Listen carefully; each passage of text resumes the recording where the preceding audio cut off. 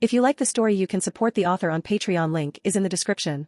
Chapter 276, Interlude 16. Venelana POV. I felt more relaxed than I had in quite some time. I was sore in ways I haven't been for years, but the amount of stress that washed away made it a very pleasant feeling. There was also the fact that I now had a lover again. Something I realized I missed more than I had originally thought. I loved my family dearly, but they very well could fill that missing piece. The sex was wonderful, but it felt nice to be held by someone again.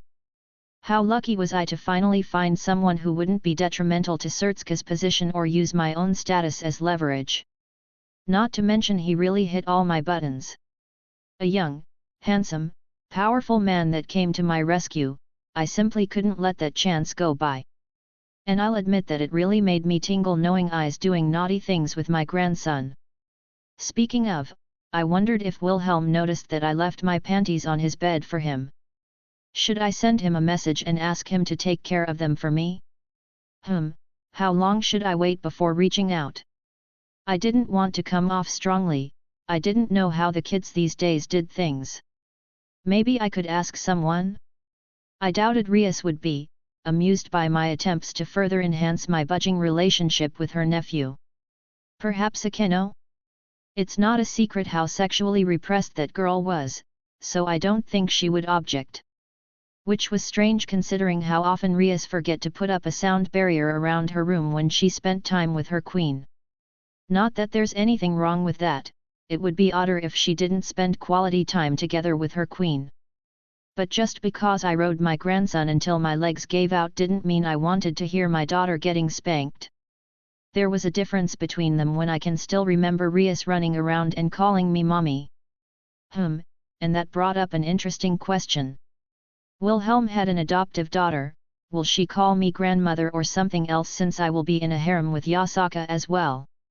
I supposed that's something I should speak with his other women about. There were many things to work out if this relationship is going to work. And for being such a young man, he surprisingly knows how to communicate effectively. Me and Zoe were definitely not this earnest when we first started our trysts. It took many years for us both to understand how to be a partner for the other. Yet, Wilhelm plainly asked about what we both wanted out of the relationship beyond just a nice night together. It was a surprise, but a welcome one nonetheless. While I would admit to having a slight misgiving about his age, I did enjoy the attention of a young man, but I didn't like the idea of the maturity levels that were common at that age. I spent enough time in human colleges to get an idea of what to expect from him, but I was pleasantly wrong. Not that he didn't have his moments, but they were more boyish and cute than a turn-off. I certainly didn't want someone who couldn't relax or take a joke. That just reminded me of that stuffy old man back at the Bale house. I welcomed the familiar view, the walls and furniture I recognized as the magics around me faded from the teleportation. Vene, you're back. Zoe was the only one to greet me. Hello, Zoe. I smiled at him. Are the kids home? Everyone's still here. He nodded. We set up a room for Milicas. He's still sleeping. Apparently whatever they put in him had an effect of making him weak during the detoxifying process. So he's sleeping it off still. Oh, I'm glad he's almost back to normal. I let out a sigh of relief. I knew he would be fine, but to actually hear it was another thing entirely. He hasn't woken up. Only briefly. Zoe replied. Grafia and Sertsk were there to tell him he was home and safe so the boy could sleep soundly. He placed a hand on my shoulder. Don't worry, he's a strong one. He's our grandchild after all. He gave a reassuring smile. Of course. I squeezed his hand, returning the gesture. Speaking of grandchildren. He quirked an eyebrow, visibly running his gaze up and down my body. You were gone all night, something you want to confess. Are you really going to play coy, you brat? I swatted at his shoulder. You know damn well what happened. Ha ha ha. He tilted his head back letting out a laugh. I saw that look when you said you were going to talk to him. And don't call me a brat, you're only a month older than me. Older is still older. I giggled. And I do not have a look. We've been married how long? He smirked. I know that look all too well. This man, he could always rile me up. Your hair is a little. He stepped forward, gesturing to me. I leaned down as he fixed something I missed. There, that's better. Thanks, Zoe. I couldn't help but smile brightly towards him. Zoe and I looked at one another before he let out a sigh. Where did we go wrong, Vinay? I don't think we went wrong anywhere. Things just happen, it was no one's fault. Yeah, I know. Zoe let out another sigh. He was much less reserved when it was just us. I'm happy, I really am. You deserve to find something to appreciate you, if I'm not reading into things incorrectly. Oh Zoe, you don't need to say it like that. Ever since we realized the romantic feelings died, he seemed to think it was his fault. Regardless of what happens, you're always going to be that idiotic boy I knew when we were kids. You are my best friend, Zoe. I cupped his cheek. Yes, the romantic love is gone, but that doesn't mean anything changes outside of that. I know, I know. His shoulders drooped. I just miss what we once had. It was beautiful and we had it for centuries. It lasted through 2 major wars and we have 2 amazing children. Mourn for what we had, but don't get depressed that it's gone. Neither of us are at fault, so don't blame yourself. Bah!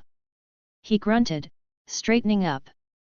Look at me, getting so sappy in old age. He straightened his collar. You're right, as you always are. He turned his frown around. But can you humor me? I was afraid to ask before, and then it never came up again. Was there a point where you just... When I woke up and you weren't in the bed with me? We tiptoed around this for so long because it seemed like a distant thing. I didn't expect to find another lover so quickly like this. I guess we should clear the air. It happened often, I wasn't upset about that. But I was trying to remember who you were with, which one in your harem, and I couldn't even remember her name. That was after Cynthia finally left, wasn't it? He sighed again. Yes, it was. I didn't deny it. Cynthia was the last of your harem that I felt a connection to. I shook my head. It wasn't strange for a devil to change their harem over the years. We're very long-lived, people grow apart, Zoe and I were a perfect example. Sometimes someone wanted to leave, there could even be a falling out, or a myriad of other reasons for a separation. At that point in time, all of Zoe's original harem were gone, Cynthia the last to leave. A pianist from a few centuries ago that Zoe and I adored. I realized that I didn't know any of your harem members anymore, and that led me to realize that even my feelings were gone as I didn't even seem to mind that fact. And I was sleeping more with my harem and I didn't even give a second thought that we hadn't so much as kissed in over a month. He sighed once more. Yes, I remember it. And I felt the same way. I didn't speak again, but opted to pull him into a hug. Thank you, Vinay, for the wonderful years we spent together. He said softly. You stupid boy, you don't have to thank me for something I'll always cherish. Can I invite him over and give him the talk? I noticed the tone that Zoe used, the one where he wants to cause problems for a laugh. I'll pass on a message if you want, but he's very against meeting everyone. I wished I could just agree, but that was still a sore point for Wilhelm and not something I wanted to push. I wish I had been more attentive with him. It sounds like our other grandson is a good man and we missed out on it. It's not a complete loss yet. I've made some good progress with him. And while we agreed to separate our family matters from the relationship, that doesn't mean I can't talk to him about it. I would ask Wilhelm and see if he's interested in meeting Zoe. That's good. And I want you to tell me more about him later. He slowly pulled away. Until then, want to go traumatize our children with how you're sleeping with your grandson. Ozo, you read my mind. I smiled brightly. I swear, how did we end up with 3 of the prudish devils in the underworld as our family? Mom, you're home. Rias was the first to burst in as Zoe and I sat at the dining room table. You met with Wilhelm, right? Were there any issues? I'm home, and yes, there were no problems. I soothed her concerns. She's probably more worried since the kidnapping. It was only a moment later that Sertsks and Grafia walked into the room. Both looked significantly better than when I last saw them. How's Mil-Icas? I asked as they sat down. I gestured to the already placed cups of tea for them to enjoy. Good, he's doing good. Grafia looked a little tired, but the good kind. I've been monitoring him for a little while and he's still doing well. He seems to be just sleeping off the exhaustion now. He's being monitored by every spell we know, and he's being watched by Ajilka. Sertskas added. Is Ajilka still blaming himself? I questioned. It was good that Mil-Icas was in the clear, otherwise I wouldn't want to cause them unnecessary stress while they're worried about him. My son let out a sigh. I keep telling him it isn't his fault, but he won't relent. Sertskas just shrugged. I convinced him to take a break by telling him where an old Satan faction research facility was. He finished with a head shake. Ajilka was a prideful man. The fact that he couldn't trace us through the teleportations must have shook his pride greatly. Are you still hiding our return? I didn't wish to accidentally reveal myself if that were the case.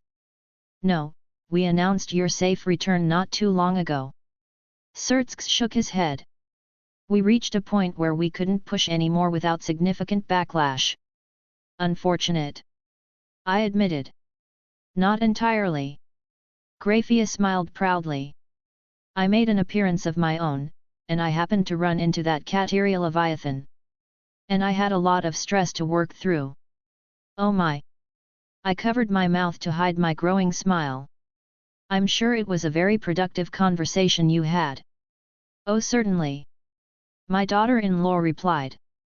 Let's just say she's going to be out of commission for a few months. It's a shame that she is actually somewhat competent, otherwise I could have taken a limb. A shame indeed. I giggled. It should be enough to keep them quiet for a while. Sertsks took a sip of his tea. We still need to go talk to Zekram though, which I don't look forward to. So everything's settled? Rias asked, having been quiet thus far. Yes, Rias. Grafia held a faint smile. However, you should be careful. If they were bold enough to do what they did the middle of the city, who knows what they would do otherwise? That's a good point. Sertsks set down his cup. We should strengthen the defenses around Kuaha. Sirafal already beat you to it. Rias replied. Sana was telling me that she was there already doing a bunch of stuff. Of course. Grafia shook her head. Why would I expect anything different from her? It's not exactly a secret that Sirafal cared quite a bit about Sana. I thought my son was bad with his doting on Rias, but Sirafal really took it to a new level. How was Wilhelm? Rias finally asked, seemingly finding the courage as she shied away from any real response. The others around the table visibly stiffened at her question. He's doing well. I said simply.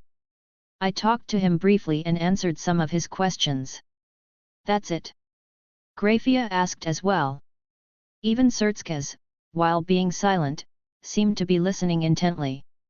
He did tell me about the people that Euclid worked for, if you want to confirm everything that way. I wanted to get that part out of the way. Does the Cows Brigade ring a bell? Yes. Sertsks finally spoke up after mentioning his wayward son. That is the name of the organization that Euclid gave up. I'll write down everything else I was told. I just nodded. But I have another announcement to make, something personal and important for the family. The family? Is something wrong? Rias sounded a little worried. Zoe and I looked at each other. I took his hand for support. It was a strange step to make, a more official declaration that we knew was coming for a while now. It's something we've been hesitating to reveal for several years now. Zoe explained, giving me an opportunity to continue. Your father and I are going to be seeing other people. I thought a blunt reveal would be best. What? Ria slammed her hands on the table, shooting to her feet. You're getting a divorce. Rias, calm down. Zoe calmly replied. We haven't mentioned a divorce, yet. Yes, that would take some planning. Our marriage, while one of love, was very political in nature. It would be difficult to foresee any consequences of us being officially separated. However, I didn't believe that's going to be a problem in the immediate future. Wilhelm was aware that I am still married to Zoe, and he didn't seem to mind as long as our relationship wasn't that of husband and wife. Since when? Sertsk's looked at us in surprise as well. Really, it was only Grafia that didn't seem surprised. Many years now. It would be pointless to find the exact time frame. Your father and I realized that we don't love each other in that way anymore. We're finally bringing this up because I've found someone. Why you found someone? Ria slumped back in her seat. Like you're dating someone. That is correct, I have a new lover. I nodded. Venelana, you didn't. Grafia slowly raised her palm, bringing it to her face. Please tell me you didn't. What? Rias looked confused, and even Sertsk didn't seem to understand. Well, Grafia had always been a smart one. You were gone the entire night. She said, please tell me I'm wrong. I wouldn't want to be a liar. I held myself back from laughing. What? Someone explain please. Rias looked around. Your mother, apparently slept with your nephew. Grafia groaned out, head falling to her hands. Mother? She's wrong, right?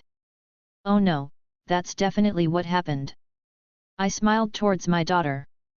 It was a wonderful night we spent together. Their reactions were amusing to see. Dad? You can't be okay with this. Rias looked for support from her father. I'm well aware of your mother's matters, Rias. And I support her wholeheartedly. Zoe didn't even react outwardly, but I knew him well enough to know he was going to be laughing in private afterwards. Mother. Sertsk has finally decided to speak. You can't date my son. Oh, now he's your son. I raised an eyebrow. That's funny, why wasn't I told about this? Icas was back safe and sound, that meant I didn't need to hold myself back from continuing to express my displeasure. Besides, I'm afraid that ship has long past sailed. It's inappropriate. He slammed his hands on the table, perhaps properly registering what we actually did all night. He's your grandson. Why you can't just... Yes he was, and that thought kept me nice and wet all night. I assure you, I most certainly can, and I did. And if we're talking about inappropriate, do you mean like keeping one of Rias's old school uniforms in your closet with a temporary washable red hair dye? I said dryly, looking at both him and Grafia. What? Rias was broken from her stupor as she looked at Grafia and her brother. Grafia started turning a bright red. Grafia? Brother! Rias exclaimed with her own face turning red. Ahem! Zoe cleared his throat. And if we're still on the subject of inappropriate things, while we always encourage some exploration, perhaps you should make sure you soundproof your room when you're with Akeno, Rias. Wah! Rias sounded mortified and utterly shocked as she fell back into her chair. I glanced at Zoe who looked back at me before looking at our children sitting at the table. Rias was sputtering something unintelligible. Grafia was burying her face into her hands, completely mortified. And Sertsk was staring off into space, perhaps coming to terms with his mother was getting fucked by his bastard son. Our family meetings are always so productive. I said absent-mindedly. Oh yes, quite productive. He nodded, calmly sipping his tea. Chapter 277, Chapter 257. I held Kunu on my shoulders as we stepped through the portal. The adorable fox grabbed my hair to hold steady, giggling as we left Skyrim. "Heya, Gramps!" I greeted the old man as we walked into his home/workshop. Well, look who decided to drop by." Zelretch smiled back, his girlfriend sitting next to him. "Lucretia, you're looking as beautiful as ever." I gave her a polite nod. I still didn't know what to call her yet. So I guessed I'd just wait to see what fell into place. I turned to the last person in the room, sitting opposite the two older members. "Who are you again?" "Good to see you too, Schweinorg." Rin deadpanned. "Daddy, it's Auntie Rin. How could you forget?" Kunu chastised me, not catching the fact that I was being facetious. I picked her up, setting her back on her feet. "Of course, how could I forget?" I rubbed my daughter's head. "Why don't you go give your Auntie Rin a big hug?" Kunu took the cue as she ran towards the younger Magus, whose eyes widened as she did her best to intercept the fox-shaped missile. "Gah, so cute!" Rin groaned out, giving her a hug. "I can't even be mad at you, Schweinorg, this isn't fair." "It's good to see you, Rin. Seems like our schedules are making it hard to bump into each other recently." "It's good that she's doing her own thing though, getting out there and living her best life." Yet. She huffed, still cradling Kunu in a hug. "My granddaughter is irresistible." Kunu perked up. "Hi Grandpa Zelretch," she waved from within Rin's arms. "Hello little fox." Zelretch smiled brightly. "Tactical Kunu strikes again." I replied without a hint of shame. "Weaponizing your fox daughter, well done my grandson." Zelretch nodded in approval, which earned him a shoulder smack from his paramour. "Zelretch!" Lucretia huffed, giving him a glare. She got up, walking around the table towards Kunu. "Hello there, cutie." Hello." Kunu looked hesitant as she usually did when meeting new people. "I'm Kunu. And I'm Lucretia, you can call me Grandma." She smiled brightly. "And you're in luck, 'cause Grandma just made a batch of cookies." "Hey, that's lucky timing." Kunu's eyes began to sparkle as she looked over to me. "Go ahead." I let out a sigh. "I'll just let your mother get mad at me for letting you eat so many sweets." She was going to be bouncing off the walls all night. Perhaps even literally in her case, since she could turn into a cute little fox. "Let's go to the kitchen." Lucretia held her hand out, which Kunu happily took it as she was led away. She ate one of those monstrous sweet rolls over in Skyrim. I rubbed the bridge of my nose. "You mean the ones that are like, as big as her head?" Rin asked. "Are there any others there?" "Now that I think about it." Rin just blinked. "I couldn't get through a third of one." A thought crossed my mind. "I assume Artoria could finish one off easily." "Try 4. Rin snorted with a laugh. "Sounds about right." Honestly, it was cute to see how gluttonous Artoria could be. "So what brings you around, Wilhelm?" Zelretch spoke up. "Something you want to tell me?" "Not in particular." I had a strange feeling. Nothing at all? Not any sort of scandalous bit of information. Zelretch was failing at holding back a growing smile. I narrowed my eyes, staring at him, then I looked at Rin, who didn't meet my gaze, instead turning a slight shade of red. "All right, who told you?" I crossed my arms. "I don't know what you mean." Zelretch hummed. "Was it Artoria?" I raised an eyebrow. "No, she wouldn't." Maybe she'd tell Rin, but Rin's acting too flustered. Rin just flushed further in response. "Scathig." I tapped the table. "She definitely would, but I don't think she's been back yet." "No one's told me anything but you." He held his arms up with a "I don't know" gesture. I stared at him for another moment before taking out an emerald from my ring. I channeled some magical energy to my finger and began to engrave a rune onto the emerald. Blowing away the excess, I held it up to my eye, looking at the old man again. Really? I sighed, setting it down. Did you really disrupt your own time flow just to tease me? Zelretch started laughing. What gave it away? The cookies were way too well timed. I shook my head. You must have known we were coming for real. We would go to some impressive lengths sometimes just for a chuckle. And you give me a stern talk about time traveling, yet you're doing this. I rolled my eyes. Oh, I'll snap back in a few minutes. And Lucretia actually likes baking. I've actually had to give away some because we were running out of room. He chuckled again.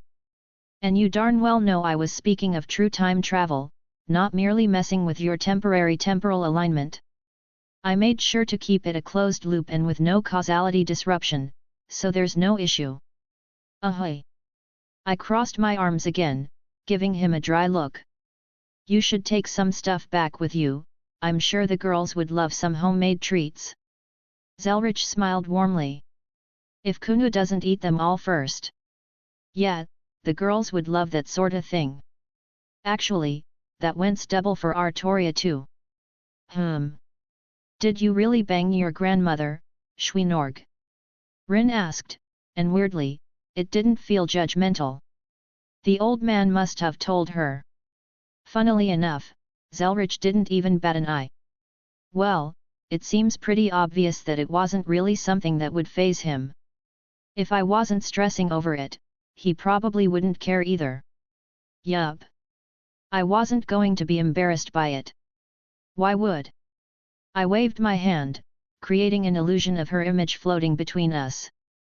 God damn! Rin corrected herself, staring at my new woman. But seriously, I know you're a pervert, but you wouldn't get led around just because she's hot. To be honest, I found her charming and intelligent. When we spoke, I sort of found myself fond of her and she broached the idea of something together, so I accepted. I followed it up with a shrug. That besides the obvious, you know, finding her drop-dead gorgeous. No one could say that Venelana Gremory wasn't a stunning woman. Not even the strangest thing I've come across this week. Rin shook her head. I'm pretty sure there's a lord in the clock tower that made a homunculi in the shape of his daughter and married her. That's weird. I just blinked. And that was coming from someone who added their grandmother to their harem. Yet. You seem to be in a good mood as well. Zelretch leaned forward, propping himself up with both hands. And I don't mean that due to certain indiscretions you partook in with your grandmother. I feel a lot better than I have in a while. I fully admitted. Felt like I got some stuff off my chest that I needed to, and well, you should know the details if you're messing around with time. I rolled my eyes again at the absurdity of him doing that for a quick laugh. Very cathartic. Admittedly, the fact that I'm banging his mother was something I took pleasure in. Though it wasn't at all what swayed my opinion, I'm not that petty, nor would I open myself up to a woman just for that. Will I say something if he runs his mouth in front of me? You better damn believe it. Zelretch shifted slightly in his seat, and I watched as his normal flow of time returned to normal. He winced slightly but otherwise didn't react. So what brings you here, just dropping in or need something? Do you not know? I tilted my head. This is as far as I came. He shrugged. We were having a wonderful talk about the nature of Lucretia's magic and how it translates in her own world. You're always welcome to stay and participate. I don't want to intrude if you guys were busy. I scratched my head. I just wanted some opinions and maybe some future help on something. Besides that though, I had some free time before the girls were done with what they were doing, and I thought Kunu would like to see you guys again. Oh nonsense. He waved my off. What can we do for you? Actually, I'm happy Rin's here as well, and Lucretia. Did someone call me? The aforementioned woman walked out with a tray of cookies half full, and Kunu's cheeks were noticeably bulging. Yasaka was going to force me to sleep over just so I'm forced to sleep on the couch and take care of Kunu until she crashed. Yes, actually. I raised my head as she took her seat again, Kunu sliding in right next to her. I wanted some opinions on an idea I've had but haven't quite worked out yet. Sounds interesting. Lucretia started to nibble on a cookie. But I don't think my knowledge and experience will be of much help, our systems are so different in application. Well, maybe, maybe not. What I want to do relies heavily on established legends and symbolism. Oh. Lucretia looked intrigued. All right, so has Gramps told you about my 9 realms spells? I asked. He only vaguely described them at some point. She said nonchalantly. Sounded interesting enough. And I'm sure you got enough people in a tizzy back home because of it. Well, I cast my Yggdrasil recently, and my new divinity definitely had an effect stabilizing it. I needed to do a thorough test of everything now. But it also gave me an idea for something else. Particularly because I didn't think it would be able to support this before now. You also know about Drake, right? The dragon in your soul. She quirked her head. That's right. I confirmed. Yeah, you can summon him in your gauntlet. Rin also spoke up. I think I know where you're going with this if you're basing everything off the Norse cosmology. Indeed. Zelretch rubbed his chin. I could take a guess or two, but continue. It's probably as you assume, there is a dragon associated with the world tree, and I thought about creating a spell to bring Drake's spirit out temporarily and inhabit the legend and myth of NHGGR. A sort of pseudo-summoning using the tree as an anchor and tricking the world into thinking he is NHGGR. NHGGR was the poisonous dragon that ate the roots of the world tree in Norse mythology. There were varying accounts on the beast, but it was something that even the Asgardian gods feared. Something that existed on the same level as Fenrir, Surtur, and Midgardsormr. Brat, you're serious about this? I knew it's not exactly like I promised, and I'm still working on that, but I wanted you to at least be able to come out. You're my partner, I want to fight by your side. Whatever. I guess it's not strange, of course you would need my help. He huffed, going silent again. What an interesting line of thought.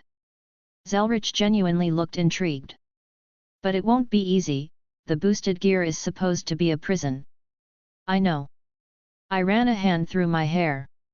I feel like, I have a bunch of pieces and I want thoughts on how to assemble them to see if anything is missing. As interesting as this is, why did you want me here? Rin asked. I'm not exactly an expert on this stuff. True, but who was the one who thought the kaleidophones were an obvious idea? I pointed out. Believe me when I say, I genuinely want your input and opinions. You may not be an expert in the crafts I'm using, but you have a perspective that neither I nor Zelretch seem to have. Rin looked proud. And there was an added hint of embarrassment at the praise. And my knowledge on legends and myths with how they interact with the physical world. Lucretia hummed. And the plethora of other knowledge you've gained over the years. I nodded. Oh my, he sure does know how to butter someone up. The old witch giggled. You plan on bringing others in on this? Zelretch asked. Skathik and Jin. I thought off the top of my head. Maybe ask Carrie for some input since he's more adept at necromancy, possibly Medea if she's up to it. Necromancy might be an avenue worth looking into. Not quite raising the dead by jailbreaking a spirit. Zelretch muttered to himself. And if I'm not mistaken, your original spells make heavy use of runecraft, so Skathik will be required. And Medea is frightful in how much magical knowledge she's amassed in her life. And Jin's been studying Skyrim magic for a while now, with her speed, she's probably mastered enough to match the Archmage. Being a spirit of knowledge wasn't something just for show. That's an amazing lineup. Rin commented, a thoughtful look on her face. Hopefully it's enough to get my partner a little bit of freedom, even if temporary. I was hesitant to ask Meridia. I was fairly sure she could do something, but I didn't know how much effort it would take. Drake wasn't exactly on the same level as creating Dawnbreaker. He was a significantly powerful individual. Would she have to consume some of her power to recreate his body or something like that? I didn't want to ask her something so draining, especially when she talks about how the other lords were always watching each other for openings. I'd rather we crack this the old-fashioned way than risk one of my girls. Brat. Drake whispered. Thanks. This is giving me a lot of ideas. Lucretia smiled brightly. Yes, I can't say I've been this excited to research for a couple years now. Zelretch seemed to share the enthusiasm. To summon a dragon, well, this is going to be quite interesting. Your other portions of the spell use symbols and anchors, should we start with that? I don't think you can use the boosted gear since it's still bound to you. Yet, I'm going to need to find something that works. Maybe see if a piece of Drake's body is still floating around somewhere or something. I honestly hadn't made it this far yet. Why not make something? Rin asked. I looked towards her. You got a bunch of dragon bones and scales, right? Why not make a staff or something like those ones that re-inscare him? I've seen a bunch that can summon those Daedra or other creatures. Maybe do something like that. She offered, if a little hesitantly. That's a good idea. My eyes widened as I thought about it more. No, that's a great avenue to explore. Daddy, I'm tired. Kunu yawned as I embarrassingly forgot she was there while getting swept up in the conversation. I looked down, realizing she ate the entire tray of cookies and was apparently crashing instead of going into a sugar high. Why don't you settle your stuff and we'll meet up in the next few days to properly discuss this? Zelretch offered. That would be appreciated. I couldn't help but smile seeing the sleepy fox. I'm heading out with Yasaka and Kunu, but we should be able to squeeze something in sometime later this week. Still didn't know the exact date for the festival, but we'd probably solidify a time after this meeting with the other yokai. I stood up, walking over to Kunu. She lazily held her arms out as I picked her up. All right, my little fox, let's go home. I whispered, rubbing her head gently. I was sure that Yasaka was probably back at this point. Yeah, it's getting late. Rin stood up, stretching. Thanks for everything, old man. Think nothing of it. You're my student, and it's my duty. Zelretch smiled. And you've been doing absolutely wonderfully so far, I'm very proud of you, Rin. The younger Magus showed a red face at the honest praise. Oh, she's so cute, Lucretia teased. And a granddaughter. Lucretia exclaimed. Zelly, our granddaughter is so adorable. Geez, she was quick to latch onto the idea, not that I could talk there. I guess we're all a bunch of weirdos who were happy to accept these abrupt relationships. Can you say bye to your grandpa and grandma? I said softly to my little fox. Bye, Grandma and Grappa, she sorta slurred it with a tired tone. So cute. Coming with, Rin? I offered her a ride. Yeah, I'd appreciate it. She nodded as I opened a portal and we both walked through. Chapter 278, Chapter 258. Good morning everyone. I walked down the stairs to see everyone sitting at the table, well, mostly everyone. Meridia was absent, but no one faulted her for being dimensionally challenged. The weight of her responsibilities were something none of us had the right to question. Hell, even Artoria and Yasaka with their experience as leaders couldn't measure up with how much she usually had on her plate based on what little she's talked about. Master Reikao got up and practically glided into my arms. I hugged my servant, giving her a quick kiss on the lips. She didn't seem to want to let go, and I couldn't resist her. I grabbed 2 handfuls of that wonderful butt of hers. Either go play in private, or start removing clothes. Skathik teased from her spot at the table. You heard her. I said emotionlessly. Let's get naked, Ray Cow. If my son wants it. Ray Cow said rather shyly, though her expression clearly contradicted that, a barely restrained smile forming on her face. Please don't do that here. Artoria squeaked out. I could just laugh, seeing Artoria's bright red face. I gave one more kiss to my servant as the joke was concluded. Ah, I wanted to watch. Jin pouted cutely. You've gotten much lewder recently. I walked by Jin, playfully swatting at her hair. Whose fault is that? She grinned. No idea. I smiled innocently, sneaking up on Artoria as I kissed her cheek. You all have fun. I patted her head, that flushed face of hers was always adorable. And whoever made coffee, you're in first place. First place. Skathik raised an eyebrow. I devised a ranking system. Skathik summoned her spear. And I have decided that such a thing was ridiculous, and thus discarded the ranking system. I didn't react as I poured myself a fresh cup of coffee. Humph. She narrowed her eyes, dismissing her spear. In all seriousness, how was your girl time? I asked. It was productive. Artoria chimed in. We spoke of important matters and other things we wished to keep between ourselves. I just nodded. There wasn't a need for me to know everything, they were going to have their own secrets between themselves. I'm sure there were things they felt more confident speaking of with each other than me, just as I had embarrassing things I'd find hard to bring to their attention. Do you want to have that talk now about what I did? I offered, the timing seemed adequate even if Meridia and Yasaka weren't here. Or should we wait for the others?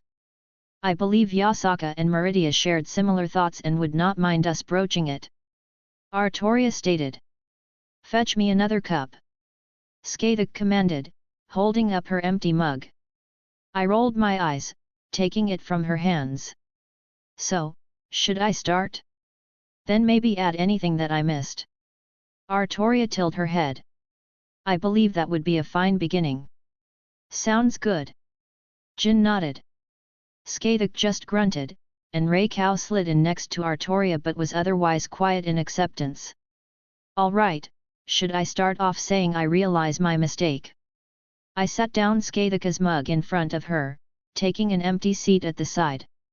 I'm not going to make any excuses, I feel like I'm not that same kid who was bold enough to ask Meridia to be my woman within minutes of meeting her.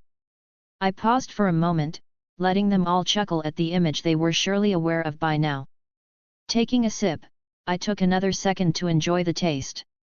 If I had to explain myself, I think I got caught up in everything that was happening, I had a lot of emotional baggage come undone and I was riding a certain high from that.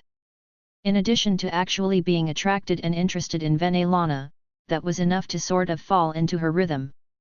Not that I'm excusing anything, mind you. I just wanted to express my mindset. And you do not believe this will be a reoccurring situation? Artoria questioned.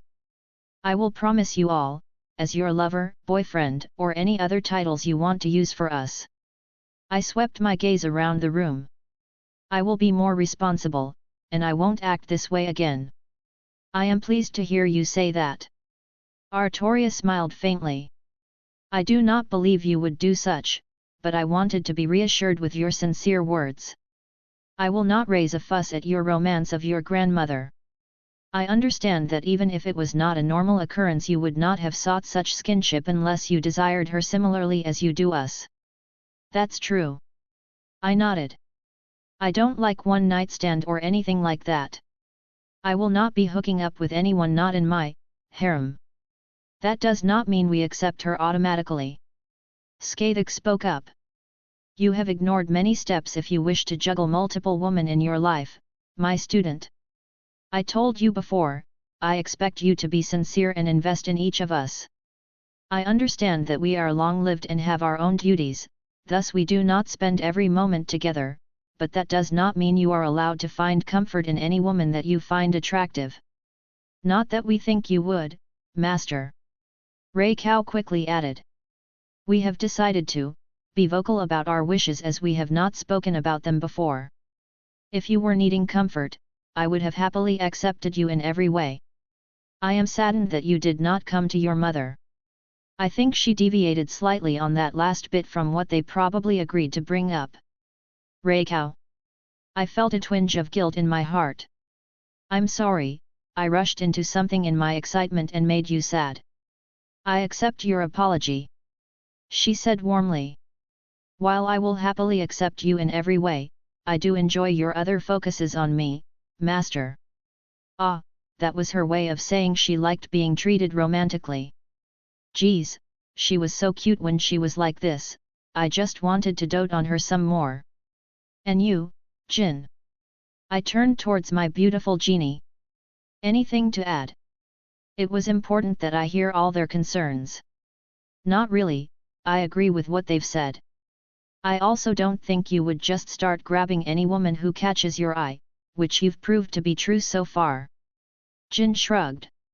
However, I guess we should still talk about how, or if, you add more women to your harem, not just the way you brought in Venelana. Agreed, that deserves a conversation. Artoria added. I will say that I was not entirely sure when we first started dating. The idea of a harem was strange and a little intimidating to me who had never properly been in a relationship. She fidgeted a little in her seat.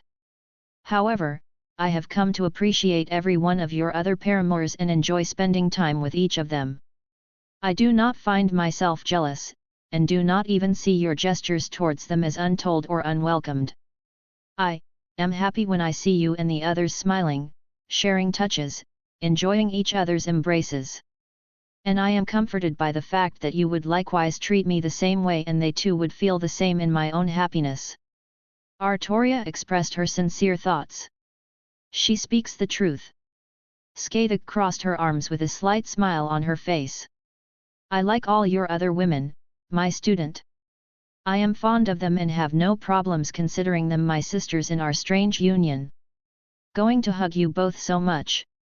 Jin vibrated in her seat, having to visibly restrain herself from jumping out of her seat and grabbing a hold of them. She was always really affectionate when she could be, and just getting closer with everyone let her do it as much as she wanted. Not surprising considering how long she was alone for. Yup, and I went and basically elevated a woman you don't know right into the same position that all of you share. I realized my faults already, but being spoken aloud really put them into perspective. So you understand our concerns.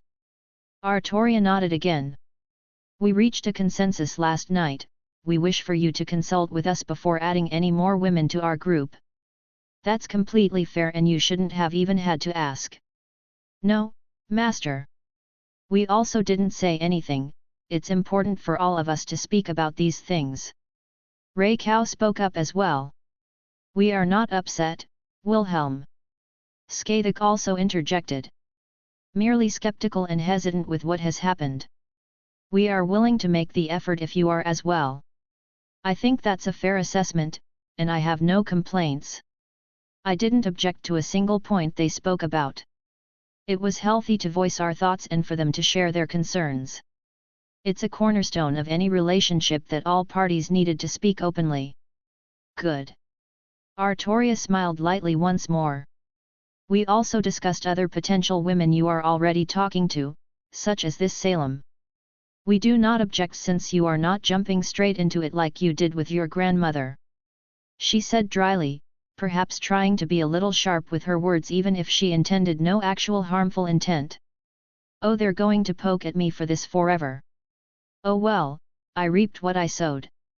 Again, I have no complaints, and I agree fully with everything. It was pretty simple, and important to make sure we're all on the same page. That was easy. Jin just hummed to herself. Well, they were all valid points. I shrugged at her nonchalance. We're pleased you think so. Skathak nodded to herself happily. We don't ask for much, Wilhelm. Remember my words from before. An honest effort, yeah, I won't ever forget that. Skathak adopted a beautiful smile that I could get lost in. Any other important matters to talk about? I looked around. Yeah, Artoria wants Jin was cut off as the aforementioned woman practically leapt across the table to silence the genie. Nothing. Artoria was a brighter red than I could normally produce by myself. Why you re-licking me? Artoria squeaked out. Jin broke out into a fit of giggles once Artoria removed herself. It was nice to see them getting along. Well, I guess we covered everything important. You girls doing anything today? Oh yes, we were talking about the modern era and Yasaka recommended a few documentaries for us to watch, so we were going to marathon them. Jin answered with enthusiasm. Rin as well, when she decided to wake up. Artoria huffed. Also, I invited Izzy to come as well. Indeed, it will be my first time meeting this goddess, I look forward to it. Skathik seemed interested as well. A day to laze about isn't unwelcomed. I as well. Raikau admitted.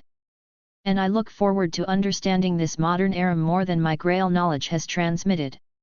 Oh, it's going to be fun, lots of snacks. Jin beamed. Snacks. Artoria perked up, looking equally excited. Cute. I had something else to look forward to. You ready? I popped over to Yasaka once the girls had been settled and I had my coffee. Yasaka wasn't startled at all when I popped in while she was fixing Kunu's kimono. Almost ready. Should I change? I walked up to a full-length mirror. It's more a traditional setting, yet less formal, but I suppose no one will say anything about your clothing, they'll be more interested in how strong you are. Yasaka replied, running her hands through Kunu's hair. Uncle Nurarihayan is really strong and the scary yokai there are strong too. Kunu helpfully added. Stronger than your daddy? I asked. Nuhui, daddy is the strongest. And my heart just melted. She's right though, the old man gathers the more unruly bunch and keeps them under control. That just so happens to coincide with the stronger ones too. I'm not ashamed to say that his people, on average, are stronger than mine. Yasaka stood up, admiring her work on Kunu. And don't you dare transform again and make me fix it all over. She lightly booked Kunu on the nose. I'll be good. Kunu huffed. I walked up, snaking my arms around my foxy woman. She giggled, leaning into my embrace, following it up with a light kiss. And what should I expect? His lot aren't the brightest, and by that I mean his underlings for the most part. He though is cunning. Don't let his appearance fool you, he has. Yasaka reached down, pushing down Kunu's ears. Slit the throats of thousands of his enemies. Kunu fidgeted and whined until she broke free. Your relationship? Amicable with perhaps some familiarity. She pursed her lips. He's nice, I suppose. He knew my mother, and he came around when I was still a little girl. She let out a sigh. Our relationship changed once I took over, it was inevitable. But I suppose I'm still fond of him on some level. And he adores Kunu, of course. Of course. I chuckled. Kunu tiptoed up to me, tugging on my sleeve. I knelt down as she whispered into my ear. He brings me snacks when Mama isn't looking. I can hear you. Yasaka deadpanned. Nua, I whispered it, that means you can't hear what I said. Kunu seemed to deny Yasaka with her strange logic. Is that how it works? Yasaka just shook her head with a small smile. So, this just a formality then? Mostly. She shrugged. It's a less formal meeting than when we usually meet. Gives us an excuse to talk about things without our retainers being at each other's throats. While we're allied, and actually quite friendly, it's still difficult for all of us to be in a room when we're on opposite sides. Ah, a friendly rivalry then. Yasaka snorted. Less friendly, but still, constrained due to our alliances. His bunch are brutes and like to flex their strength to mine. Not to mention over half of them are insistent flirts and can't take a hint. Oh. I quirked an eyebrow. And you just so happen to be taking me along, eh? Yasaka smiled innocently, grabbing my arm. Is it wrong to want my big strong man to protect me? Oh well, I guess I'll be putting some yokai in their place. Well, their culture was known for being more physical in certain matters. I didn't mind staking my claim very publicly, so they knew who she was with. I tapped Kunu's head, rather the hair piece I gave her a while ago. She still wore it, she seemed to always wear it. I made sure the protections were still active and going strong. So you want to project strength when we go, right? I asked. That's the general idea, but no one should try anything with Kunu at our side. And the old man would definitely stop that from happening. Yasaka nodded. How long until we need to be there? An hour or two. She made the so gesture. The meeting isn't for a few hours, but I figured it would be nice to get a little early and walk around. Have you talked to Jin about awakening your aura? Her lips slowly curled up into a feral grin. I have. Well then, let's give them a little surprise. Oh my, is this always how you feel? Yasaka looked at her hands, her golden aura shining over her. Daddy, me next, me next. Kunu grabbed at me. I took a deep breath, patting her on the head. Wait until you're older, sweetie. Kunu whined, but I didn't want to just give her a sudden boost in strength without consulting Yasaka some more. She didn't know what I did, and probably didn't care about the semantics. Honestly, she probably just saw her mom glowing gold and wanted that too. And to answer your question, the euphoria wears off after a few minutes.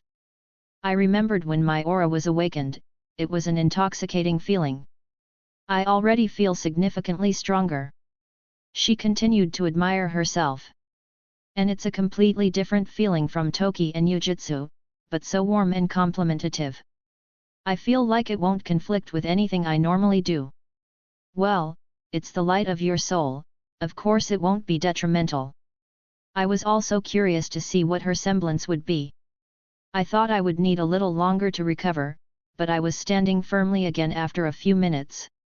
I guessed my new Campione status really made me stronger, even my soul.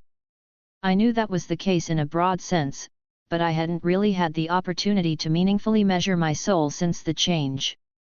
You have a good amount of aura too. I made sure to add. Kunu, funnily enough, seemed to stop caring. Her attention taken by her mother's phone she somehow acquired when I wasn't looking. Oh yes, Mama can get used to this. She flexed, her golden aura flowing around her as she already deduced some uses for it. She stopped, looking at me again. I think someone deserves a reward. You, Mama. Kunu gagged. You. She started running around. So freaking cute. Alright. Yasaka laughed. Come here, little fox, we're going to head over and see the old man. Okay. Kunu ran back over and grabbed both our hands.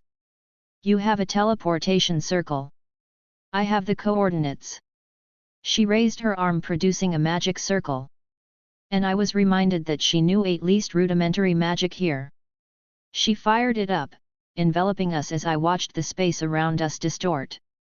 I helped it along with my own use of the kaleidoscope considering my magical resistance wasn't letting it to attach to me. With a bright flash of light, we arrived in an empty room. Yasaka looked around. That's strange, they should have people waiting here. I stopped in my tracks, because I felt something strange I couldn't put my finger on. Like, something out of the corner of my eye was trying to grab my attention.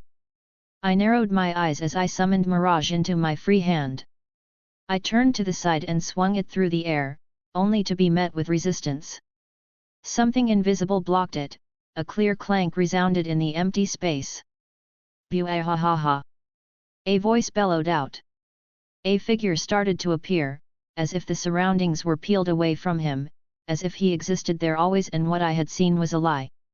I could guess who he was immediately, the gourd-shaped head was a dead giveaway. But my attention was taken by something else. He was standing to the side, my sword still stuck in the air, facing off against something else. Can't believe he saw through me. The old yokai rubbed his chin, eyeing me up and down. Maybe you're getting senile in your old age. Another voice answered back. Bah! The old yokai huffed. It's because I had to hide both of us. If it was just me, I'd never been detected. He swiped his hand through the air and another figure came into view. Another non-human. He was tall, with noticeable fur throughout his arms and face. Long hair and a weathered look about him, but a strange serenity about him, almost holy in nature. He was keeping my sword at bay with a pipe of all things. I saw him fully now, an interesting pair of sunglasses, and his true race was revealed. He looked like a monkey. He pulled his large sunglasses down with his free hand, fiery golden eyes looked at me. "Hoh, you're more interesting in person," he said calmly, not at all perturbed at being on the end of my sword. The great sage equal to heaven. I could guess who he was. The monkey smiled. Chapter 279, Chapter 259. My sword pushed against his pipe as I stared at him. He was definitely not someone to be ignored nor dismissed. I'd heard his legends and knew them quite well, and I would even admit to being a fan. Sun Wukong, the Monkey King, the great sage equal to heaven. There were so many more titles I could call him. His eyes had a faint fiery glow to them, a golden hue pulsing as he looked me over. He smiled faintly before letting the tension off his hand, withdrawing his pipe. I hesitantly held my sword protectively to the side. If needed, I would immediately take Yasaka and Kunu and escape. This was not a foe I could even dream of taking lightly if it came to blows. People don't really call me that anymore. He smiled good-naturedly, and I felt the tension ease up and begin to dissipate. These days, it's usually the victorious fighting Buddha if they're inclined. But I mostly hear that old monkey, he chuckled. Careful, brat. Drake spoke up. That monkey is not someone to be trifled with. Even at my best, it would be a hard fight. How strong was he? Once when Albion and I were fighting above China, we heard an annoyed shout. Drake began to explain. We ignored it, of course. But suddenly things got very dark. A massive staff slammed down on Albion and shattered a good few dozen of his scales. I didn't outward react, but I was genuinely surprised. I knew how strong Drake and his rival were. To hear that Sun Wukong actually damaged Albion back in their prime with a single probably casual attack was more astonishing. His legends weren't over-exaggerated, it seemed. Sun Wukong. Yasaka broke the silence, in a respectful tone. It's been a while. She bowed her head slightly. The Monkey King chuckled again, scratching his head. Ha, it's been 12 years? Where does the time go? He smiled warmly. I still remember when your mom was running things and now here you are with a little one of your own. I felt Yasaka's hand squeeze my arm. I glanced at her and I could more or less guess what she was trying to convey. This guy wasn't an enemy and probably wouldn't become one. I dismissed my sword. I've heard your stories, Monkey King. I adopted a respectful tone as well. If he wasn't going to be an enemy, then I shouldn't treat him like one. Besides, I did admire him based on the stories. Haha, I'm glad some young uns still like to listen to those tales. He twirled his pipe. But that's long in the past. I even passed on that title to my successor a few years ago. Still a wet behind the ears brat if you ask me. Nuraruhayan grunted. He's got talent, but it's going to be hard to live up to your name. Kid's gotta grow up somehow. Sun Wukong shrugged. Gotta go on his own adventures, experience his own life, the good times and the bad times. That's interesting, I could vaguely recall that tidbit of information, but I never bothered with it until now. Didn't remember the kid's name, but apparently, he passed on his title and old gear. The kid got a name. I questioned. By cow. Sun Wukong said plainly. Last I heard he was running around with your. He paused, waving his hand as if trying to think of the right word. Rival. I blinked in confusion. My rival. Yeah, the White Dragon Emperor. He replied nonchalantly, tapping his pip to remove all the old stuff inside. I took a long breath, letting it out. The Monkey King smiled almost smugly. Even if I didn't see that video of you fighting that storm brat, not many things can hide from my eyes. For added effect, they ignited again in that fiery and golden glow. He raised his hand up, a finger extended. Lots of fun things I see about you that I haven't seen before, makes an old guy like me wonder where they came from. I guessed there was no point in hiding it, may as well try to get more information. Is it well known then? I relaxed slightly, noticing how at ease he was. I was still tense, but looking at him again, he in no way appeared to be looking for a fight. Who knows? He shrugged again. Some of us older folks probably noticed the gauntlet, but not a lot of them even bother with the newest technology. Ask him about Albion. And what about the owner of the Divine Dividing? I questioned. Once again, my knowledge was minuscule in this area. Did Drake put you up to that? The old monkey chuckled.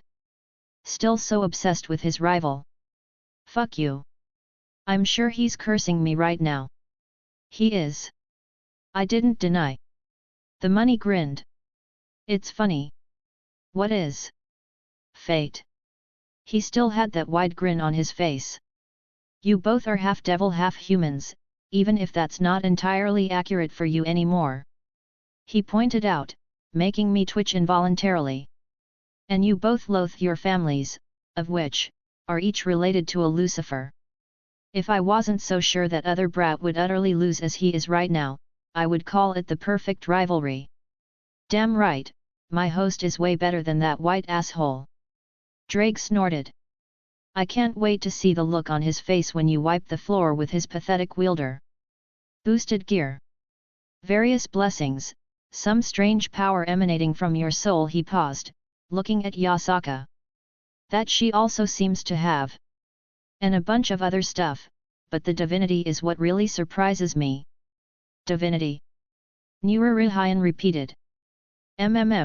Feels a lot like the storm brats, but it's weird. Sun Wukong stated. Well, I can see why Indra wanted me to investigate you. He said casually as if it wasn't something I would take issue with. No, I most certainly was more on guard now. Excuse me. I felt myself having to stop from reaching for my sword again. You expect the higher-ups not to look into you, kid? His eyebrow raised over his glasses. You can't just throw around the power you did as an uncount entity without people getting concerned.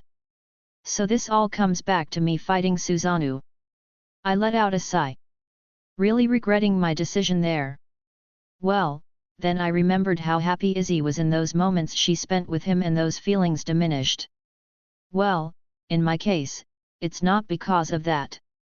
He fiddled around in his pockets, taking out a piece of paper. Indra assigned me a task of looking into the reason why his visions of the future were thrown off. Suffice to say that you were the variable in all of them. That made me freeze up. It was something I hadn't considered until this point. The fact that I wasn't bound to this world line meant that certain events around me must have been thrown off if the higher powers were watching them intently. Is Daddy in trouble? I heard Kunu ask Yasaka as we all seemingly looked back at her. Oh sweetie, Daddy isn't in trouble. She reached down, hugging my daughter. Hey Yasaka, why don't I take Kunu and show her around, eh? It's been a while since she's been here. Nuraruhayan offered. Well, the obvious cue was obvious. Do you want to go with Uncle Nuraruhayan, my little fox? Can I? She perked up immediately. Of course you can. Yasaka smiled. Come one little lady, let me show you some nifty trinkets I've gotten since you've last been here. Nuraruhayan held his arm out as Kunu ran to him. He gently guided her through the door, giving us a wink as he left. First time meeting him, but he's all right in my book. I would have a good impression of anyone who treated my daughter that well and made her smile. Oh, he is a good man. The only issues we've ever had were because of our political affiliations. Yasaka stated. Well, I suppose we can talk more openly. The Monkey King watched them leave, looking back at us. The cute fox is gone, so I don't have to mince my words. About that. I crossed my arms. Did you come here for me? I narrowed my eyes. Actually. He scratched his cheek. It was just a coincidence. I was visiting that old bastard, having some drinks, and he mentioned you two were coming over yesterday. Thought it was a good opportunity to meet you. Drinking? Hey? Some Buddha you are. It was hard to get a read on this guy. God, Buddha. Aren't you supposed to refrain from that sort of thing?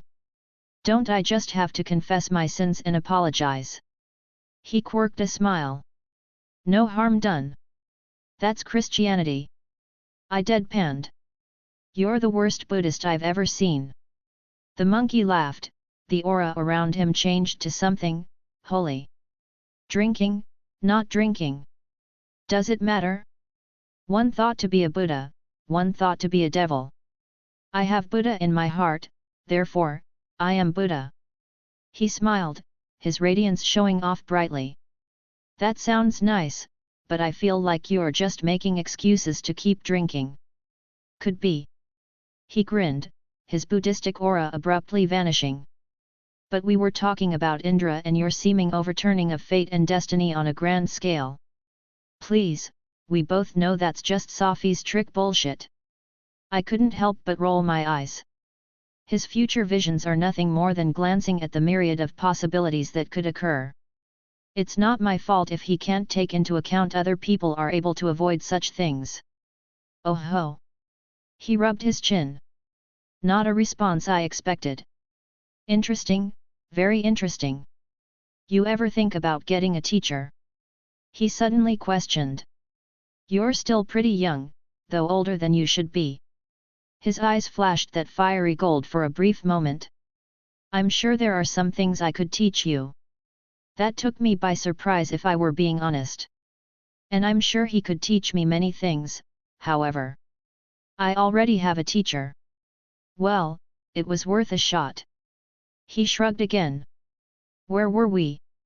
You were talking about how you were stalking me. I helpfully replied. He snorted, biting on his pipe. Never stalked you, damn brat. I just looked at some places where Indra's sight went haywire. Your hometown, some places around Japan, oh, and that Pendragon family. That was an interesting visit. I didn't like the sound of that. With how coy you're sounding, I assume you're not going to elaborate. I'll keep it to myself for now. He responded with an amused smile. But I'm getting sidetracked again. We were talking about Indra throwing a fit. I blinked at his wording. Please continue then. Right, so it started when you killed one of his favorite toys. I haven't had dealings with the Indian pantheon in any capacity thus far. I was trying to think who I killed that could have been important to him. The brat you got biblical god's spear from. He elaborated. Cao. The name was accompanied with a small growl. The idiot who attacked Kyoto and tried to kidnap my daughter, are you saying Indra had a hand in that? I almost lost control of myself, but I quickly reined it in. I would also like to know the answer to that question. Yasaka's expression turned really dark. Whoa, whoa. He quickly threw his arms up. Ain't like that, let me explain. He set his pipe aside. Geez, if I knew it was like this I'd have been more gentle with my words. Cao was Indra's plaything, yeah, but not really, supervised unless he was bored. The whole thing with attacking you was all on him. Annoyingly, I believe you. Yasaka let out a sigh. You knew him then? The tension left me once more. Trained him for a little while. Never liked the little shit, but Indra told me to. He shrugged again. Had by cow spar with him a few times, always spouting that crap about human supremacy. Got nothing against humans, but it gets really annoying after a while. And I take it Indra's blaming me. I raised an eyebrow. Something like that.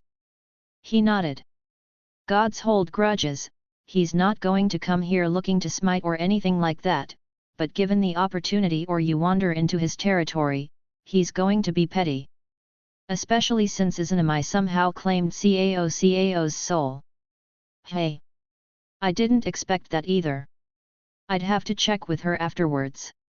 Joy, something else to pay attention to. It's what happens when you play in the big leagues. You think I don't got grudges against me from my younger days? I can barely step foot in China without the Jade Emperor trying to throw heavenly judgment at me. Speaking of, and not to be rude, but aren't you like 3 times over immortal? Why are you old? He laughed. Yet. Haha, it's not the first time I've been asked that. He sounded amused if anything. When I converted to Buddhism, I gave up my godhood bestowed by the celestial court, and I gave up my other forms of immortality. He brought his hands together, and that holy light seeped out. It wasn't like the Abrahamic faction's holy, but something else entirely. It was welcoming. Buddha is all I need. That and something good to drink. Well, it doesn't hurt. He returned to normal again. The metaphysical logistics of doing what he said boggled my mind to the point where I didn't even want to think about it. By the way, mind if I take a look at the spear? He suddenly asked. The true Longinus.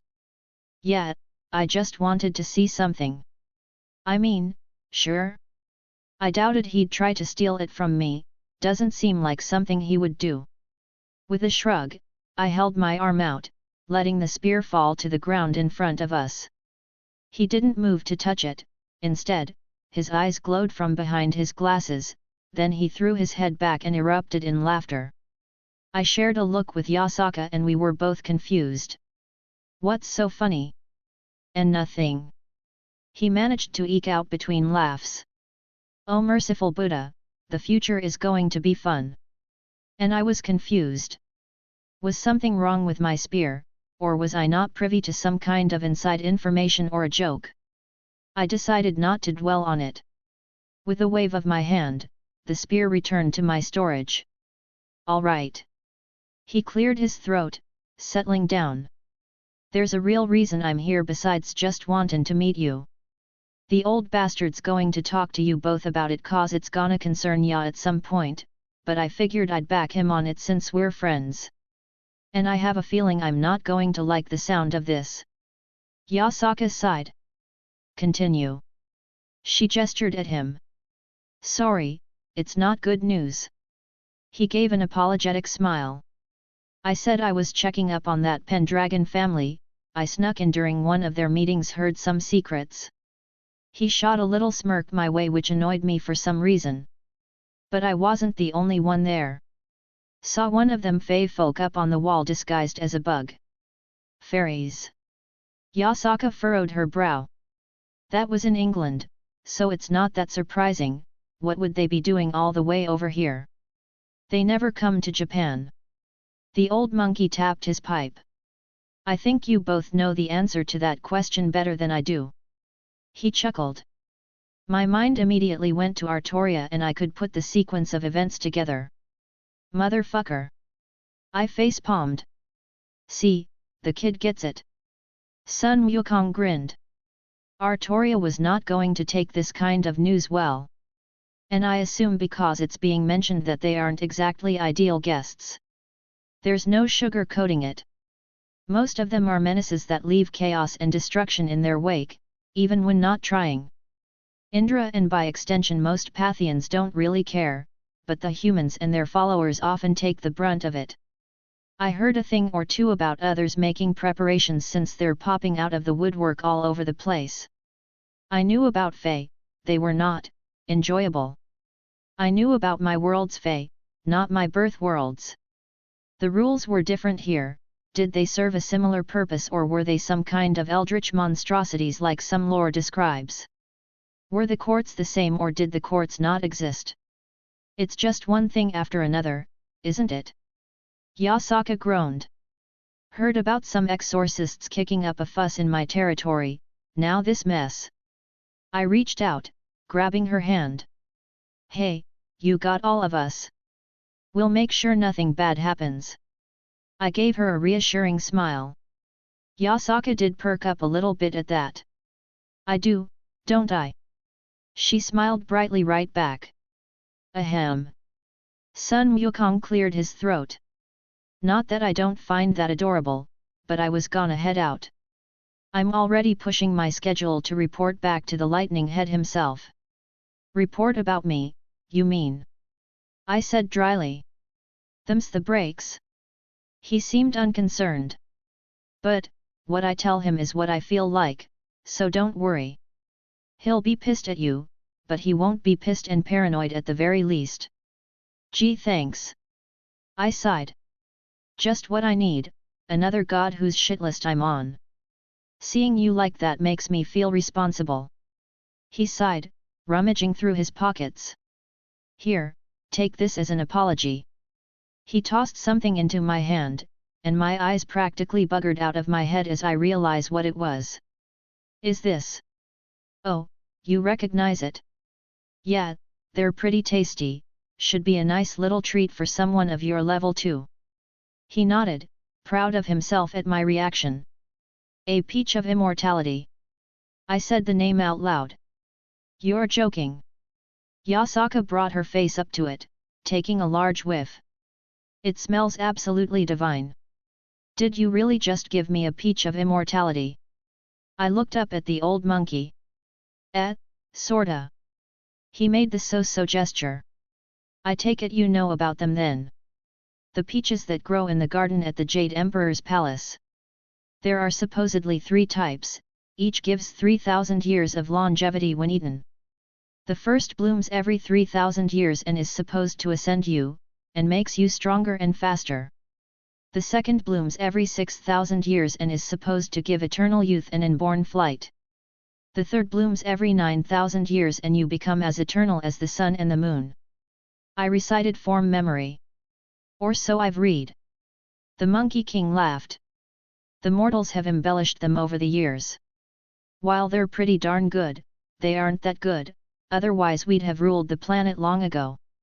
That's fair, I just got excited. I held the fruit in my hand and was heavily resisting the urge to shove it into my mouth. This one is of the first type, like you mentioned. They're supposed to ripen every 3,000 years, but this one is only about 1,600 years old before it was forcibly ripened by an influx of immortal chi or senjutsu as it's known around here. Only about half as good as you'd expect, maybe somewhat worse due to the nature of its ripening. He shrugged, not appearing to care too much about the finer details. Still, this is a valuable thing. I couldn't even imagine putting a price tag on it. It's not a big deal, I got about a dozen more. He smirked. Of course you do. I deadpanned. No wonder the Jade Emperor tries to smite you every time you go to China. I never said it wasn't for a good reason. He chuckled. Though, a random question about it. Can I make wine out of this? You want to make wine out of the immortal fruit that other gods would and have literally killed for? Sun Wukong asked slowly. I mean, the thought crossed my mind and I was curious. You. His glasses dropped down slightly. I like you. The corners of his lips curled up. Let me tell you all about my experience in trying to make peach wine with these things. Before I knew it, he had his arm wrapped around my shoulder. Weren't you getting ready to leave? Yasaka questioned. Bah, that old lightning head can wait. This is important stuff.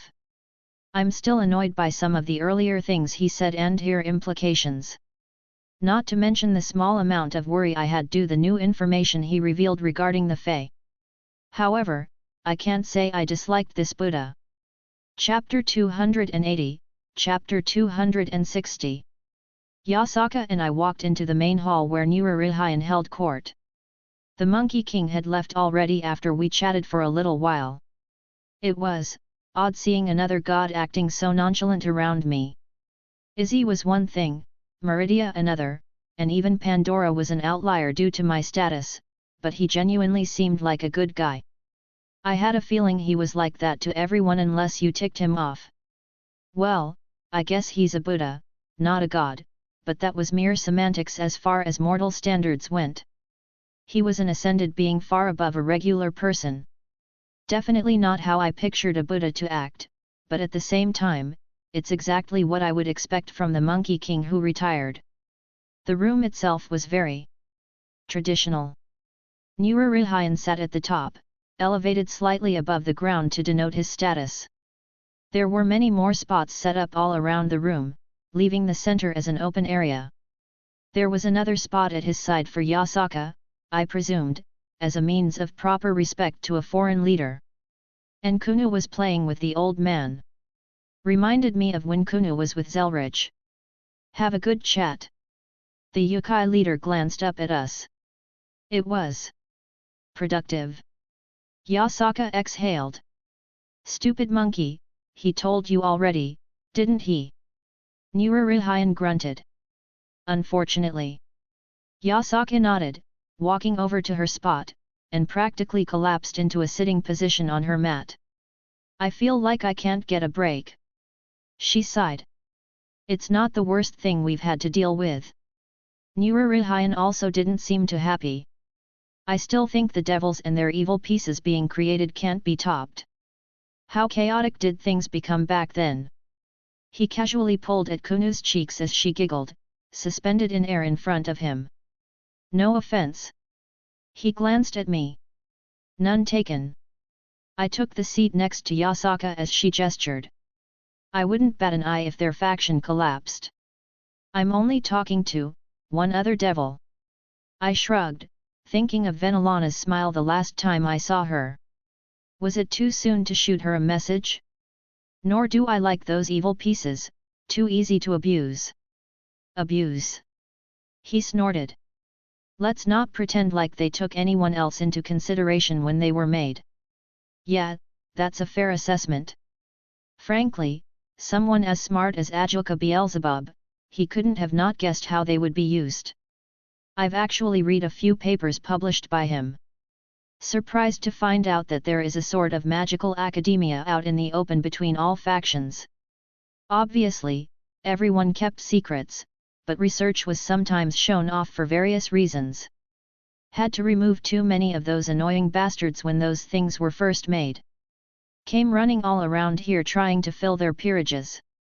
Nururihayan barely held back the disgust in his voice. Lost too many of my men because they got one of those things forced into them and I couldn't do anything about it. So you hate devils then? I hope that didn't extend to me. Devils as a whole. He rubbed his chin, spinning his finger in the air, and Kunu who was floating in place mimicked his movements as she started spinning. Her giggles filled the room, making it hard to take the atmosphere seriously. I don't know. He rubbed his head. I'm not one for just painting them all with the same brush. I don't like the devil faction, but I can understand not all devils are bad. I don't start off having a good impression of any devil I meet, and they gotta earn my respect more than most. Probably more than they deserve from you, based on everything I've heard. Just banning any devil from your territory would be something no one could fault you for if I'm not guessing wrong. Well, I do got a couple that come around that me and my boys like. He adopted a wide grin. But I don't talk to the higher-ups there, don't care about negotiations or settling any grudges. What's done is done, and I don't want anything to do with their government. And that means they come to me. Yasaka signed, rubbing the bridge of her nose. They think I'm the easier one to seduce with their false promises and whatnot. Nururihayan grinned happily at the sulking Yasaka. Hey, how many have tried to get you to join their peerages? I asked her. Way too many. She said dryly. But at least that should mostly stop with you around. One of her tails reached out to me like it usually did. Yet, no other devil was touching my woman. Except maybe Venelana. If any idiot even thought about forcing an evil piece on her, he's going to be eating every single one of them. Speaking of, one devil and his peerage come around every now and again. Nururihayan spoke up. I think you're related to him, have a few things in common too. That Bale brat that got kicked out of his family because he couldn't use their bloodline or something. I blinked in realization. I haven't thought about him in any capacity. Really, he comes around here. It was a couple years ago that he came wanting to learn Toki. We, of course, denied him and everything. He knelt in front of my home for 2 weeks until I agreed to teach him. The old yokai laughed. He's been welcomed by me and my boys ever since. Respect where respect is due. Respect transcends all races. Nururihayan nodded in approval as well. It's how that old monkey and I became friends. I snuck into his home and stole his pipe when I was younger. He flicked his hand, revealing an intricately carved pipe. Managed to leave India before I was caught. We became fast friends afterwards. Your ability must be really impressive. I furrowed my brow in realization. He snuck into a godly domain and stole from Sun Wukong himself. I couldn't even tell you were there, only that something was wrong. And he said the effect was weakened due to shielding someone else along with him. Though, now that I had an idea about him, I might be able to counter that with some effort. Bah, I was stronger when I was younger. He stood up, stretching his back. This old body of mine can barely even keep up anymore. I was even discovered by you when I was only shielding the monkey and myself. If it was a few hundred years ago, you'd been stripped bare before even realizing I was there. He laughed. That's actually a scary thought. I wondered what the limits of his ability are. Ray Cow mentioned him from back home. I should ask her again and get more details, because I'm starting to think this Nururihayan isn't as limited as I first thought. I had the sneaking suspicion that someone was sandbagging. The yokai waved his hand, and Kunu floated down to us. Ah! She pouted once it was over. My little fox, come sit between us. Yasaka gestured to a small seat beside her. Kunu wasn't new to things like this, so I guessed she realized that playtime was over. Thank you for looking after our daughter, Lord Nururihayan. Yasaka politely stated. Lord, hey. He propped up his chin. I guess we're getting into our roles then. He slumped back into his spot. And our? He grinned. I patted Kunu's head. Yes, our daughter. I confirmed. Ha, just what I'd expect from a devil. If there's one thing I admire about you lot, it's that you don't dance around things you want. That Bale brat knelt in front of my house for so long and I'm sure he would have died there if I didn't say anything. You saw the little princess and decided to be her dad? I don't even bat an eye at it. That's not untrue, though Kunu started it. I rubbed my chin. I do try very hard for things I want. Kunu called me daddy and I decided that I wanted to fulfill that role. Was it abrupt in hindsight? Sure. However, I didn't regret it at all. Nururihayan smiled, taking out a fan from somewhere, which made me quirk an eyebrow because I didn't sense spatial fluctuations. Let's get this party started then. He slapped it into his open palm. Literally or figuratively? Yes. Yasaka said helpfully. So helpful I deadpanned, running my hand through her tail's fur. I leaned in slightly. Anything I should be prepared for? Nothing bad, but just go with the flow. She whispered back. The old man won't let anything bad happen, but they're a quirky lot.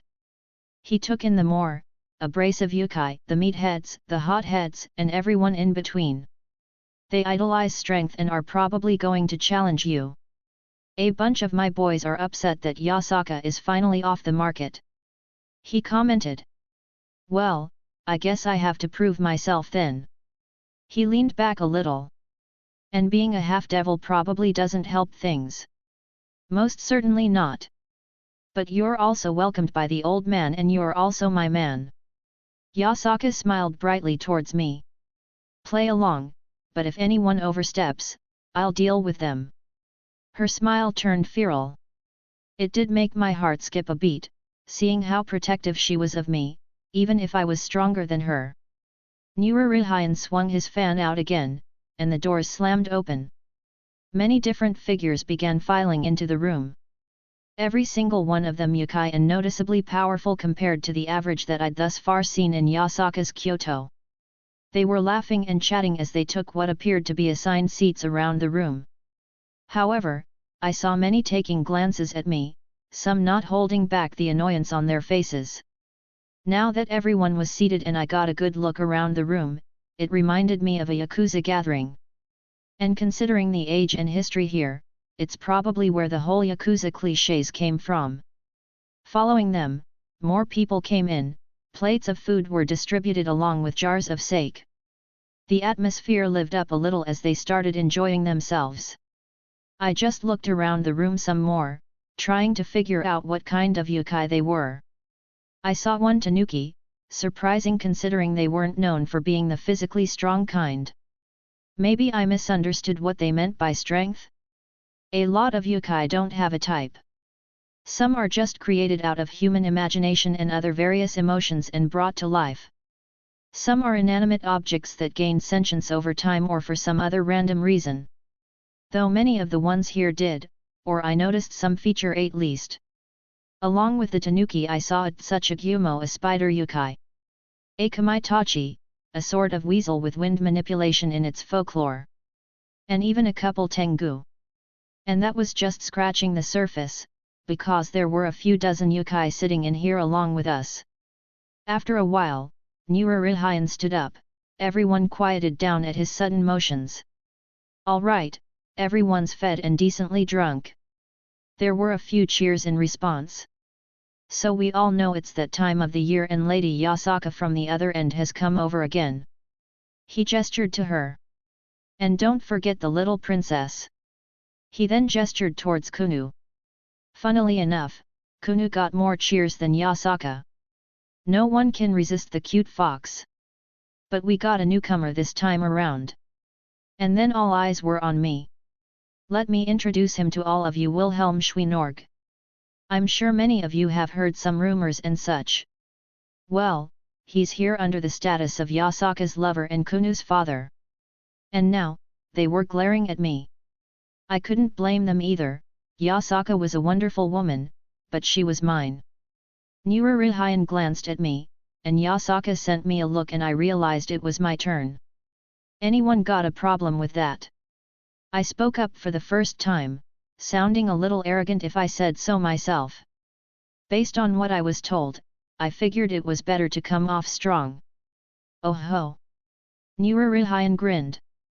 You all gonna let him get away with that? He swept his gaze around the room. Roars and shouts erupted, words thrown at me, but only one person stood up. And he was the biggest guy in the room. His skin looked a toasty brown, with long white hair and a scared face. It gave the impression of a life full of fighting. Yeah, I got a problem with it. He stomped forward. You got a lot of nerve coming in here and saying something like that. We already letting you be even if you ain't worthy of Yasaka, but you trying to start something? A scrawny devil like you? I'll show Yasaka you ain't a good fit. He slammed his fist on his chest. Got a response for that, brat? Nururihayan laughed, looking towards me. Almost everyone waiting for me to respond. Well, it looks like someone's calling me out.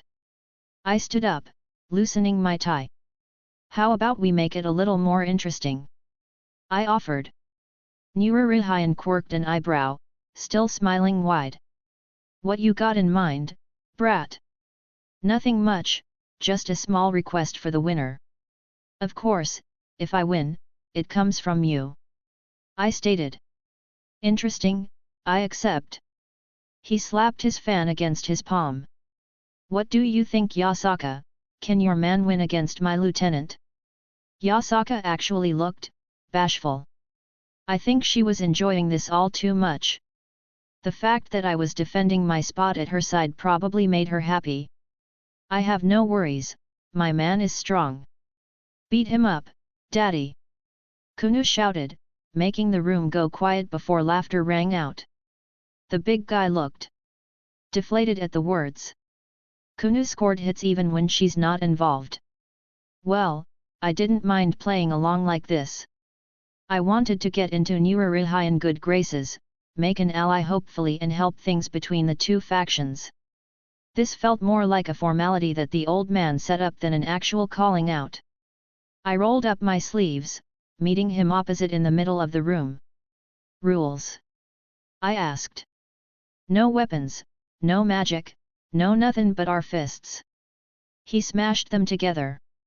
All right, I want a clean fight then. This isn't to the death and we aren't making enemies here. A friendly brawl over some drinks. Nururihan poked us both with his fan before turning back towards everyone. Settle an old man's curiosity, what are you going to request from me if you win? He asked, loud enough for everyone to hear. Keep in mind, it's only a small request. Did he realize I was going to win? So it was just a spectacle then. If I win. I looked at him. I want to become a member of the Hyaki Yaji, the night parade of 100 demons. I was met with silence. You.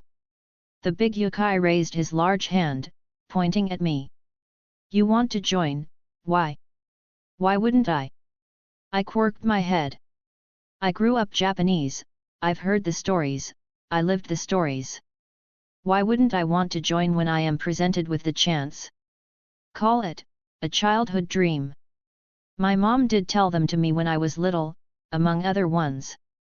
It's very popular folklore in this country.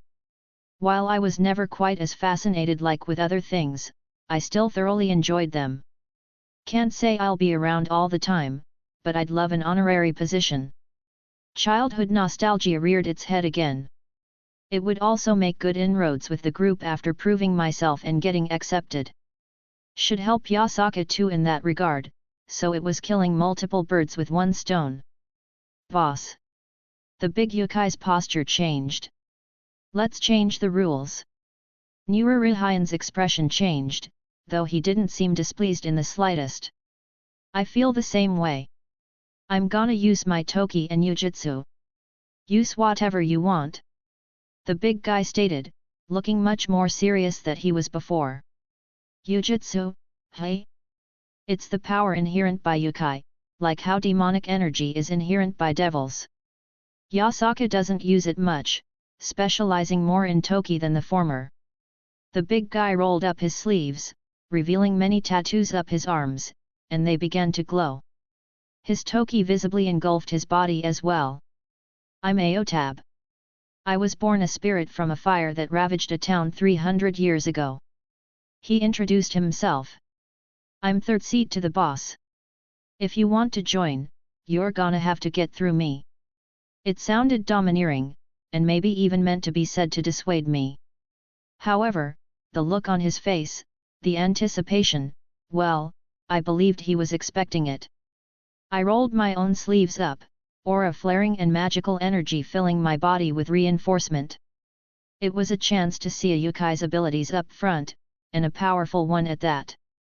I thought this guy was at least in ultimate class, if barely. With pleasure. Chapter 281, Chapter 261. I admired the amount of power that was being put off of this yokai. Though, I didn't know if he was intentionally letting his toki flare so violently, or it was just a sign of being at a lower threshold than Yasaka's, because even before unlocking her aura, Yasaka was noticeably stronger. Around us, a barrier flickered into existence, covering the center area that was designed to be our stage. Based on their personalities, I wouldn't be surprised if they had in fact made this whole room with the intended purpose of having people brawl right in the middle of it. I rolled up my own sleeves, and locked eyes with him. I'd admit I was a little enthused by this turn of events. I did love a good spar and I hadn't had a good fight in too long. Damn it, Skathik corrupted me. In more ways than one. Careful. Aotab intoned. My flames hold the grudges of everyone who died at my birth.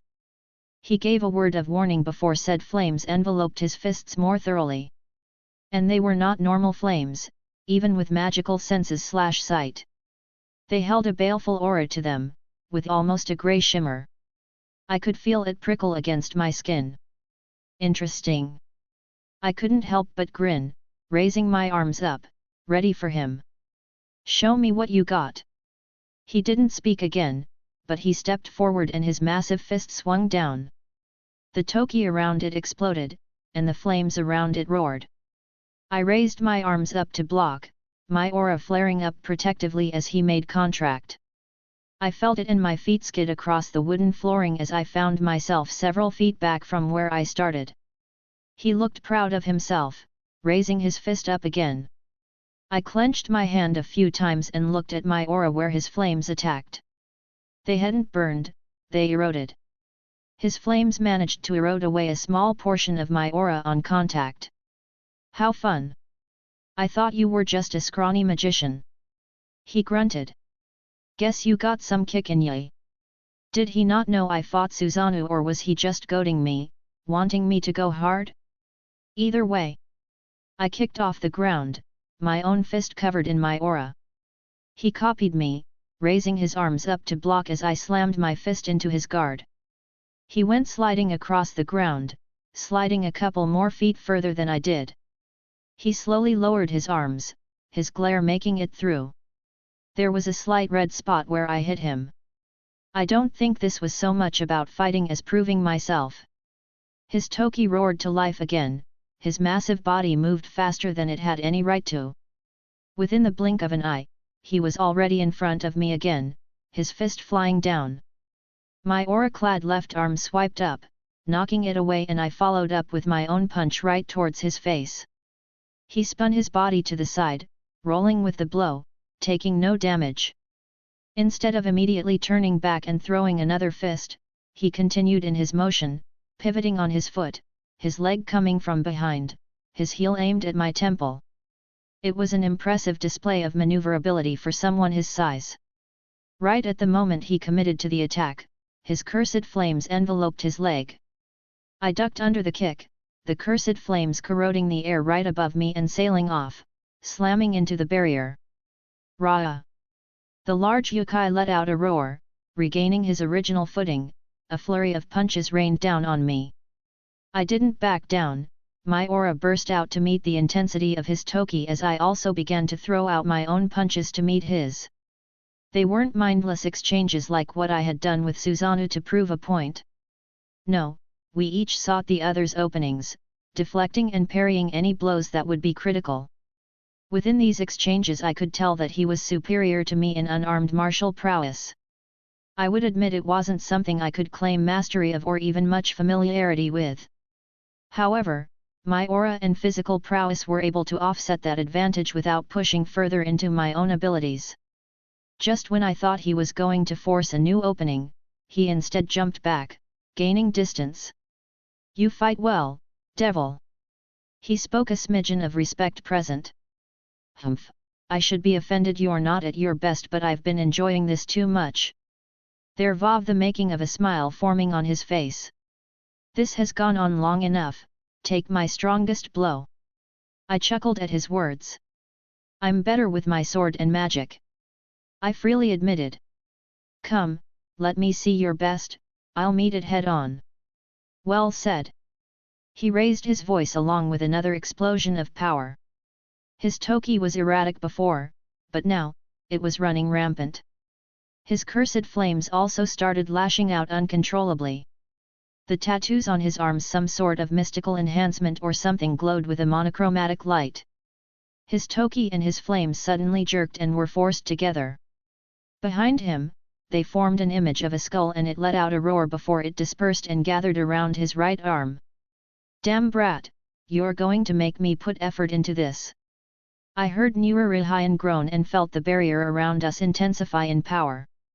I looked at his cursed flames that were condensed around his arm, enhanced and empowered by his toki. Frankly, it reminded me of my own power of destruction, a similar concept at their base.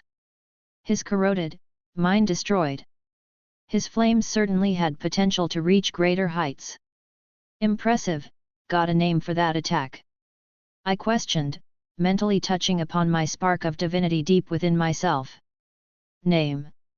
He grabbed hold of his right arm with his left hand, as if to keep it in check. I've always called it my cursed fist. Better than most names I've heard lately. Especially since there were phantom skulls floating around his fist, as if screaming in agony. Showing me something so interesting, I'll meet you in kind. My divine lightning crackled forth. The first time I had done this since gaining my divinity. My lightning armor enveloped my arms, the dense collection of the lightning element with my new divine lightning. Don't die, punk! He let out a shout, and a fully formed smile dawned on his face. He flashed forward, reeling that mass of negativity in the form of a fist back, and swung it forward as he neared. The curses and grudges were released and flew at me along with the massive pressure of his toki wrapped around the corroding flames. I raised my arm up, and I caught it. My lightning shuddered, and the surroundings around us were blown apart, the barrier fluctuating from the shockwaves. His eyes widened at my unmoving body, my lightning crackling and tearing through the corroding flames they came in contact with it. Despite their different natures, his flames were still nowhere near the level of Karna's flames. They stood no chance against my divine lightning. Within that moment, I swung my free hand up towards his chin. A thunderclap sounded off, a shock wave erupted from the blow as his head was knocked upwards and his eyes rolled back. In another swift motion, I placed my palm on his chest and twisted it. My aura gathered around my divine lightning and all discharged at the point of contact. He went sailing off into the barrier with a following burst of lightning. Once the stray bolts of lightning faded, and the dust settled, Aotab shakily tried to push himself up, only to fall back to his knees. I walked over, his hesitant eyes looking up at me. I dismissed my lightning, my reinforcement, and even my aura settled down. And I offered him a hand with a smile. That was an impressive attack.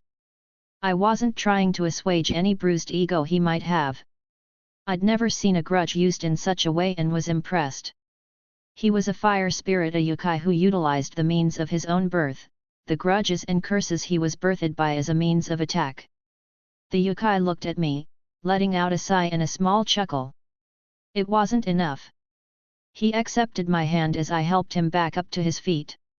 I flipped my hand over, producing a health potion, offering it to him.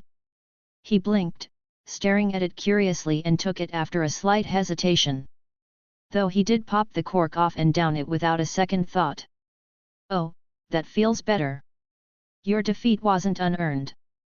I blinked in surprise as Nurarihayan stepped between us and I hadn't noticed him. Aotab seemed to slump down until the older yokai slapped his chest with a smile. Even I would have a hard time dealing with divine lightning. Divine lightning? He repeated, looking at Nurarihayan and then at me with shock. I just whistled, looking away. Go rest, it was a good spar. The old yokai chuckled. Aotab nodded, shuffling back to his spot. He sat out. Now. Nurarihayan roared, silencing murmurs and whispers that had started since their comrade's defeat. You all know how I like to do things. We respect strength. He thrusted his fist up, earning a roar from the room. But that doesn't always mean having a strong fist. Sure, most of us are great at punching things really hard. He quirked a smile, followed by laughter from everything. But what we pride ourselves on most is strength of heart, and strength of will. There was a round of nodding and acknowledgement. Wilhelm here is a swordsman and a magician. He gestured towards me. He met Aotab in a fist fight, and we all saw how that went. I think he carried himself exactly like one of us should. What do you all think? Is there anyone who disagrees with his placement? To make him an honorary member of our little parade. He swept his gaze around the room and there were no more glares. Good, you all know the tradition then. He held his hand out, and pushed a cup of sake into my hands. Let's welcome our newest member. He raised his own glass, everyone in the room following suit, even Yasaka. Kenpai. They all shouted, downing their cups. I laughed, raising mine up too. Kenpai. I held it high, before downing the sake in one gulp. All right, all right. Nururihayan started to settle everyone down again. You know I'd usually make this a party and we'd celebrate, but we do have some things to talk about. Boo! Who said that? Nururihayan growled. Slap whoever said that. Aoi Yukai in the corner cried out. I took that as a cue to move back to my seat. Did I do good? I whispered to Yasaka, sliding in next to her. Oh honey, you did wonderful. She purred into my ear. I'm going to be able to ride this windfall for years to come. You all know my thoughts on other races. I don't normally care who comes here as long as they don't cause trouble. He crossed his arms with a huff. Someone broke that trust. Or should I say, some people. He raised his hand, pointing towards the spider Yukai. Joro was the first to notice what happened and we managed to sweep them all up. These outsiders snuck into our territory and replaced some of our people, trying to infiltrate our home. There were shouts of anger, auras erupting at his words. Don't worry, I did a thorough sweep of our territory, there aren't any more here right now. He raised his arms up, trying to clam everyone down. Boss, who dares? Aotab slammed his fists down, cracking the floor. Fairies. Nurari-yan scowled. Most of you lot don't remember when they were active some centuries ago. Not a good group, annoying and vindictive. They hold grudges more than any other species in the world. Specifically, they were elves. Damn good at disguising themselves. Don't know why they were here, and I don't care. They're no longer welcomed. I'm declaring open season on any fairies that come through. There were more cheers, a clear fire in their eyes with venom spat out in hate. Boss. A calm voice carried over the crowd. Everyone turned to see a Yukai in the far corner. Zhu Beiji, speak. Nurari-yan addressed him. Zhu Beiji? Wasn't that the name of the pig demon from Journey to the West? I highly doubted that this was the same pig, I supposed some descendant? A boar or pig Yukai? His fingers were interlocked, arms propped up. He gazed off into the distance, a serious look on his face. I didn't know who this Yukai was, but he had an intense pressure about him. Are they, hentai elves? He asked with complete seriousness. Silence filled the room, everyone looked at him in disbelief. Drag him outside. Nururihayan said slowly. Strip him and beat him. Boss, please answer. The supposed Zhu Beiji squealed as a couple other Yukai grabbed him. He grabbed at the ground, literally squealing as he was dragged outside. It's a man's romance, boss. Beat him until he cries for his mom. Boss, do we have to? The last time we had to beat him up, he made it weird. One of the Yukai dragging him out said embarrassed. Damn it, Zhu Beiji. Nururihayan face-palmed. Mommy, what's hentai? Kunu asked, and everyone in the room heard. Execute him. I said without a second thought. Why does something like this always happen? Yasaka sighed. Mommy. We'll talk later, sweetie. It's not something to talk about in public. She at least got Kunu not to bring it up for now. Zhu Beiji? I hesitantly asked. Descended from his namesake. Nururihayo pinched the bridge of his nose. Even the old monkey wants nothing to do with him. And to make it worse, he's loyal and trustworthy. He's literally put his body on the line for his comrades and almost died a few times. Admirable. I suggest we move on. I offered an out. Excellent idea. Nururihayan shifted back to his earlier temper. Fairies. He clapped his hands. They're running around in our home and causing trouble. And right as we got our yearly festival coming up. So I wanted everyone to know about the potential threat while we're all out having fun. I need everyone to be on the lookout this year. He turned towards Yasaka. I'll pass it over to our esteemed ally. Thank you. Yasaka gracefully smiled, standing up and making her way next to the old man. Not much is changing this year. We'll have the arena set up again and do the whole song and dance you all enjoy so much. So no fighting in the streets unless you got a damn good reason, and you will explain your reason to either myself or Nurarihayan. She glared at everyone, most of who looked rather sheepish. And as the old man said, be on the lookout, but I also got a few extra hands helping me, so also be sure to enjoy the festivities. Besides the new threat, we all had a run-in with those cultists not that long ago. Be on the lookout for them as well. I don't suspect anything, but it's better to err on the side of caution. Damn bastards! Nurarihayan growled. Set up a bunch of bombs around our home just to distract us from helping you lot. Sounded like both ends got a kick in the side from those Tamamonome cultists. I leaned back as Yasaka continued on.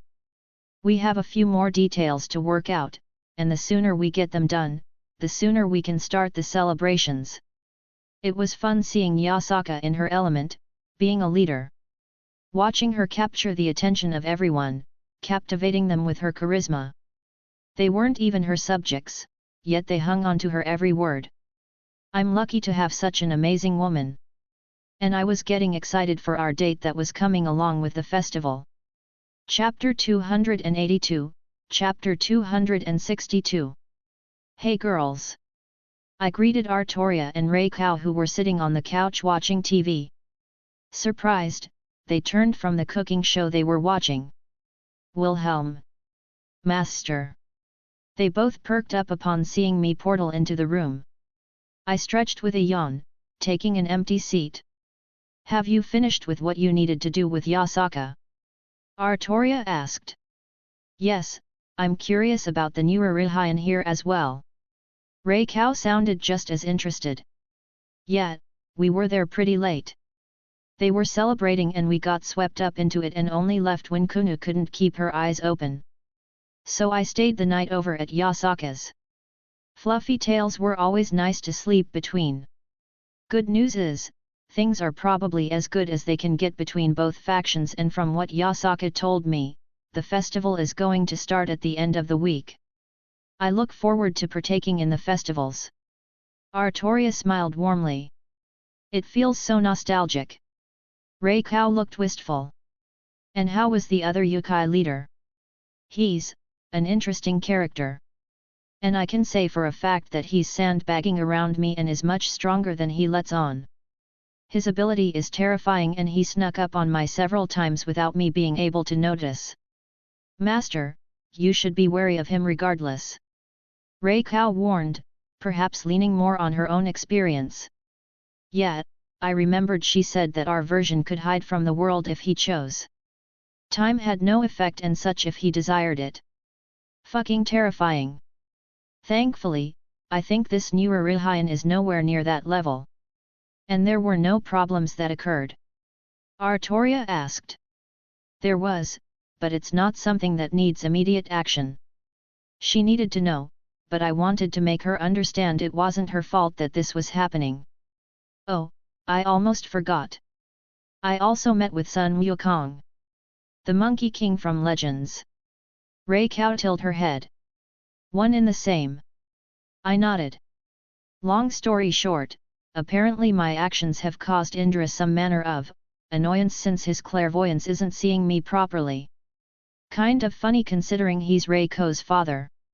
You are not showing any signs of panic, so I assume that it is not an immediate problem. Artoria asked while Reikau looked worried, but silent. Pretty much. I scooted closer to her. With every Pathian up and about, he can't really send his people over here to cause problems. Oh, on a side note, Cao was one of his apparently, even if he had no hand in what the idiot was doing. I am not surprised. Artoria sighed. Oh! I perked up upon remembering. The Monkey King also gave me this as an apology. I took out the peach. Is that what I think it is? Artoria crawled over to where I was, and even Rei Kao was up on her feet, only a few inches away from what I held in my hand. I couldn't fault them, it was a very tempting item I acquired. A peach of immortality. I nodded. Granted, it's a little defective, but it's about half as good as the lowest level one in Legends. Are you going to eat it? You're drooling. I pointed out. I am not, said the servant with drool falling down her chin. I quickly put the peach away as I feared it might enter the abyss that was Artoria's stomach. She looked depressed once it disappeared and I couldn't help myself. I moved in quickly, my lips claiming hers with my tongue sneaking into her mouth. MMMFH. She made a surprised noise before relaxing and enjoying the moment. Tasty. I grinned at her as we finally parted. I did so love seeing her get so flustered. I glanced at Rei Kao who had been looking at us. You're next. I didn't give my servant a chance to respond before pulling her down to me, taking her just as I did Artoria. Having her sink into my arms always gave me a warm feeling. Master Rei Kao cooed when her lips were freed from mine. Just a nibble. Artoria, uncharacteristically pouted, wiggling into my side as Rei Kao occupied my arms.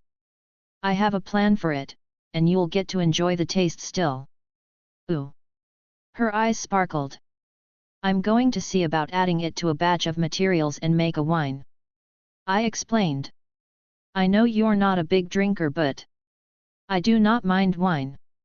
Artoria responded. I have enjoyed wine much in the past and have a preference towards it. That made sense. Yet, not everyone who enjoys alcohol liked harder liquor.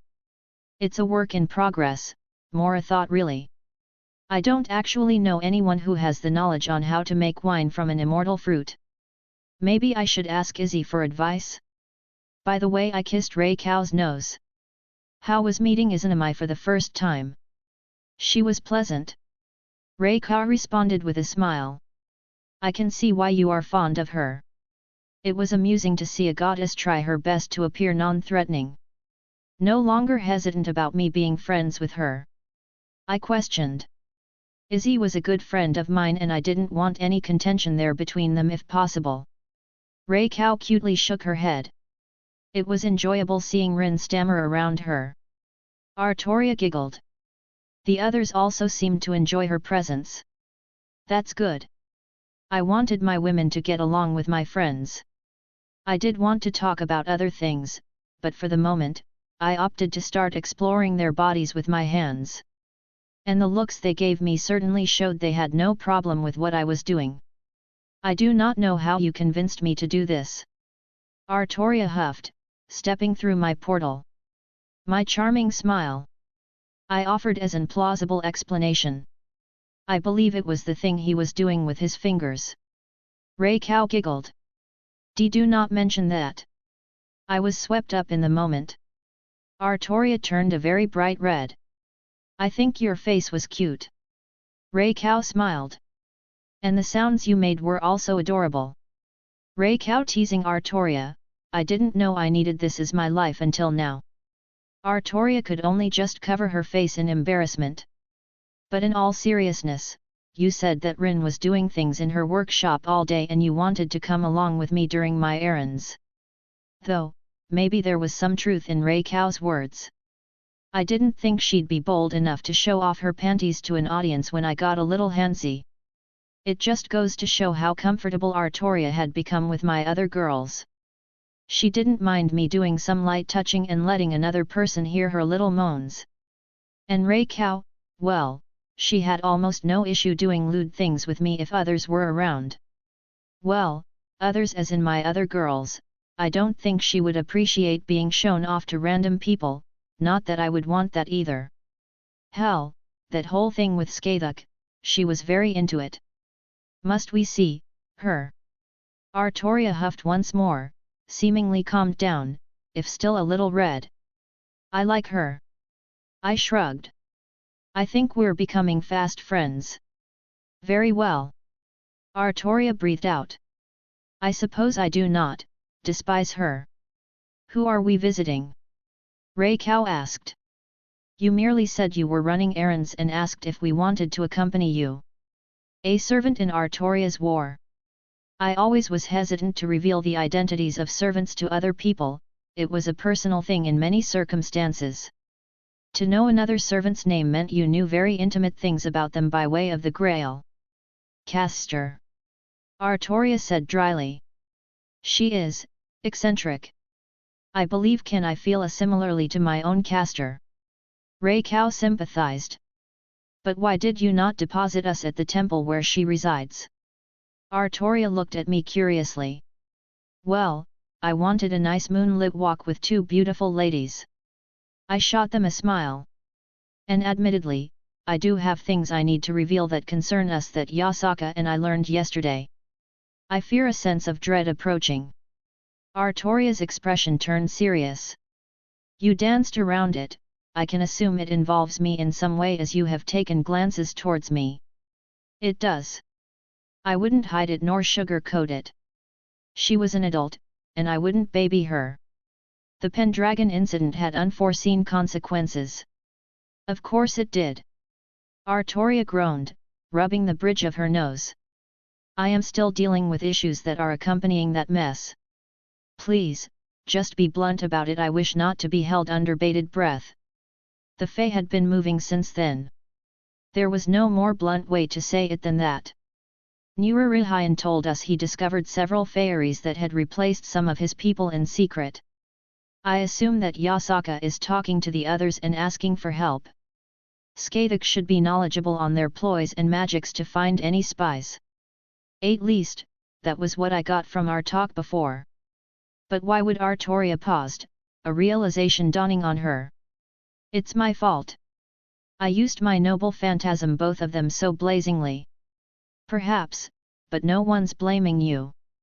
There was no denying that her actions were likely what led to this, but it wasn't her fault in the way of blame. And if I see you start sulking, Yasaka gave me permission to spank you. I am doubtful that Yasaka told you to do such. Artoria gave me the driest look. You wanna bet? I retract my previous words. There was a little bit of amusement in her tone, so I suppose I did my job correctly. Ignoring my sword for what it is, Avalon may be the more pressing issue. It is not only my greatest defense, but it is also a metaphysical link to the reverse side to Avalon that resides within the Fey realms. Yup, I thought so as well. There is no doubt that they noticed a new pathway that opened up to their home that also just abruptly appeared with little to no reason. Perhaps I should. Artoria was abruptly cut off, her face pushed between two very large breasts. I don't want to see you depressed. Rei Cao hugged her tight, without any prompting from anyone else. No one blames you. Rei Cao being affectionate with other people was wholesome. Why, you made your point. Artoria managed to get out while suffocating in the best way. Rei Cao set the shorter girl back down. I don't think she did, you should kiss just to be sure. They both slowly turned towards me, seemingly confused. I don't know why you're surprised I would say something like that. I shook my head. You should know what I'm about at this point. Don't make it sound like we're in the wrong. Artoria squeaked. Master is being naughty.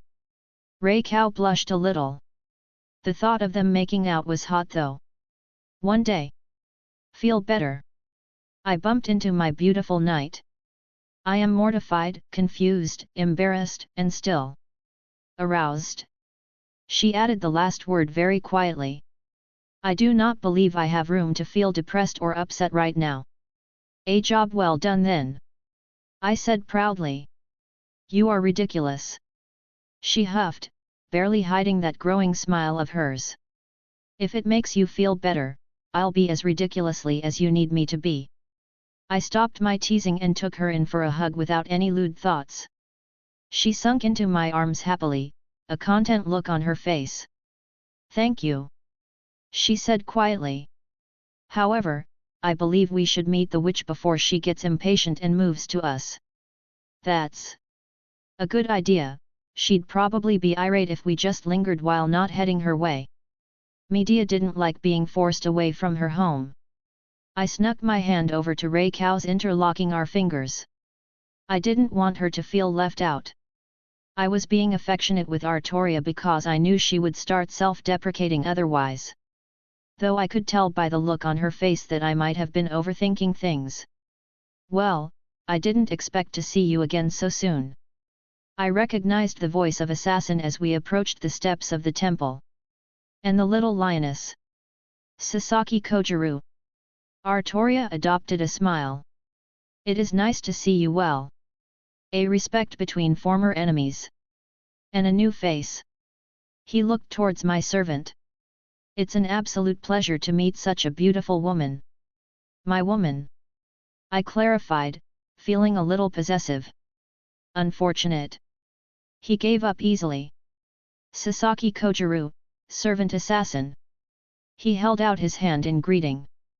Minamoto no Rei Cow, servant berserker. She took his hand politely. It's a pleasure to meet another from this country. He smiled. Perhaps we should spar at some point. I would not be against such a thing. Rei Cow nodded. She wasn't quite the battle maniac like some of us were, but she held a high opinion of martial prowess and honing of ability. If she could help it, she wouldn't fight, but a friendly spar would be something she could enjoy every now and then. Cast her in? I asked. She is. He nodded. Do you wish to pass by? He had that same glint in his eyes. Really, going to do this now? I am the guardian of the gate. He chuckled. You know, I could have just teleported right to the temple. I pointed out. That is a fair point. He rubbed his chin. I shall let you pass if. I took a jar of sake out and tossed it to him. Have a nice evening. He quickly stepped to the side. He was easy to please. Honestly, he would have let us go regardless, and I would have given that sake to him regardless, but it's just a little game we played. This is a pleasant temple, however, there is a lingering stench of resentment in the air. Rei Cow scrunched her nose. An unfortunate happenstance of our Grail war. An evil god lingered within the Grail and attempted to manifest upon granting a wish. Its filth left scar upon this town. It is worse when approaching the park in the city. Artoria was the one to explain. That's one way to put it. Medea's voice echoed out, standing at the peak of the ascending stairs. Little Artoria, you came back. Caster. Artoria groaned. And a new one. She visibly gave Rei Cow an up and down look. My, I have so many ideas looking at your figure. I would love to get my hands all over you. That sounded lewd. I stated. I know. Medea smirked. And he calls you a friend for a reason. Artoria sighed. My body belongs to my master. Rei Cow replied to the witch. Phew phew phew, how delicious. Medea didn't seem dissuaded in the slightest. Can we come in? Got some stuff I wanted to talk to you about. May as well get this underway. I suppose. She shifted demeanor quickly. My husband is inside, so behave yourself. Fiancé. I corrected. And I always behave myself. She puffed up with a huff but didn't correct me. Master, it's not good to lie. Rei Cow chastised. Yes, Wilhelm. Please don't say such false statements. Artoria agreed. Phew phew phew, you both are definitely welcome in my home. Medea smiled brightly. This is for the kissing thing earlier, isn't it? They didn't answer, but followed after Castor as she entered the temple. Her home as she called it, even though there were other monks still living there. She led us through a few different rooms until we came to an area that was obviously her own. Sliding a door open, we were greeted by the sight of another person sitting at a table in the middle of the room. Hubby Medea ran to his side, draping herself over him. He didn't even react to her shenanigans, calmly drinking his tea. Castor, we have guests. His voice was very even. Please prepare spots for them. Of course, hubby. She sprang to her feet, preparing more tea apparently. The three of us wordlessly slid into the opposite spots of the table from him. Master of Castor, it's been a while. Artoria was the first to address him. Yes, Saber. His reply was simple. He didn't seem like a man of many words. How is my former student? Artoria's expression softened. Rin has been doing well after graduating. She is attending various magical schools and continues to pursue her education. The way she worded it was specific. Good. She was an intelligent and well-behaved student. He nodded in approval. If I remembered correctly, he was Rin's teacher at school and happened upon Castor and became her master. Talk about an awkward start to a relationship. Tea is served. Medea placed us individual cups, plopping down next to her master after she finished. I suppose I should introduce myself. I wouldn't want to be impolite. Wilhelm Henry Schweinorg. This is my servant. I gestured to Ray Cow. And I'm currently dating Artoria. He blinked briefly at that but just accepted it. The faintest of red appeared on Artoria's cheeks again. I swear, this girl was far too easy to get flustered considering her past. But it always made me feel good when it happened.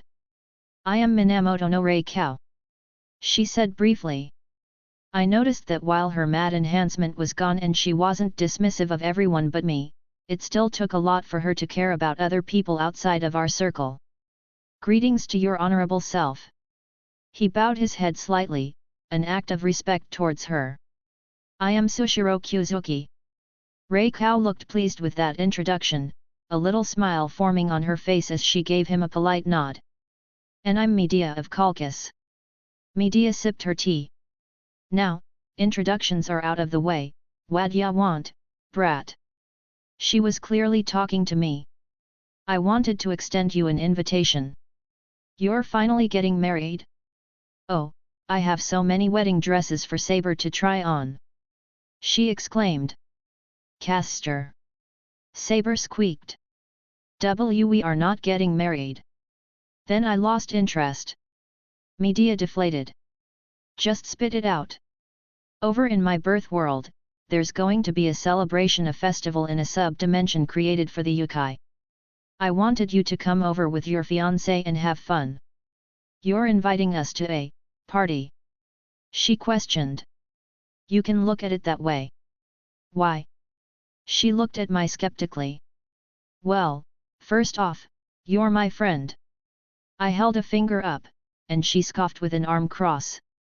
Second, I wanted to give you a inroad towards Atalanta if you wanted. I know it's been an awkward situation to navigate and from what I've understood it hasn't gone anywhere. And I don't want to stick my nose where it doesn't belong. Already did that not too long ago and caused issues, so I just wanted to present the opportunity at the very least. And this is you not sticking your nose where it doesn't belong. She snorted. This is me being a concerned friend. I retorted. She huffed.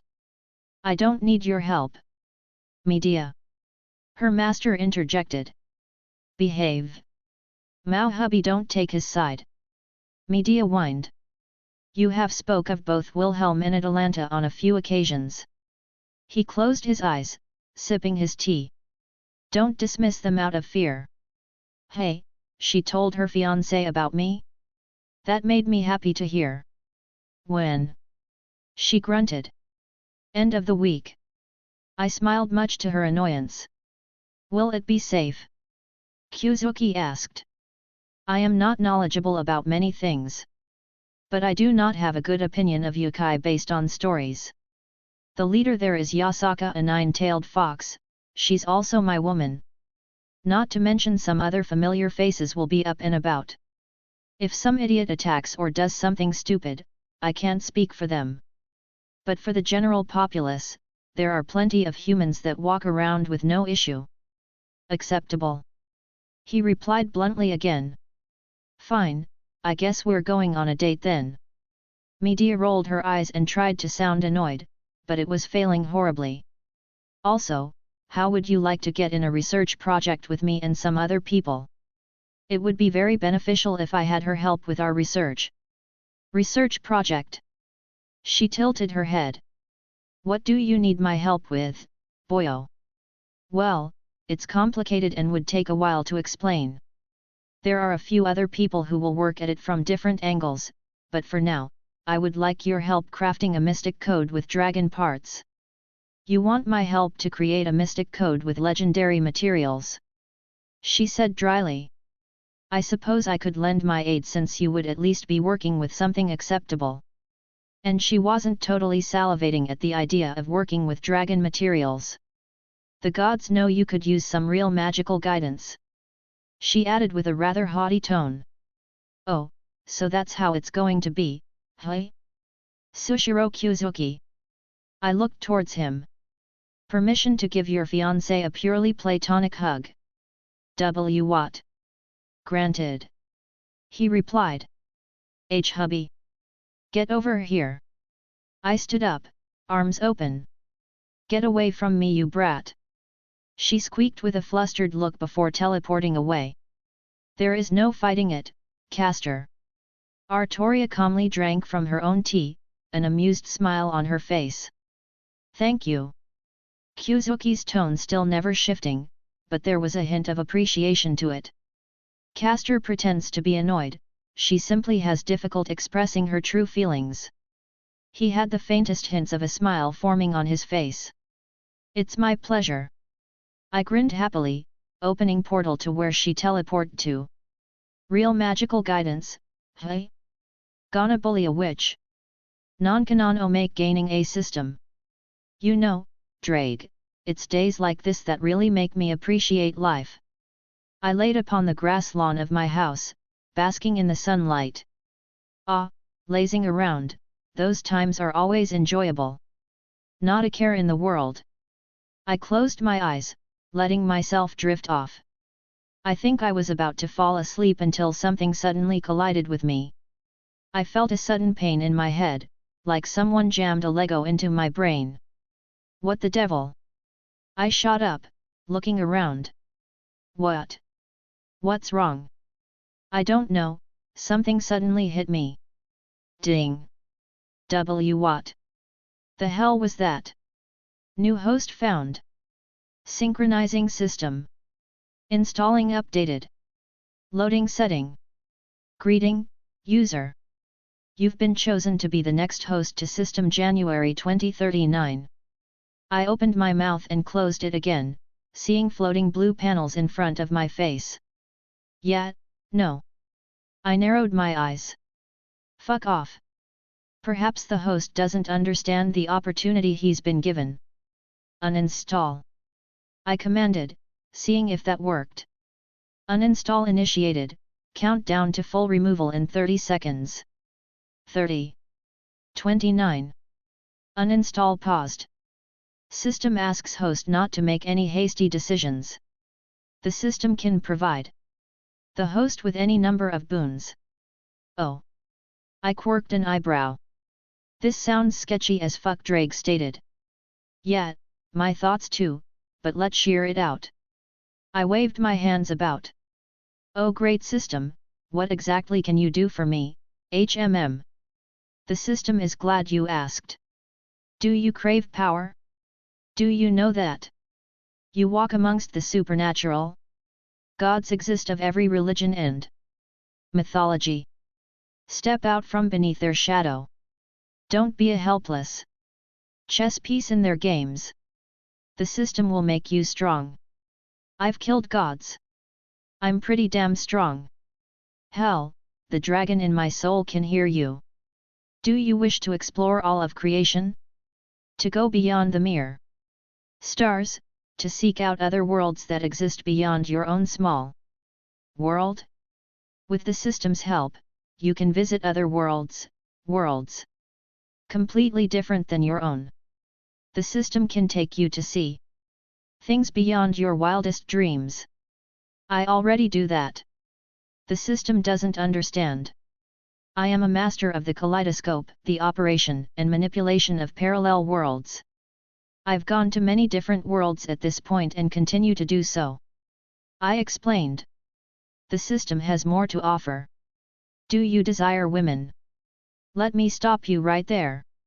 I interrupted. I have a harem that I care very much about. Legendary weapons. I have tons of divine weaponry and other such things.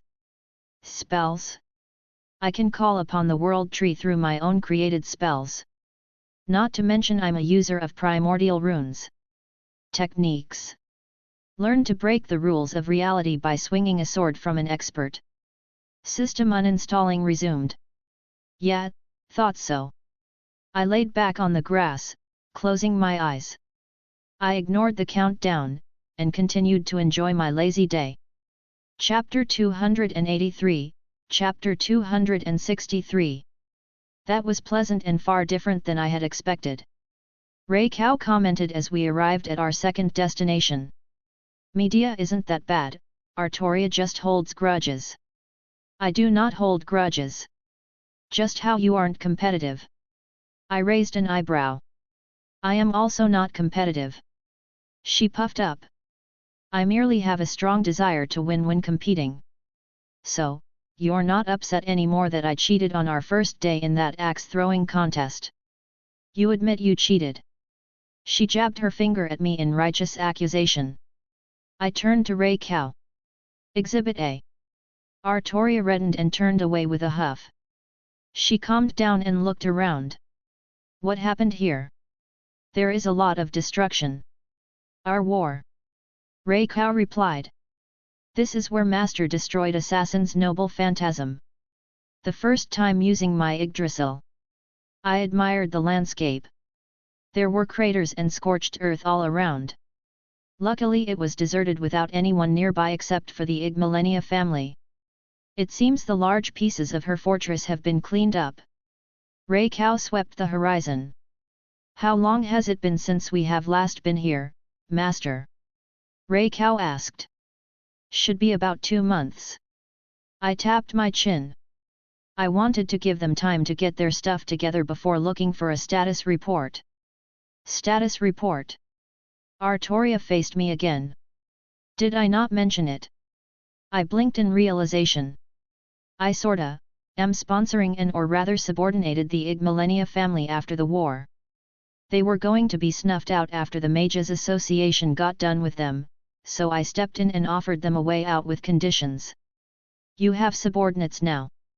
Artoria looked intrigued. I am curious to see how you lead them. I have yet to see you command large forces. I'm not very hands-on, I don't want to micromanage them. I basically told them what they're not allowed to do, and what I expect them to provide and then left them to their own devices. Not all leadership is about watching or controlling their every action but directing them with purpose. She stated. I preferred commanding small units. Ray Cow pulled me back into her arms, her boobs resting atop my head. Yes, smaller and well-coordinated groups are always a more pleasant alternative to large armies. Artoria nodded along. Most of my fond memories are from leading my knights on adventures in smaller groups, not the battles that took place amongst my armies. Luckily I don't have to deal with the day-to-day stuff. I honestly don't know how you both dealt with it in the past, nor how Yasaka currently deals with it. The thought just made me nauseated. Having to be responsible for so many people and every little issue, bleh. There were many trying times. However, there was a pride that came with it as well. Artoria chuckled. Indeed, it was difficult to manage the personalities of even my heavenly kings, but I will always look upon them proudly. Ray Cow also agreed. I wanna hear more stories later. There were probably many things I still didn't know about their lives, and I knew we had a long time together, but I wanted to hear it all. But for now, that's the Ygmalenia castle. I gestured behind us towards the large castle in the distance. I do not look forward to interacting with these people again, Master. Ray Cow frowned slightly. I do not recall any fondness for them even after being fixed. Can you still scowl at them like they're disgusting insects? I asked. She tilted her head, looking thoughtful. Like this. She scrunched her face in a way that elicited a strange reaction from me. Oh, that is disconcerting. I can understand some of Mordred's sentiments now. Artoria quietly commented, but I felt something different. I want to do some lewd things to you while you look at me like that. I sent through our link. Master. Rei Cao let out an adorable squeak, hands shooting up to hide her embarrassment. What? Artoria looked at us in confusion. Master is being naughty. Rei Cao's lips trembled to keep from reacting. I may or may not have said something through our link. I cleared my throat. Regardless. Let's head on over. And I masterfully deflected her question. Lord Schweinorg. Darnik was there to greet us as the gates to the castle were opened. Along with his entourage, they all bowed politely. Darnik Ig Millennia, I'm glad to see that you're still alive. I looked around, eyeing the place and inspecting it. It was closer than I would have liked. He replied. If not for your intervention, and by extension, the Wizard Marshal, I would not be here. And I'm curious how that went. I knew he would escape relatively unscathed, but the details were worth noting. But before that, my companions. I gestured to Rei Cao first. You know my servant, Minamoto no Rei Cao. And she did that scowl of hers from before. It made me tingly. Was it because she wasn't under her madness now that I could feel more comfortable thinking about it? And my girlfriend, Artoria Pendragon. I then held my hand out to Saber. A pleasure. She said curtly. I don't think they quite guessed her real identity yet. Possibly only taking note of her family name. Any associate of Lord Schweinorg is welcome within these walls. He bowed politely once more. May I ask the purpose of your visit? He turned back to me. I wanted to see how you lot were doing and maybe get some finished products if there was any surplus. There was no need to hide my intentions. I preferred everyone operating above board. Darnik smiled, no doubt suspecting as much. I shall personally lead you to our workshops that have taken over the projects you have assigned. Wonderful, and I'm curious, how did the meeting with the Mages Association go? We began to walk towards the inner chambers. Darnik let out a sign, relaxing a little bit. We submitted to their authority. He said plainly. As expected, they attempted to drain every bit of our resources and then disband our faction. And the call for their heads was left unsaid. The timely intervention of the Wizard Marshal allowed us to keep our lives intact, as well as our family. While we no longer operate in complete autonomy, we are looked at as any other third-rate group outside of the clock tower's immediate influence. Two homunculi next to him pushed open the large wooden doors as we passed the threshold. And what about any recompense? I can assume they still tried to take blood from a rock in this case, if only to prove a point to any others with similar opinions or ideas. I glanced at the surroundings. And the castle looks rebuilt, well done. The fines and levies were substantial, in the assumption that we were on the verge of falling apart. There was a small smirk forming on his lips. Enough to seem heavy-handed, yet not absurd enough to have dissension called upon the lords. Ah, I see what happened. I nodded along. Indeed. The fines as they were would have made a hefty dent into our finances if we were still operating before the Grail. As it stood, in their eyes, it would have ruined us regardless, and they would have picked up the pieces that were left once we collapsed. And I'm sure they thought themselves clever sidestepping Zelretch's interference. I chuckled at the thought. It's as you say. He shared my amusement. But our sudden windfall put a hamper in their plans, and we have rebounded quicker than even I suspected. You mentioned the castle, yes. We have rebuilt and stabilized our situation since your left visit. We began walking down some winding stairs, torches lighting the way and sound muffled by the reinforced stones. I take it they also were not pleased with the development. That is a polite way to describe the situation. A frown made its way to his face. They insisted on sending investigation teams to scour every inch of our estate in retaliation. We of course denied them, but they have yet to cease their attempts to acquire our new-founded resources. I could imagine that things were much less mundane than how they were described. And how has business been? Profitable? He chuckled. Your potions have been selling far and wide amongst our communities. Once the effects had been proven, there was skepticism and some underhanded tactics used by our enemies, however, the effects could not be denied. He seemed to be in a much better mood than the last time I saw him. There was a renewed vigor in his tone and a lot less stress that seemed to have been weighing him down previously. Here we are. He walked up to another door. We originally tried to grow the plants outside, but we quickly realized that the environment to grow these magical plants required very delicate ecosystems. As he opened the door, I felt a breath of air that wasn't too dissimilar to Skyrim. There was a clear difference, but it still was a good effort and they had made significant progress if this was anything to go by. There were rows upon rows of planted flowers and other plants. I let out a whistle upon seeing it. You all have been busy. Lord Schweinorg. I heard a familiar voice. A young girl stepped over with slow steps, a cane supporting her. Fiori. I smiled towards the younger girl.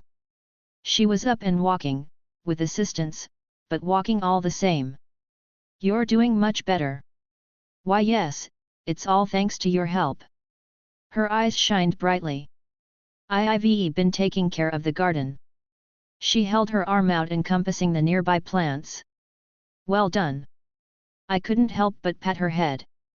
She was being so cute.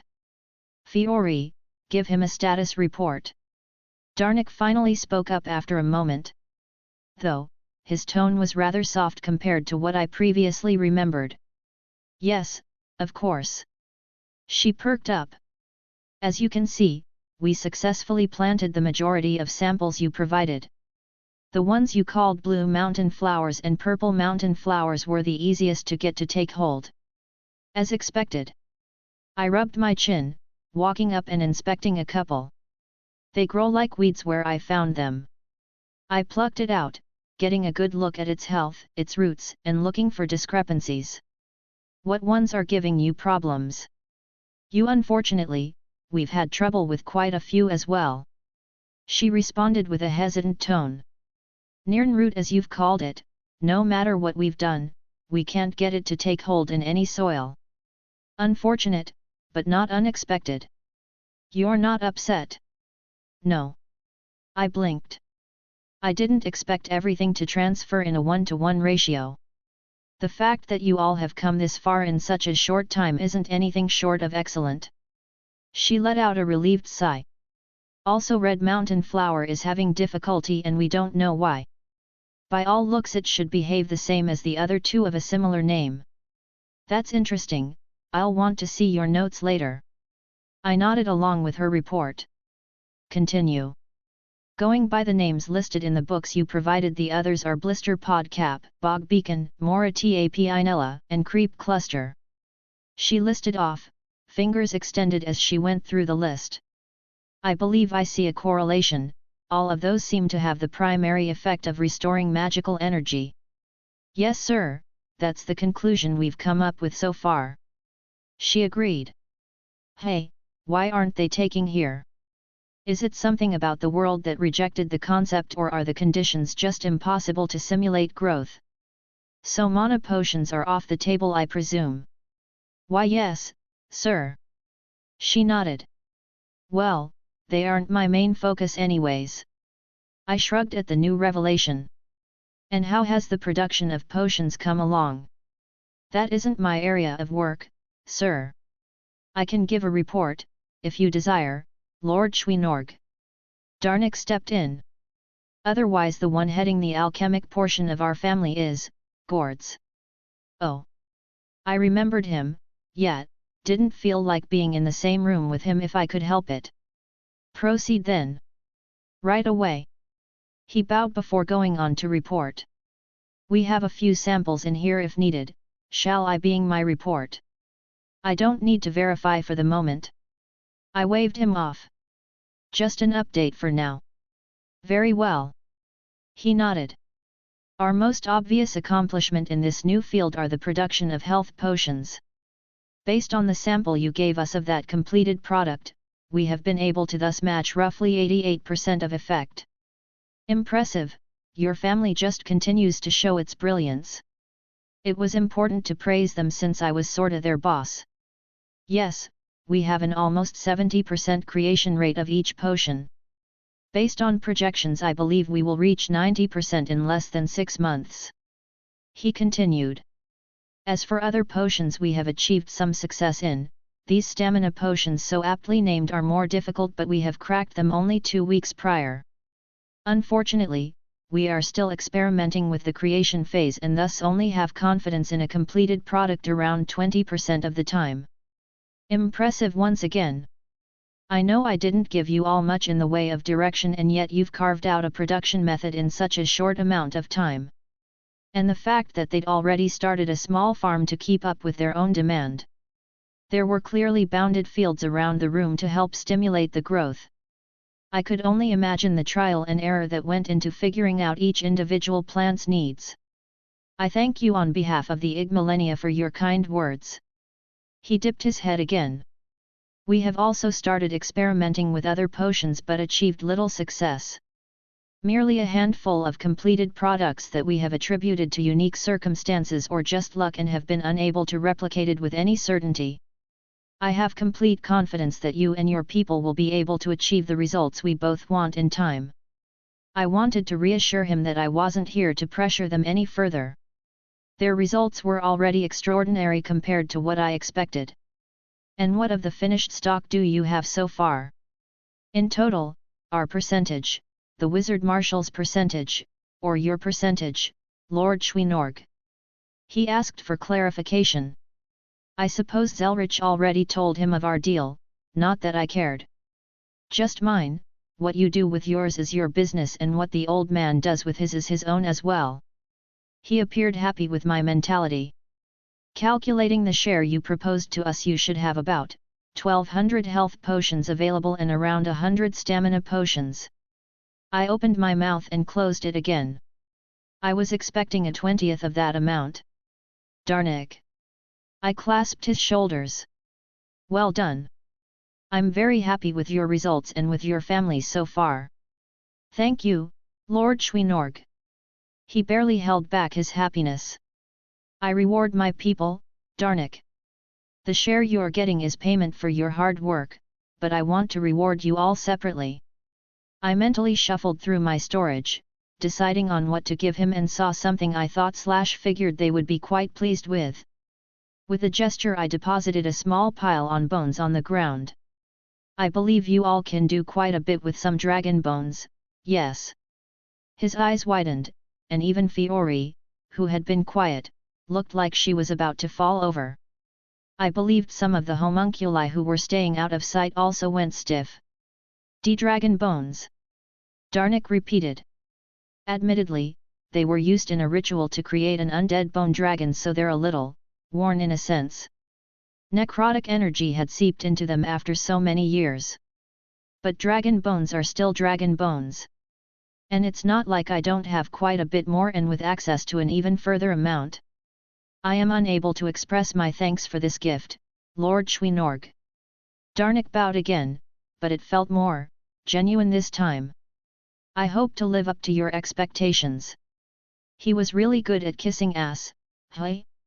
He didn't even try to do the whole "oh, we can't accept such a gift" deal. Magi were still a greedy bunch. I found it hard to think of more than 1 or 2 crafts that couldn't make use of dragon bones to an absurd degree. Keep up the good work, Darnik. And keep your nose clean, you know my lines, please don't cross them. I just wanted to reiterate my position. Now, do you mind if I take a look at the research of the other stuff I gave you? Yes, right away. He stood up, swinging his cane around. Prepare what he requested immediately. He commanded to everyone in the room. This was an interesting trip. Artoria commented as we sat quietly in a room, still at the castle. I had asked for somewhere quiet to look over some things. You both had been awfully quiet. Was it that boring? Not at all. Artoria denied, shaking her head. I wished to observe how you interacted with those who you perceived as your subordinates. I enjoyed watching you work as a leader. She smiled warmly. They were originally your enemies in your previous war, and I could not detect any resentment from the one called Darnik. Yes, Master. I recall how displeased he was at our last meeting. The man we just saw could have been mistaken for someone else.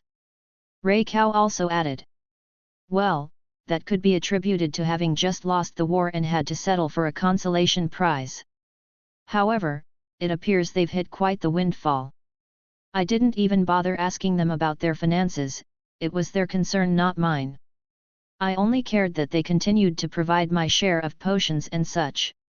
And the potions aren't the only thing, their research into dust so far has given me some interesting ideas. They dabble into a lot of different crafts, and they had a preliminary idea of grinding down a bunch of dust and creating artificial jewels with it. The idea sounded fascinating and gave me many thoughts. It obviously wasn't that simple, otherwise dust crystals would be a complete replacement for regular jewels. But they still had some neat ideas. I'm happy. Reika wrapped herself around me again. The excitable servant sometimes just decided she wanted some affection. The place we first met is still bringing my son happiness. Your mother is happy, she said again. Yes, it appears we have an abundance of potions now, and I believe it is easy to understand the significance of them for our allies. Artoria hovered right next to me as well. Do you have plans for distributing them? Split between Yasaka and Thorum in some manner, but I needed to work out the finer details there. I was about to respond until I felt my kaleidophone buzz inside my storage. I took it out to see that Yasaka was on the other end. Both Reikau and Artoria noticed and peeked over my shoulder. Heya, everything okay? I asked, answering the call as the beautiful Kitsune appeared on the other end. Wilhelm. She smiled brightly. And both of you as well. Are you busy at the moment? She asked. Not particularly, was just wrapping up some things. Good, would it be possible to come home soon? I have someone asking for you. She seemed to choose her words carefully. Asking for me. I couldn't even think who would cause her to have to call me. Yes. She sighed. Normally, I could turn people away like this, but that damn old man sent him my way with a letter of recommendation. I could tell Yasaka wanted to drop her head to her desk. And he's not a bad person. I have spoken with him for all of 10 minutes and deduced that much. A bit of an idiot though. I honestly have no idea who you're talking about. Who the hell was looking for me? That old bastard mentioned him when we were there the other day. You should know him, the one who got kicked out of his family Saray Org Bail. Chapter 284, Chapter 264. The girls and I portaled back to Yasaka's office almost immediately, surprising the fox. You didn't have to come back so soon, it isn't that dire of a situation. Yasaka commented. We were basically done anyways. I waved off her concerns. Besides, it sounded like something you don't want to be dealing with right now. That's not untrue. She admitted before sighing. Yasaka, is there something the matter? Artoria asked. Did Wilhelm fill you in on our latest concerns? She asked. Indeed. Artoria's expression hardened. I will do everything in my power to make sure they does not threaten your domain. That's sweet of you to say. Yasaka softened considerably. However, and I'm probably being a hypocrite for saying this, but don't get anxious over something beyond your control. You're not at fault for any actions caused by other people. My fox got up from her desk and walked over, sweeping up Artoria into a hug. Honestly, I think after their meeting, they'd gotten closer as a group. We have had the same conversation. Ray Cow said with an amused tone. I just noticed how on Artoria's case they both were. Was there something I wasn't aware of? And it wasn't in a negative way, they were being very supportive of her. Not that I was at all against it, just an observation. How has that whole situation been going? I presume Nurarihan's information had been helpful. Yasaka finally let go of the smaller woman who let out an embarrassed noise after being dislodged from between her bosom. We've had no hits so far, but there have been some traces. Traces? What traces? Artoria asked for clarification. Skathika's wording and I did not receive much elaboration. And from what I understand, she has complete confidence in hunting down any errant fae in my territory. It's easy to forget about her life before she was confined to the land of shadows for thousands of years. I ran a hand through my hair, almost subconsciously. The fae were very active during her years, and I'm sure she's had her fair share of run-ins. Yes, I would hazard a guess that Skathik has even more experience than I do. Most fae I've run into beyond the reoccurring ones were benevolent in nature. Artoria seemed to choose her final words carefully. Regardless, I am intimately aware of the chaos that can arise from them acting without proper oversight. This is not their lands, they will not be allowed to run rampant. My experiences with yokai, oni, and ghosts. Reikau hummed contemplatively. I fear I may not be much use in this endeavor beyond a sword to bear. Perhaps I would serve better watching over Kunu in the meantime. That would be phenomenal. Yasaka looked relieved. If I don't have to worry every moment she's out of my sight, I believe I'll be able to get much more done. Leave her to me. Reikau smiled brightly. No one will harm her. I saw a hint of killing intent flash through her eyes. Skathik is hunting, hey. I threw my hands behind my head, leaning against her desk. Should I feel sorry for them? Yasaka quirked a smile. Let's debate that after we see what happens. But for the moment, I am beyond caring. If the old man's to be believed, they probably kidnapped and replaced some of my citizens. 'Tis a normal action that they take. Artoria shook her head with a frown. Long have they been known from replacing others' lives out of their strange whims. The stories of changelings weren't just stories. A very real reality that Artoria experienced in her life. Have you tried reaching out to Izzy yet? I asked. I have not. Yasaka admitted. I was mulling over if I should or not. It felt like taking advantage of her. She would love to be of assistance. Artoria interjected, assuaging her concerns. And I believe she would find them coming into her lands distasteful. And now I'm picturing an angry Izanami descending upon some unsuspecting fairy, and thus my mood has brightened. Yasaka perked up. I did plan on inviting her to the festival regardless, an official invitation that is. All three of them shared a look, then glanced at me before giggling. I feel like I'm the butt of a joke. Why ever would you have that feeling? Yasaka replied with a grin. Moving on. I rolled my eyes. I have a favor to ask. I know supplies are still low at the moment, basic stuff to keep your territory operating. But, does that include things like weapons? Weapons? Yasaka blinked. Not particularly. We didn't experience any major combat and the damage was done by small insidious groups who struck key locations and caused widespread damage. Why do you ask? Over in Skyrim, they're pretty much suffering from low everything. I was talking to Thorim and they specified food, arrows, and spears as being at the forefront, and obviously potions and such, but I heard briefly about the dragon attacks. Is it really that bad? It is not a pleasant sight. Artoria's face darkened. I have seen many a field and town ravaged by fire. From what I have heard from the common folk, it is not uncommon for a dragon to fly down every couple weeks, scorch the earth, and devour any livestock, only to fly off again. Things were slowly escalating until everything's going to fall apart at the seams. And it wasn't something I could just point my sword at, an enemy to defeat to make myself feel better. Granted, if all the dragons died, that would be the best case scenario, but the land had already been heavily scarred thus far and the people were in for a rough couple years even if all the dragons disappeared now. Yasaka bit her lip, seemingly contemplating something. I can't commit anything substantial at the moment, our financial situation isn't ideal ourselves. However, I do have an idea. Oh, what? They have leaders over there, and they must have gold, why not have us negotiate some trade? Kunu mentioned meeting your friend without hiding her features, so I don't think they would be opposed to my appearance. That's not a bad idea. I let it bounce around my head a few times. They use gold, thus trade should be rendered without issue. Ray Kao spoke up.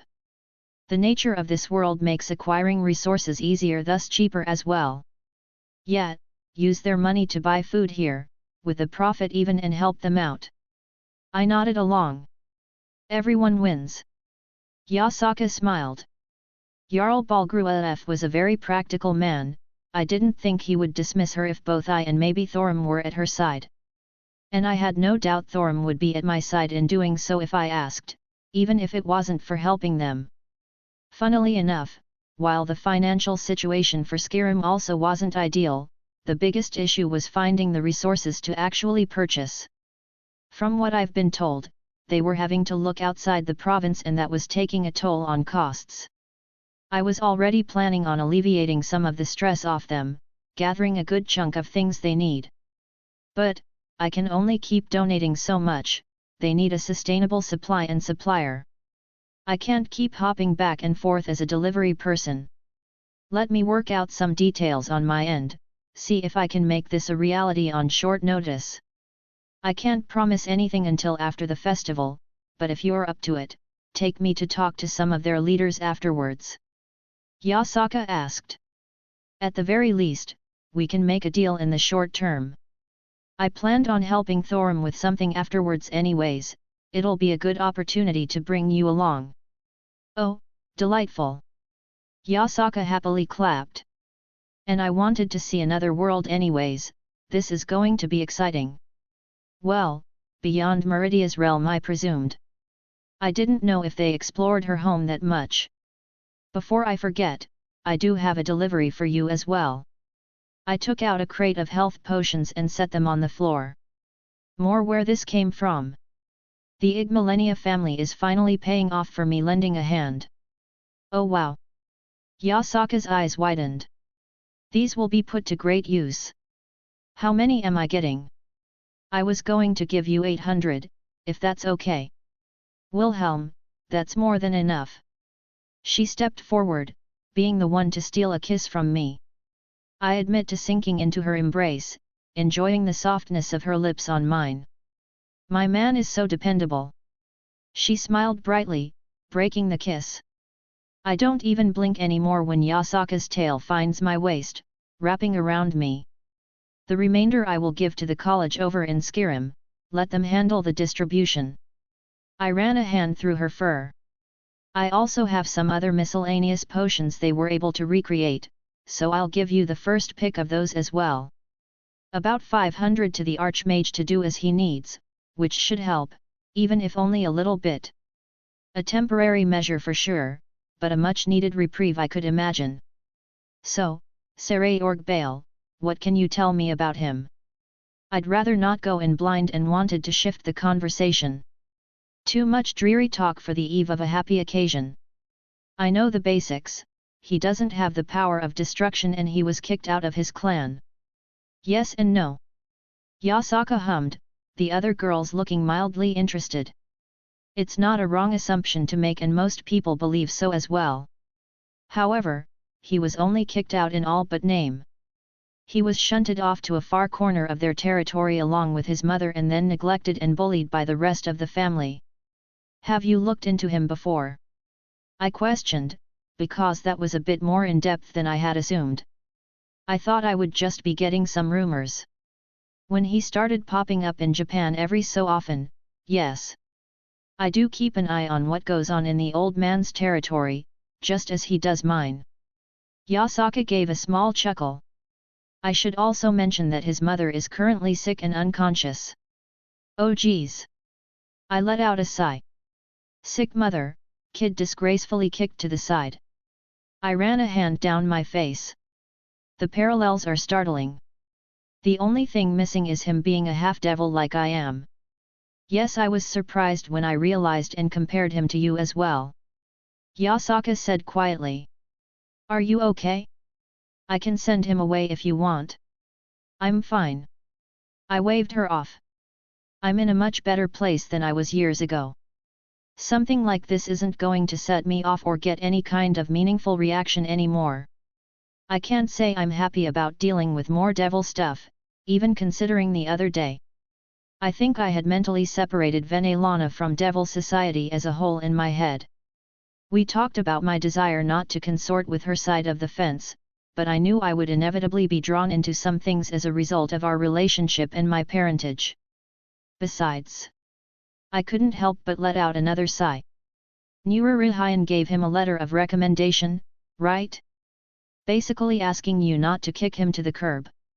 That's frighteningly accurate to what he asked. Yasaka snorted.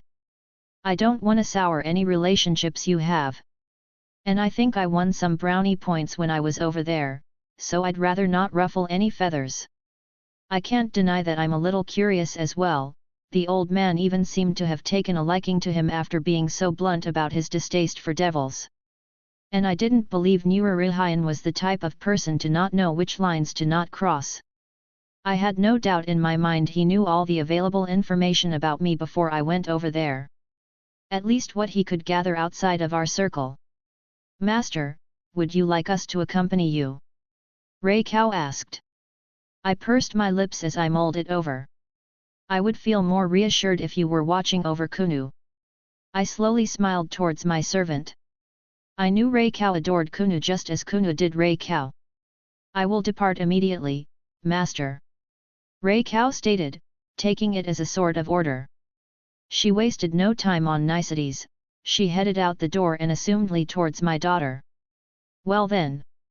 I just blinked at the abruptness. I supposed it's not that strange, she took being my servant as serious as Artoria did with Rin. She probably interpreted it as an order. That's one less thing to stress about. Tell me about it. Yasaka let out a long breath. What is Sarayorg up to right now? You said he's here, right? I believe he had been diverted towards the training grounds while I figured out what to do. And Mordred is at the training grounds. Artoria suddenly spoke up. I am suddenly filled with dread. Oh dear.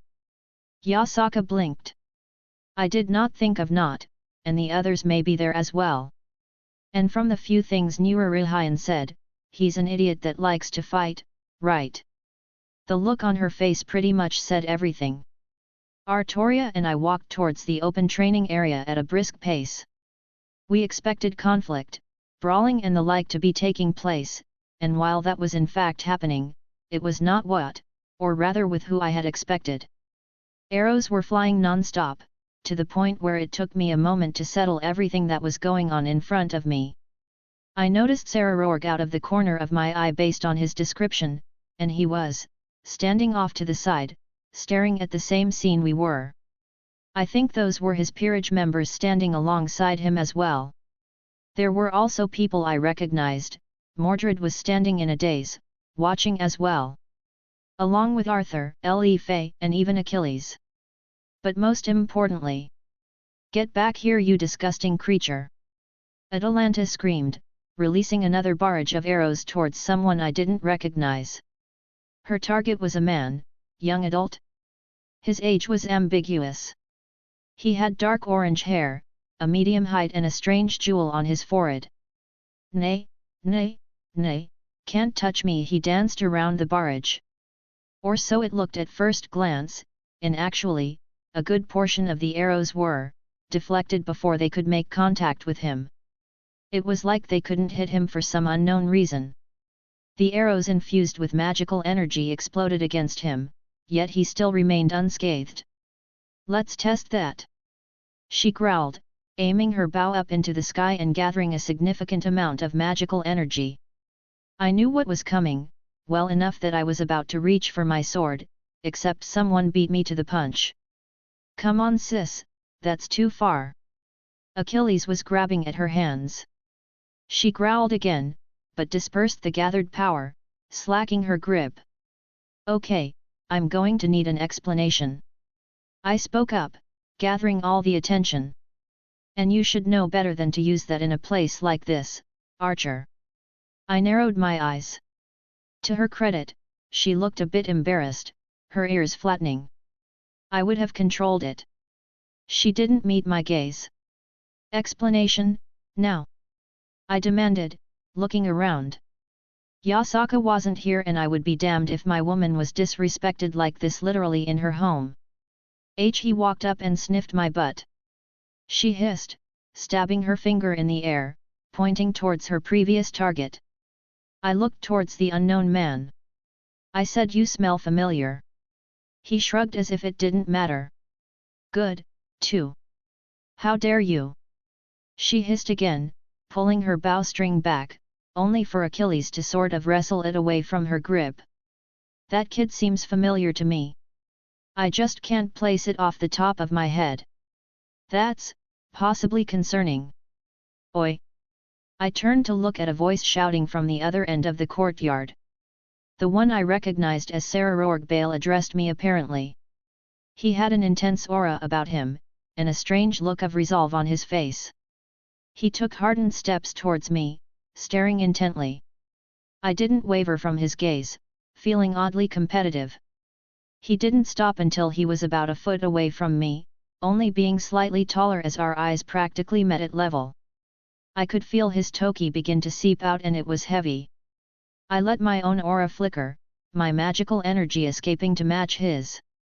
I think he had more toki than Yasaka.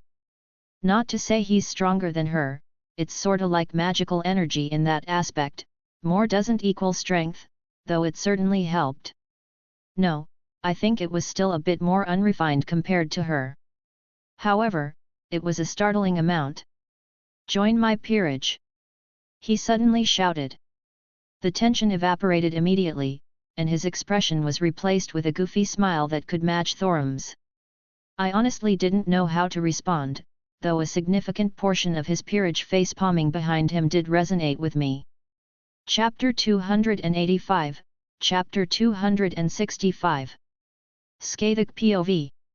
It was a pleasant feeling, to walk amongst the living once more. I had since been summoned for many moons, yet, the feeling had not vanished. The land of shadows would never become a distant memory, but times like this left a warmness in my chest. They were not human, something I may have even ventured to hunt in my past life had there been the opportunity, however to these eyes of mine, there were very little differences. All manner of creatures, ghosts, demons, and yokai. Inanimate objects that had life breathed into them by the world, grudges that accumulated enough power to actualize into a coherent mass, and others that were simply born the more conventional way. Mothers held the hands of their children, non-human features swaying open in the wind. Fathers doted on their children and husbands showed affection to wives that differed so drastically at first glance.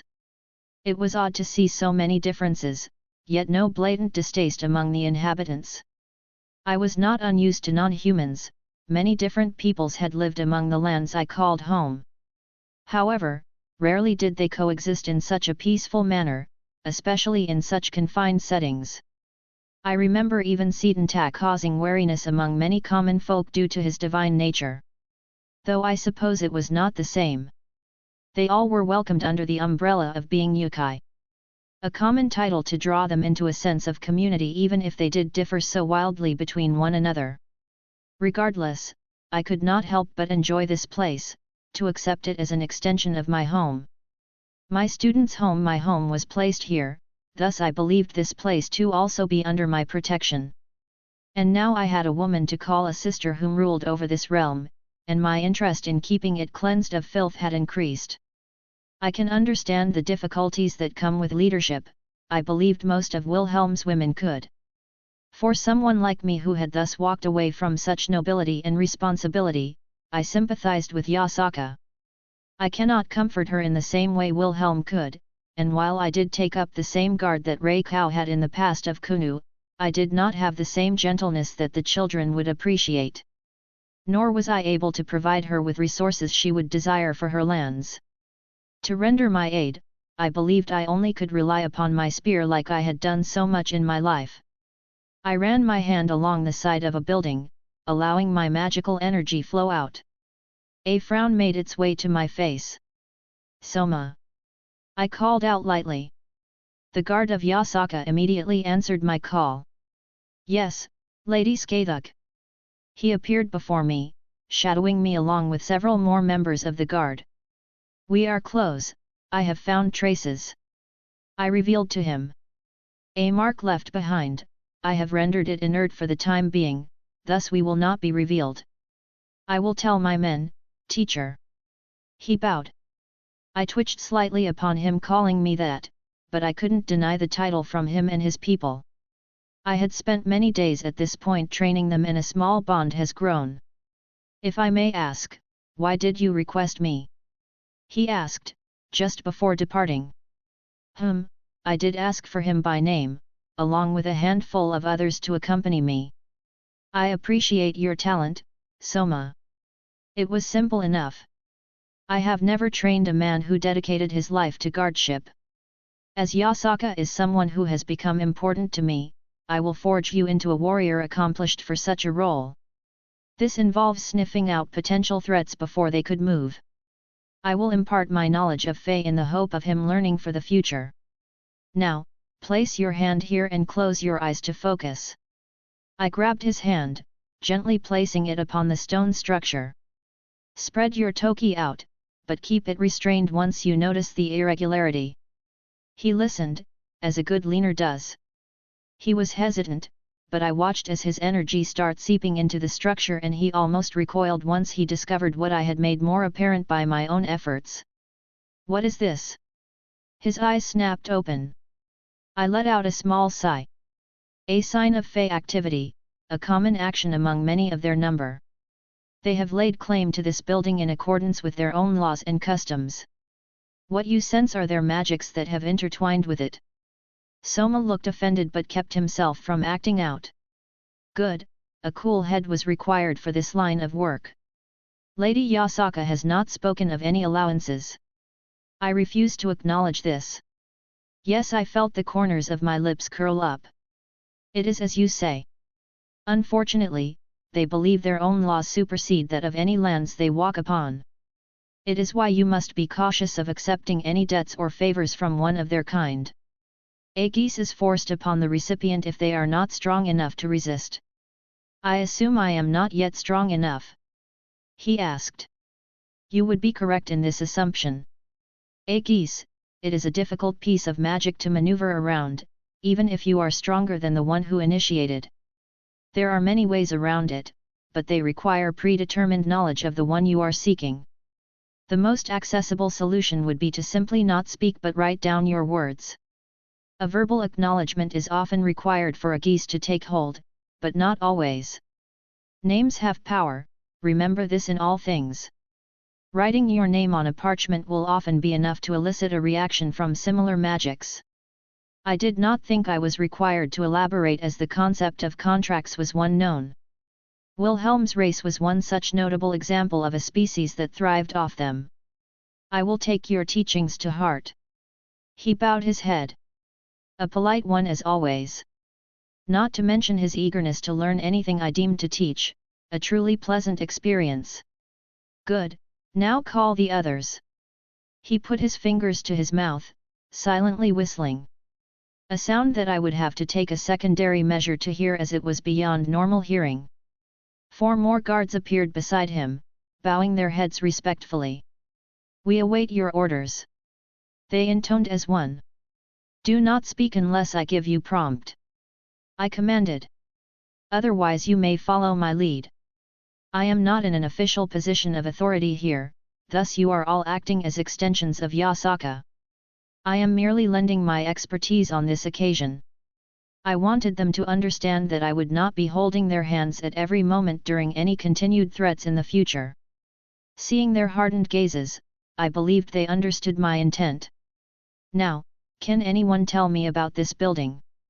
I tapped the brickwork. One of them stepped forward. It's an inn, Lady Skathuk. He replied. They have a handful of rooms for rent and offer food and drink in the common room.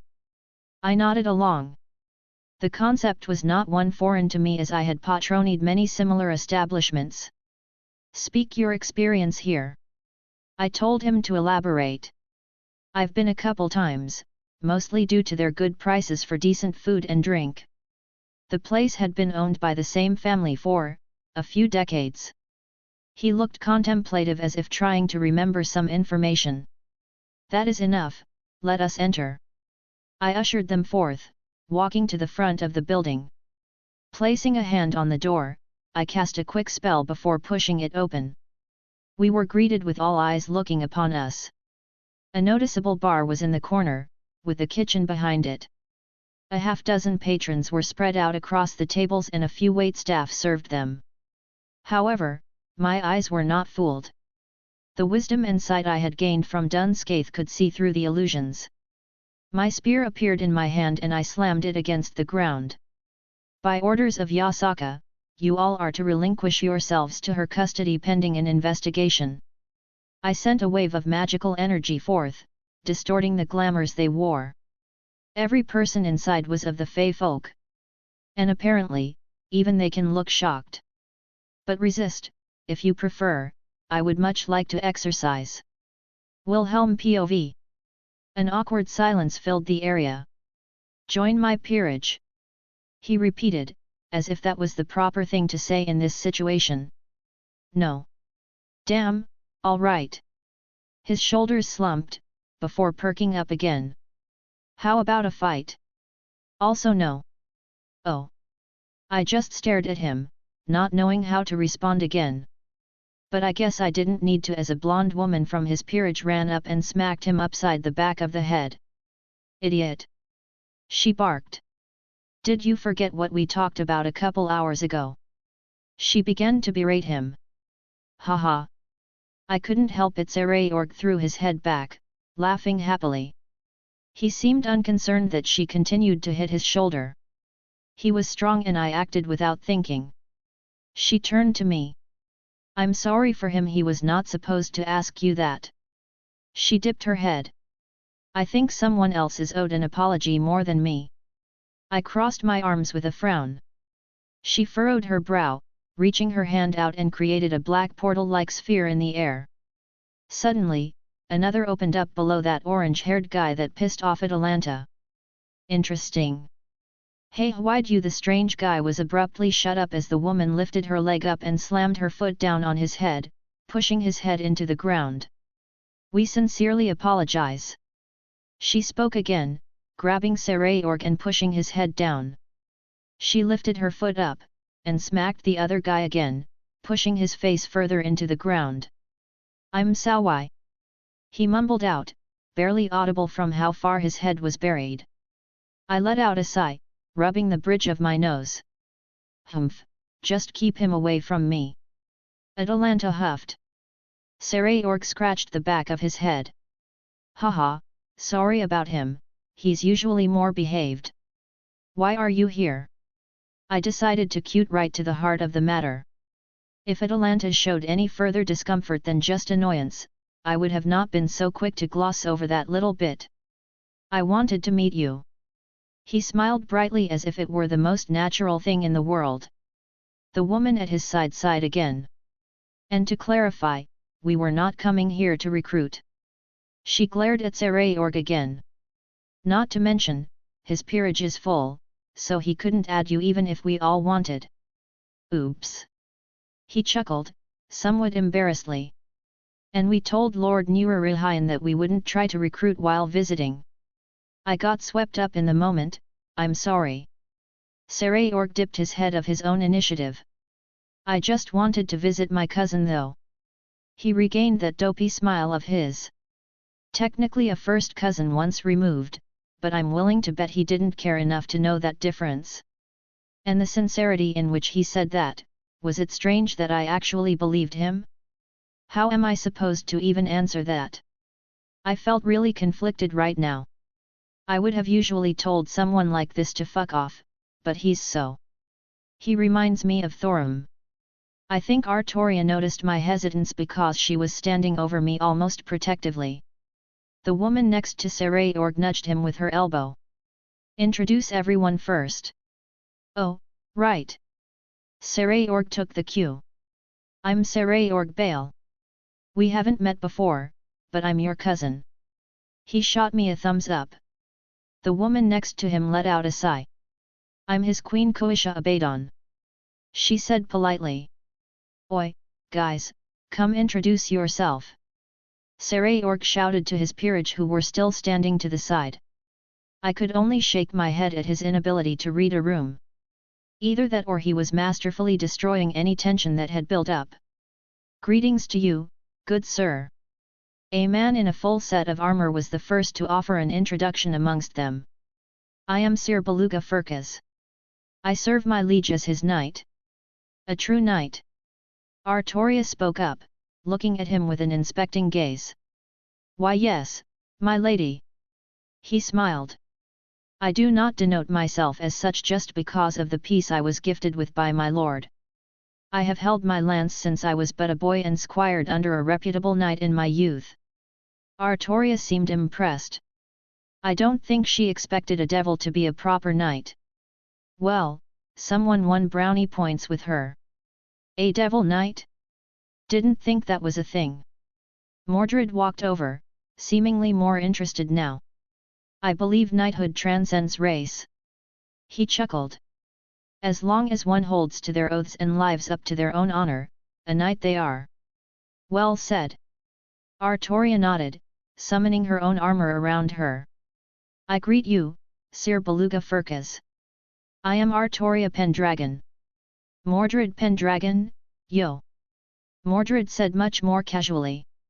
The Pendragon family. His eyes widened a little. Yes, the honor is mine. I guess her name still held weight within their own community. Well, it felt like the previous awkwardness faded. A sort of common ground now found. Ha, my turn then. Another one of his peerage walked forward. He had long blonde hair, wore light armor and had a sword at his waist. Liban Crosel, also one of my king's knights. Though, not that kind of knight. I'm more of a magic swordsman. He rested a hand on his sword. Heya, cutie. A second woman with long blonde hair skipped over. I'm Coriana Andre Alphas, bishop. She finished with a wink. She sounded flirtatious, but it came off as ingenuine. Maybe just a quirk of her personality? Miss Dita Sabnock, bishop. Another introduced, wearing a hooded robe and carried a more traditional staff. He was a little shorter and had a greenish-teal hair color. Honestly, I thought he was a girl before he spoke. He didn't seem like the type to say much.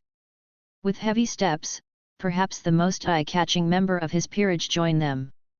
He wore no shirt and his skin looked like it was made from stone, yet you couldn't deny the muscles he showed off. I'm Gondoma Balam, how ya doin'? I'm a rook servant under my king. He had a jovial tone even if it rumbled a little. The last unknown stood next to Gondoma, a bit taller than the others, but also pretty lanky and somewhat gaunt. He gave me a odd feeling. Like my draconic parts were being tugged at. I glanced at Artoria who also twitched a little upon him coming closer. A pleasure to make your acquaintance. He stated with a surprisingly posh tone. Despite his appearance, he held a certain nobility to him. I'm Ladora Bune, rook for my king. He lightly bowed. And this is Regulus. Sarayorg finished up, pulling the other guy up from the ground, who looked no worse for wear. He's my pawn, took all my pieces to reincarnate. Oh. I know who that is now. The name was a big clue. Someone you actually recognize? Yet I've run into him several times over the years since getting sealed in here. That's another Longinus, the Nemean lion. And suddenly, a lot of things made more sense. Hell, his name really was a huge clue, just as Drake said. Named after the brightest star in the Leo constellation. Not to mention his attention towards Atalanta, whose legend involved being comrades with Hercules. I wouldn't be surprised if he was able to sense that part of the Greek hero on Atalanta, who was a heroic spirit. An intuition that came about from being slain by a Greek hero, perhaps? Or maybe it's just because Atalanta was part lion at this point. Who knew, but regardless. Color me surprised. I crossed my arms, staring at the lion masquerading as a mere devil. You managed to actually reincarnate the Nemean lion and add him to your peerage. There was a flash of surprise that went across everyone's face amongst his peerage. I could guess that this was probably a secret amongst them. Not that I could fault them, it wouldn't be something to advertise, and it should be hard to guess based only on context clues. How'd you know? Sarayorg also looked surprised. I thought I hid it well. He chuckled, rubbing the back of his neck. I'm curious how he's able to walk around like this if he was sealed within a sacred gear. But at the moment, I didn't feel comfortable asking. Nay, it's because he's cheating. Regulus adopted a mischievous grin. If he could recognize me, do you think I couldn't smell him? Hey there, Drake, it's been a while. He waved towards me. Busted. Well, that's annoying. I thought my best bet was to pretend I don't care. He sends his regards. I made sure not to react even if I was peeved. And if this was your only reason for coming here, I think we're done. I looked back at Sarayorg. Well, they didn't question Drake, so. Sarayorg sorta let out a sigh, rubbing his neck again. Look, I'm not really good at this. He looked like he was having trouble getting the words out. I plan on becoming a Satan in the future. He said with a resolute look on his face. Good for you. I blinked in confusion. I know it doesn't mean anything to you. Old man Nurarihayan said you don't really like us, so I doubt you'd care. But I wanted to come over as soon as I heard about you. His expression shifted to something melancholic. The Gremmaries had been really good to me, even when I was disinherited and kicked out of the house with my mom. I was surprised when something like this happened to you too, and if I found out sooner, I would have offered you a place in my peerage, because when I become Satan, I'm going to make sure stuff like this doesn't happen again. As much as I disliked those evil pieces, the way he genuinely said that, I would be lying if I wasn't a little moved by the confession. We're all the same. His queen spoke up next. All of us are castaways. Some of us have human heritage, so our pillars are considered extinct, others were simply tossed aside due to other reasons. We all had nowhere else to go until Sarayorg came along and took us in. There was a silent acknowledgement of that fact based on the looks they all had. I wasn't entirely familiar with devil politics, but I knew that some of the pillar families were gone. I didn't know that some were gone because they didn't want to recognize non-purebloods for whatever reason. I should have handled it better. Sarayorg confessed with a sigh. I was just excited to come see you and didn't really think things through, and now you probably hate me also. When I heard the truth, I couldn't help but remember when I was all alone with my mom, and I didn't want another person of my family to suffer like that. And I barely knew him, yet I could tell he meant every word of it. I saw you fight and stuff, and you didn't look to be in bad shape.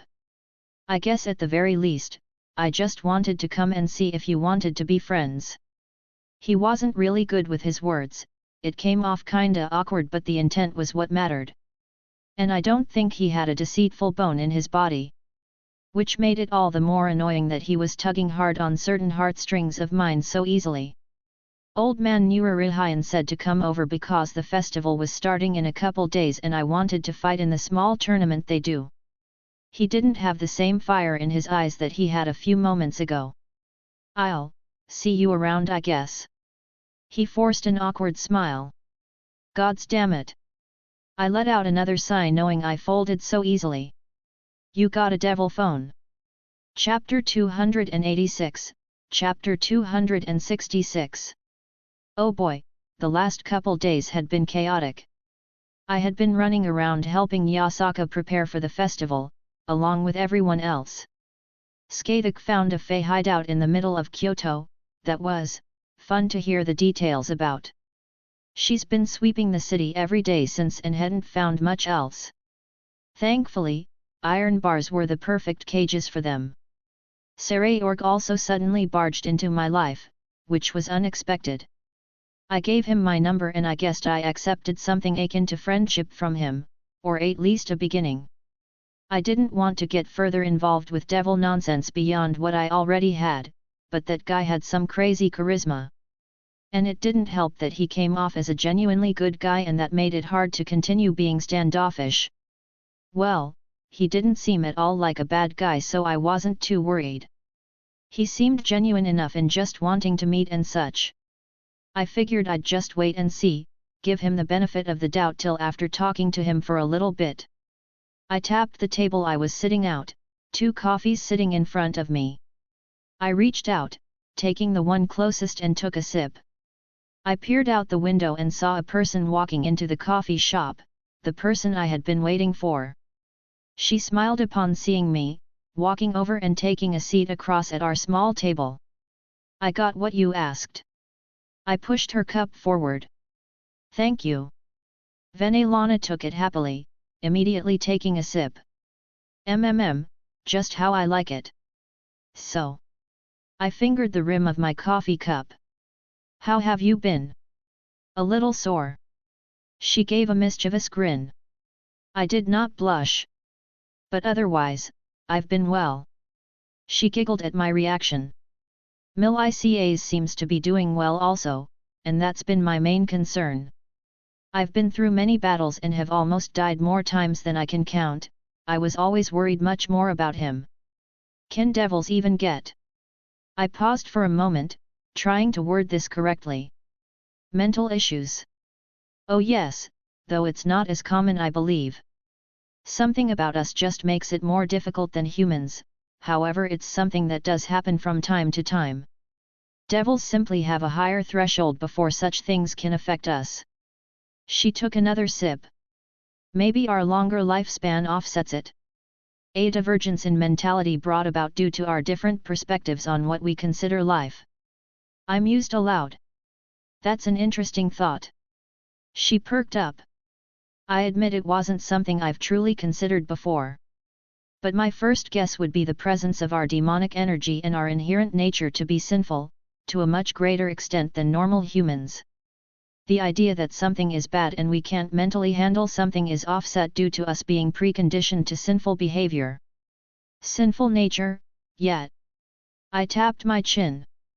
The demonic energy is an intriguing avenue, though. A subconscious use of it to acclimatize us to suffering and or negative behaviors, whereas humans wouldn't have that sort of automatic defense. It would make sense with how we were created. I doubted that Lucifer and Lilith wanted their little soldiers to break when things got a little rough. A morbid, but accurate assessment. It must have been difficult back then. Yes. There was a melancholic look on her face. I lost many friends and family. And back then the idea of mourning wasn't something we did in public. We weren't supposed to care about others, we were evil, only meant to wage war and bring chaos to the human world. One of the happiest days of my life was when I learned that Lucifer had died. Another was when my son. She paused. You don't have to freeze up whenever he's a subject of conversation. I let out a sigh. I'm not going to get upset or whatever at his mere mention. If I can't handle the idea that he's your son, then I have no business being in a relationship with you. She reached over, taking my hand in hers, a bright smile on her face. Another was when my son took up his name and turned it into something good.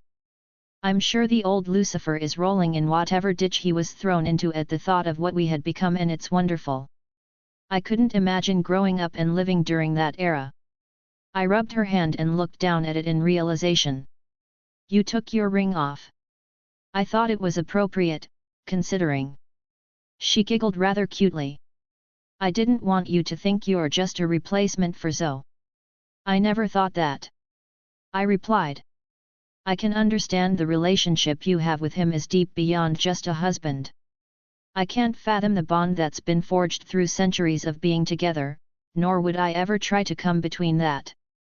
At this point, she was my woman, but her friendship with my grandfather was unbreakable, and I was completely okay with that.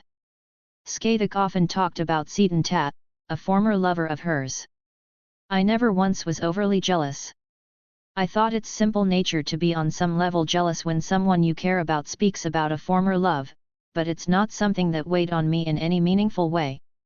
Just as Venelana was close to Zoe after breaking up, I knew that Seton Tat was someone irreplaceable in Scathach's heart, and I would never dream of trying to change that for either. However, I knew for a fact that they're both my women, and their former loves couldn't change that. Artoria talked about her previous wife, and I'd done my best to support her emotionally. Yasaka brought up her former husband as well, Kunu's father. Again, I've never tried to replace what that was in her heart. Hell, even Reikaus talked about Kintoki before on quite a few occasions, and that relationship was just as platonic as ours is. It makes me very happy to hear you say that. Her gaze softened, her smile brightened. He did mention wanting to meet you at some point if you're up to it. I know we agreed to keeping family matters separated, but I just wanted to ask and nothing more. It was a little awkward to keep these things separated when we're involved, but we'd see how it went. You're allowed to ask me anything. We can't have a relationship if we don't properly communicate. I've said it before, and I'd say it again, proper communication was the cornerstone of every relationship. I'm hesitant to reach out to him. At the moment, I would prefer if we worked on ourselves before branching out. I believe that's a reasonable course of action. She nodded, taking another sip of her coffee. And I also told my children that we're together. I spat out the coffee I had in my mouth, staring at her in shock. She looked utterly amused with herself. You were waiting until I was drinking something, weren't you? I have no idea what you're talking about. She giggled. How'd that go? About as you would expect. She shrugged. I deflected by bringing up some other embarrassing stuff for them to worry about so they didn't react too strongly or irrationally. Should make them more acceptable when they're too concerned about learning each other's naughty secrets. Do I want to know? Maybe. I just shook my head. I did enjoy how mischievous Venelana could get. You know, I was happy when you reached out. She propped her head up with her arm.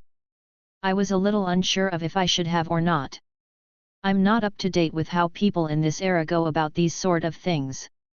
Well, I'm not exactly knowledgeable in that either. I never dated in school and all my girls are older than me. I've just been winging it and trying my best.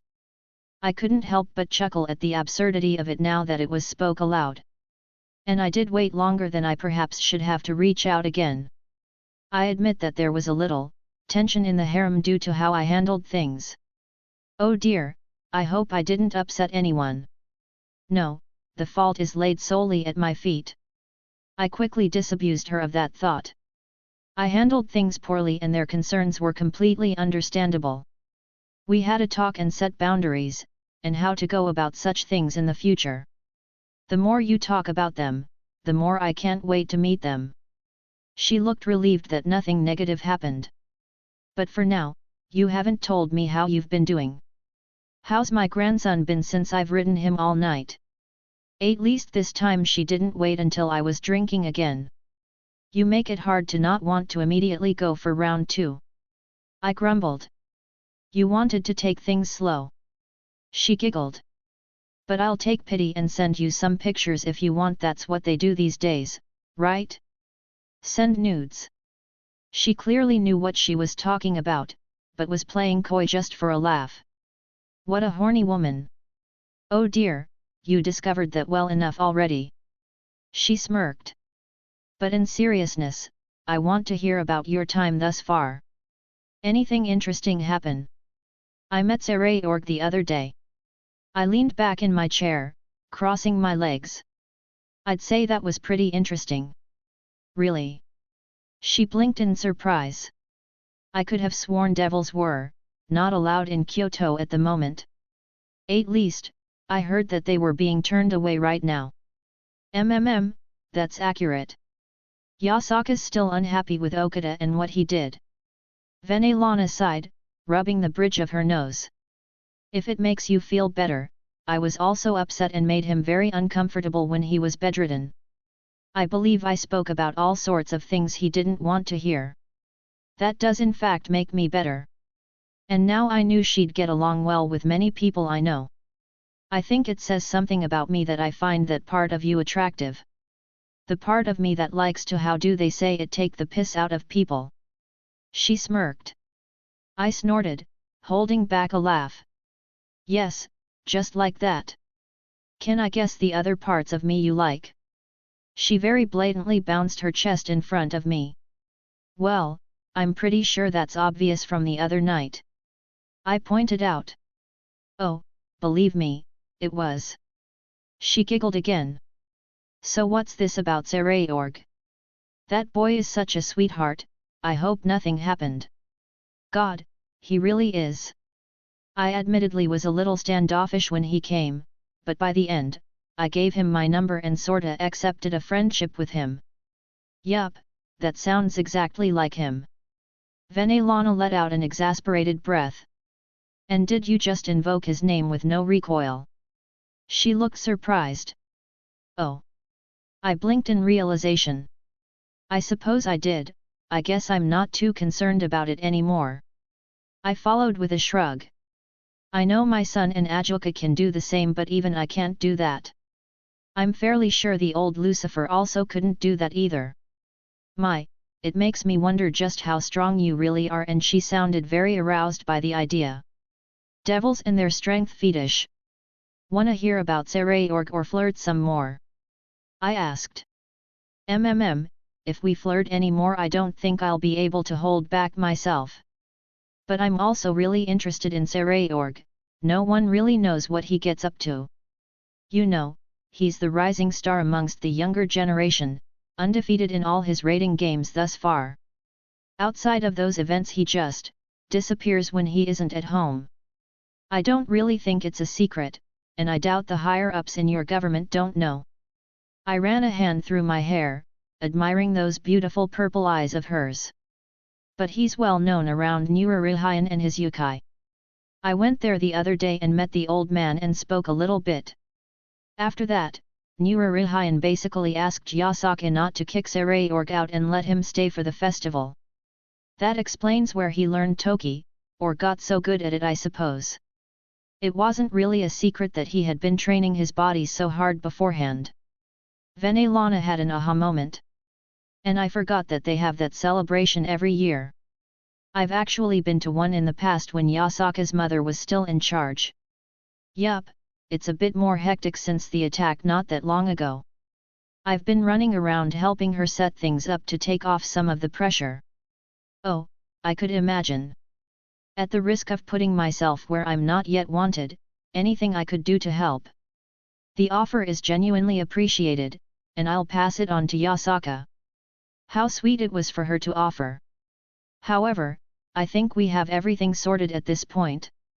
I wouldn't have taken this break and had this little date if we were still rushing. Jumping over to China to pick up the fireworks, then going over to New York to meet with one of her old friends who was helping cater food for some of the stalls. Lots of errands that had me going all over the world. She smiled at that. And going back to Zelretch, how'd it go in total? You said you left on good terms, and I know that boy is such a kind-hearted one. Geez, he came over and just asked me to join his peerage, like the first words out of his mouth. Oh my, I'm sure that didn't go over well. She chuckled. I was admittedly offended, you know. I confess that I dislike the evil pieces, so I don't want anything to do with them. I shot him down immediately, of course, only to find out, his peerage is full. I finished with a dry look. Venelana had to cover her mouth as her giggles picked up. That silly boy, I could completely picture him doing something like that. He's one to jump before looking, but his heart is usually in the right place. Yet. I let out a small sigh with a smile. He explained himself properly, and I know it was coming from a different place. He felt concerned for me when he found out I existed, basically wanted to make sure I was doing fine and all that. I'll never forgive my brother for kicking him out like that. Venelana scowled in a surprising display. She usually didn't emote so blatantly beyond smiles or laughs. So what if he doesn't have the power of destruction, those old bastards? Unfortunately, I wasn't able to adopt him into our family due to political reasons. He did mention how your family was there for him, treating him well and stuff. I think your intent was enough for someone who was in such a bad place at the time. I offered her a consolation. While it makes me extremely happy to hear that, I'm also still pissed that the bail house stopped me from doing anything significant in help. Ugh, politics. Count me out. Believe me, I've been over it for the past 500 years and I'm still stuck participating. She groaned out. Speaking of power of destruction, I've heard some interesting rumors. Not to mention saw something quite peculiar in your fight against Susanoo. Care to share anything? Well, I suppose it's not much of a secret. I shrugged, holding my finger up. I channeled a little bit of my bloodline, letting it crackle out from above. So it's true. She looked on in awe. And it's different? A type of mutation. She examined. Actually, I think that was my own fault. I performed a sort of ritual on myself that I learned somewhere. It added something to my essence and intertwined with my bloodline ability. I flexed my fingers, dismissing it. That sounds extremely dangerous. I took precautions and had someone helping me in case of emergency. I waved it off. It was painful as hell, but I had been confident in it working out. But that just brings up the question, if it altered your power of destruction, that means you had to have had it at that point. And I don't mean to dredge up old wounds, but we did check you for those things. There seems to be a mistake. Basically, I was barely different from a normal human, right? That's not inaccurate. Even now, my demonic power is minuscule. But the thing is, my power of destruction wasn't completely absent like Sarayorg from what I've heard. It was a very tiny seed that wouldn't actualize based on my state. I guess it was no different than not having the bloodline inherited, so it didn't matter. Except, I found a way to nurture it. So the tiny seed bloomed then. More or less. I smiled smugly. It's not perfected yet. I'm using a catalyst to bring out the effects better than if I used it on its own. It's impressive that you were able to accomplish this much. Venelana replied in all sincerity. And I can say that Zekram and the rest are going to be very upset that someone with the power of destruction is beyond their reach. Fuck him. I'll drink to that. She grinned, taking a sip of her coffee. Not to mention any children you have in the future. I wouldn't be surprised if they reach out and try to bring you into the fold just to avoid that. And if you want, I could give you a tip or two. Ah, was she giving me a warning then? I'll be on the lookout. I replied with a nod of thanks. And I would love to have some advice regarding it. Just tell me when you want some training, but otherwise I don't want to talk about that stuffy old man anymore. She fingered the handle of her cup. We're supposed to be getting to know each other better. Well, beyond the physically, that is. I think you know my body very well at this point. That little smirk of hers was very cute. All right, but before that I wanted to say something. I raised my hand up. So, this goes back to issues with the festival and all that. Basically, you know about the Fae. I am aware of their existence. I admit to never meeting any before, but from what I understand, that's a blessing. You have no idea. I sighed. So, they've apparently become very active lately. I talked to Nurarihayan, who said that some of his men had been replaced and he was cleaning house, so to speak. And we even had some infiltrate Kyoto. I give my condolences, but I don't understand. Kyoto. I said pointedly. Her eyes widened. You don't think? I don't, but I figured you would want to take the precautions. I didn't have any love for Rias, but she's Venelana's daughter.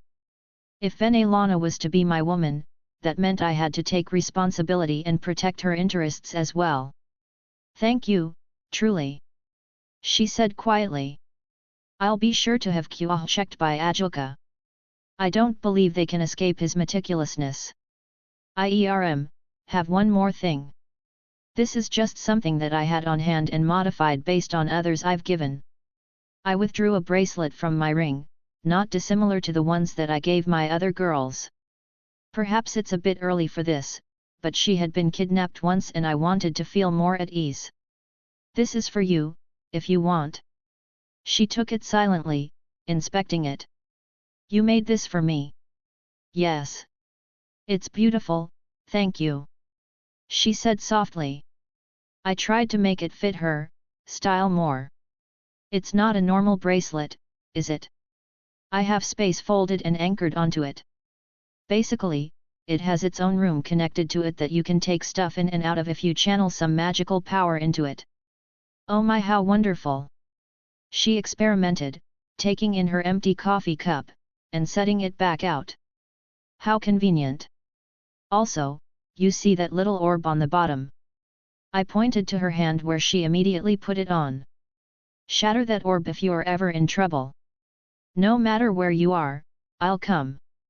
Oh Wilhelm! She looked at me strangely. This is a wonderful gift and I'll cherish it. She stood up from her seat and walked around the table to me. She leaned in before I could utter a word, placing a kiss on my cheek. And strangely, despite the fact that we had done much more than that, it felt warm. You're so cute, she giggled, sitting back down. Getting all flustered from a kiss on the cheek. Yet, I grumbled, looking away. So, all that is out of the way. Do we just start asking questions? That's fine by me. Do you want to take turns? She offered. Sure, you start. I gestured to her. Felt similar to Salem, but I couldn't deny it's a good way to go about this. On a random note, I wondered who had the better butt. Honestly, I believed Salem still beat her out in that department. What about hobbies? What do you like to do in your free time?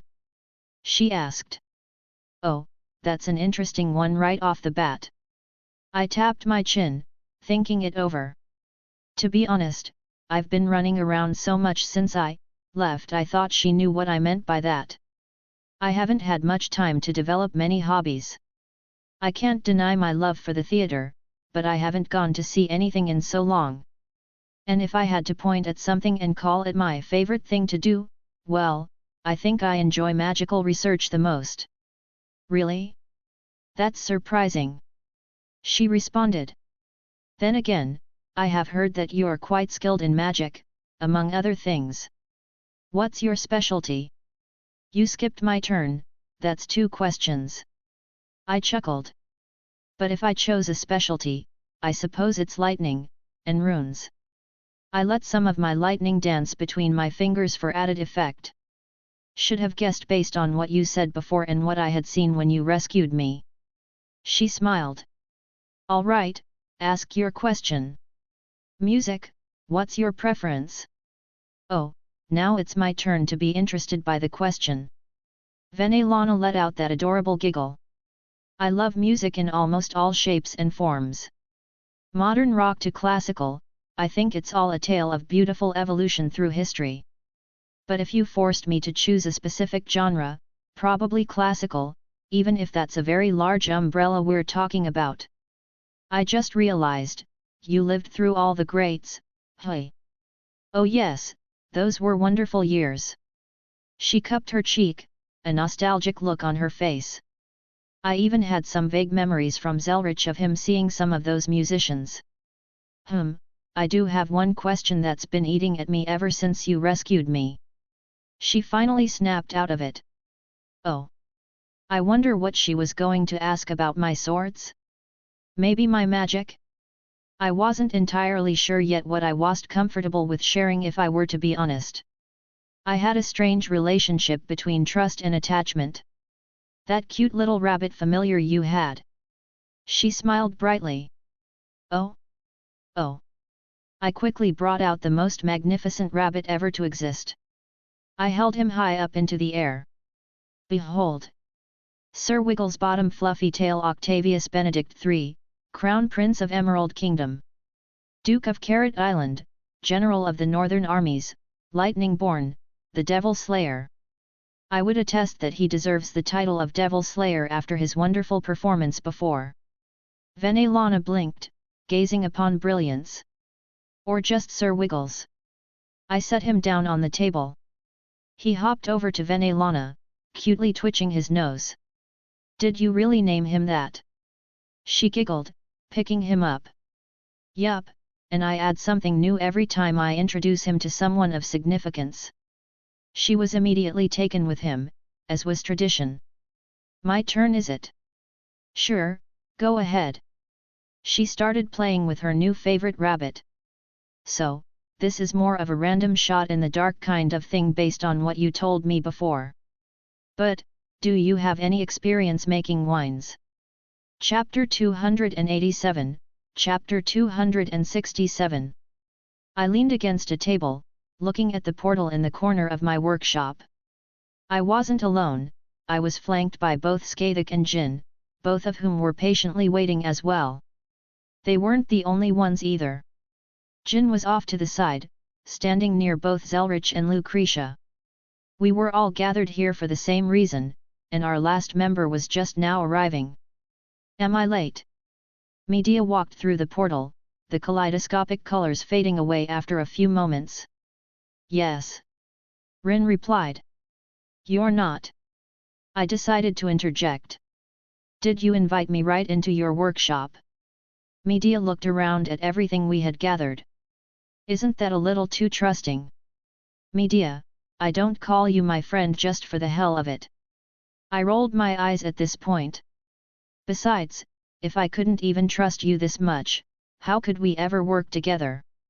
I think I flustered her again, because she wasn't responding. Shall we do introductions? Zelretch offered. Medea cleared her throat. I would appreciate getting caught up as everyone here seems to know each other. Oh, me first. Jin volunteered. I'm Jin, spirit for the relic of knowledge. An item created by the gods of my world. Every century I can answer any 3 questions not about the future. Well, isn't that interesting? Medea gave her a appraising look. And that skin tone. I could do so many wonderful things with that color. Oh, should I be worried or excited? Jin smiled brightly. Both. I chuckled. She loves making clothes. Oh, let's talk about that afterwards. Jin perked up, speaking towards Medea. I would love some more clothes that complement my color. I have so many ideas. Medea looked just as excited as Jin at the idea. But yes, afterwards.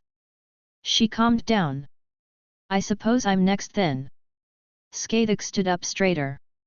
I am Skathik, the queen of the land of shadows. Lady Skathik. Medea said respectfully. It's a pleasure to work alongside such an accomplished magus. I share the sentiments, Medea of Kalkis. Skathik smiled faintly. A bond of respect between 2 accomplished witches. And Lord Zelretch. Medea turned towards Gramps. It's been a while since we've spoken. Oh yes, quite a few months. Zelretch nodded. Wait, you 2 have met? Rin looked surprised. Of course. Medea scoffed. Do you think he wouldn't want to meet me, girl? I am one of the most powerful and knowledgeable magic users ever to walk the planet. Hag. Medea twitched. Brat. Witch. 2-bit magus. If nothing else, this made the whole thing worth it. I said idly, watching them bicker. You got something to add? Schweenorg Rin snapped her head towards me. What she said, boyo. I can always call over Artoria and Kyuzuki. I crossed my arms. They both deflated at the threat. Now we have that settled, we have one last person to introduce. Zelretch stepped to the side to let Lucretia step forward. She had been silent, just watching everything with an amused look. I'm Lucretia Zola, Zelly's girlfriend. She introduced herself. I'm here for my knowledge of myths and legends and how they affect the material world. I dare say that no one is more knowledgeable in this room about legends and such than I am. A bold claim. Medea eyed her up and down. And I look forward to picking your brain. Good, now we have that out of the way. Zelretch clapped his hands. Shall we get this show on the road, Wilhelm? He turned the attention back on me. All right, I'm sure everyone knows what we're here for. And I just wanted to thank you all for helping me with this, it means a lot to both me and the lizard. Fuck you, you brat. Skathuk, can you please remove the boosted gear from within me? She raised an eyebrow, but moved to oblige. I could do it myself, with effort, but it's easier to have someone else do it at this point. Not to mention she'd done it in the past. She placed a hand on me, and I felt her runes enter my body, my magic resistance strained against her, but these were primordial runes, something enough to push past. With a bright light, the boosted gear was pulled out from my soul and she placed it on the table. Hello, everyone. The jewel on the gauntlet lit up, letting his voice echo out. I don't think I've ever had a dragon greet me so politely before. Medea just looked at it blankly for a moment. But the more I spend time around you, boyo, the more my worldview shifts. A dragon I may be, but I have my own pride, princess. You're helping me in a way I can't properly express gratitude for. If I could move around without assistance, I would promise you help if you ever call upon me. The mood got heavy. Hi, Drake. Jin waved towards the gauntlet. And thus, the heavy atmosphere dissipated immediately. Hello, Jin. Drake said with clear amusement. Now that everyone is truly here. I swept my gaze around the room.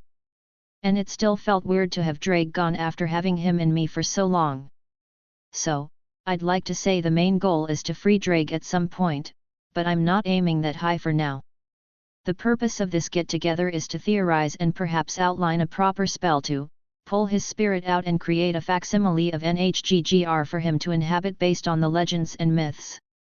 I already have several spells that do something similar, but we're dealing with a living soul here and specifically that of a dragon. You don't aim low, do you? Medea was investigating the gauntlet. And this was created by divine hands, yes. The God of the Bible. I nodded. Medea bit her lip. You can color it up however you want, but this thing is a prison, that much is obvious. So doing what you want to do is made that much harder. Indeed, and it is by no means shoddy work. Zelretch added in his own thoughts. The fact that someone as strong as Drake hasn't broken free thus far only shows how strong it is.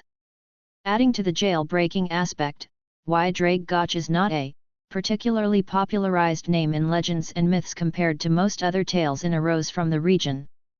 Lucretia floated over. If you're wanting to sidestep some mechanisms by using his own mythological weight, that's going to be difficult. Yet, all of this is valid. I wouldn't deny the inherent difficulty of this endeavor.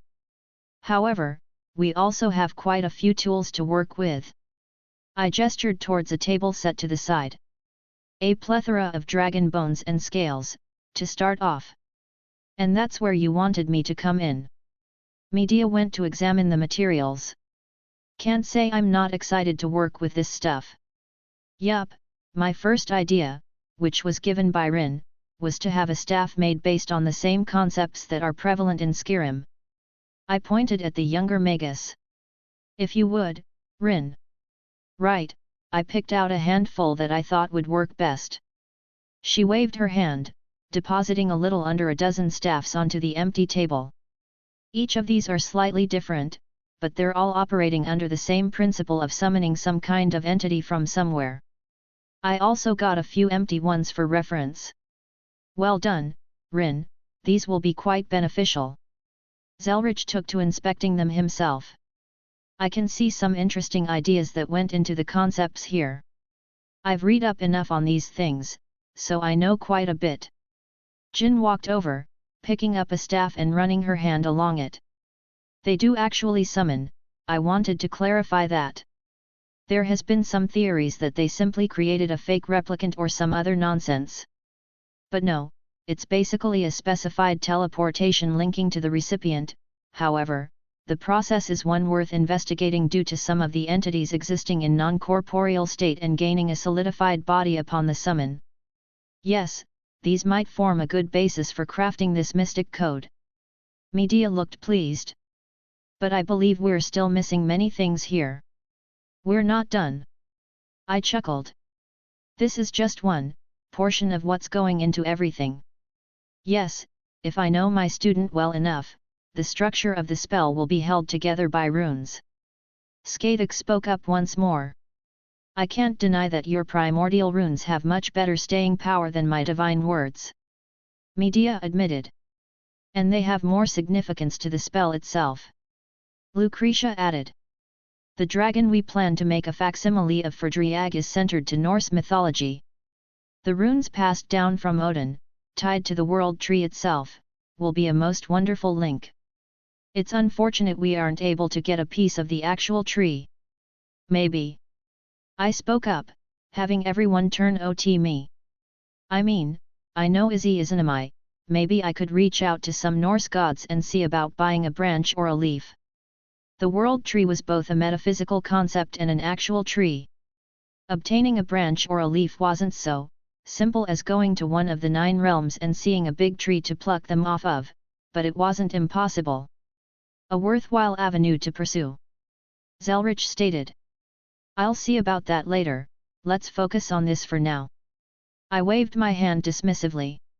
What about your Thursday your dragon voice? Rin asked. It should resonate with both Drake and the concept of NHGGR due to the origin. Hey, that's a good idea too. I rubbed my chin. I don't know a shout that would be viable, but I can't dismiss the idea that there is one out there. I'll check with Thorim when I go to see him in a few days after the festival. I snapped my fingers, pointing to Medea. That reminds me, you good to go? Medea rolled her eyes, forcing herself from smiling. I have everything ready. Good, I wanted to make sure she wasn't scrambling last minute since the invitation was rather last minute. For this mystic code, which I am assuming is a staff, what about the foci? That's where I'm coming in as well. Also Zelretch and Rin are helping me with this part. Jin responded again. I'm sure you're familiar with this stuff. She brought out a crystal of dust. Crystallized mana. She exclaimed in surprise. Wait, why is it so weak? It's from my world. Jin explained. Still crystallized mana like what you know, but it's not as dense as you're familiar with. However, it's much more accessible. She waved her arms, producing a lot more, letting it all flow out into a small pile. You've been holding out on me, boyo. She glanced my way. Dragon remains, crystallized mana, I don't know what to expect next. How about some magical metals? There's one that the legends say is the blood of a god that sunk into the land. I added more metals to our already abundant pile on the table, causing it to groan. I was kidding.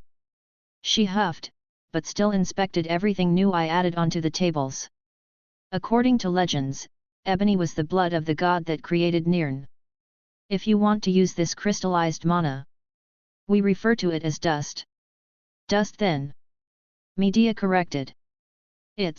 We're going to need to do some things. We got that covered. Rin replied, seemingly dropping their little rivalry for now. We're going to compress it and make a pseudo-jewel out of the stuff. Oh. Medea scratched at her chin idly, looking as if she was mulling it over. Yeah, that could work. would also remove the need for soul stones. I was skeptical on their use after the new revelation Serena had given me. I'd be looking into them more when I helped Thorim and Serena later. Tell me which materials you are using, I will begin carving runic sentences into them to bring them closer to the concepts we're desiring. Skadik looked upon the materials, picking up a metal ingot here or there. I guess I should start bloodletting now, get us a good amount. I groaned at the idea. Wait, why are you using your own blood? Medea asked. Long story short, Drake turned my heart into a dragon's. So, my blood should more or less be the closest to Drake's we have available. And blood could do amazing things for spells. Let me take note of everything we're working with and I'll start researching on how best to name and attach what we need to this staff. Lucretia took out a notebook and a pen. Names had power, giving the staff an actual name, like carving it on the item, would help exuberate the underlining connections.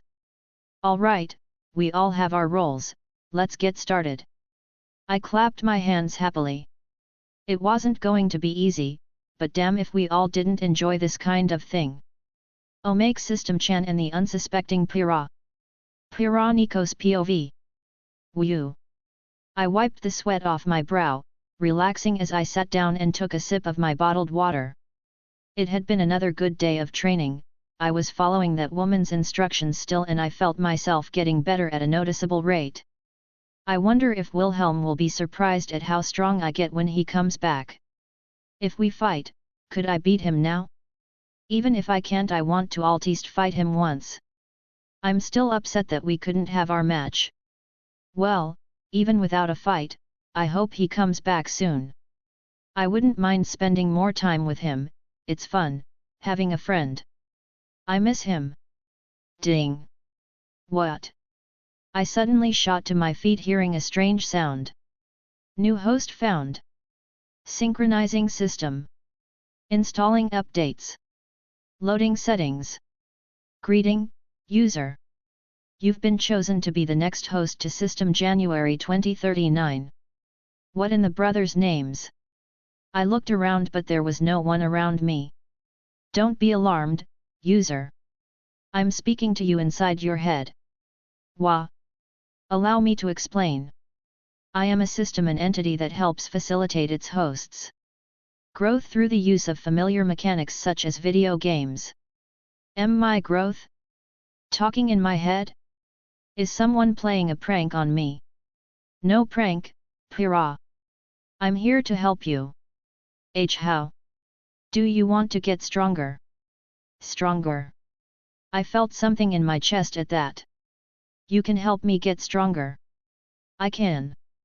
I can help you get strong enough to be unrivaled. You can help me get strong enough to beat Wilhelm. I don't know why I was asking this, I doubt this thing even knew who Wilhelm was. You want to defeat Wilhelm Schweinorg? I can help you beat him. Why, you know who he is? I didn't know how to respond to that. What was this thing really? Of course, I can help you get strong enough to beat that big bully. That's amazing. Was this my chance? Could I actually match him? Wait, bully. But why stop there? Hey!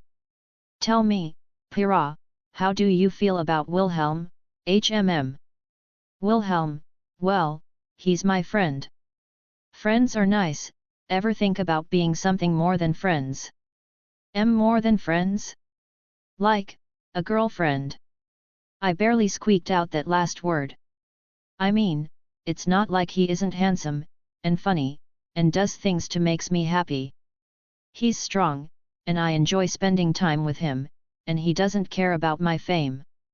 He teases me all the time, but he gives me hugs that are nice too. It sounds like you have a crush on him. It doesn't matter. I shook my head. Besides, he said he has a daughter, that means he has a girlfriend or wife already. Are you going to let that stop you? Of course. I huffed. What if I told you, he has a harem? A harem. I said quietly. Like, he has multiple girls. He does indeed. Now, does that change your mind? Multiple girls? But, does that mean he would? I could feel my face heating up. I would have a chance. A chance? Oh, Pira, why stop there? What do you suggest? If you get strong enough, how could he deny you? Get strong enough that he has to accept me. I repeated to myself. If I beat him, then he would want to be my boyfriend, is that what you're saying? Sure, let's go with that. But, you're thinking too small again. Too small? Why not aim for being his only woman? His only woman? Imagine it, Pira, Wilhelm fawning over you, and only you for the rest of your life. That handsome smile of his, reserved only for you. Waking up in the morning, and he's there, in nothing but an apron, cooking you breakfast. At night, he gives you a foot rub after he rocks your world before bed. And every day he brings you flowers and chocolate and... Yes. I shouted, only realizing I did so after a moment, and feeling my face flush. I mean, yes, let's do it. Good, but you have to keep me a secret. Why do I need to keep you a secret? Is there something wrong with you? No, nothing like that. But, you don't want to give away all your cards, do you? And imagine the jealousy and attention you would get. On top of just being famous. That's a good point, alright, I won't tell anyone about you. Oh, Pira, this is the start of a beautiful friendship. Friendship. I felt my eyes light up. Of course we're friends. And let's start your super duper secret training. Oh, I like that sound of that. It's like I'm on a secret mission. That's a good way to think of it. In fact, let's call it Operation Yandere Revenge. Yandere? What's that? It was a word I've never heard before. Oh, don't worry about it. Just remember, you're the only girl he needs. Chapter 288, Interlude 17. Saray Org POV. You sure we should be coming over here? It's fine, Koisha. I slapped her shoulder. What's the worst that could happen? Many things could go wrong. She sighed, but I didn't dwell on it. After meeting Wilhelm, well, I felt like I should visit Rias. It'd been too long since I'd seen my other cousin. You worry too much. Shouldn't you at least give Rias a heads up that you're coming over? Nah, it's fine. I continued walking towards this human school that Rias was going to. I couldn't say I understood why she was doing this, seemed pretty pointless to me, but I guess it made her happy. What about the others that you left in Kyoto? She asked. They can take care of themselves for a few hours. There weren't many people around. Did the humans already go home for the day? And we won't be here long, a couple hours at most. Why are you so intent on seeing Rias? It's not like you can't get a hold of her whenever you want. Koisha increased her pace to keep up. I stopped, letting out a sigh. I still feel kinda bad, you know. I scratched my head. I felt like I should have been able to do something about Wilhelm. How alone must he have been? And I heard Rias is having a tough time because of her marriage, and I want to do my best to help the family that has stood by my side. I just wanna be helpful somewhere. Maybe I could give her some tips on training or something. I didn't really understand the political stuff, that's what I had my peerage for. Koisha would take care of that when I become a Satan. It's hard to deny you when you say something like that. She groaned. I guess this isn't really as bad as what we did with Wilhelm. At least Rias is friendly and it's not like we can't just pop up if we want to. Not like she hates you. Yet. I let out an awkward laugh. That was my bad, I just got so excited. Did you see that fight he had with Susanoo? And when I finally met him, my blood was boiling, ready for a fight. I pumped my fist in the air. Maybe he'll wanna fight me later. And Regulus said that he had the boosted gear? How strong was he really? I was excited to find out. He was definitely stronger than me. My instinct told me that much. But that just meant I had someone to measure myself against. And I had ways to get stronger. Old man Nurarihayan said that my Toki was still rampaging too much. Something about needing to force it down more. I didn't really understand. I did most everything with my gut feeling, but I'd check with him later to see if he could help me. I usually like to figure everything out myself, but I really wanted to match up with Wilhelm if he ever accepted my request to fight so not to fall behind him. I heard he'd only been training for a few months and he's already this strong. I wouldn't let myself fall behind. This is nicer than I thought. Koisha said we approached the gates. Then again, I'm not really familiar with Japanese schools. Do we just go in? I asked. You're asking me that now? She huffed. Might as well, it looks like everyone's gone for the day. If I remember right, they're in the side building over there. She pointed off towards the side. Let's go. I marched on, my queen following behind. Human schools were a little interesting, I guess. So many classrooms stuffed into the buildings. Must have been a good way to make friends. I think Rias mentioned that they have clubs or something like that. I wondered if they had clubs focused on some kind of fighting or martial arts. I sense stronger wards here, I think this is the place. Koisha stated, pointing to a set of double doors. What are you doing? Both Koisha and I heard a shout. It sounded like the tone of someone in trouble. I didn't even think before bursting through the doors. There were many people in the room, but my eyes immediately fell on the ones who were not part of Rias's peerage. I recognized the man standing off to the side, his hand engulfed in flames. Under his heel was a young man, struggling under the pressure. Looking at everyone's faces for a second, I could tell what happened and I moved. I already held the phoenix by his throat. His flames burst off, but my Toki wrapped around me, stopping his flames from reaching me. Master! A woman standing behind him screamed as she began to cast some magic, but I trusted Koisha to handle her.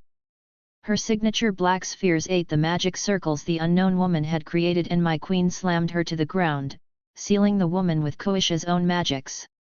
Why, you bastard! The Phoenix brat choked out. How dare you attack my cousin? I squeezed a little harder. Sigh. Rias finally realized it was me. Rias, want me to take out the trash for you? I offered, glaring at him again. That will be unnecessary. A sudden burst of magical power filled the room, the strongest Queen Graphia Lucifuge, teleport in. Saray Org Bale, please release Riser Phoenix. I glanced at her and back to the squirming Phoenix in my hand still trying to escape. With a grunt, I tossed him to the side. Why, you bastard, how dare you, do you know who I am? Of course I do. I crossed my arms. You're the weakest little bird of the Phoenix family. He snarled, his hands enveloped in fire again. All right, let's fight. I grinned. I've always wanted to see how many punches it took to get through a Phoenix's regeneration. There will be no fighting. Graphia Lucifuge's aura spread out, covering everyone. I shivered slightly, dropping my fighting stance. Maid, he attacked me. The Phoenix boy shouted, pointing at me. And you were standing atop one of Rias's peerage members. I snorted. But if we're having a disagreement, let's settle it with a rating game. Enough. Graphia scowled. And release his queen. Tell her to stop trying to cast spells. Koisha replied. She will stop. The maid glared at the other woman on the ground. Koisha got up and moved back to my side. I was supposed to come mediate this discussion. She swept her gaze across the room. And I would like to point out that I am not late. So, Riser Phoenix, why are you here before me? Her eyes landed on the bird boy. I was just coming to see my fiancé, what's the big deal? You ignored my orders. Graphia's lips thinned, she didn't look happy. And who's your fiancé? Like hell I'm marrying you, Riser. Rias shouted back. Why argue over something that's already decided? He waved at her haughtily, ignoring her shouts. It's not like you're actually able to beat me in a rating game anyways. Rias's peerage did an admirable job of not lashing out. Good, I know I'm a hothead, but it's better for her to surround herself with people that can keep their cool. That's what I do, fill in my gaps with my peerage. It appears this will not be a productive meeting. And I doubt it will be remedied today, we will attempt discourse another time. Riser, return to the underworld. Riser scowled. Yeah, whatever. Too many losers here anyways. He snapped his fingers, bringing up a teleportation circle that enveloped himself and his queen. They disappeared after a second or two of it activating. What a punk! I grunted, letting my Toki disperse. Sai, what are you doing here? Rias suddenly asked. I'm curious as to your presence here as well, Saray Orgbail, you were not supposed to be present for this meeting. The queen narrowed her eyes. Ha ha ha, well, about that. We didn't know there was a meeting. Koisha answered. Lady Lucifuge. We merely were visiting my king's cousin to catch up. An unfortunate coincidence then. She let out a sigh. I wouldn't call Riser attacking Rias's peerage and us walking in on it as unfortunate, Lady Graphia. Kuziha stated. The maid pursed her lips. I will make a note of it and see what I can do. Sigh. Rias tugged at my sleeve. Not that I'm unhappy to see you, but why'd you suddenly come visit? Well, I just came from seeing Wilhelm, and thought it'd be nice to see you too. Rias always was so adorable. Wait, you saw Wilhelm? She exclaimed in shock. Haha, yeah. I talked with him for a little while. I didn't realize how strong he was until I saw him in person. I looked around at everyone. Lucifer's queen seemed interested as well. Well, I can say that for you too. You seem a lot stronger since the last time we met. You make it sound like it's been years, Sai. It's only been like a month. Rias chuckled. And good to see you too, Koisha. She waved towards my queen. You as well, Rias. Koisha replied with a smile. Let me introduce everyone. Rias clapped her hands. Everyone, this is Sai, my cousin from my mom's side. He's the rising star of rating games and considered the strongest young devil. Haha, Rias, you're gonna make me blush. I couldn't help but rub my neck in embarrassment. Sai, you know Akeno my queen, and Konako, and Kaiba. He gestured to each of them. And this is my newest member, my pawn, Issei Hyudu. It was the boy on the floor under Riser's heel. I looked him over, he didn't seem too strong yet, but there was potential there. He had a good spirit though, and he hadn't stopped struggling. Nice to meet you. I held out my hand in greeting towards him. Why yeah, thanks. He took it with an awkward smile. Thanks, by the way, Sai. Rias said. Things were already difficult with Riser around and everyone talking about the marriage. If I was more forceful, he could have said some things and maybe moved up the marriage date. Ah, no wonder she didn't make a move. Devil politics, I never enjoyed them. No problem at all, Rias. I assured her. I'd be happy if he came looking for trouble. I've never fought a Phoenix before, it's a pretty exciting idea. Only you, Sai. Rias giggled, shaking her head. But what's this about Wilhelm? Oh, yeah. I almost forgot. I went to Kyoto and thought I'd check up on him since we'd never met before. Just like that? I thought you would be kicked out. Well, I did have a letter with me that let me come around. I see. Was there something going on that I didn't know about? So that was your fiancé? I asked her. Rias scoffed, crossing her arms. So I'm told. I keep denying it, but yet, if I don't win my rating game, I'll be forced to marry him. I've only heard a thing or two about Riser Fenix, I don't really like him that much. I think she had much better options available to her. I've been training and stuff, but there's only so much I can do. Don't sell yourself short, Rias. Sometimes people needed a pep talk. I remembered my mom used to give me them all the time.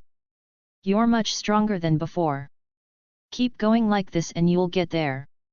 How long until the wedding? Ugh, like 7 or 8 months. They pushed it back, but it isn't set in stone, so I'm a little worried they're going to pull it forward again. All right, that should be plenty of time. I nodded to myself. Rias blinked. Plenty of time for what? I'm going to help you. I smiled, giving her a thumbs up. I'll get my peerage, and we'll help you all train for your rating game. Why you going to help me? Rias said in confusion. But why? You're my cousin, why wouldn't I help you? I guess if I hadn't seen Wilhelm the other day, I might not have come here to see Rias. Maybe I would have kept my distance, let her handle everything. No, I didn't want to see Rias suffer having to marry Riser. She's always been so kind to me, I wanted to repay that. Don't get me wrong, Rias. After you make your debut, you're on your own and we'll be competitors. But right now, you're fighting to prevent your marriage, so I'll do what I can to help you. I put a hand on her shoulder. After all the help she and her family gave me, how could I not? Sigh. She exclaimed with a big smile, wrapping me up in a hug. I chuckled, rubbing her head like I used to do when we were kids. We're gonna be busy for the next couple days, but afterwards, I'll come over with everyone and we'll start some good training together. And it meant that her peerage and she will be stronger once they start truly competing. She had some strong members with her, I'd love to face off with them once they reach their full potential. But for now, I just wanted to help my cousin. Non-canon Omake Wilhelm Henry Schweenorg, attorney at law, the other side of the table. Wilhelm Henry Schweenorg. A voice boomed. It wasn't simply loud, no. The voice echoed through reality, every plane of existence heard it, felt it as it reverberated through the minds of every sentient being in this universe. The entity looked like it was made from the stars itself. It stood massive, yet its size was immaterial. If so it desired, it would hold the entire universe in the palm of its hand. It was golden with 3 faces, one covered, one partially covered, and one fully revealed, each representing an aspect.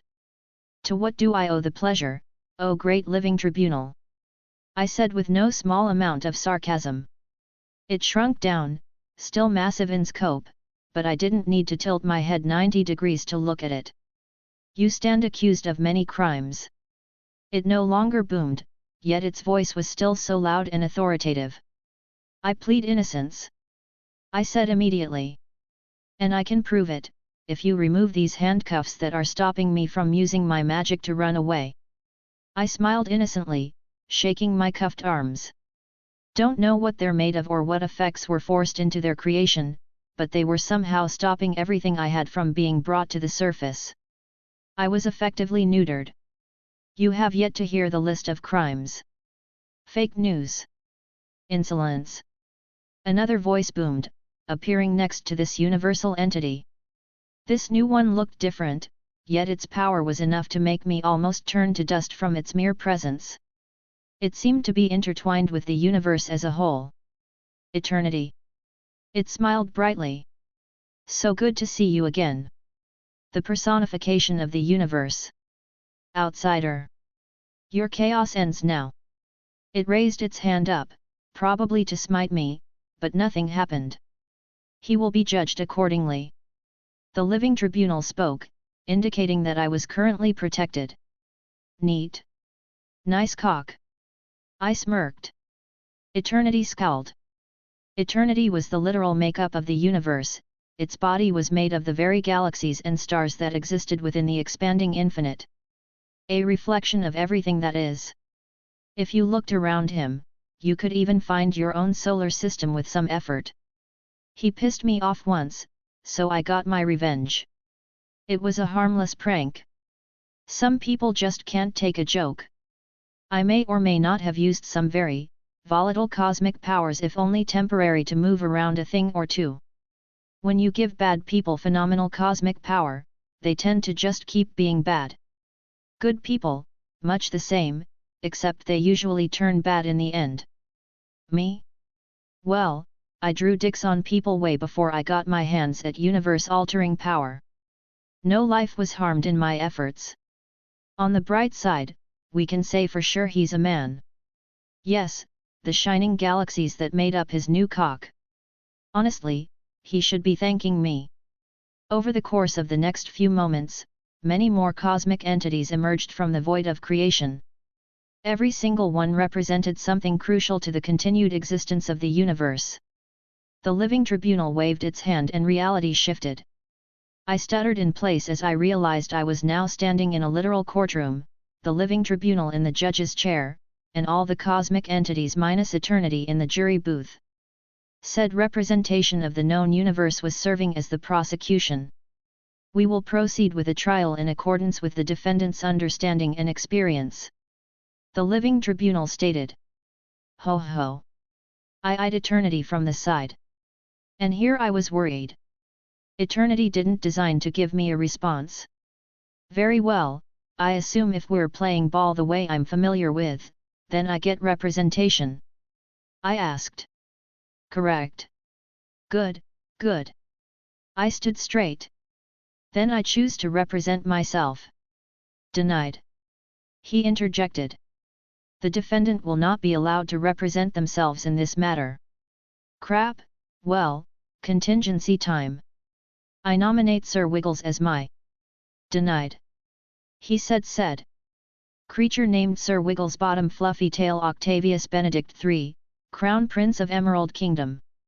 Duke of Carrot Island, General of the Northern Armies, the Lightning Born. The Devil Slayer. Is recognized as an extension of the defendant. A phenomenon more widely known as a familiar. Such being the case, is denied right of representation. As foreign entity to the universe, you shall be judged by these inhabitants of the universe. Thus, a resident of the universe shall also defend you of the accusations. The scales remain balanced.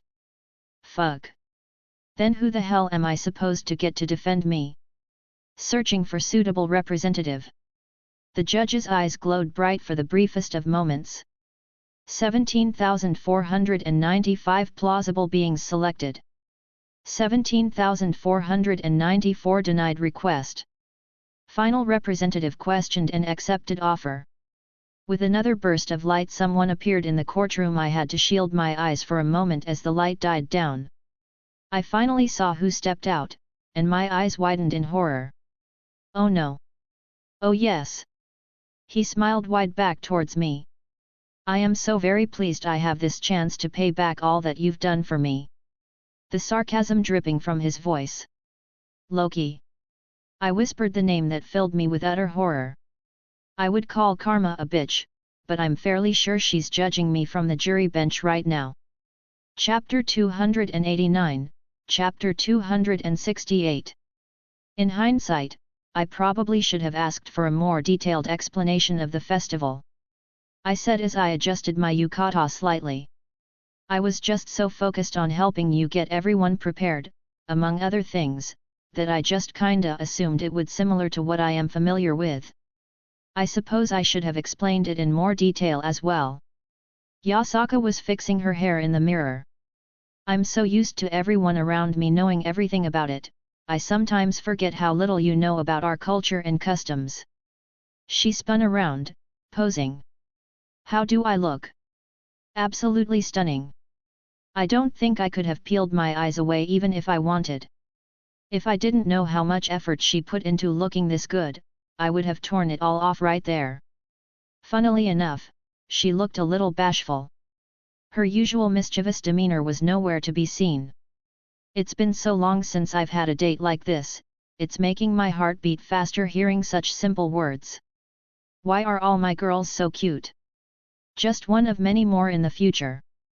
I reached out, lightning tugging on her hand so she was pulled into my arms. Her ears twitched adorably. I can't wait to experience all of them with you. Why you re-teasing me on purpose? She pouted cutely. One of the rare occasions that I'm able. I didn't deny it, kissing her forehead. Mao you bully. She huffed, burying her head into my chest. Come on, now that you've undressed me with your eyes enough, let's go get our daughter. She giggled, pulling on my hand. Well, I wouldn't refute her words. Getting Kunu was a simple matter of walking out into the living room of her living quarters. Our cute little fox came bursting out of her own room. Daddy, look! She exclaimed, showing off her own cute kimono. My little fox is so beautiful. I smiled, lifting her up after she shot into my arms. Am I prettier than mommy? She asked innocently. Yes, Wilhelm, is she prettier than me, HMM? Yasaka regained that mischievous look of hers. You both planned this? I deadpanned, booping Kunu's nose. And I think you both are equally beautiful. That's cheating. Kunu pouted. Now Kunu. Yasaka grabbed one of Kunu's tails. Don't tease your daddy too much. Kunu wiggled in her mother's grasp, unable to escape as Yasaka picked her up. Mom! She whined, getting doted on. Are you ready to go have fun? Yasaka rubbed Kunu's head. I wanna eat all the snacks, and I wanna play all the games. Oh, and can we go get a mask? I want a different one than last year. Oh course, my little fox. We'll do all of that, together. Yasaka said quietly, affectionately rubbing her head. Kunu, tails and ears twitched excitedly and grabbed at both our hands to start pulling us towards the door. Hurry, we're going to miss it. Sweetie, it goes on all day and into the night, we aren't going to miss anything. Yasaka just laughed as neither of us tried to stop her. Maybe we shouldn't? Let her be so willful, but she had a tough childhood. I don't think either of us wanted to stymie her ability to be a child even if she got a little on in the years and still acted like this. So, I don't actually know much about the festival, mind giving me a rundown? I asked, as we started leaving Yasaka's manor. I eyed a few dozen guards that appeared, taking up positions as they trailed us. I've said before that we honor the gods that helped create our home. Primarily, we honor Amaterasu and Tsukuyomi as our main focus, but also pay homage to a plethora of others. Thus, the festival starts when the sun is at its highest and ends when the moon is at its highest. That's smart. I nodded along at her explanation. Though, I don't know if I can take one of those gods seriously anymore after the incident. I was keeping it PG for Kunu's sake. Though, she seemed more focused on the festivities that were coming into view. Believe me, I know. She groaned. But that's the gist of it. We simply celebrate under the eyes of our gods. We thank them and show them the gifts they had given us. No big speeches or anything like that. I questioned. Nope. She smiled happily. This isn't about me, nor do I draw attention to myself. This is about every one of our people being thankful in their own way. To pray and give their own personal thanks to Takamagahara. I'm just in charge of setting everything up. Neat. Does Susanoo get recognition in any way? Would seem weird to exclude him. Funnily enough, he didn't care until a few years ago. He decided that he wanted a little tournament to happen. Nothing too pretentious, just drawing lots and fighting until a victor, or whatever. It usually devolves into a big brawl, but everyone seems to enjoy themselves. It's very popular with newer Rihian's lot, so I didn't care to regulate it any. He probably just wanted a show to watch. Yasaka just shrugged. Keeps those muscle heads occupied and not causing trouble. Speaking of muscle heads, I can bet where Skathik is going to end up. Yasaka snorted out a small laugh. Yes, I'm sure some poor yokai are in for a rude awakening. But I'm surprised you haven't asked about the others. I'm not that dense. I rolled my eyes. If they aren't around, nor if you didn't bring me to them, that meant that it was all talked about beforehand. This is our date, so I was going to focus on you and Kunu. I poked her swaying tail. You're sweet. Yasaka snuck in a kiss on my cheek. But you're right, I reserved you for today. Oh, you reserved me, hey. Oh yes, I told all your other girls that for tonight, you're mine. She smirked. All yours. I leaned in and captured her lips, a quick kiss before breaking away. As long as it's all taken care of, I'm good. Oh, it is, and don't worry, I demanded pictures in case we don't meet up at all. And I made sure that Medea and her fiancé made their way over. And like that, I have no worries. I finally felt really relaxed since everything was taken care of. A night to just spend time with my woman and my daughter. It was easy to guess that Yasaka spoke with the others and wanted her own date time, so I didn't meddle. They needed to be able to talk amongst themselves for things like these. And I highly doubted any of them protested, with the effort that Yasaka put into making this a reality. Daddy, Daddy, I want that. Kunu interrupted my thoughts, pulling on my sleeve. She was pointing at the dango stand near us. I shot a glance at Yasaka, who looked exasperated but conceded. Since it's a special occasion, you can splurge today, she said reluctantly. I wonder if Artoria is a bad influence on our growing glutton. I wouldn't be surprised if Kunu admired that about her. Yasaka said dryly. Here you go, Kunu, I'll be giving you your allowance with a little extra, this is all you're getting, so make it count. Thank you, Mama. She happily scooped up the money and ran up to the dango stand.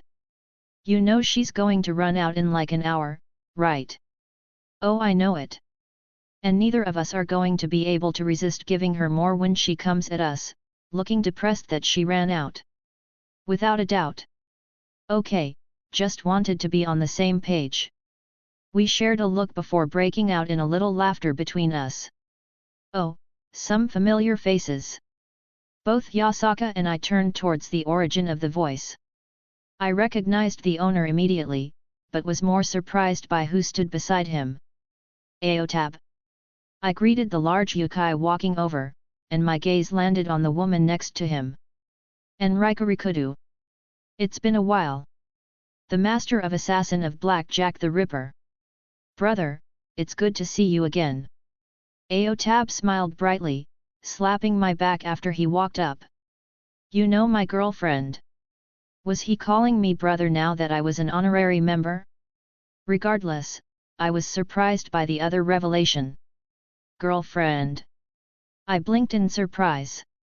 Mr. Schweinorg. Rika said, almost respectfully.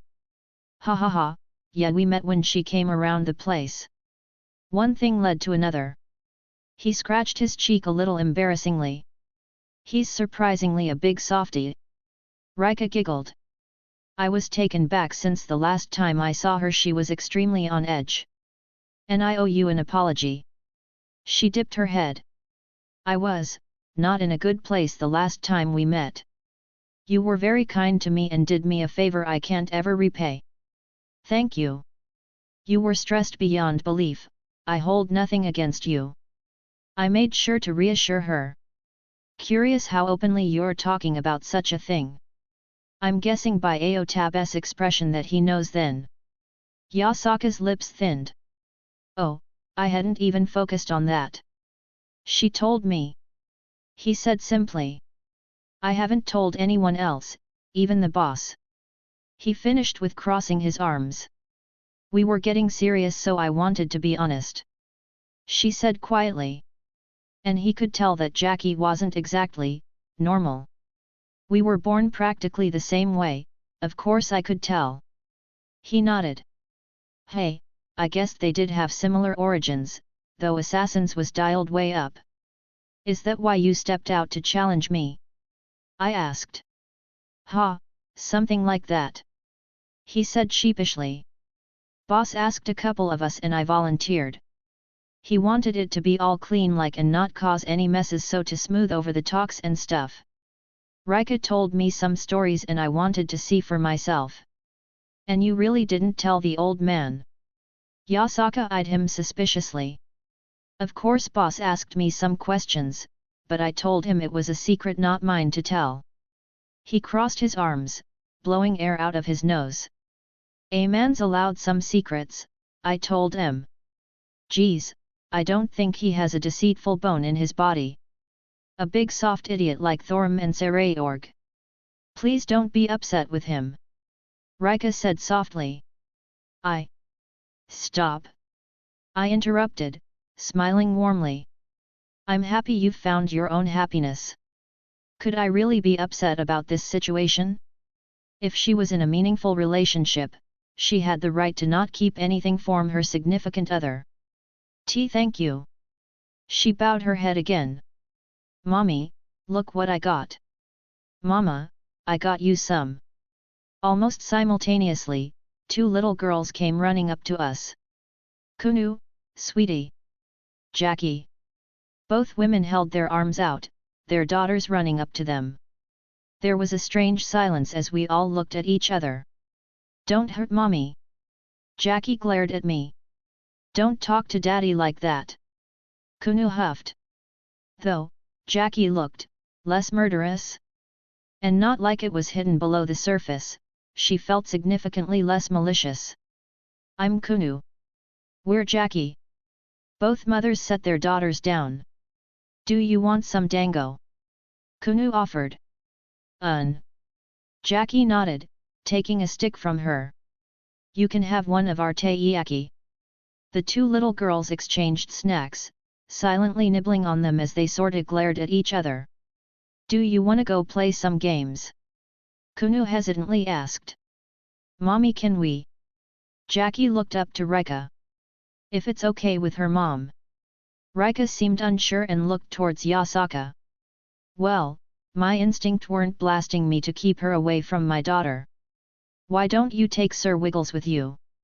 He should get out and have fun as well. I waved my hand, letting him fall into Kunu's hands. Ooh!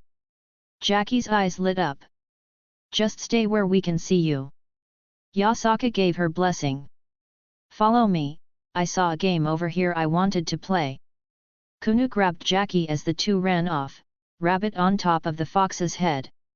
So, I turned to them. She's different. I helped her settle some of her grudges. Aotab answered. Helped her even out once they all weren't screaming in her head and pulling her every which way. That made a frightening amount of sense. Does she call you daddy too? The corners of my lips curled up. The large yokai blushed. She does. Rika grinned. I snuck my hand to Yasaka's and our fingers interlinked. She leaned into my shoulder as we watched our daughter run around, a big smile on her face. Thank you, again. Rika spoke up. If it weren't for you, I would have never have found a place to call home. Home, hey? Suichiro Kyuzuki POV. I didn't like crowded places. Wait, sis did what? The ancient hero Achilles exclaimed in shock. Oh, did she never tell you? Medea was having fun teasing her old friend. Atalanta, dear, tell him all about how you guessed wrong about the shared bathing for that city we ported in. That wasn't my fault. Medea's old friend Atalanta visibly hissed. Her feline ears flattened against her head, depicting some form of embarrassment. Visible weapons were worn by the various species of supernatural creatures passing us. An array of powers I had no previous knowledge of. Uncertainties surrounded us. Either way, I believe those men got a wonderful view. Nyat, Medea. Shadowy figures lined the rooftops. Guards or possibly something else. Looks matched the mythic Tengu. Why don't you tell him about the time you tried to eat a sea nymph? Atalanta huffed. She looked like a fish and got caught in my net. What kind of foolish nymph would get caught in a net like that? Medea squeaked out. Besides, you're the one who tried to take a bite out of her even after she revealed herself. I hadn't eaten in several days. Atalanta looked away. The emotional turmoil in Medea had subsided. She appeared to have forgiven her friend and had been cordial since initial talks. I'm jealous, I heard all those amazing stories when I was growing up.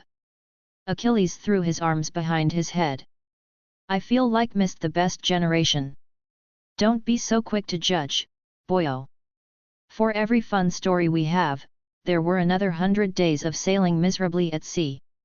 Medea scoffed. Ugh, don't remind me. My fur would get so matted and I can barely even look at fish anymore. Atalanta's shoulder slumped. And the smell. I tried to forget that. Atalanta groaned. Hey, I know what that's like. I sailed all the way to Troy without stop. Achilles snorted. How many were there on the Argo with you? And I'm damn sure that boat was magical. I was stuck with my men in our little dingy of a boat and it got bad. I could imagine. Medea turned her nose up. Boys, ew. I know. Atalanta rolled her eyes. I get enough of it from being around Achilles. Hey! Ignore him. Atalanta chuckled. So, how's it been over in what's the name of that city? Phuaki. Medea replied. It's been pleasant. After the war was over, I've just been spending time with my hubby. She grabbed onto my arm. I've been trying to break into certain clothes design circles, but that's been difficult. I think Wilhelm mentioned some about that, you making his clothes. Not my best work as it's not really my style, but it turned out pretty well. Medea replied. However, she was not being entirely truthful. She worked many hours making sure everything was to her standards. She may not voice it, but she cherished him in her own way. She has difficulty making friends and he was not been dissuaded by her attitude. What about you? What's this place been like? Medea spun around, waving at all the festivities. I doubt it's like this all the time. A more traditional festival wasn't something I had experienced in many years. It's nice. The feline woman said simply. I think that's the best way to say it, to be honest. Achilles added. We sorta were just hanging around to pay back some debt to the ass. But.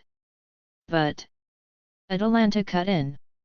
It's been nice here. The people have been accepting, we didn't really have to hide anything, and, well, I wouldn't mind calling this place home for now. You ever think about settling down somewhere else more open? She was broaching an obvious insinuation. I don't care where I am as long as I'm with my hubby. Medea grabbed my arm a little tighter. She was smiling brighter than I had seen her in many days. I looked around. I hated crowds. Too many uncertainties made me anxious. However, seeing Medea happy, such things were an acceptable accommodation. Rin Tosaka POV. Father, what about that one? I saw Mordred point at another food stall. Yes, we have yet to taste that one, good catch, Mordred. Artoria's eyes sparkled as they both walked over to claim all they could. I sometimes think I'm rich, then Saber reminds me how much she eats. I deadpanned. I know the feeling. Carrie sighed. I thought I was being paid really well, then I realized it was just Mordred's food budget. You have to try it too. Jin could be seen dragging Wilhelm's goddess lover with her to follow after. I do not require food. The goddess seemed flustered, unable to deny the blue-skinned woman. I thought she couldn't leave her realm very often. Carrie and I looked on at the scene. Don't ask me, I don't keep up with them. I just shrugged. Though, I thought she just couldn't leave for long periods or many times in a row. Here or there shouldn't be a problem from what Saber said, so it wasn't that surprising to see her up and about. I hadn't thought she would dress the part, I could easily see why Wilhelm liked her. Definitely had some amazing legs. It doesn't feel real sometimes, like I'm living in a dream. I know exactly how you feel. I nodded. It's like 1 minute I was in the clock tower, then in comes Wilhelm, and suddenly I'm living amongst a bunch of yokai, in a world where gods still walk the planet, and I've learned more in the past few months than I have in the past few years. Not to mention all my financial hardships have all but been taken care of. I've gained so many things I couldn't even put a price tag on. I thought for sure I was going to die in my war, and now here I am. Carrie took out a cigarette, lighting it up. Doing some random jobs for yokai of all things. Living with a heroic spirit, and my employer is the literal bastard son of Satan. Ha, we're going to hell for sure. I couldn't help but laugh melancholically. And there's angels running around too, what even the hell is this world? My dad warned me about his type. His type? I raised an eyebrow. Yeah, the kid's the type of person that'd either take you to heaven or pull you down to hell, but regardless, you'd have the time of your life riding along. God, he has an annoying amount of charisma that makes it hard to go against anything he wants. I scoffed. Don't I know it? He chuckled. And funny thing is, I don't think he even realizes it either. I know, that just annoys me even more. I crossed my arms. Damn idiot, making it hard to ever stay mad at him. Always checking up on me, making sure I'm not in trouble or need anything. Hell, he pulled me into his little project even when I had nothing substantial to add, and I've learned a lot just by proxy. And it's infuriating because that was probably his intention. Even if Mordred says so much crap, she has a big soft spot for the brat. Carrie chuckled again. At least you don't have to hear her gushing over him because they're dating. Saber's so shy, but once she gets going, it's like sugar injected straight into my veins. Though, I'm happy for her. I can't admit to liking that type of relationship myself, nor could I see myself in an harem, but if it worked for Saber and she's happy. Not to mention the two Saber servants would have never met like this had Wilhelm not been involved. And that's saying nothing about this entire situation. How many people should have never met but somehow got together and get along like this because of him?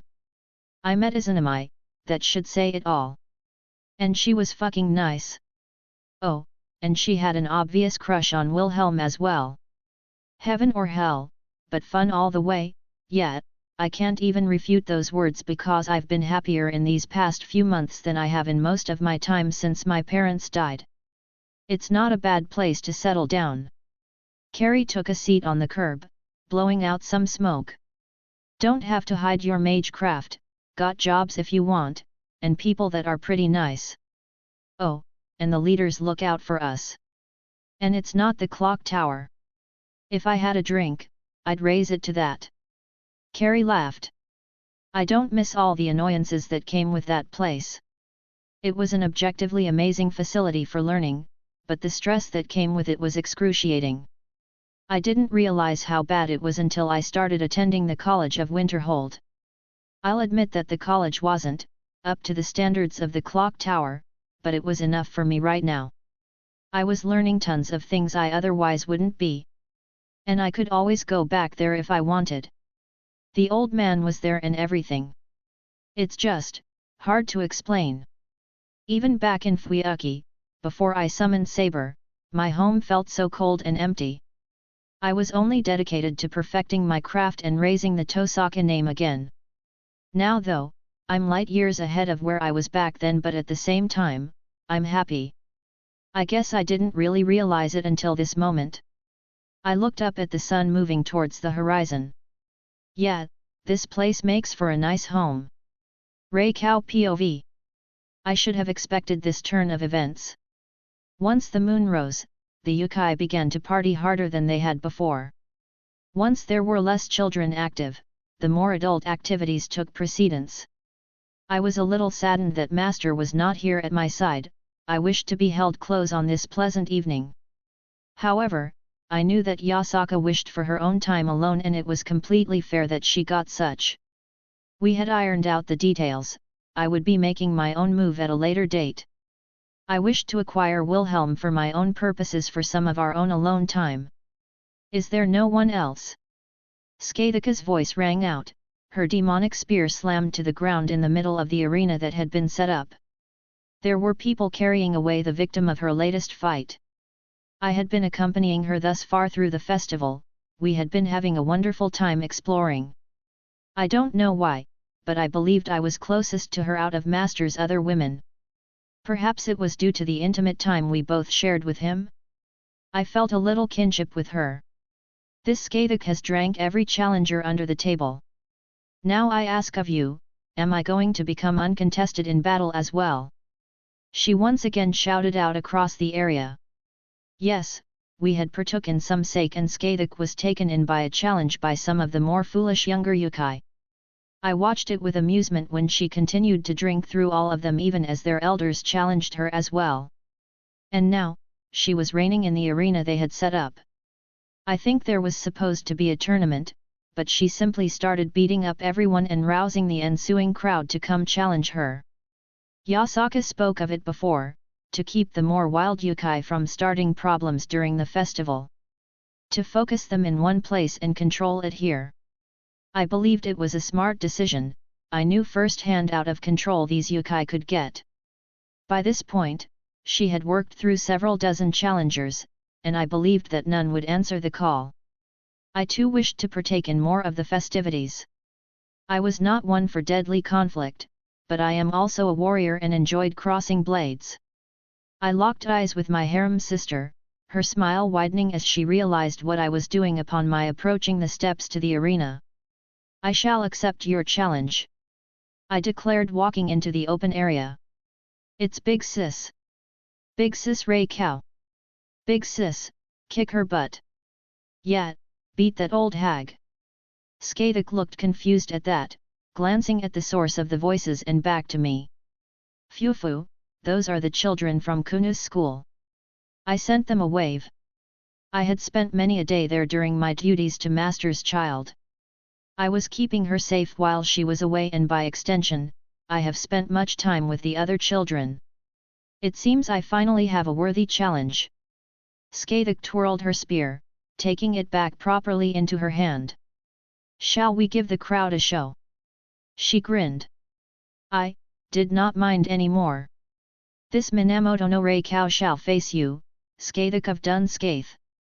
I declared, summoning forth my armaments as a servant. This was my home, I did not feel the need to hide myself any longer.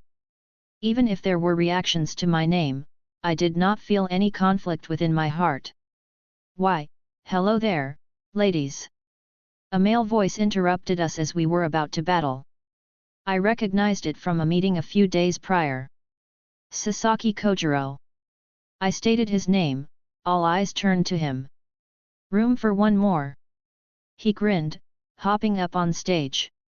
You sure you can handle us, little boy? Skathik was able to tell his nature as a servant at a glance even if I did not name him. Oh ho, I'm sure you'll find that it's my blade you'll have trouble handling. He was confident in the face of the immortal witch. I feel as though I am being ignored. I let my mana burst flow out. I have taken offense to that. With a smile, I didn't wait for any more declarations, and launched myself forward. And all chaos was let loose. Wilhelm POV. The day had gone by quick. And I can say for a fact, that's because I've had so much fun that it was like the blink of an eye. Even with a yawning Kunu, we made our way towards the final destination, the last event so to speak. I might call it cliché, but it was also a tradition for things like these. Yasaka went to great lengths to order fireworks to finish off the festival. Almost everyone started making their way towards the open hills right outside the city. We found our own little spot at the top, as if it was reserved for us, overlooking the lake from which they would shoot up from. I'm tired. Kunu snuggled up between us as we took seats on the grass. How did I ever end up with such a cute little fox for a daughter? I stroked her hair. You seduced her mom. I'm pretty sure her mom seduced me. I countered with a chuckle. Maybe, Yasaka giggled. But this is nice. It's a lot different than last year. Oh, what was the festival like last year? No. She shook her head. The festival was about the same, I meant, well, us. Yasaka looked up into the sky, sorta staring into the distance. Last year it was just me and Kunu, and now, our family got quite a bit bigger, didn't it? Family, hey. I reached over, putting my hand on top of her. Yeah, we do have a pretty big family. I couldn't help but smile, thinking about all my girls and everyone else. Speaking of. Yasaka smiled. Master Reikou's voice reached my ears, as a crowd of people made their way over. I called them over. Yasaka's expression turned very warm. I think our family should spend this last part of the night together. Nice, Spot, Shwinorg.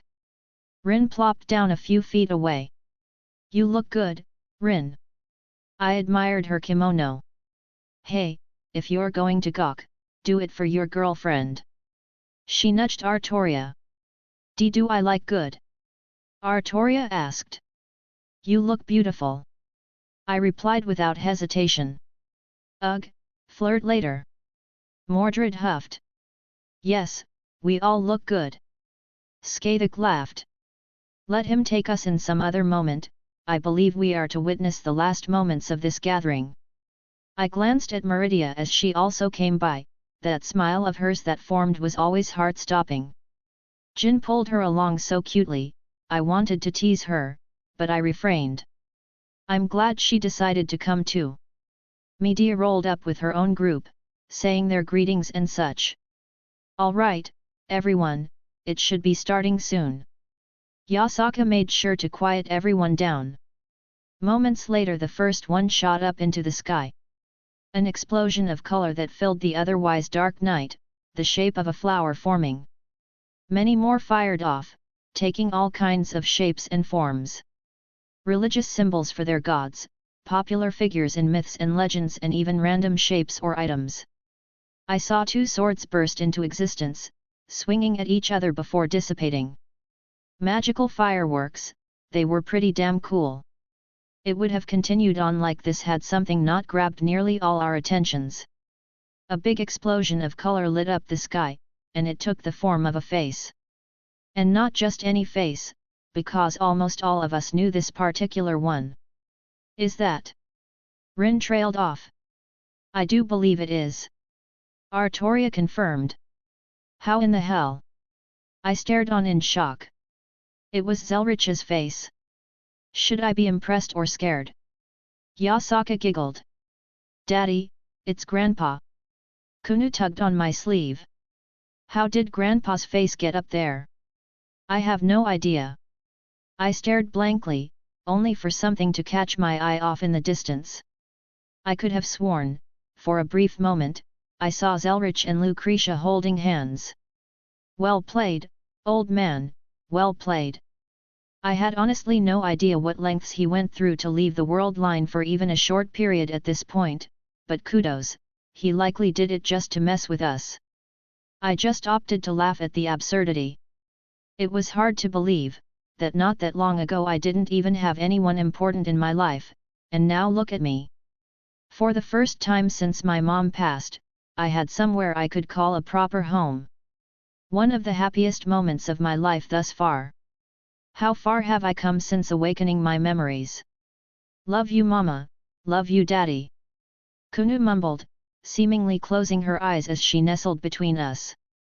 I suppose it's time for another first since my mom passed away.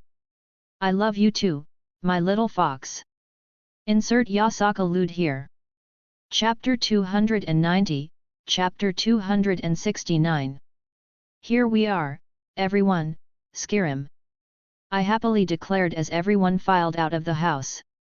The cool Skyrim air immediately splashed against our faces, the mountains on the horizon a towering recognition of the new land that opened up before them. The very moons in the sky were a stark reminder that they were now very far from home. The air is nice. Atalanta spoke up, taking a deep breath. I know what you mean. Yasaka agreed, sniffing the air visibly herself. I can't even smell any of the pollution that's so prevalent on Earth.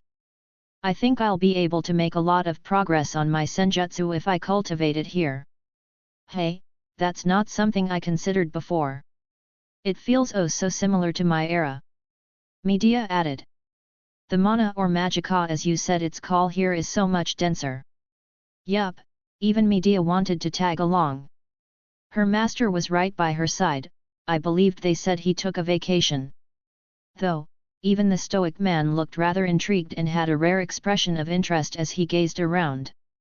Alright, so just to make sure everyone's on the same page. I clapped my hands, gaining everyone's attention. I felt like I was chaperoning a school field trip.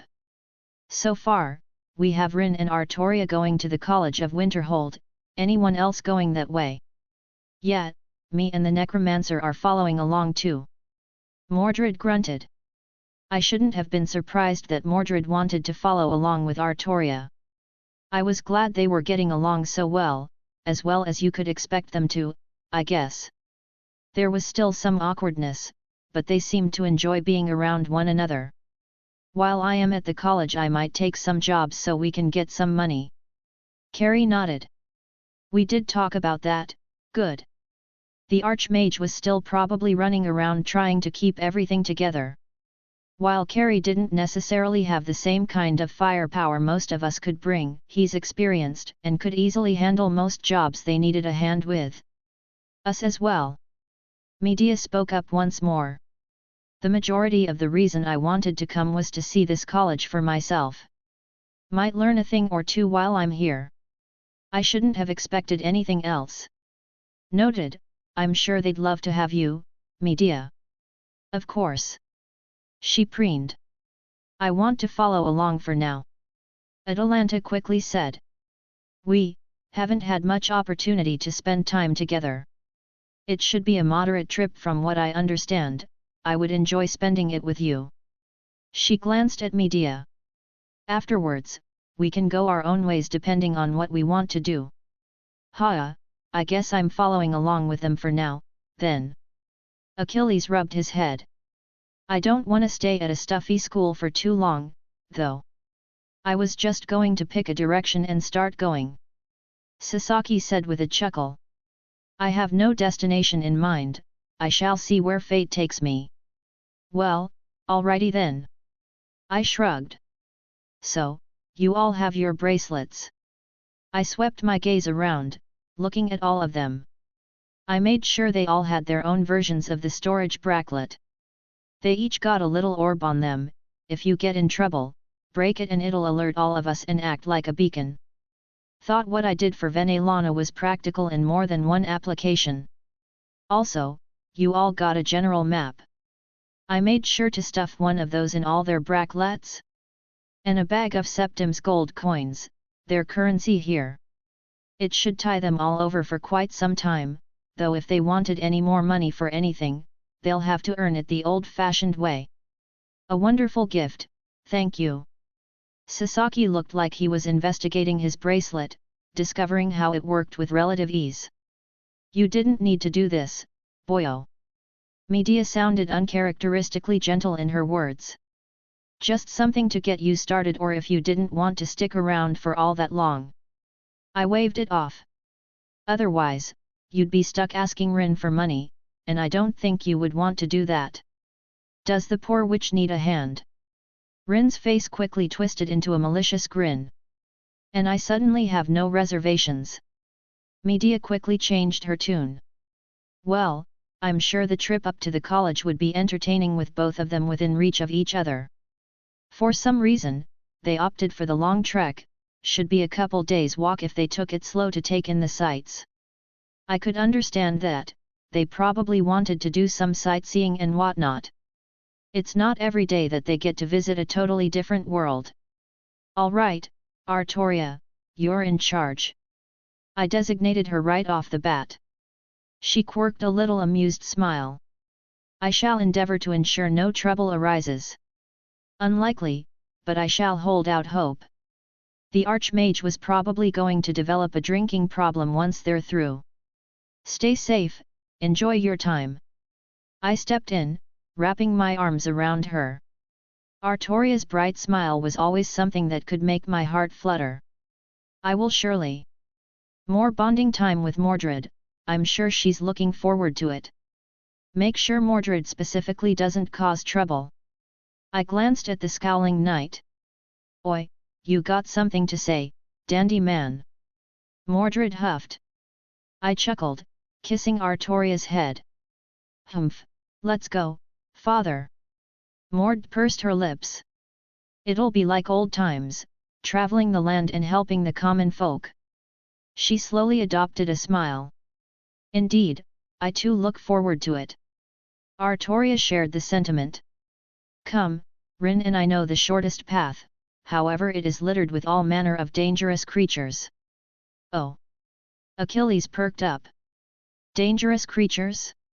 I have not hunted a meaningful prey in too long. Even Atalanta looked interested. With waves and goodbyes, I saw them off until they disappeared down the road, moving slightly around Whiterun as they made their way up north. A moment, Wilhelm. Sasaki had yet to depart. What's up? I have a query. I believe I spoke to you about my intention for creating a new sword. Oh, right. I snapped my fingers. I'm sure you'll want an idea of what to work towards, yet. Yes, that would be appreciated. Let me see your map. He produced it very easily, not even blinking as he withdrew it from his bracelet. I unfurled the piece of parchment, scanning it over. With a flick of my wrist, I pulled out a pen and marked it. Around here. I bit my lip, trying to recall specifically. I vaguely remember Thorum telling me that there was an orc settlement on an ebony mine around here. They're very isolationist, but are also honorable warriors. I handed the map back to him. I suppose I can try to work with that. He nodded as he looked it over.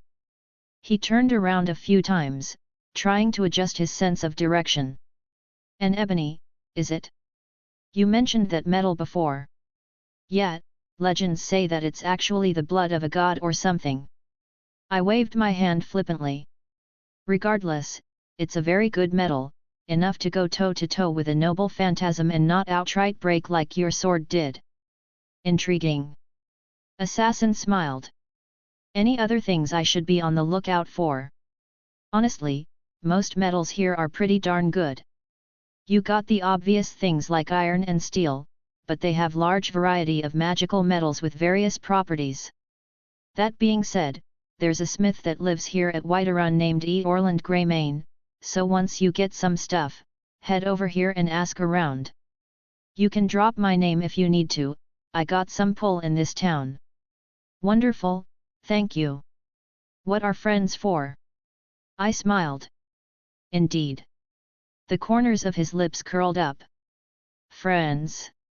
He nodded happily. And a random thought while you're traveling about.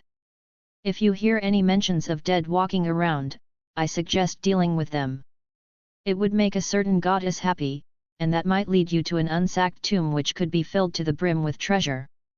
I will keep my ears peeled. He put the map away finally. I guess this is where we shall part for now. He held his hand out. I took it with a firm shake. Kill a dragon or two for me, et. He let out a laugh. With absolute pleasure. With one last nod, he turned and started walking to the east. Well, I certainly feel a little better with all of them running around and helping where they can. I idly commented. Should we feel bad for the dragons at this point? Yasaka, who had been mostly quiet, basically draped herself on me. My pity well is practically dried up for that lot. I snorted, running a hand through one of her tails. And what's up? You've been very clingy since. Well, since we spent that night together. It's only been like a day and a half, but she was being extremely clingy, not that I disliked it. I don't want my scent to leave you.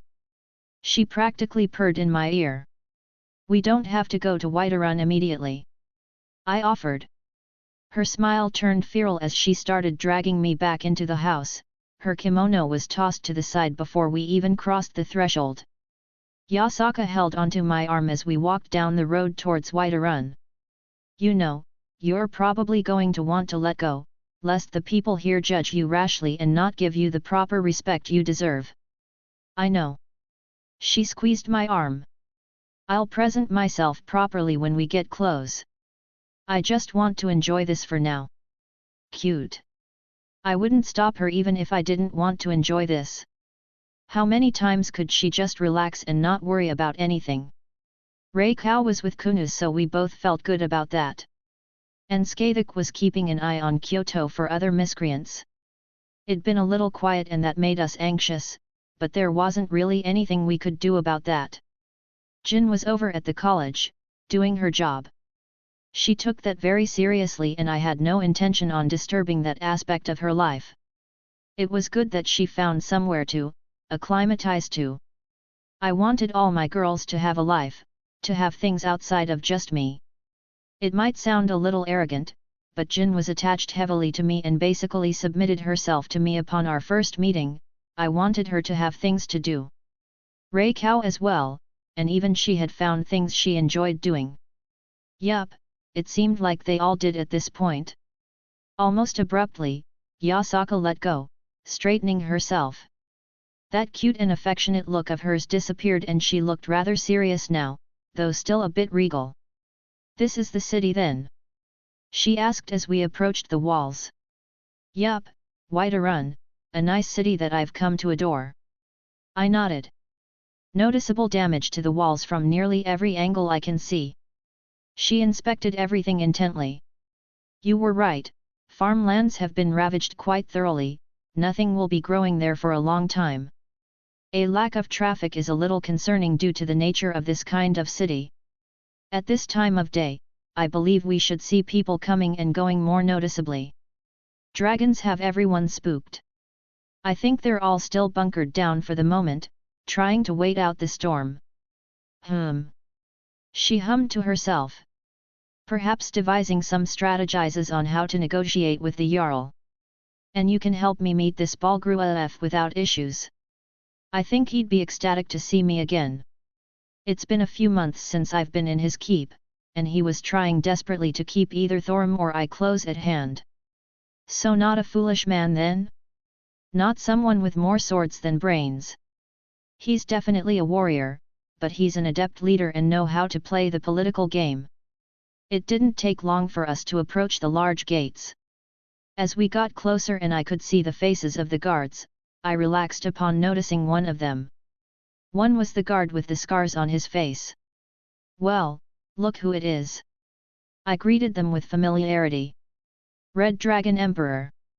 He slapped his fist against his chest plate. It's good to see you back again so soon. And you brought a companion. He looked at Yasaka. In fact, every guard who was in the vicinity was looking at her. And not just because she was absolutely beautiful. A significant portions of it was due to the ears atop her head and the fluffy tails swaying behind her. This is Yasaka, Kunu's mother. I introduced. It's lovely to meet you. I heard you took extra care to make sure my daughter was looked after. You have my gratitude. Yasaka's tone was polite.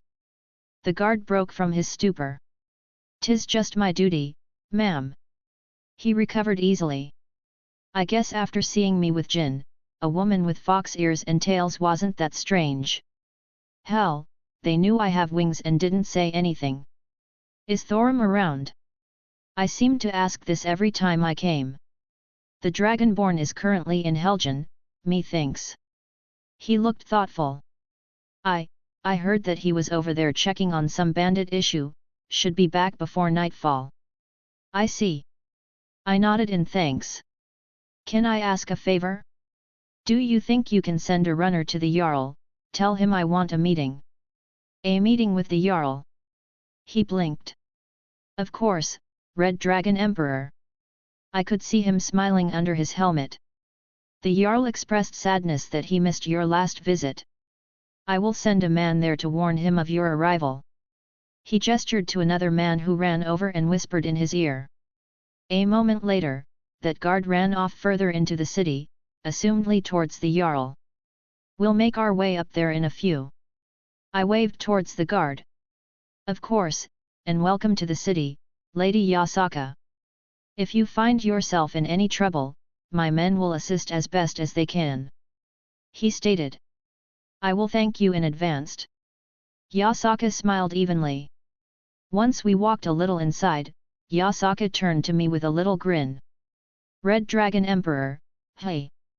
They love their titles here." I chuckled. "And I don't think I'm the only one captivated by your tales." "Oh shush you!" She playfully swatted at me. "You know my tales are for you only. All mine." If she wasn't trying to project herself appropriately, I would have stolen one already. "Well, while the Jarl undoubtedly prepares himself for us, how about I show you around?" "That would be lovely." She smiled brightly, completely unperturbed by the stares she was getting. "Welcome, Wilhelm." The Jarl's voice boomed throughout the hall. "And my guard tells me of your company." "Welcome as well, Lady Yasaka." I think he was warned of Yasaka's appearance, because he wasn't staring like the others were. "Jarl Balgrua F." I respectfully acknowledged. "Jarl Balgrua F." Yasaka mimicked, keeping herself from overtly reacting. "I heard you have sought me out." He looked to be in a good mood. "What can I do for one of our heroes?" "Actually, I'm here more as an escort and act as guarantee this time around." I took a half step to the side, letting Yasaka take front stage. "Oh." He quirked an eyebrow. "And what can I do for you, miss?" "Jarl Balgrua F."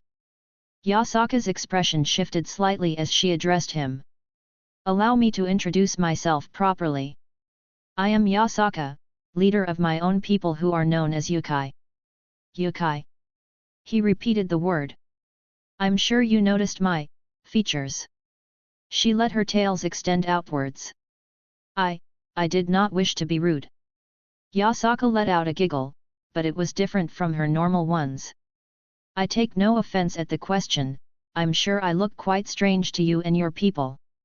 I admit to never meeting Nords until this point either, however it's more familiar for me than I'm sure it is for you." "It's as you say. I know Khajiit and Argonians, but never have I met a woman with fox tails and ears before. 'Tis strange, but an interesting experience." He responded rather casually. "But I do not think you came all this way to discuss our different races." "Yasaka, leader of these Yukai, to what reason have you come before me?" While respectful, he held an aura of authority about him as he looked at Yasaka. It wasn't only Jarl Balgrua F around either. His trusted aides were nearby, his personal guard, and I even saw that annoying mage from before in the corner, giving me the stink eye. "I come with an offer for a mutually beneficial arrangement. Wilhelm has told me of the troubles your people have gone through, and my people have also suffered some hardships of a similar nature. To that extent, I have heard that you are in need of certain resources. You speak of a trade agreement." He sat up straighter. If Yasaka had his interest before, she had his attention now. "We need not formalize anything for the time being, but to be blunt about it, yes. You are seeking to buy things such as food and weapons from outside of Skyrim, correct? It is not a secret." He nodded. "And I'm sure you are being charged exorbitant fees." His face darkened, a scowl forcibly kept away. "It's as you say. We are not the only ones either, most other holds within the province are seeking outside assistance. And if I say I can provide similar services for a reasonable price, I would question your motivations." He narrowed his eyes. "What relationship do you claim with Wilhelm? Was he trying to feel her out? I would have been disappointed if he just accepted our words.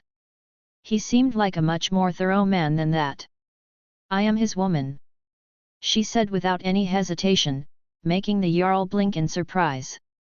I think he was expecting something a bit more coy or some other ambiguous answer. "I see." He seemed deep in thought. "And what benefits are you gaining from this exchange?" Money. She said simply. Gold is more valuable for us than it is for you. The Jarl rubbed his temple.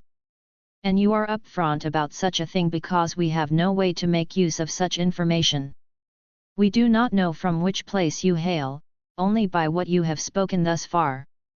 Yasaka smirked. Gained the initiative in the negotiations by being completely honest. Septim's gold coins were the currency here, yet they're worth a lot more back on Earth due to their gold content. She could take payment in about the normal price for goods they would normally pay, and then get an equal amount of such from Earth, with a nice chunk left over. Originally, Yasaka wasn't going to part with food, but after figuring out how much they could make, it was a worthwhile investment if they could get something going for even a short time frame. I admit I was not expecting this situation. Jarl Balgruaf let out a sigh. You understand that I cannot make an immediate decision and there are still many more questions and explanations needed. I did not expect anything of the sort. Yasaka smiled. I just wished to present you the offer and give you a sample, if you desired. A sample? He raised an eyebrow again. Yasaka raised her hand, depositing several neat piles onto the floor around us. 500 enchanted arrows. 100 sacks of rice. I believe this should be sufficient to show the quality and quantity of what I can offer.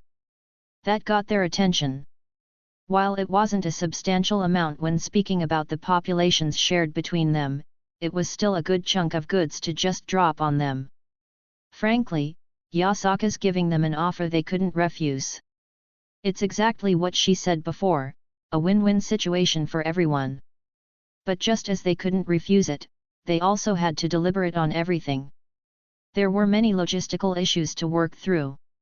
Not to mention, Yasaka was a complete unknown, basically only backed by me who was also not exactly a citizen here. I had some goodwill developed, okay, a lot of goodwill, which was the only reason the Jarl humored such talk from a complete unknown. One of the Jarl's aides came up and whispered into his ear. There was a flash of something across his face, making him go deep into thought. They went back and forth for a few moments before settling down. As this was brought up so abruptly, I believe I need some time to discuss with my advisors. The Jarl stood up. Perhaps we should reconvene in a few hours to discuss further? I would be honored to host you and give you a proper tour of my city in the meantime. I would be delighted to see everything your city has to offer. Yasaka agreed, as if expecting this outcome. Well, Yasaka seemed confident, but then again, these people were in a really tight spot. I doubted they were going to talk about not accepting any kind of deal, but more so how much they were able to acquire. Their next harvest was all but shot and they were running through resources at an extreme rate after the dragon fiasco, and the continued issues they brought. I felt a little bad for them, but they were lucky that Yasaka was such a kind woman. Because to put it bluntly, she had them by the balls in any negotiating. We'll see when they got into my formal talks once everyone's on the same page. Chapter 291, Chapter 270. Now, we need to discuss failure to deliver. The Jarl's aide, or rather his steward Proventus Avenici, was doing a good chunk of the negotiating while the Jarl watched on silently. They had prepared quite thoroughly during the few hours Yasaka and I had an impromptu date around the city. To be blunt, there is no reasonable way to hold each other accountable in the case that either of us just decides to abruptly cease any agreement. Yasaka interjected. Then how? Proventus. Jarl raised his hand, making the man go quiet. You are correct, Lady Yasaka. Then what do you suggest? I assumed they had their own ideas, but they wanted to see if there was anything better on the plate. Recognize and ratify an official agreement between us, but keep it in the same vein as if we were a normal group of merchants. Yasaka said simply. The Jarl tapped his chin. That was the resolution we two had agreed upon. While we are unable to verify any claims thus made beyond what has been provided. He glanced at the piles of goods off to the side. We also cannot think of any reason to why you would go to such lengths to deceive us. With Wilhelm backing your words, our only known enemies would be, unlikely. Was he thinking about the Thalmor? I suppose it wasn't unlikely that they would be wary of those elves trying to destabilize the region even more than they already had. Trust but verify. Yasaka stated. Indeed. A smile formed on his face. For now, I accept your request. Proventus. He called his steward once more. Yes, my Jarl. He took another step forward, taking center stage. Unlike other merchants, we will adhere to a strict agreement for prices while also giving certain benefits for a continued supply at the quality and quantity you've said you can provide. The steward handed a parchment towards Yasaka. And since our measurements and such are no doubt different, I assume we are measuring based on what I've already provided. Yasaka began reading it over. I see no reason to overcomplicate things. The Jarl nodded. And this was going rather smoothly. Not all that weird considering both of them were more than willing to take steps back as they both would benefit highly from the exchange. I did take some time to look over some things being sold publicly around town. Yasaka flipped to another parchment. Our main 2 points of trade will be rice, and arrows. And since your people have no standard rate for rice being that it is a foreign good, it's hard to put a price on and I've only been able to eye a general comparison. But arrows are a different matter as iron seems to be in short supply considering the situation. Yes, most arms and armor are not available for common purchase. While we cannot regulate every single arm due to our own cultural reasons, we can still acquire the majority, raising such prices substantially. Yup, when the government was buying up every scrap, prices skyrocketed. The Jarl was being candid, expressing the fact that current prices don't reflect an accurate value due to scarcity that could be seen by just walking around. A seller's market for the moment, but I was able to ask around about prices a few months ago as well. Yasaka smiled. Shall we begin the price negotiations then? The Jarl twitched slightly, probably not looking forward to this part. As we said, different ways of valuing quantities of goods. How would you suggest we define the goods? Let's price out each sack of rice, and every set of 500 arrows. Yasaka offered. The Jarl tapped his throne, looking deep in thought. Acceptable. He nodded. And what price were you considering? 35 septims for each sack of rice, and 2,500 septims per 500 arrows. Yasaka shot out immediately. Well, even if they were doing each other a favor, there was some wiggle room to get a good deal. The Jarl didn't outwardly react like it was an obscene amount, but he did frown slightly. Too much. He denied. My people are not familiar with rice, you expect them to take to it as they do other foodstuffs. I would be more comfortable doing 15 septims per bag. Yet you seem knowledgeable enough about the grain. Yasaka pointed out. My time spent in the Legion meant I experienced a great many things. One of which was different foods across the Empire. The Jarl chuckled. There were a few dishes I quite enjoyed and I have had my cooks learn a few of them since Wilhelm was kind enough to donate some on his last visit.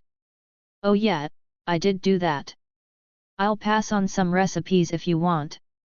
Yasaka didn't bat an eye at his initial refusal. You just need to set an example, maybe have Thorum enjoy some meals made with the foreign food to convince your people. She countered with a good point. I can move down to 30 septims, but food is also something I can't acquire large amounts of until I get a more steady flow of gold. Unfortunately, the budget I am working with is not what it usually is. As many attacks have been made against my territory, food is not the only concern I have for my people. I cannot go beyond maybe 25 septims for a bag. Yasaka raised an eyebrow at his sudden jump. Very well, I'll settle for that amount. She looked slightly pleased. Now, about the arrows. The arrows, yes. The Jarl looked at the one sitting to the side intently. 2,500 septims for 500 is steep even considering the times. Yes, but they also come enchanted. Yasaka pointed out. And I'm sure you've tested the quality yourself so far. Tell me, how do they fare against standard iron armor? The Jarl laughed. Well, enough that I'm considering this price. Normal arrows have been little use against a dragon, but perhaps these will fare better. He seemed to think aloud. But I am more focused on their use against the roaming bands of bandits that have sprung up and are strangely armed to such a high degree. Was he dropping a hint about something? The glance he sent my way implied so. Or was it more of a warning that things were happening around us? Warning heard then, I supposed. 2,500 septims, it's a fair price. The Jarl didn't even argue with it.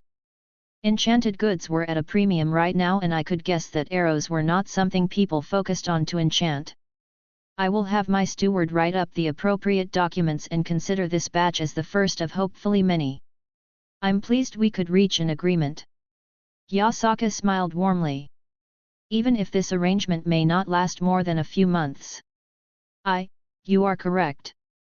Our current crisis may pass at a moment's notice, but our home is still going to be suffering for a period of time.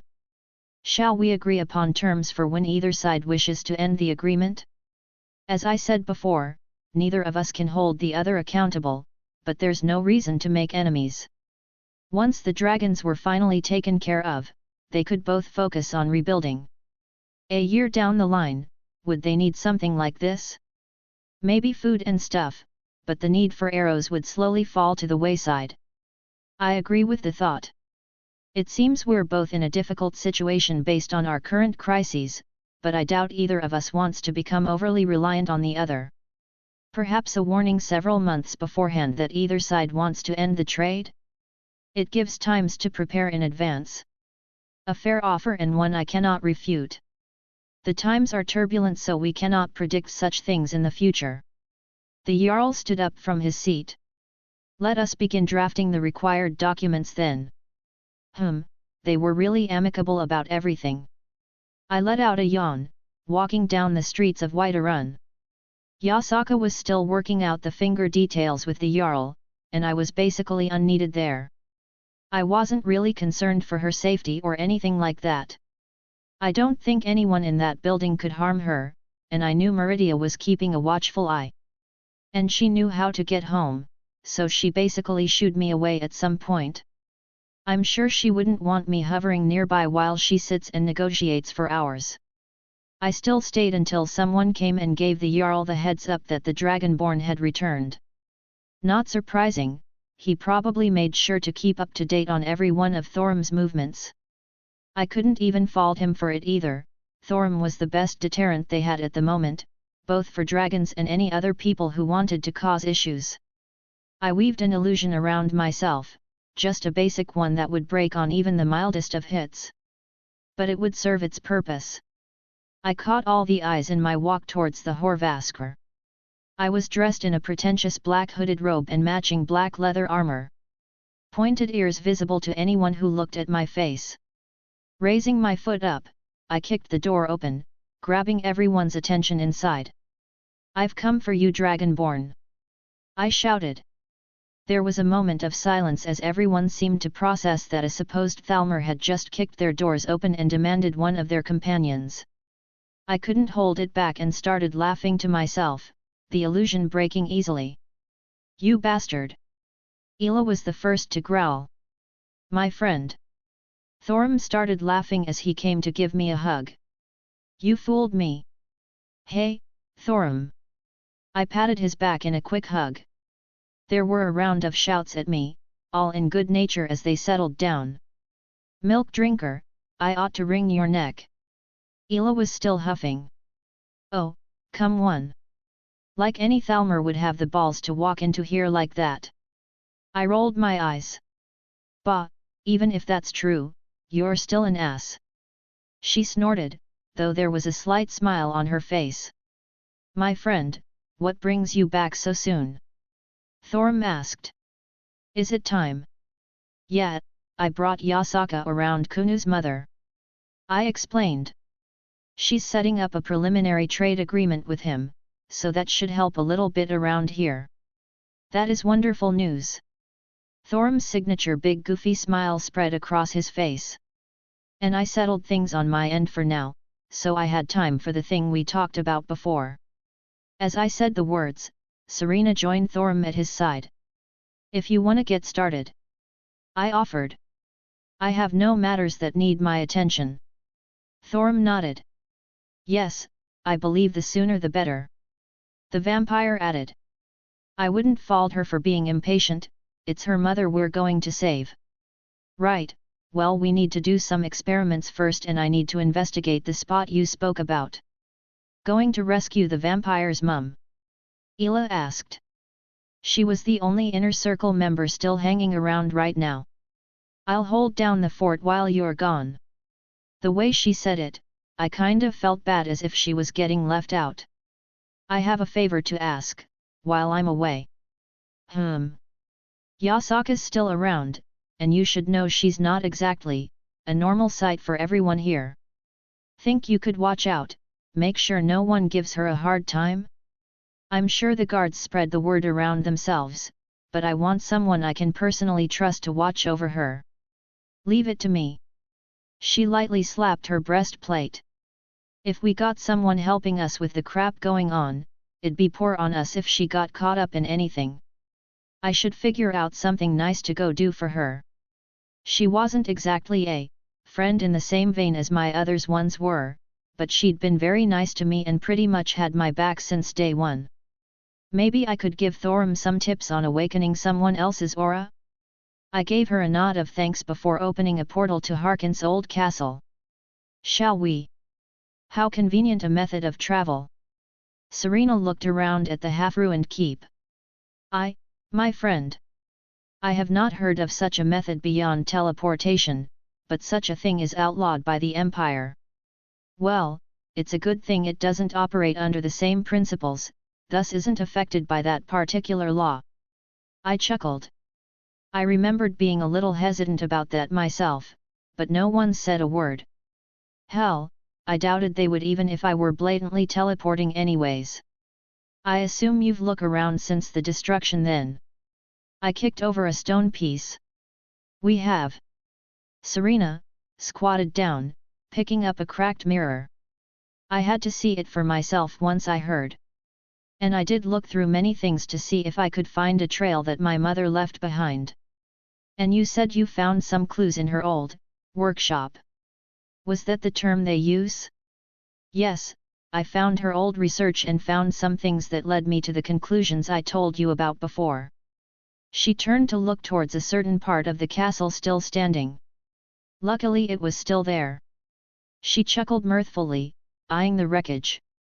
Speaking of magical things, how's your magic training going, Thorum?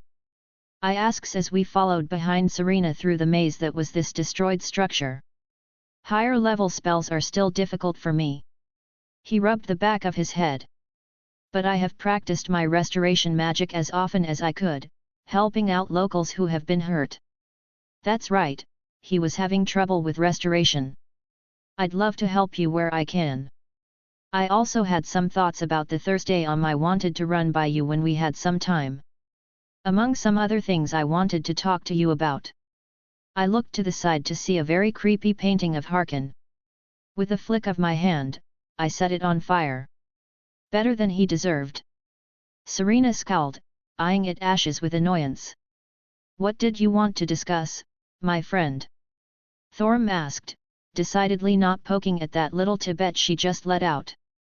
I never really told you where I came from. You're my best friend and I wanted you to know everything about me. It was time for him to know my secrets. If I couldn't trust Thorum, then who could I trust in my life? I too have not told you my younger years. We can share a drink and tell stories. Thorum laughed. As fun as that sounded, it's obvious he didn't know what I was going to reveal to him.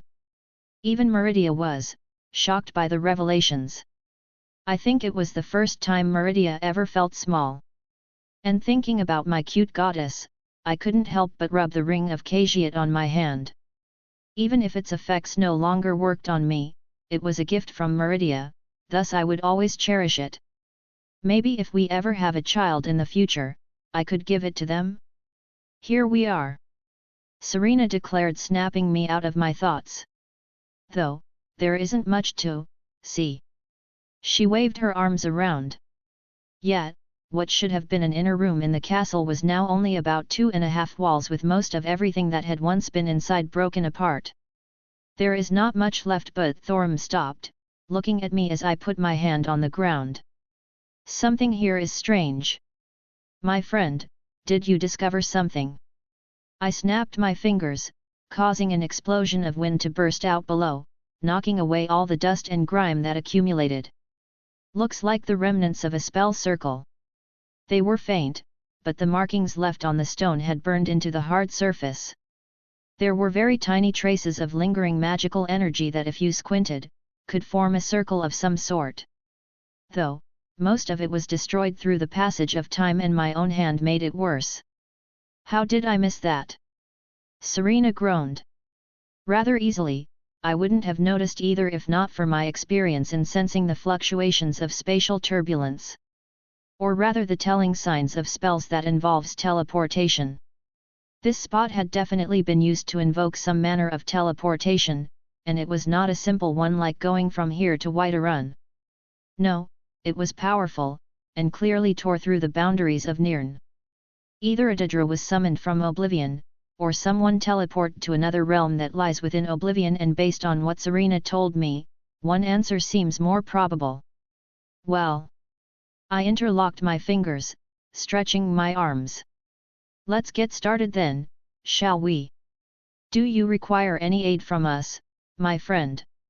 Thorm asked. Can you move some of the rubble away? I want a good look at the area. I can help with that too. Serena volunteered herself, immediately picking up a stone that was about the size of herself. Honestly, it's easy to forget how physically strong she was because she's a vampire. So, I whispered towards Thorm. How strong do you think your dragon vampire babies are going to be? I nudged him with my elbow. As expected, the mighty dragonborn turned a bright shade of red and started sputtering. I slapped his shoulder with a laugh and made my way towards one corner that still had a pillar standing up. I slapped a talisman on it and started moving to 4 other points, mimicking my earlier actions. I held my hand up, invoking a spell. God of the East Sea, Ame. God of the West Sea, Shakuryu. God of the South Sea, Kyoju. God of the North Sea, Gokyu. Gods of the 7 Seas, fend off the 100 demons and drive back the fire of disaster. Order. I slammed the last talisman onto the ground, invoking a wide-scale magic circle. Serena and Thorm stopped in their actions as they watched my magic be invoked. A large pentagram spread out, below and above us. Your magic never ceases to amaze me, my friend. Thorm looked up in awe. And, I did feel a little proud when he says things like that. What is this? Serena held her hands out. It feels nice. I'm cleansing the area of residual corruption, for lack of a better word. It would be difficult to explain without going into depth about the logistics and concepts of the whole Onmyoji system of magic. This place had been seeped in so much necromantic and blood magics for so long, it's hard to get anything useful out of this residual circle. Luckily it didn't affect vampires, a difference in worldview than the Christian cosmology. Otherwise, it would have been difficult to do this through other methods. With all the disgusting things that have happened here, I'm not surprised. Serena groaned. So there's a possibility we can't get anything useful out of this. Who knows, let's get it cleaned up first. The fact that there's even something noticeable is a point in our favor. Your mother clearly knew what she was doing for it to be preserved for so long. And how long will this take? Thorm asked, though he didn't appear to be impatient based on his tone, perhaps a genuine curiosity. I have no idea. I shrugged. As I said, this place had been seeped in so much blood for so long. How long had Harkin lived here for? Too long. Serena replied. Hundreds upon hundreds of years he has done unspeakable things behind these walls. She stared off into the distance, before returning her focus to us. And, blat. She quirked an amused smile. Well, what would you call it? It's an oddly apt description. Hey Thorum. I just remembered something I wanted to ask him. I've been working on a method to bring Drake out for a little while. I was wondering if you knew any shouts that could help with that.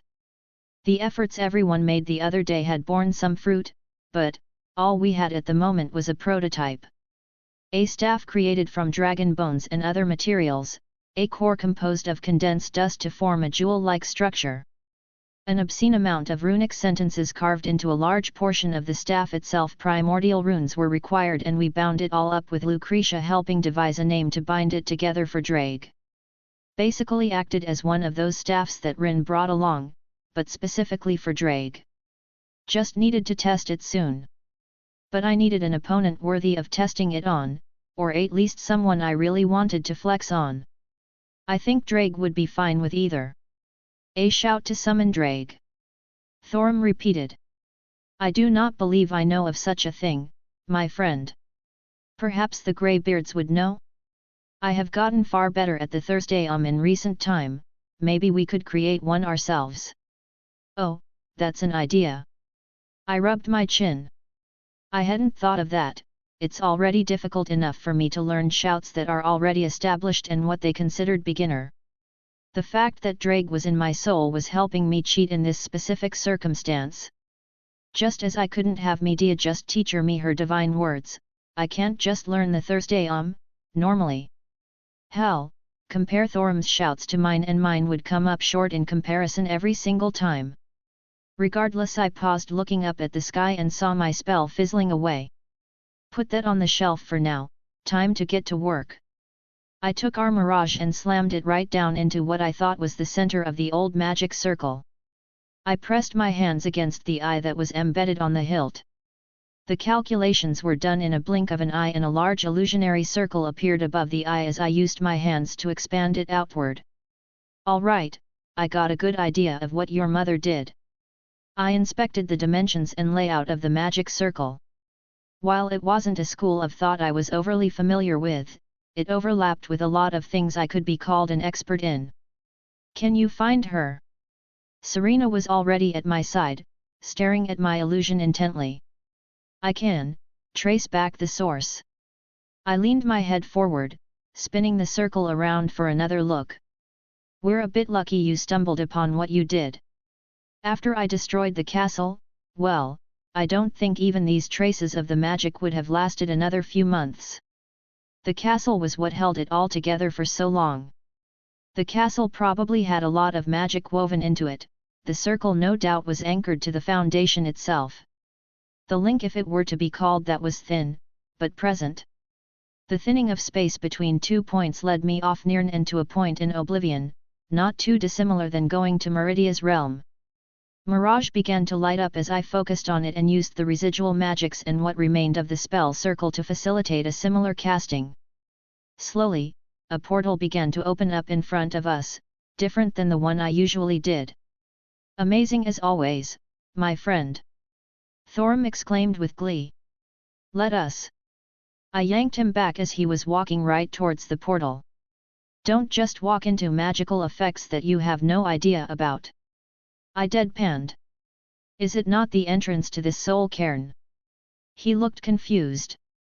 We still need to make sure it's safe first. I have no idea what's on the other side, and I'm not going to risk your lives because of that. Give me 2 hours to make sure it's all good to go before we just jump right in. I usually threw caution to the wind when I could shoulder my own actions, but with Thorum involved, I wasn't going to take unnecessary risks like that. 2 hours? I can wait 2 hours. Serena muttered to herself. All right, let me just do a couple experiments to make sure our aura will hold up, and then we can go through. Non-canon Omake, a series of unfortunate Hogwarts events, Part 1. How do I end up in these situations? I sighed, looking out the window, watching the scenery pass by. Honestly, the only silver lining here was riding on this train. It might seem odd that I'm pointing out at that specifically, but I've never ridden on a train before, and it's kinda neat. Choo choo. If I weren't so depressed right now, I'd have a big smile on my face. It's a mundane thing, but I am allowed to enjoy this. After all, I'm only 11. That's right, I'm 11 fucking years old. How might that have happened, one might ask? Well, it's an extremely convoluted and agonizing story that involves me getting de-aged. And I rather not even think about it anymore, so I won't even recount the story. Suffice to say, 11 years old, with the mind of a man in his mid-20s-ish. Fuck, I still don't know how old I am. Yup, so I'm an 11-year-old, with the mind of a 20-ish-year-old, who is the sorta reincarnation of a sometimes vampire magician who can tell time and space to fuck off and is infinitely old. My life is strange, but I digress. I was going off on a mental tangent. So, my sometimes vampire magician grandfather, who I'm also the reincarnation of in the future, he thought it'd be funny to send me to this parallel reality and attend a magic school. I swear, one offhand comment about a ruined childhood and he thinks this is a good idea. Well, maybe that, or he feared for my life. Killing two birds with one stone? Now, someone may wonder, what would I have to fear? My sometimes vampire magician grandfather could certainly keep his now 11-year-old grandson safe, right? Well, not when the danger comes from one of his various harem members. My girls took the revelation surprisingly well. Because let's be honest, this was not the strangest thing that I've ever done or been a part of. We're all going to live an extremely long time, a few years, probably less than that, and I'll be back to normal. Actually, most of them took it better than well. Let's just say, I'm still able to perform like this. More than able, actually. For some reason, my little Wilhelm is not so little in comparison to my age. It actually hadn't shrunk at all. I was still operating at peak efficiency in that department. Skathik has a surprising maternal side to her. She was very gentle, and horny. Very, very horny. That could describe the majority of my girls. Even Meridia was motherly to me. Can't say I didn't like it. Venelana, well, she discovered a new fetish, and that's saying something for a devil that's many centuries old.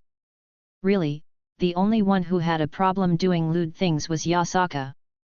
Yup, the horny fox just couldn't not see me as similar to Kunu when we were a similar age.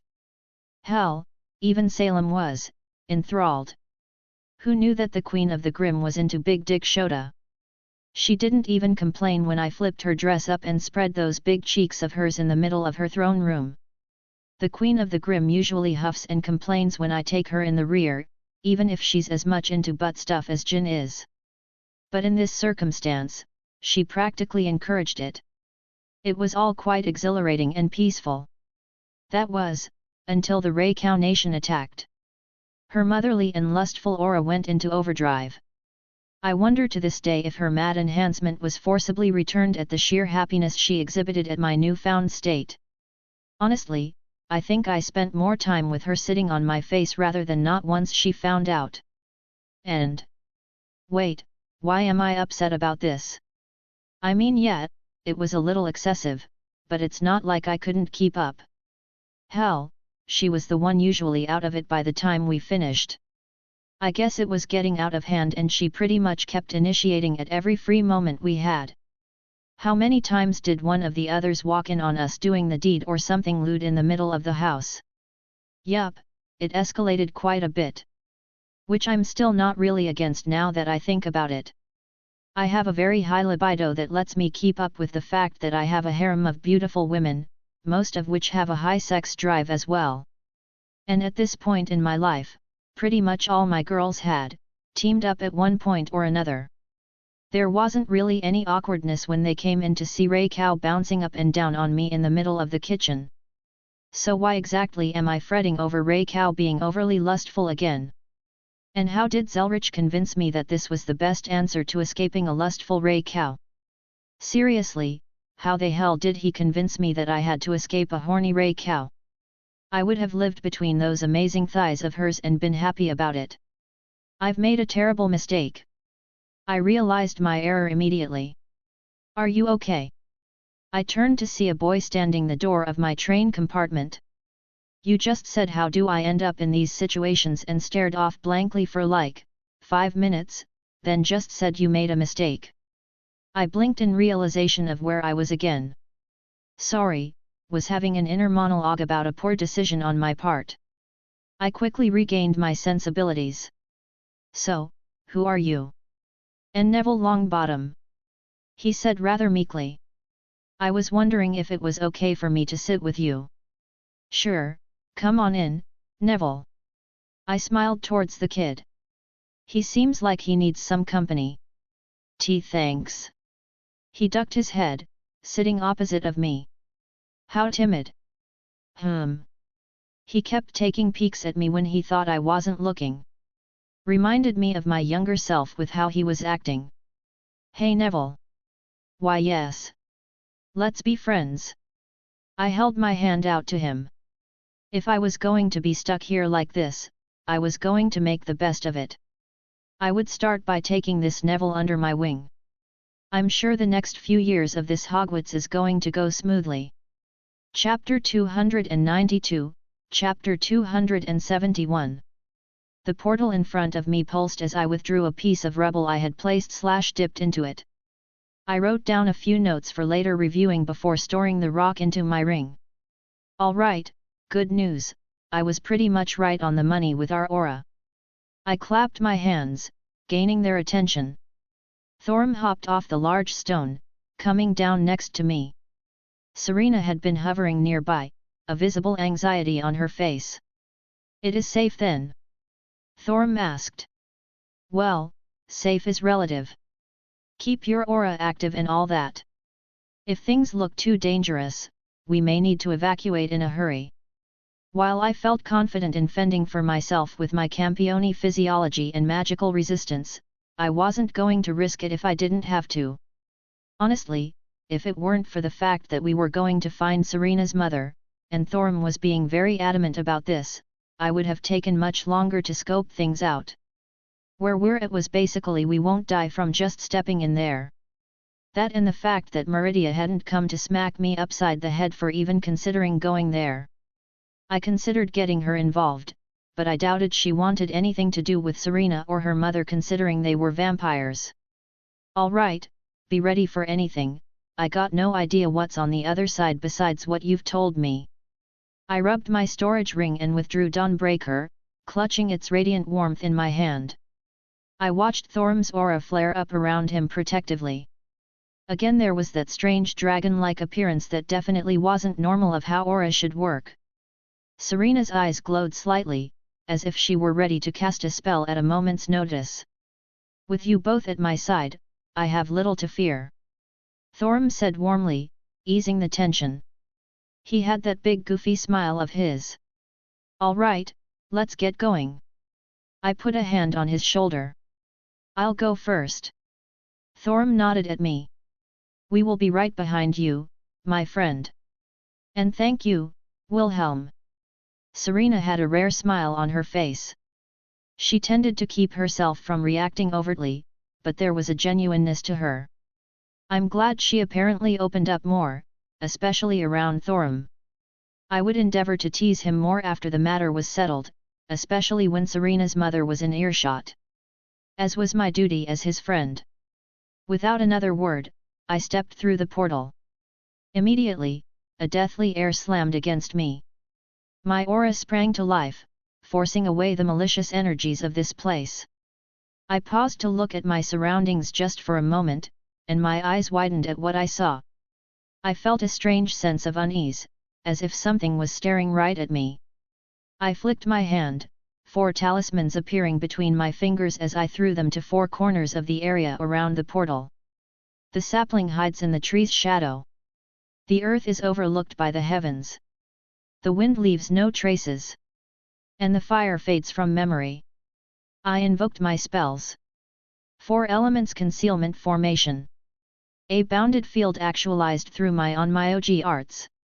While Magecraft has a much broader spectrum of bound fields it can apply, it's hard to match such a specific application that I can get with my Onmyoji.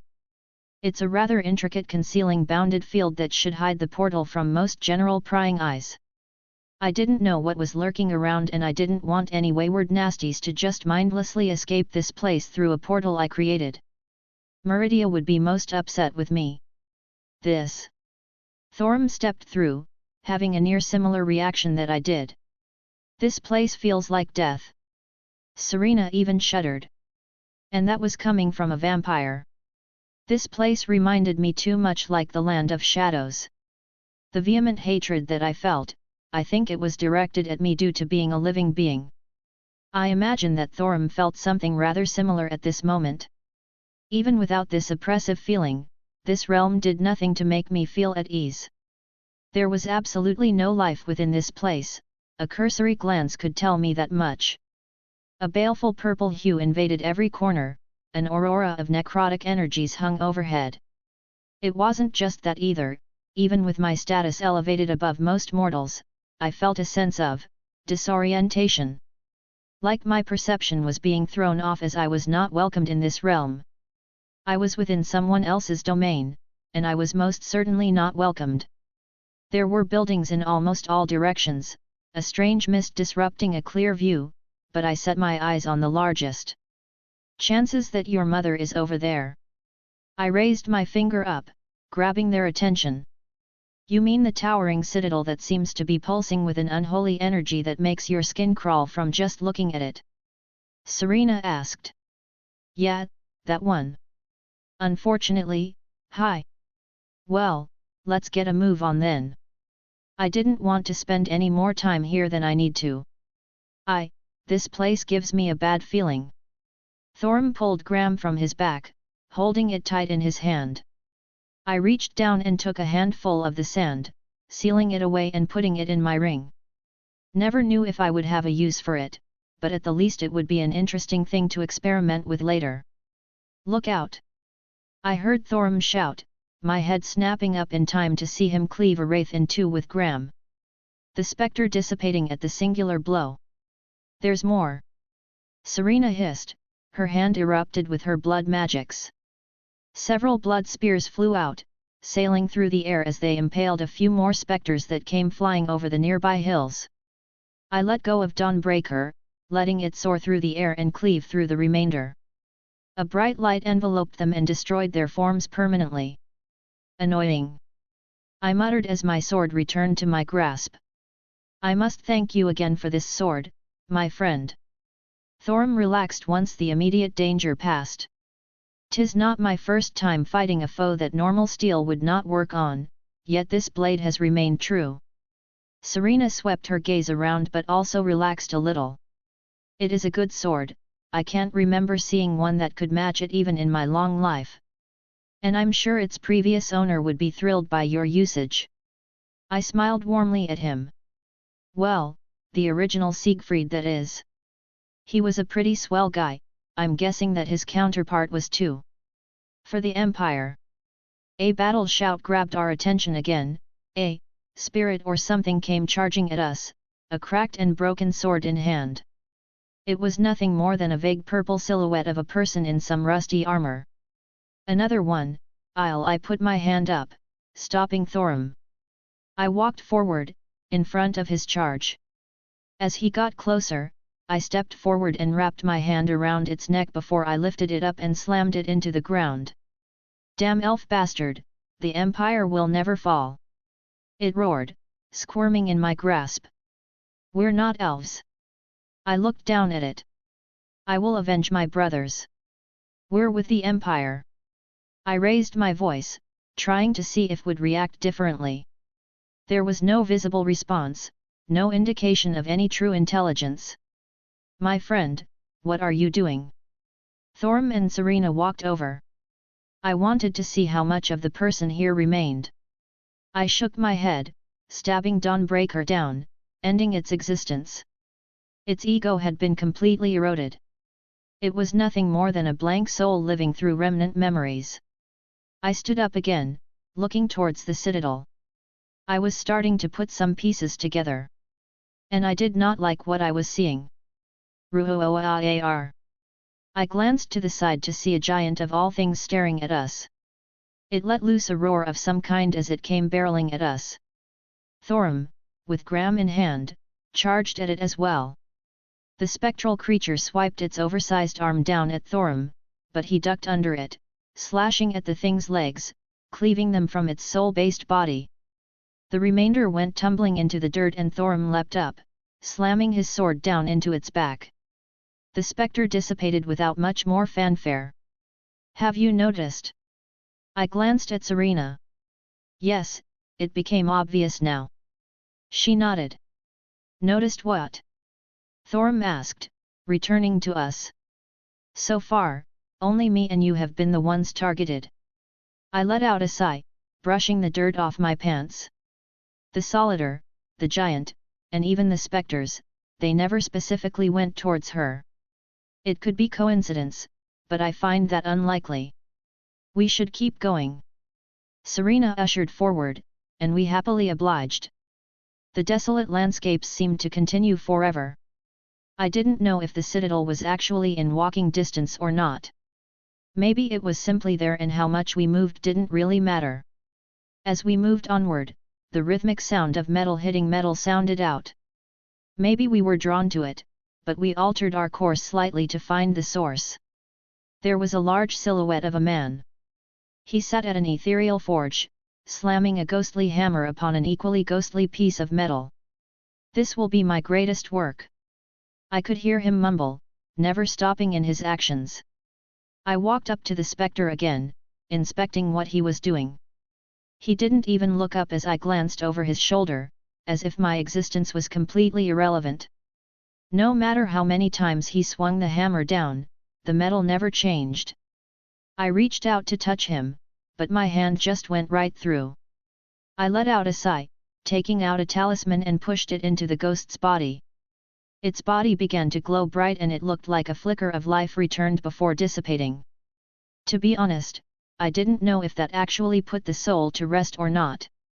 This realm seems to be a prison of sorts, so it probably just got moved somewhere else like the others. But I very well couldn't just not do anything after seeing that. I don't know how much longer we continued.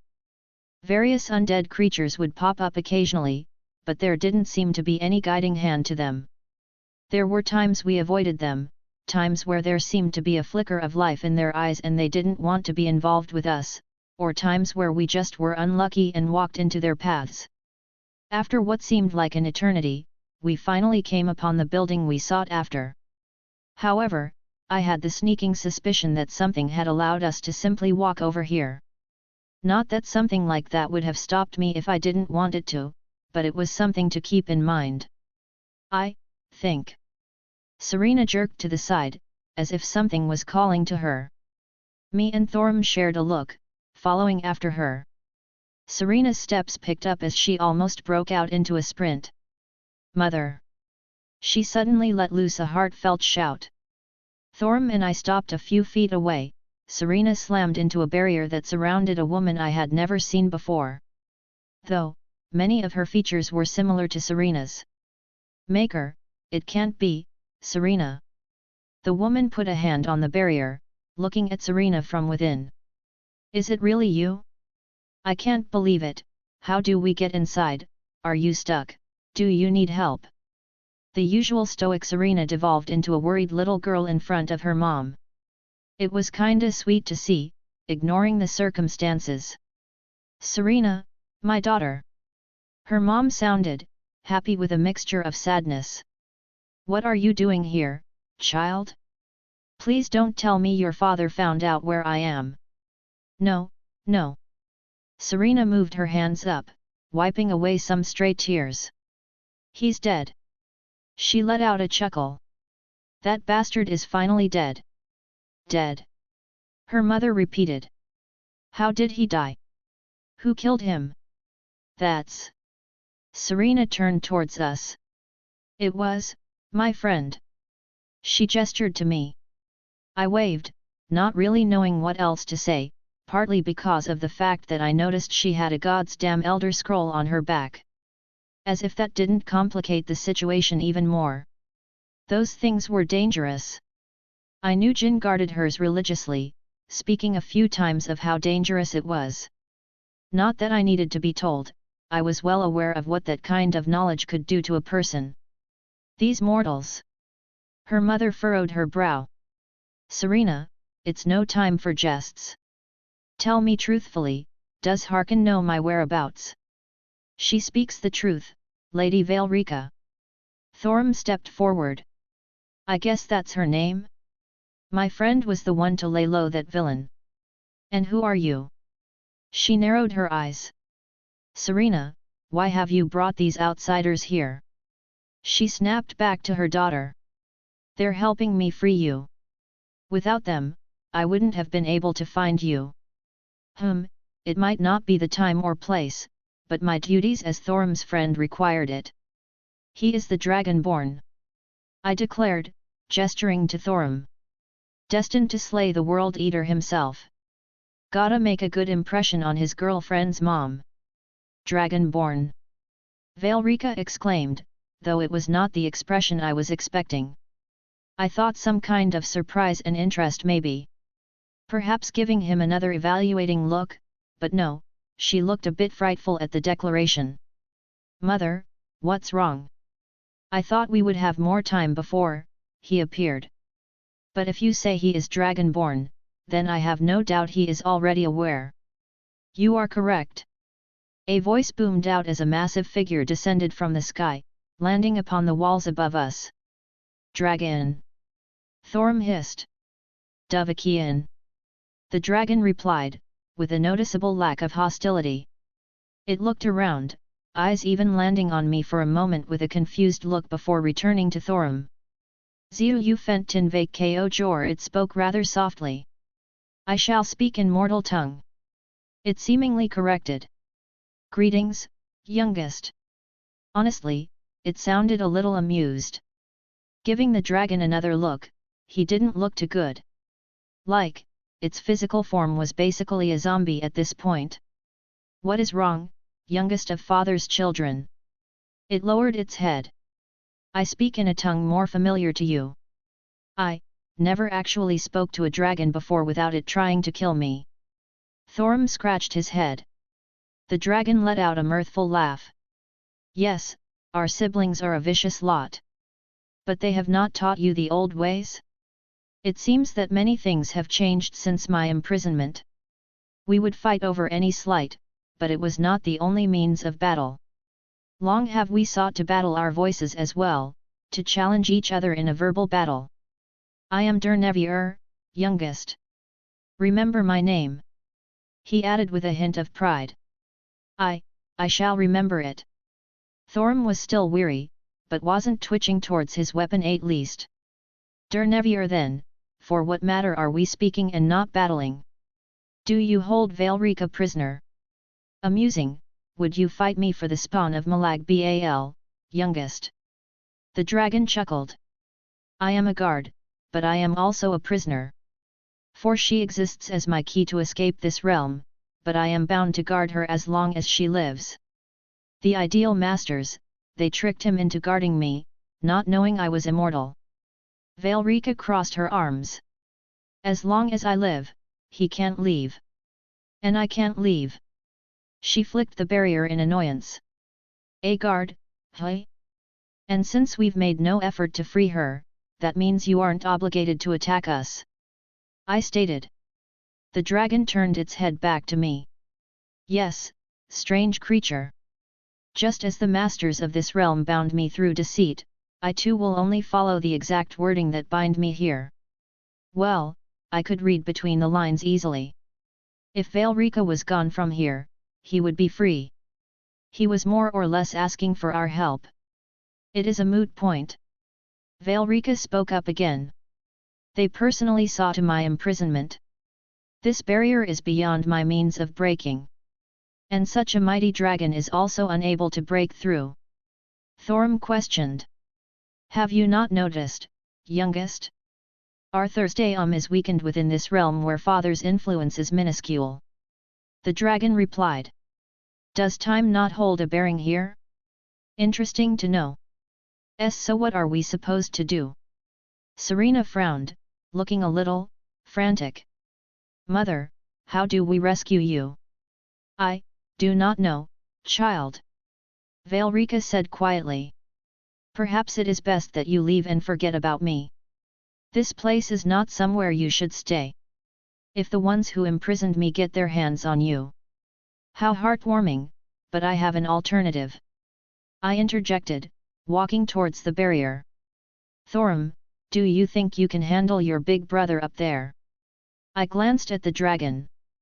Thorum quirked an eyebrow, a smile forming on his face as I thought he realized what I was about to do. Dernevier. Thorum called out, pointing his dragon slayer sword at the large creature. It appears that we must clash, let it be a fine battle. I didn't think the dragon had time to formulate a response in its confusion as I took out my sword of destruction. Let's see what's stronger, this barrier or my power of destruction. I grinned, igniting my bloodline along the sword as I swung it down, cleaving through the barrier. There was a moment of silence as everyone registered what happened. Suddenly, Dernevier let out an intense roar and Thorum shot up, slashing his sword at the mighty dragon, knocking it off the wall before it could take flight. The moment the barrier was destroyed, Serena shot forward, slamming into her mother, wrapping her up in a big hug. Who dares disturb our rest? A voice boomed out, it sounded distorted, like a million voices echoed from within it. Oh no! Valerica's eyes widened in horror. The ideal masters! Quick, take my daughter and escape, I beg of you. She practically shoved Serena into my arms. Youngest, it is too late. Dernevier roared. One of my masters has awoken from its slumber. Escape, do not be trapped here like me. The dragon, however, did not stop in its assault. It swore to be a guard, and a guard it would be even if it conflicted with its own interests. The pride and honor of a dragon. At the top of the citadel, I could vaguely make out a new figure that appeared. Its presence was hard to ignore. Even with my perception being out of whack, I could lock onto that thing as soon as its form coalesced. Well, in for a penny, in for a pound. I do. I stated, not backing down from the challenge. I would rather it focus on me than the others. I'm taking Zelretch and the dragon with me. I crossed my arms. The dragon had been rather kind, so I didn't mind bring him along. He tried to help, so call it repaying a favor. Besides, I'm sure Thorum would want to save him as well. A powerful soul. It didn't speak loud again, but its voice carried far further than it had any right. You shall stay here forever, your soul now belongs to me. It declared. Oh! I raised an eyebrow, inspecting him, trying to discern what exactly it was. I think I figured it out now. I raised my blade towards the thing. You are the gods of this realm, hell, you probably created it. But you're not a god, are you? These souls, this place exists to erode everything about them, to remove all the unnecessary bits. Because you feed on them, the pure energy that's left. You consume it, sustaining yourself on it. You ascended by absorbing so many souls that you lost your physical body and exist as a being of pure energy now. I had a soul enhanced through the sacrifice of a god. A strong soul that was already touched by a previous life. And to top it off, I had dragon my soul as a soul himself. I must look like a big ol' juicy meal to this thing. It explained why they were intent on keeping the dragon here. A piece of Akatosha's soul would be a substantial meal for them. They must require a constant supply of souls to sustain their existences at this point. I wondered if they even remember who they were before they ascended in this horrific way. If you want my soul. I raised my hand up, the sword of destruction launching at the figure. The power of destruction burst out, and the silhouette was cleaved in two. Come and get it. Even if the realm didn't shake, and the foreboding feeling didn't diminish, I would not believe it to end that quickly. Was it wise to taunt the entity that rules over this realm? Zelretch hissed. Yes. I replied. Now it's focusing on me and not you. Thorm will probably need a little bit to beat the dragon, and I want you both to get away for now so I can focus on this thing. I don't think it's as simple a matter as bring you away, it's probably already got its claws deep in your soul. A contract, a curse, or some kind of soul magic I was unfamiliar with. There could be many things that leashed Serena's mother, and I was going to have to convince this ideal master to relinquish her. The ground cracked and sundered as thousands upon thousands of souls burst out like a geyser. It was just as I thought before, carved away everything that made a person, and left it just an almost pure power source, though corrupted by this entity for its own purpose. Wilhelm, this is a godlike entity, are you sure you can handle it? Serena clearly looked hesitant in my plan. I couldn't help but chuckle. Wouldn't be my first time fighting a god. I shoot her off. Now get going, let me fight without distractions. A silent nod followed by Serena pulling her dumbstruck mother away. I didn't pay them any more heed for now, I needed to focus. As confident as I sounded, I didn't actually know this thing's limitations. I could guess it was more or less on the level of a god. A god without a domain or authority, just the pure power that came with it.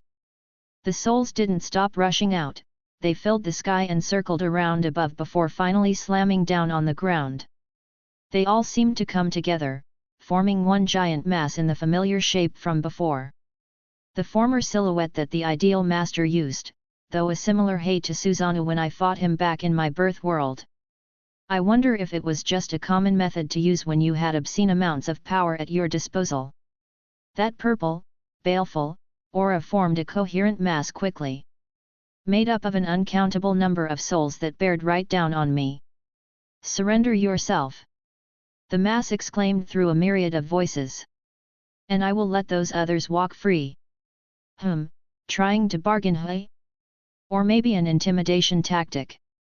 I wonder. Does it not want to waste power? It would make sense, I'm sure this realm was hard to maintain, in addition to itself and any other ideal masters that exist. Everything they gain must go into sustaining what they already have.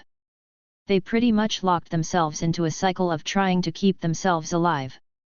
And it was willing to give up all the others just for me? How strong was my soul now? Questions for later. I reached deep inside, touching upon my authority, about to call upon it until I felt a trembling within my storage ring. Something forced its way out, turning into a bright light and slammed into the entity's arm. The true Longus was impaled into the creature's arm. The conglomeration of souls in the immediate area of the spear began to shimmer in holy light, a stark contrast to the baleful hue it usually held. And I was overcome with shock as I witnessed the spear absorb a good chunk out of its arm. The following roar didn't even seem to break me from my stupor. The spear dislodged from it, a swing of its arm to fling it away, only for it to slam into the ground right in front of me. With a hesitant action, I slowly reached my arm out. I had the strange feeling that the spear wouldn't reject me this time. The holy power was welcoming even though it should be poison for me. My fingers griped around the shaft as I pulled it out of the ground. The entity looked at my spear, with a little bit of hesitance itself. Well, isn't this something? I lifted it up with a wide grin of my face. I felt some strange presence seep into me, not malevolent by any stretch of the imagination.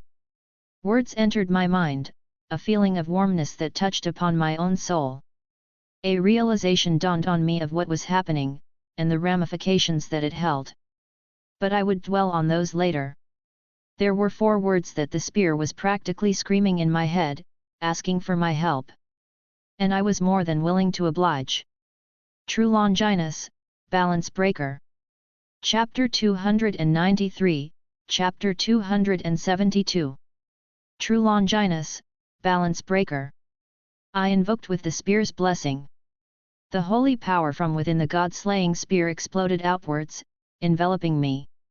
Normally it would be poison to a half-devil like me, but in this strange circumstance, it accepted me. The holy light spread out, denying the wretched necrotic magics that were so intertwined with this realm. The remnants of souls that were bound to this ideal master screamed and hissed as they flew around, unable to approach me any closer. This spear was perhaps the perfect counter to whatever amalgamation this thing was, even more so than Dawnbreaker due to the elevated nature of the spear's existence.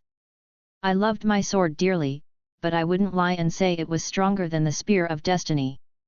The holy light swirled around me, truly augmenting me.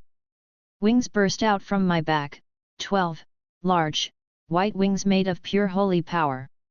A halo formed above my head, casting a healing touch upon my body, a protection from any evil.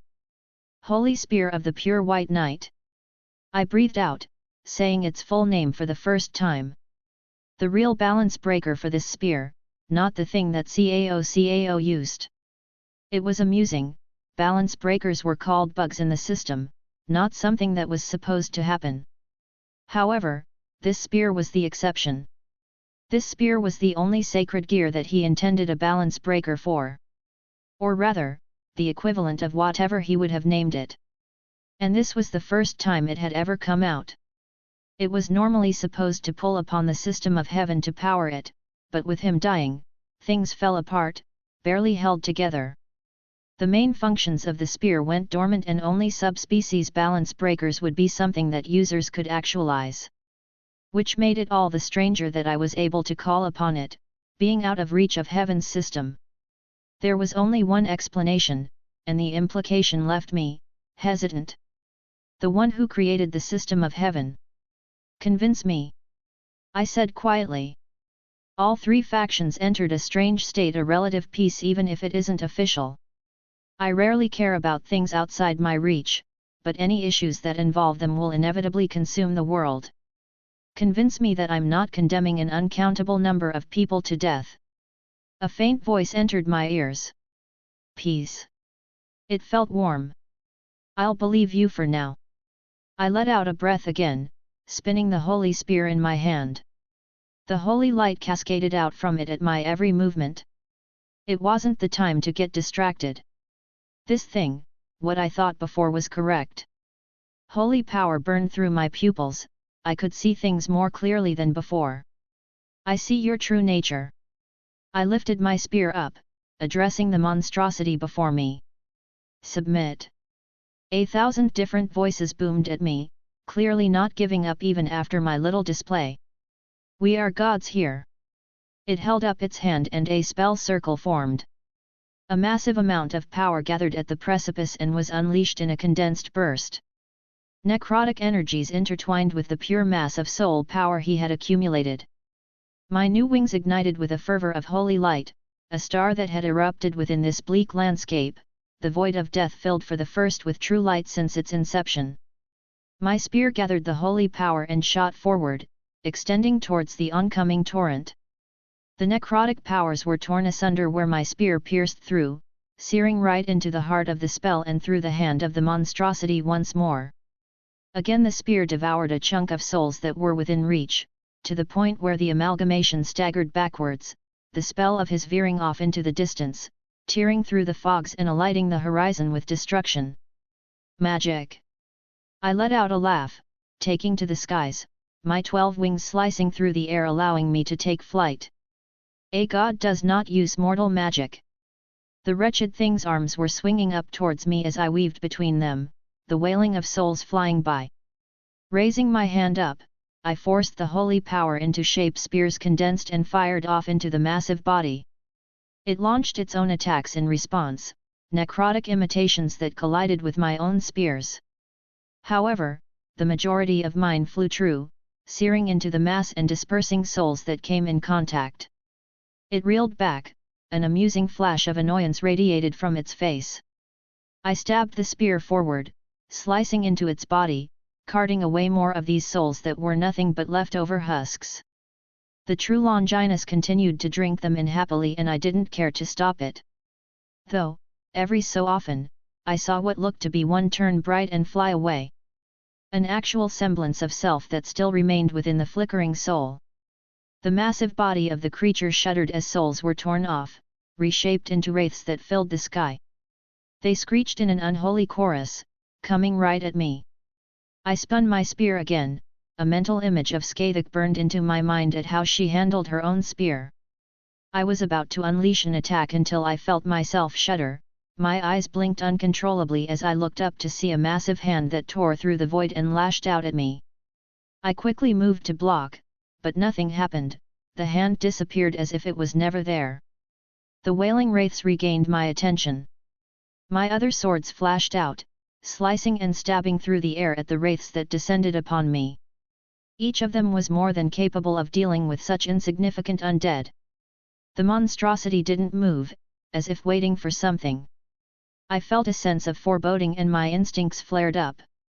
Instinctively, my holy wings covered me up, as the massive hand tore through the void again, slamming into me. The impact sent me sailing into the ground. My aura was not able to absorb the entire impact and even my holy wings shuddered under the blow. Thankfully I activated my semblance as well, mitigating a good portion of that. I wobbled to my feet, wiping away the blood that trailed down from my nose. I noticed the landscape had completely changed, and the crater I was in was massive. My holy light flared up brightly again as I reorientated myself. Clairvoyance! I muttered, realizing what just happened. That would have really hurt if it hit me head-on and I was unprepared. Was his abilities bleeding through the use of Balance Breaker or was it simply a power of the spear when used correctly? Regardless, I let out a groan as I flew back up into the air. This thing certainly packed a punch. It reminded me of Susanoo with how much pure power it was keeping contained within its form. But it wasn't just that. I didn't perceive that attack at all until it was already upon me, and I could guess the reason after thinking it through. You regulate the flow of time in this realm. I eyed it with annoyance. You attacked me from outside the flow of time. That was much closer to how a god should attack, but even still. My friend, I'm here to assist. I suddenly heard Thorim running over. So too did the monstrosity as it turned its head towards the Dragonborn. It didn't seem to pay him much heed, but Thorim didn't seem to care about that either. Would he shout, encoding himself in a whirlwind as he shot forward. Raivazul! He shouted again as Gram in his hand suddenly got enveloped in a baleful aura not unlike the one that encompassed the entirety of this realm. And my eyes widened as he slashed into the leg of the monstrosity, tearing out a chunk of it. So too was the Ideal Master, surprised at the sudden interference that it didn't even react for a moment after the initial assault. Invader, be gone! It roared with the fury of a million voices. Perhaps it could accept that I was fighting it, tearing into its essence, but it might have looked down on Thorim due to his closer to mortal nature. I reeled my hand back, and gathered a significant amount of holy power around the spear. But I didn't stop there. My divine lightning enveloped it as well, intertwining with the holy energy. My divine lightning shifted into holy lightning. It threw it as hard as I could, the air exploding as it left my grip. It impaled the giant hand that was about to slam down onto Thorim, severing it from the main body. Thorim took the opportunity to dash to the side, shouting once more to move at whirlwind speeds and getting out of immediate range. I launched forward, holding my hand out as Dawnbreaker flew to my grasp, and I stabbed into the torso of the amalgamation. The holy power of Dawnbreaker may be lesser in comparison, but it was still significant when fighting against something that Meridius so vehemently disliked. The explosion of light sent the monstrosity staggering back again, and I took the opportunity to slide to the ground next to Thorim. The divine spear that was previously thrown came sailing back towards my hand with a clap of thunder, lighting still crackling around it. Interesting. The severed hand of the monstrosity collapsed into its baser materials, the souls that comprised it, as they flew back into the sky before merging back with the owner, its body reforming completely once more. What shout did you use? I questioned Thorim in this moment of respite. Dernevier taught it to me. Thorim laughed. He continued to use it throughout our fight, as if he wished me to understand it. Well, he didn't seem like he wanted to be fighting you. Did you kill him? Dernevier. The monstrosity roared, shattering the very fabric of space as its hand opened up, and the dragon was then there. It looked like it was barely still conscious. Thorim clearly had done a number on it. The ideal master's power burst out, a huge surge of necrotic energies swirled around its hand as they seeped into the dragon. Dernevier stood up within the large hand.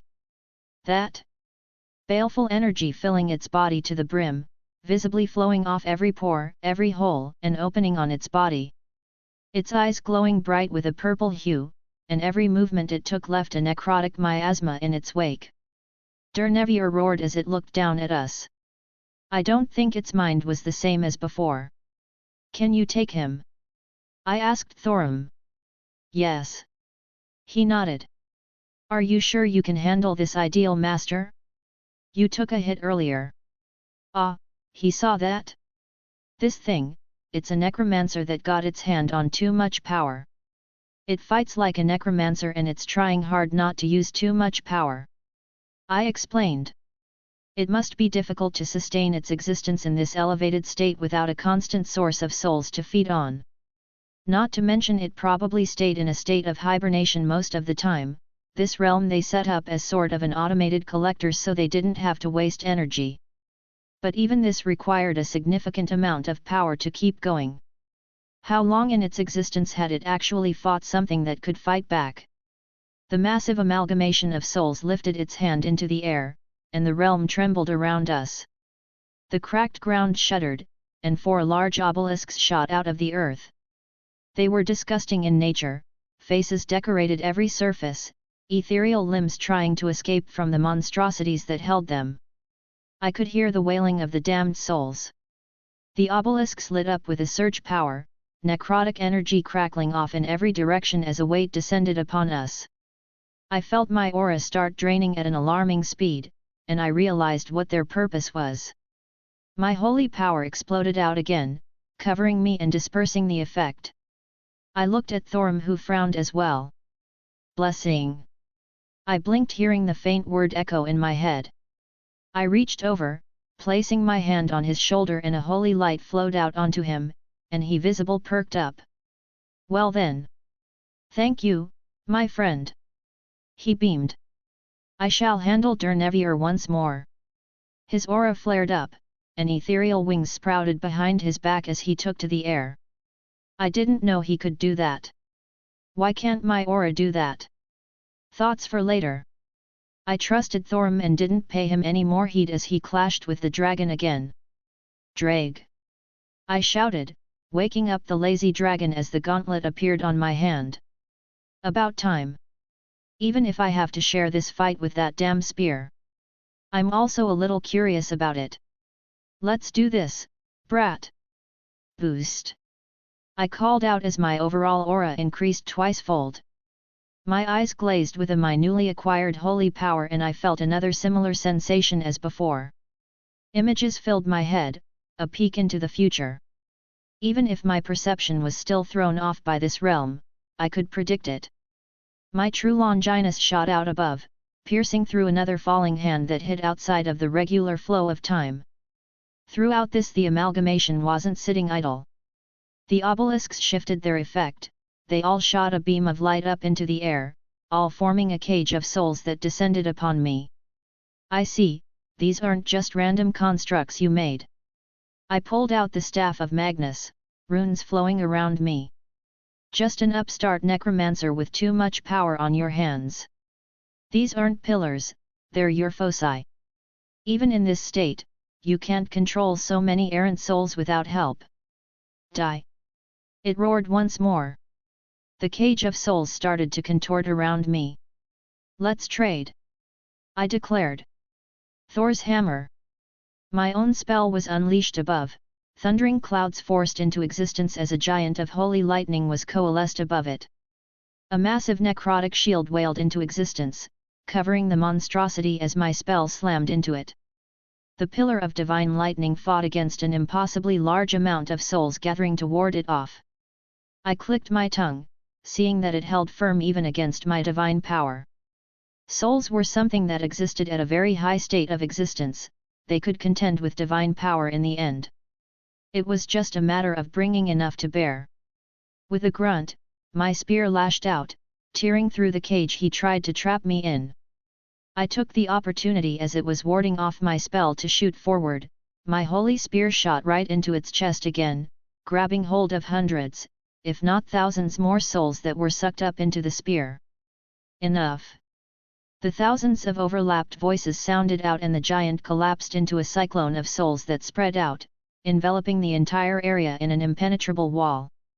My spear extended outwards, piercing through it, taking hold of more souls, but the damage/hole was immediately repaired.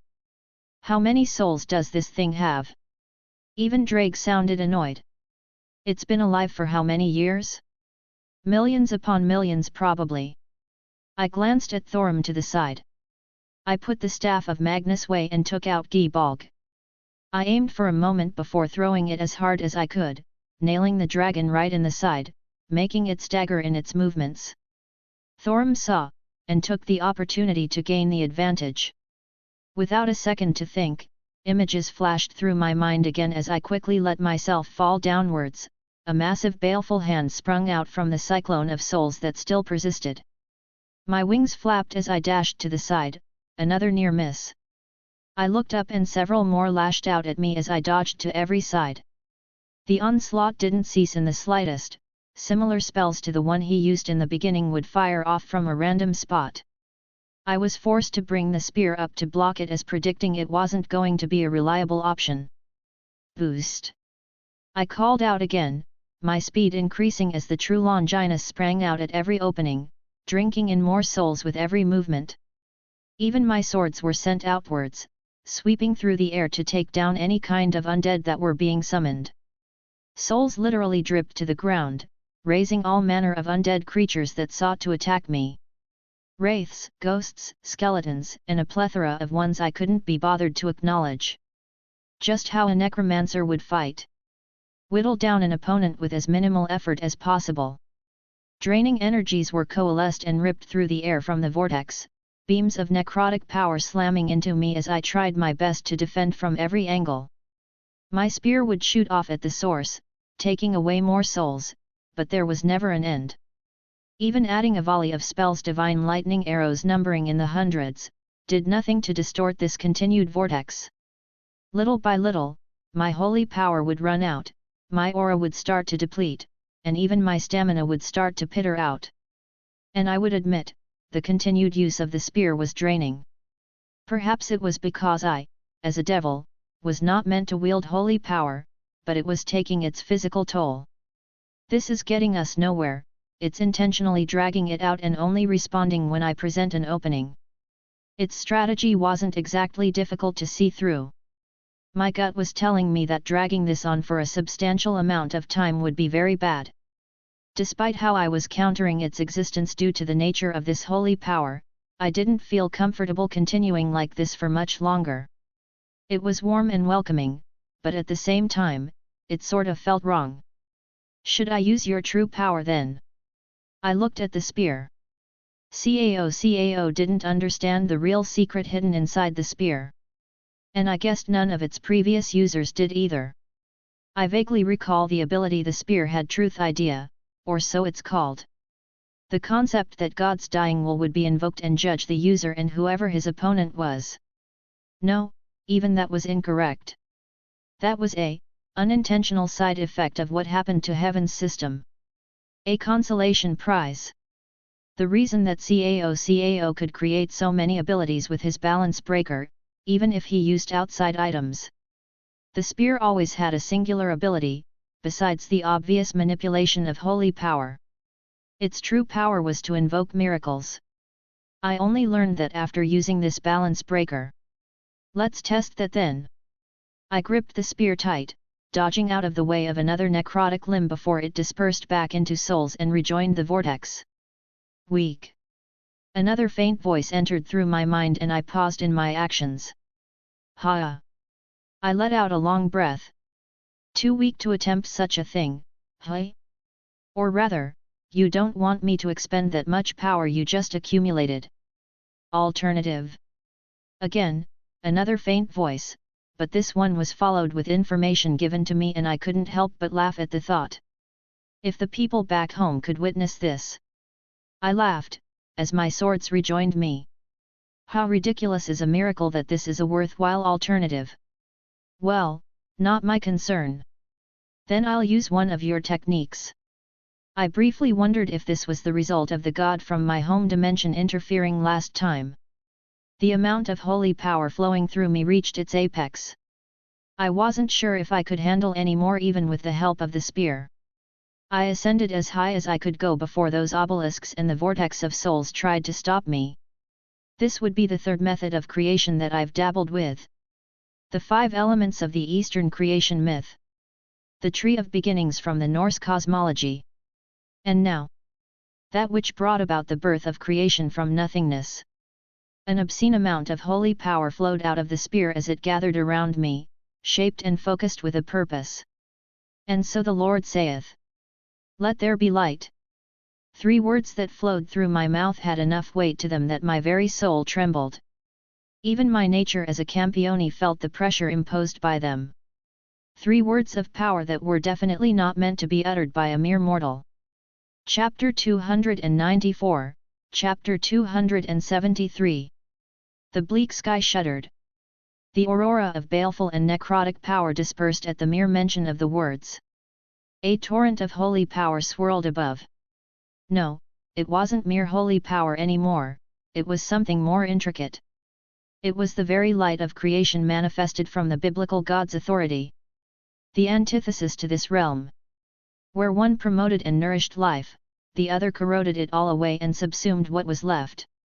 It descended from the sky, rejecting everything in its path. It denied what these monstrosities had built, tearing it away from their greedy claws. The world turned absolutely silent. The wailing of souls ceased. The few wayward wraiths high above were the first to receive the errant gift. The necrotic magics that held them together were seared away without even a semblance of resistance. It continued downwards, and the vortex of souls, as if sensing something was wrong, tried to disperse, but it was too late. The purging light slammed down upon the desolate plains, enveloping every wayward soul, every undead creature. The uncountable number of souls that had been giving me a headache were cleansed within moments of the light descending. There was but one sound that pierced the silence, a singular scream that came from within the amalgamation. It was drowned out by unyielding light, pressing on further without reproach.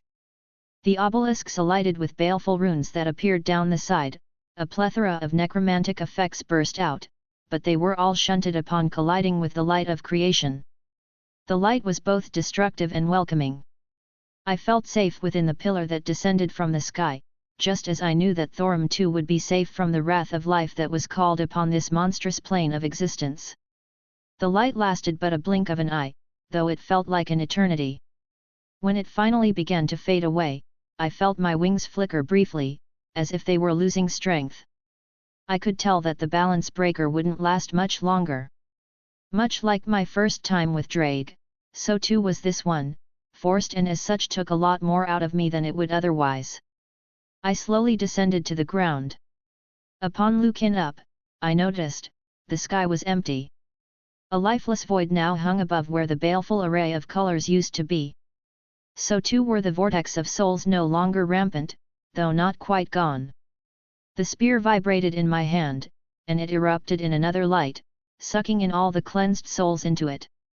I had to brace myself as thousands upon thousands of listless souls shot into the holy weapon. They poured into the point where when I was having trouble coping, and I think eventually the spear was reaching the maximum amount it could handle. Whatever was going on it with, I doubt it could continue to just suck in souls without consequences. I noticed Thorum off to the side, a downed Dernevier in front of him, that same baleful energy wafting off of his body as he returned to normal. Or at least as normal as he was before, and he didn't seem to be in that good of shape. As my feet touched the ground, my eyes locked on the singular existence still clinging to form. Barely held together as a nondescript humanoid. It trembled in place, the energies that held it together were visibly falling off of it. Every so often, its body would distort and a soul trapped within would burst away, unable to be contained any longer. I wasted no words as I approached it. Its blank face seemed to contort in some unnatural manner. But I again paid it no heed, instead I leveled my spear once more. With a quick jab, I pierced the amalgamation. It let out an unholy wail, holy power started to fill its body. Its own necrotic energies fought against my own, but that just served to further destabilize everything that held it together. My spear began to drink in more of its essence, the souls that held it together and the seams that seemed to bind this thing into a solid shape began to unravel and it started flickering in and out of existence. The false body burst in various places, others had souls forcibly cast out before being sucked in. Holy power cracked and fissured others. My own holy power was starting to run dry, but I pushed on until it appeared that I started to hit bedrock. Its humanoid form collapsed, and I finally pulled my spear away. All that was left was a flickering albeit powerful soul amongst what remained. Though, I could tell that even this much was so far beyond a normal human's soul. There's no way I got every soul out of this thing. How many more were eaten and fully subsumed to keep it existing? Then I paused, feeling the halo above my head crack. I took a deep breath, reorientating myself. Better not dally anymore. I hefted my spear up one more time. Stay your hand. A voice filled the newly cleansed area. As if walking out of nothingness, another amalgamation appeared just a couple feet behind the one I had defeated. It sounded just as distorted as this one I had defeated, however, it also felt more contained. Was it stronger than the one I just fought? I looked at the newcomer. I wondered why it finally chose now of all times to appear. Simple coincidence, or did it wait until its peer was left in this state? I reached out with my hand still clad in the boosted gear and clutched the soul in my grip. Have you come to negotiate? I slowly formed a smile on my face. The entity was silent for a moment, its expression was impossible to read. Release our brethren and leave this realm henceforth. We shall pursue this matter no longer. I felt a tingling on the back of my neck as I turned my head to see another one standing near Thorum. Were they subtly threatening me? If they were anything like this other one, they didn't want to expend any unnecessary energy. Did I want to fight more of these things? I couldn't hold the balancer breaker much longer, but I too wasn't without options to continue. However, Thorum was my main concern as of now, and I didn't actually come here to fight but to free Serena's mother. Your power fades. It spoke again. Leave, and never return. He commanded again. I clenched my teeth and forcibly pulled on the spear's power just little bit more. I felt a pain in my chest as another burst of holy power erupted from within. My wings that were dimming suddenly arced back with renewed vigor, and my halo mended itself and shined with a bright glow. You were saying? I quirked an eyebrow. I guess it was betting on me not wanting to stick around because I would be vulnerable soon? Creature of flesh. It intoned. Take the mortal and retreat from this realm. Our brethren has been thus punished sufficiently for any slight. Punished? It tried to devour me, I'm fairly sure I should respond in kind. You invade this realm. We sought to rescue an unwilling inhabitant. I crossed my arms. He is diminished beyond words. Reduced to a mere flickering remnant. It replied. And I'm sure this pales in comparison to what it would have done to me if the roles were reversed. Our realm is scarred due to your action. It seemed to ignore my indignation. Leave, and do not come back. It added some power to its words. I didn't waver under its tone. I wonder, did you not interfere before because you were hoping that one of us would fall and you could clean up the mess? I've already seen through you lot, necromancers who munched on too many souls and became this. I gestured to them. What a perfect opportunity to redistribute the pieces, so to speak, yet? With this one how it is now, I shook the soul in my hand. I'm sure you'll be getting a much bigger portion of whatever comes along with the other one. I was shooting in the dark here, but by the lack of a reaction or denial, I felt I was pretty much on the mark. Perhaps its continued existence was paramount, but it being at full strength was unneeded. The others wanted a bigger piece of the pie. Our brethren suffered its own arrogance. It said rather flatly. A mortal creature you are not. Was it judging me based on both Drake and my spear in hand or just based off my divinity? Regardless, I can more or less guess it would have jumped at the opportunity to do the same if it thought it could get away with it without suffering any noticeable consequences. As it stands, I can assume its content with just taking a portion of what's left after I reduced the one in my hand. And you've all but admitted that this one is integral to your continued existence in some capacity, I assume. Be it a pillar that holds together this realm or something enticing enough to not get upset at what I did. Yeah, that attack did a number on this realm. Scared is probably an apt description considering the hostile concepts that still persisted. How long and how much effort would it take to clean up? I did not like these things, this whole place for that matter. But, I didn't come here for this purpose. Perhaps it's best to take a step back, for now. Speak your demands. It finally spoke again. I stopped myself from smiling. Myself, Thorim, the dragon and the vampires. You will relinquish all claims or perceived claims and seek no retaliation. We will leave without issue. Those who trespassed may return freely. Those who are imprisoned shall remain here. It replied. So, it doesn't want to give up two immortal souls, huh? You will forswear the vampire and the dragon as well. Stabbed my spear into the ground and instead held out a single finger to the soul clutched between my fingers. A spark of my power of destruction manifested, and I held it right above the soul. Cease. Its voice boomed out, shaking the realm, though I still didn't react to its attempt at intimidation. Did it know what this was, that I was able to fully destroy this amalgamation of souls? We will abide. The presence that flared up had simmered down again. Called its bluff. It was pretty clear that this ideal master I held was unfathomably valuable to them. It held up its hand towards Dernevier, and a large vortex of necrotic power was pulled out of its body. The already haggard dragon shuddered and roared under the action. I could imagine how painful the process was. It is done. It said plainly. Those that have left have been released. Now, leave. It boomed again, the echo of a million souls roared the words, almost making me stumble at the sheer presence. Definitely stronger than the other. And without the spear being just an absolute counter to whatever it could do, it would be a tougher fight, especially with two of them together and me protecting Thorim. It might seem strange that I'm trusting them, however, there was one reason for me to do so in this situation. They didn't want to fight me, that was made all too clear.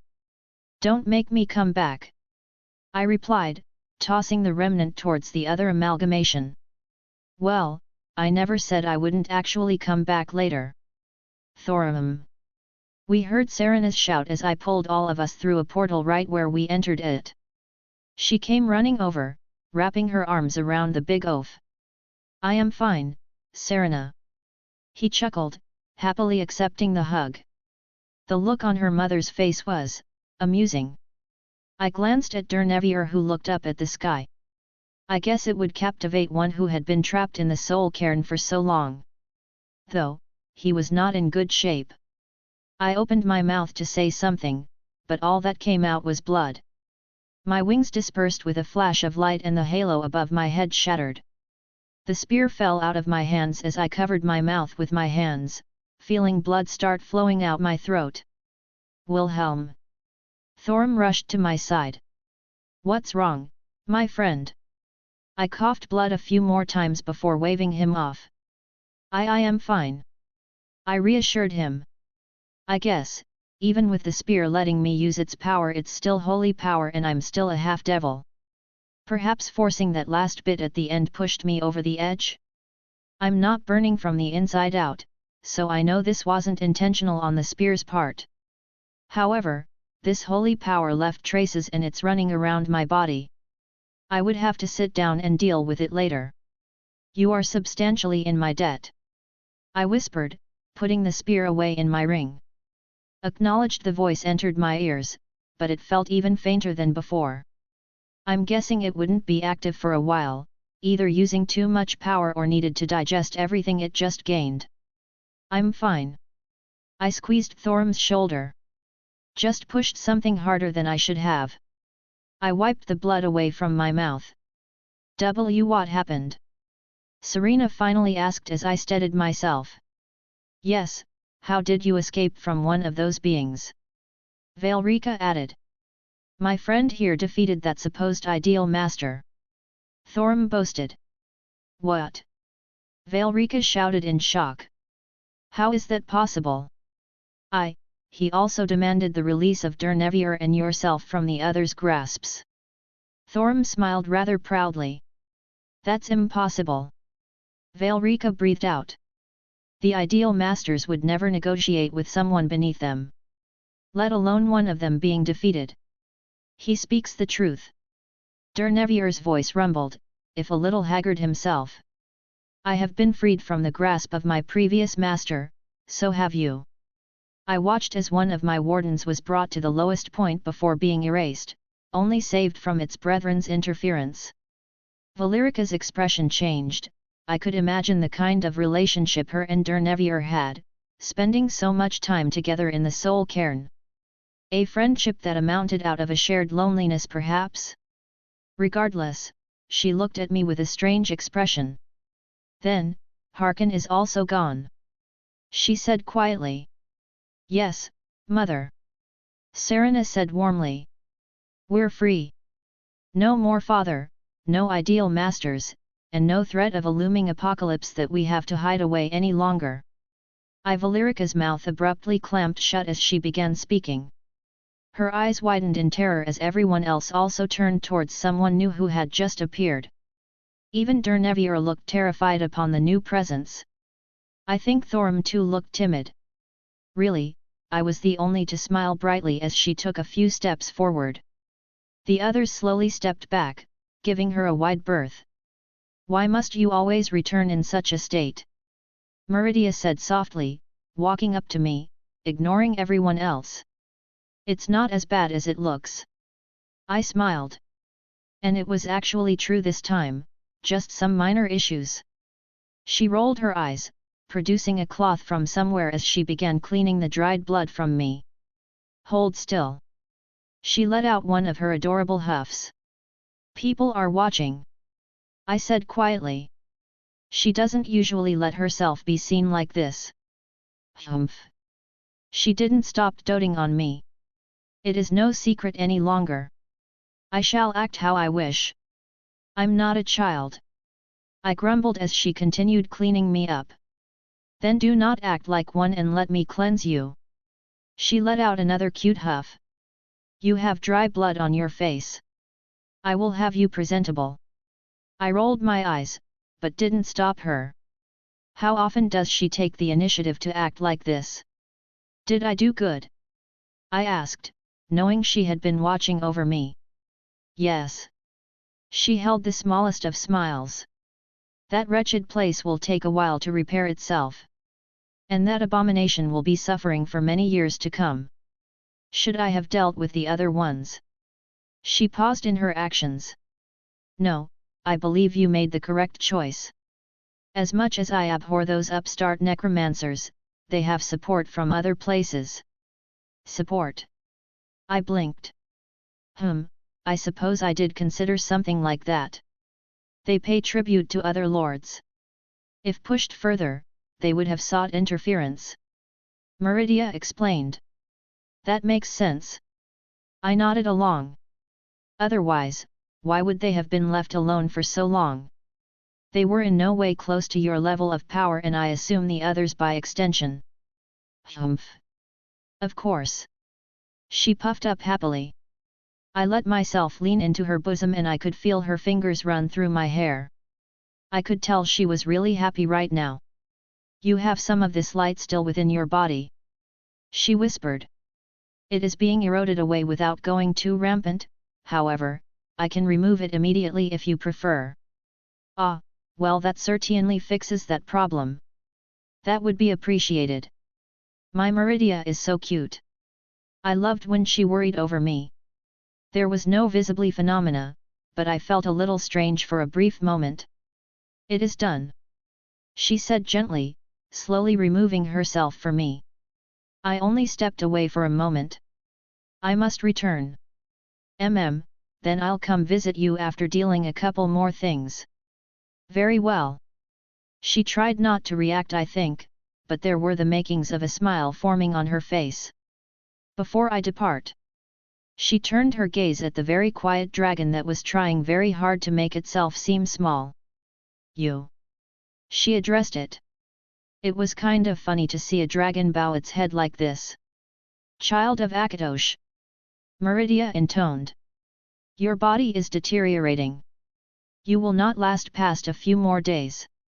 500 years of servitude, and I shall mend you back to your former state. It must have been a good offer, because Dernevier actually appeared enthused even if it took a moment to contemplate. 500 years and I am free? It asked. My word is beyond reproach.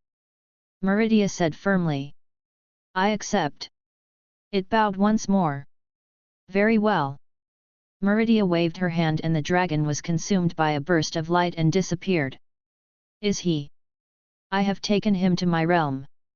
He will mend through my own power and be reborn anew. Not some monstrosity that those ideal masters tried to turn him into. She crossed her arms with a scoff. And I am on good terms with Akatosh, I would not harm one of his without cause. And 500 years isn't that long for beings like that. Dragonborn. Meridia snapped her head towards Thorim. Why yes. Thorim's body jolted to attention. Lady Meridia. Receive my blessing. She didn't give him time to answer as a beam of light slammed into his head, disappearing into his body. Thorim just blinked, apparently confused as to what just happened. Vampire. Meridia practically hissed, not even deeming to cast her gaze towards Serena and her mother. Which might have been considered a mercy on her part. Payment is rendered. She said very bluntly, a hand extended and the Elder Scroll now filling it. She pushed it into my hands. She cast me one last warm look before disappearing. What just happened? Serena's mother finally blurted out. What do you mean? Me beating one of those ideal masters, Dernevier being whisked away, Thorim getting a blessing. Or do you mean the fact that Meridia, the Daedric prince, is my lover? I asked with a wistful smile. Velrika just made a confused noise in response, unable to formulate any real words. I think you broke my mother. Serena groaned. Chapter 295, Chapter 274. So this place is still standing. Velrika idly commented as I deposited us all in the courtyard of / at the foot of the bridge leading to the College of Winterhold. Barely, it appears. I suppose it is impressive for mortal construction to last the centuries. Lady Velrika, you know of this place? Thorim asked. He was rather respectful, which was understandable considering he's dating her daughter. The older vampire pursed her lips while inspecting the area. I'm sure she noticed the sundered remains in the chasm surrounding the college. I remember when it first came into existence. I had no dealings with it, but it brought a different kind of mortal to Skyrim upon its creation, which was beneficial to us as well. Funnily enough, even with Valerica's sort of standoffish behavior, I believed she had a good impression of Thorim. I could see why Velrika had even the faintest acknowledgement of the college as well. I'm sure she appreciated the more learned sort coming to Skyrim back in the day. As much as I've fallen in love with this place, there's no denying that the Nords for the most part were the type to hit things rather than delve into arcane secrets. Oh well, their directness was one of the things that made this place so charming. Are you positive it is a good idea for my daughter and I to approach such a place? Velrika spoke again, a slight amount of hesitance in her voice. Mortals never suffered our kind in the past, and this is perhaps one of the few places I would worry about mortals taking offense. It's all right, mother. Serena had a smile on her face that refused to leave since regaining her lost family. Thorim and I have been here a few times so far. The Archmage doesn't discriminate as long as we don't cause problems. If there had been a problem I would have put in a word. Sorta my fault she was following along as it were. Well, it also might be because she had been trapped so long she wanted to walk about, free and unrestrained. Or it could do with the fact that she didn't actually have somewhere to go. Someone may or may not have destroyed her previous home and looted everything of worth. Whoops. Maybe she also wanted to see what I would do with the Elder Scroll? Also a plausible explanation. Hey Drake. I voiced the thought inwards towards the dragon. What? You've been quiet since we left the soul cairn. Granted, you're usually quiet and like to watch silently. But you just stopped abruptly in there after only saying a few things. You're not upset, are you? Why would I be upset? I used the power of the biblical God. I'm not dense enough to ignore the grudge you have with him. I'm not annoyed with you, brat. I understand why you did it, it was the perfect counter to that annoying thing you fought. But that doesn't mean I've forgiven him. Do you want me to? I don't need you to fight my battles for me. Isn't that literally what every one of your users does when it comes to your rival? It's not the same. Driag huffed in annoyance. As my user, it's your duty to fight Albion's user. My other regrets and grudges are for me to bear. Hey! You're my partner, Drag. If you want me to do something or not do something, you just have to tell me.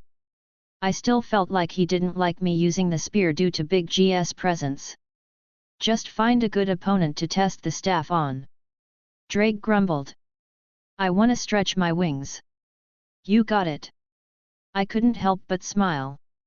I would have used it against that ideal master, but I didn't think it was wise to test something that involves pulling out the soul of Drake in a realm that's created by necromancers with an almost absolute control of soul-based manipulation.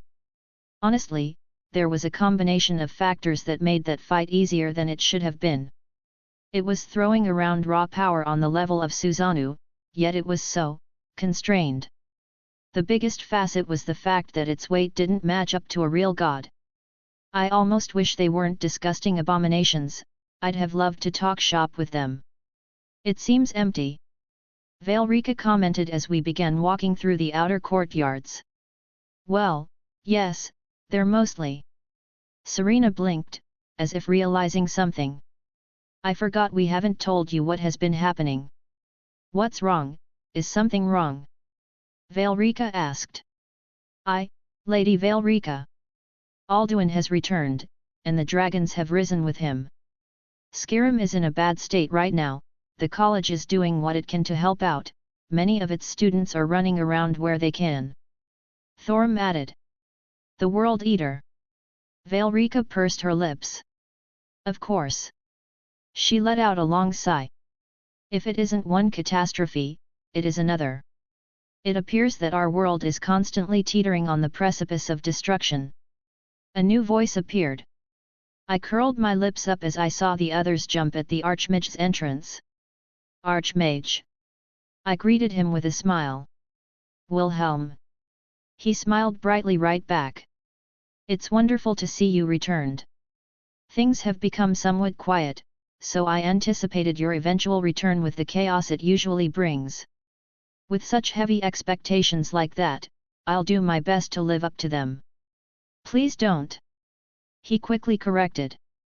I don't know if my old heart can handle any more surprises. Well, we're going to find out. I patted his shoulder.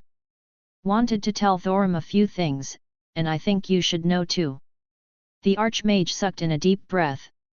I will have drinks awaiting for my inevitable headache. He turned to the others. Now, a new face, may I ask for introductions? He was speaking of Velrika, as both Serena and Thorim had been here before. I apologize, Archmage.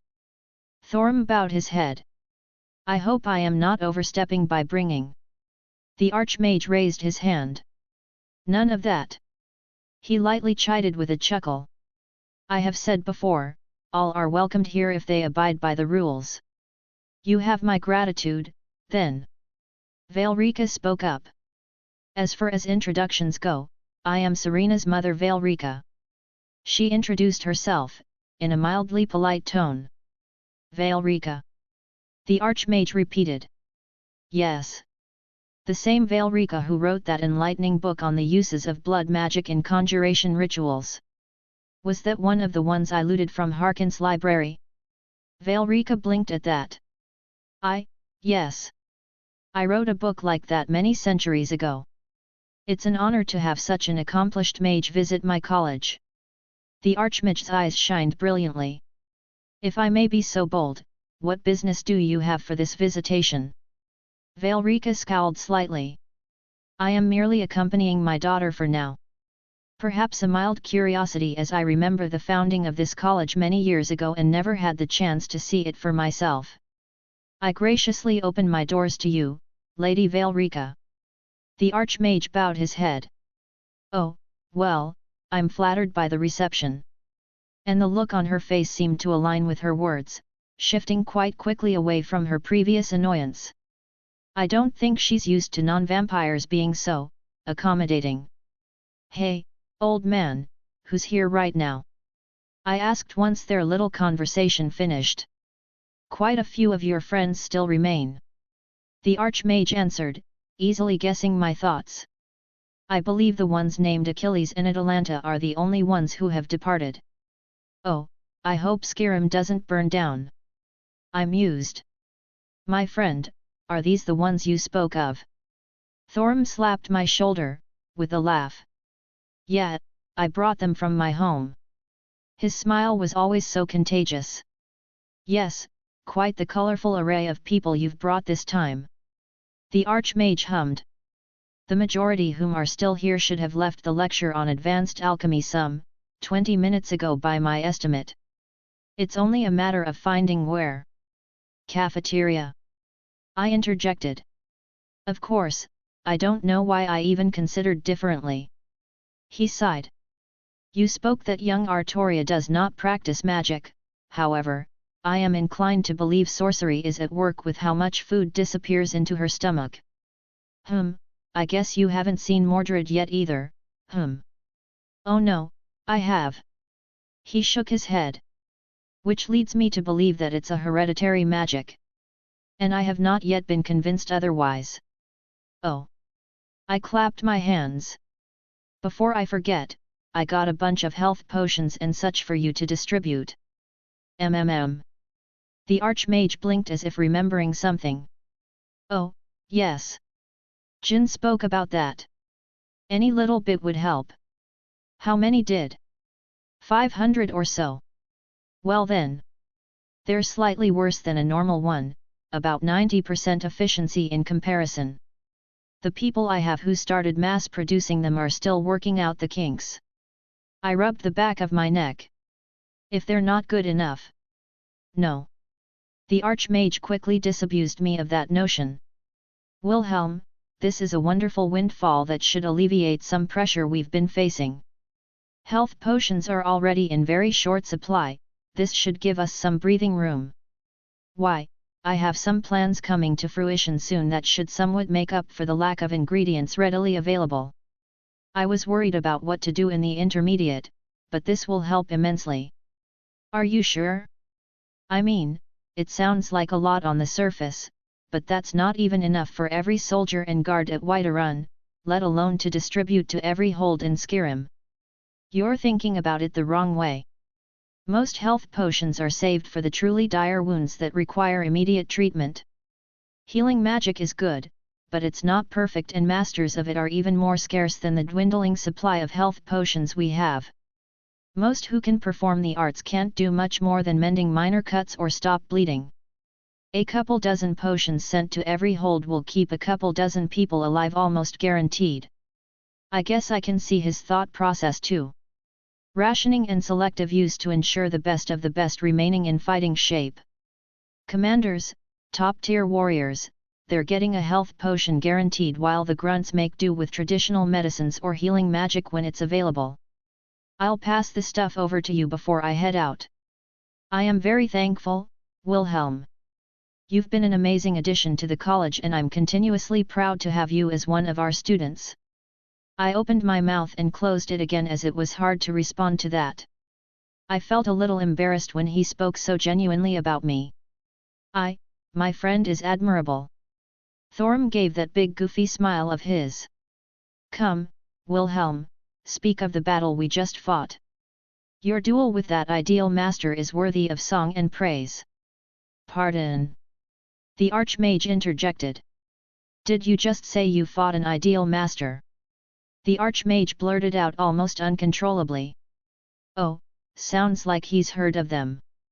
Did I forget to mention that my mother was trapped in the soul cairn? Serena coughed awkwardly.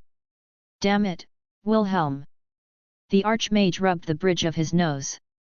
I was kidding before. Oh, wow, is that Artoria? Better head over there. I quickly ran ahead, barely holding back a giggle myself. As predicted, everyone was gathered in the cafeteria. Honestly, I think that's just where Artoria decided to go and everyone gravitated towards her. She had that kind of presence that you want to be around her. Bullshit charisma. Serena and her mother went for a walk to chat some more, and no one blamed them for wanting some more alone time. They had a lot of catching up to do. There were smiles and acknowledgements as I entered, followed by the others. I saw Medea with her back to me, looking intently at some parchment in front of her. When presented with the opportunity, I did the most obvious thing, and bullied the witch. I reached out, pulling her hood up over her head. Sup, nerd? Re-ah. She made a strange noise, flailing her arms in my general direction before she fixed herself. Honestly, she's kinda cute. It just made me want to bully her some more. Brat. She crossed her arms with a huff. You enjoy the lecture, Medea? I slid into a seat next to Artoria, opposite of the witch. Yes, it was enlightening. So many different ideas and concepts, I'll enjoy delving into them. She quickly shifted away from the indignants. Her fiancé was sitting right next to her, looking engrossed in a book himself about the history of Skyrim. I didn't know if he had any interest in the magic side of things, but he seemed pretty entertained. Then again, it's hard to get a read on that guy. I leaned over, kissing Artoria on the cheek. That little squeak she made with her mouth full was adorable. Why do you have dried blood on your shirt? Artoria forced a mouthful down, inspecting me intently. And at her words, everyone seemed to look over at me. It's nothing bad. Wilhelm. Artoria crossed her arms, a no-nonsense look on her face. I fought an entity that could be called godlike in another realm. Thorm and I went in to help Serena rescue her mother. I explained briefly. If it was not for Wilhelm, I fear that neither I nor Serena would have made it out ourselves. Thorm spoke up as well. Strong bastard then. Mordred had a bored look herself and perked up at my explanation. And who's this? She jabbed her thumb towards my friend. Oh yes, introduction. Thorm brightened up. I am honored to meet more of Wilhelm's friends. I am Thorm. Hey. Mordred just lazily waved.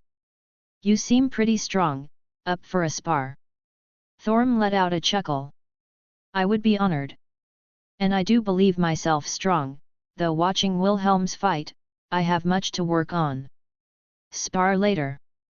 I swatted at Mordred's ponytail, who huffed and swatted at my hand. We went back and forth for a moment. Proper introductions, you dunce. Ugh, fine. Mordred rolled her eyes. I'm Mordred Pendragon, you've met my father. She gestured to Artoria. Thorm just blinked at that, but took it in stride. Well met, Mordred. All right, this is going to take forever. Going around the room. I started to point at everyone. Carrie, Medea, Kuzuki. I went around the room before landing on my best friend. And this is Thorm, Dragonborn, meaning he has the soul of a dragon and can use that same divine words that I can, but better. Oh. Medea perked up at that. I'll want to see that later, sounds interesting. Otherwise, there were just grunts of acknowledgement. Wilhelm, explain, now. Artoria seemed impatient. Well, it's pretty simple.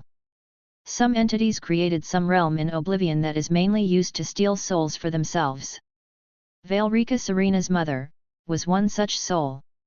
We went there and I had a chat with one of the ideal master, the name they call themselves apparently, and they did not wish to let her go as we had an argument. Stop being coy. Rin frowned. I am with Miss Tosaka, Wilhelm. The archmage who was standing nearby spoke up. I am aware of these ideal masters, they often trick the wayward necromancer into being imprisoned in their realm. It's a warning I give to any who study the arts, among other things, but to not deal with them in any capacity is foremost. Noted. Carrie grunted. Fine, so basically, it wanted my soul. Obviously I did not agree to that, so it attacked me trying to take it for itself. I let out a sigh. Medea, question for you, what do you think would happen if a human started absorbing a bunch of souls? Die, probably. Medea replied nonchalantly. Well, if they were smart about it at first, they could probably do it a few times. But it'd be difficult and painful as Hades. Keep at it long enough, get lucky, and they might be able to mutate into something beyond a normal, mortal. There is a theory that the ideal masters were once normal necromancers. The archmage rubbed his beard.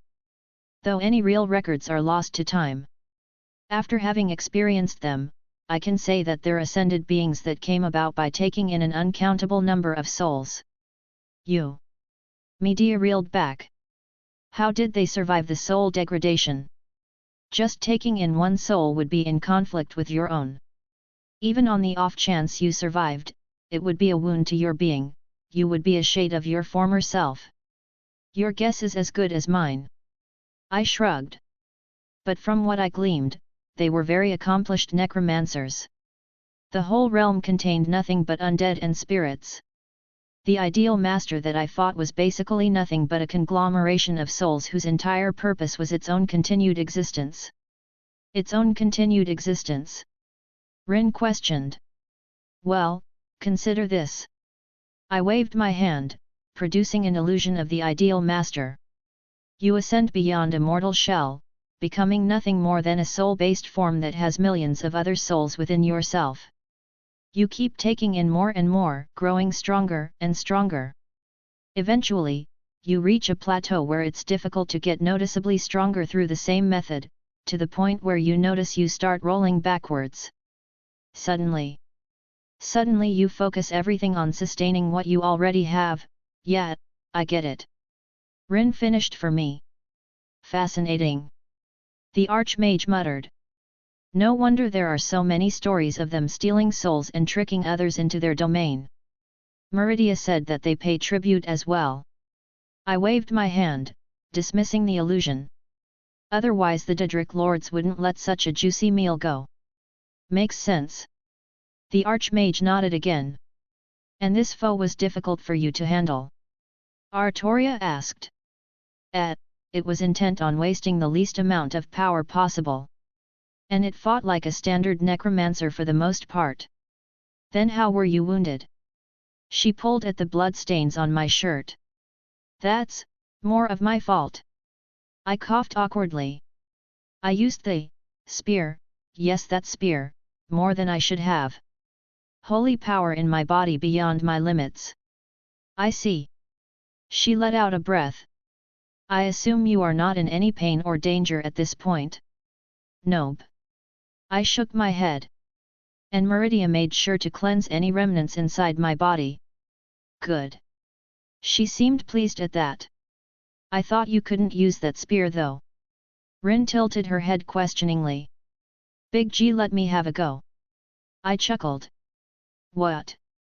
Yup, he spoke to me and let me use its full power. You're fucking with me. She said dryly. You're saying you spoke to God. Mordred stared incredulously. Aren't you a devil? Why aren't you all ash and shit? Well, I paused and realized there were two people here who were in the dark. I think I should start off by telling Thorim and the Archmage what exactly we're talking about. Yes, I'm dreadfully lost here. The Archmage chuckled. I am confused, my friend. Well, you better sit down, it's a bit of a story. I actually haven't heard the full thing. Mordred perked up. This should be interesting. Medea set her parchments to the side and even Kyuzuki closed his book. Do you all want food and drink while I recall my intimate life story? I rolled my eyes. The Archmage, with an amused smile on his face, snapped his fingers and more food and drink appeared around the table. I let out a long sigh and began as I always did. It started when I got stabbed through the chest with a magical light sword. Rin, it's okay to be mad. I said calmly. I'm not mad. She replied. I'm not. Sure. She growled. How? She finally threw her hands up. Saber and I have been searching all over the damn place, and you just luck into another Elder Scroll that gives another clue towards the bow. My Elder Scroll. Jin giggled, hugging it tight. So cute. The Archmage was just lost in thought after new revelations. Thorim, I don't think it changed much for him. He probably understood some of it, but to him, I wasn't from here already, to elaborate on that didn't mean much to him. I think he was just happy to know.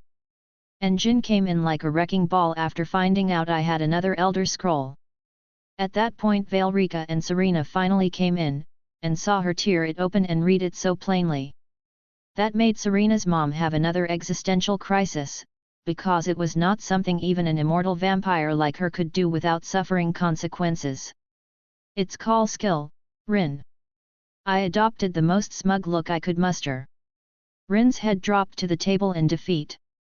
Artoria giving her a sympathetic pat on the back. Honestly, I think Rin was just distracting herself from the fact that I have Big G in my spear and could talk to him at will. She was someone of the faith, surprisingly enough. And Artoria too.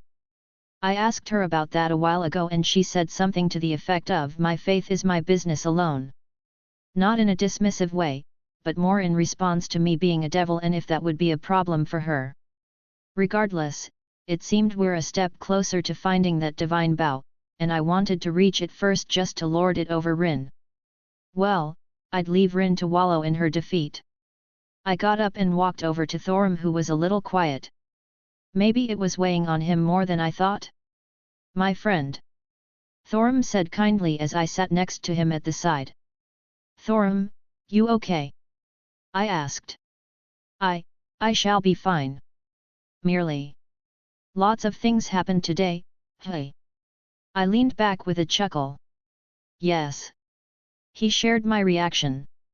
Well, now that you know, I'll bring you around to see my home sometime. He looked mildly surprised. You would bring me to see your home? You big idiot. I huffed. Of course I'd bring you. You're my best friend. I playfully punched his shoulder. And I'd love for you to meet my Gramps, he can't really leave, well. I already explained that. Yes, 'tis confusing, but I understand he cannot leave. Thorim nodded along.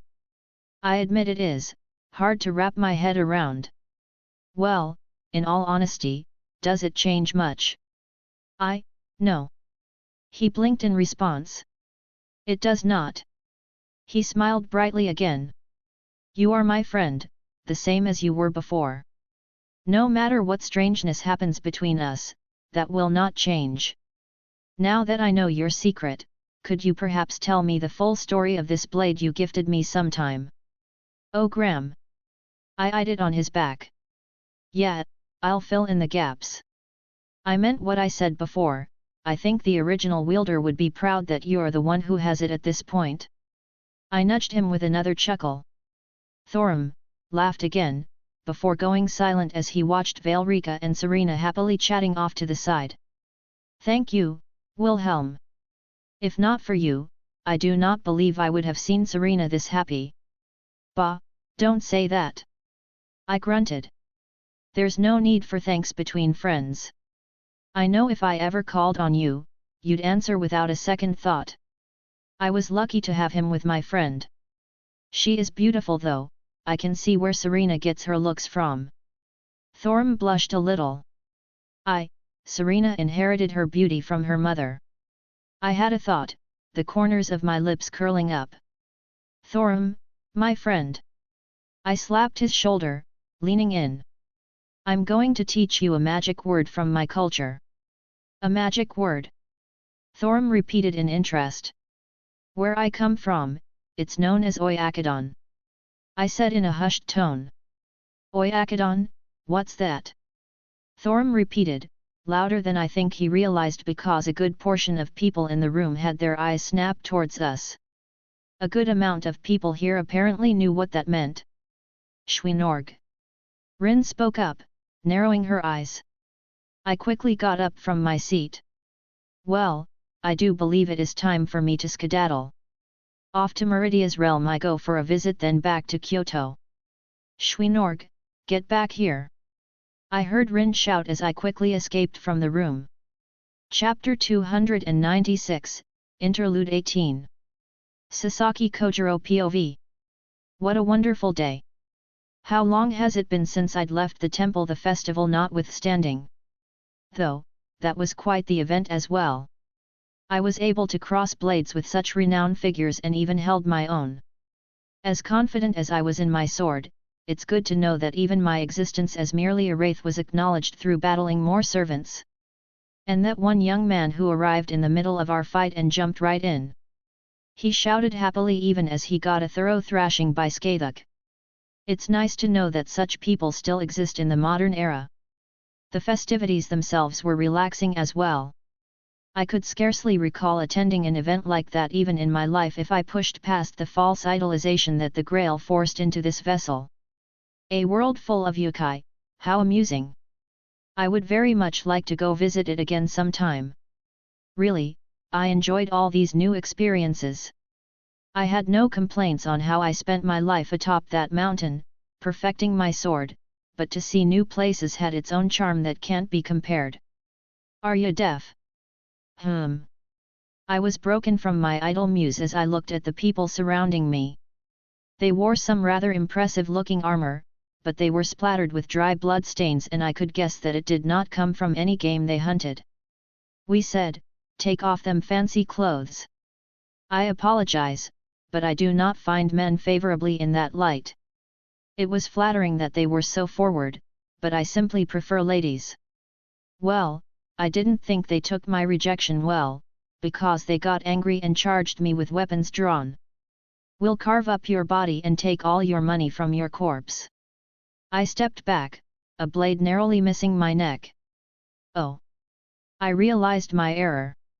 You are bandits, I apologize, I thought you were trying to bed me. Another angry shout reverberated behind me as I ducked under an axe that swung past me. Not that there's anything wrong with that. Die! The remainder of them charged at me, a large variety of weapons in hand. Honestly, you should be flattered. I said as I finally decided to draw my blade. With a flick of my wrist, I knocked an oncoming arrow out of the air. Tilting my arm forward, I turned my blade and thrust it out, stabbing a man running at me with a large warhammer in his hands. I pieced right through his throat, a small spurt of blood flying out as I pulled my blade free in one swift motion. You bastard! You killed Bord! Another arrow came sailing towards me, and I plucked it from the air before it could touch me and threw it at the one who had just screamed and entered a murderous rage. My first assumption wasn't that you were bandits, but merely flirting. When I picture bandits, I don't think of a well-armed group of individuals such as yourselves. I hummed thoughtfully, jumping into the air to avoid two more individuals who swung at me simultaneously. With gravity following my movement, I whipped my sword down and flowed through the movement, beheading both of them in a single slash. I calmly flicked my blade, flinging the blood off of it before sheathing it behind my back. I knelt down, picking up a discarded axe, giving it an appraising swing to get a feel for the balance. I held it up at eye level, looking at its curvature and edge. What good craftsmanship, and it looks like the other weapons don't lose out. I couldn't hold back my admiration. Are all weapons here so high quality? Was it because this was still the age of gods that such crafts were more openly studied and accessible? Well, regardless. I turned to look at the last bandit who was running away down a dirt path. I tossed the axe up and caught it with a small smile. It's good to experience other cultures. I raised the axe up, closing one eye to get a good measure of distance. I've never used an axe as a weapon before, let's see how this goes. I planted my foot forward and threw it with all my might. The axe broke the sound barrier, flying towards the running bandit. He turned at the last moment, most likely surprised at the sudden thunderclap, and his last sight was that of the axe in front of his eyes. He was picked up off his feet and followed the moment of the axe as he went cartwheeling off the edge of the nearby cliff. Perhaps I put too much strength into it, I said quietly, with a tad bit of embarrassment. I did like how the axe felt in my hand. Maybe I should give other weapons a try for some amusement? I can't say I've ever tried using a bow before, not to mention a warhammer like the first bandit who charged used. Oh! I blinked in realization. I can take everything with me. I should thank Wilhelm again once I see him next. This has already been more fun than I've had in a very long time, outside of the festival. Is this the place? I saw some large walls coming up ahead. Wilhelm told me a destination to find this ebony, but I got lost.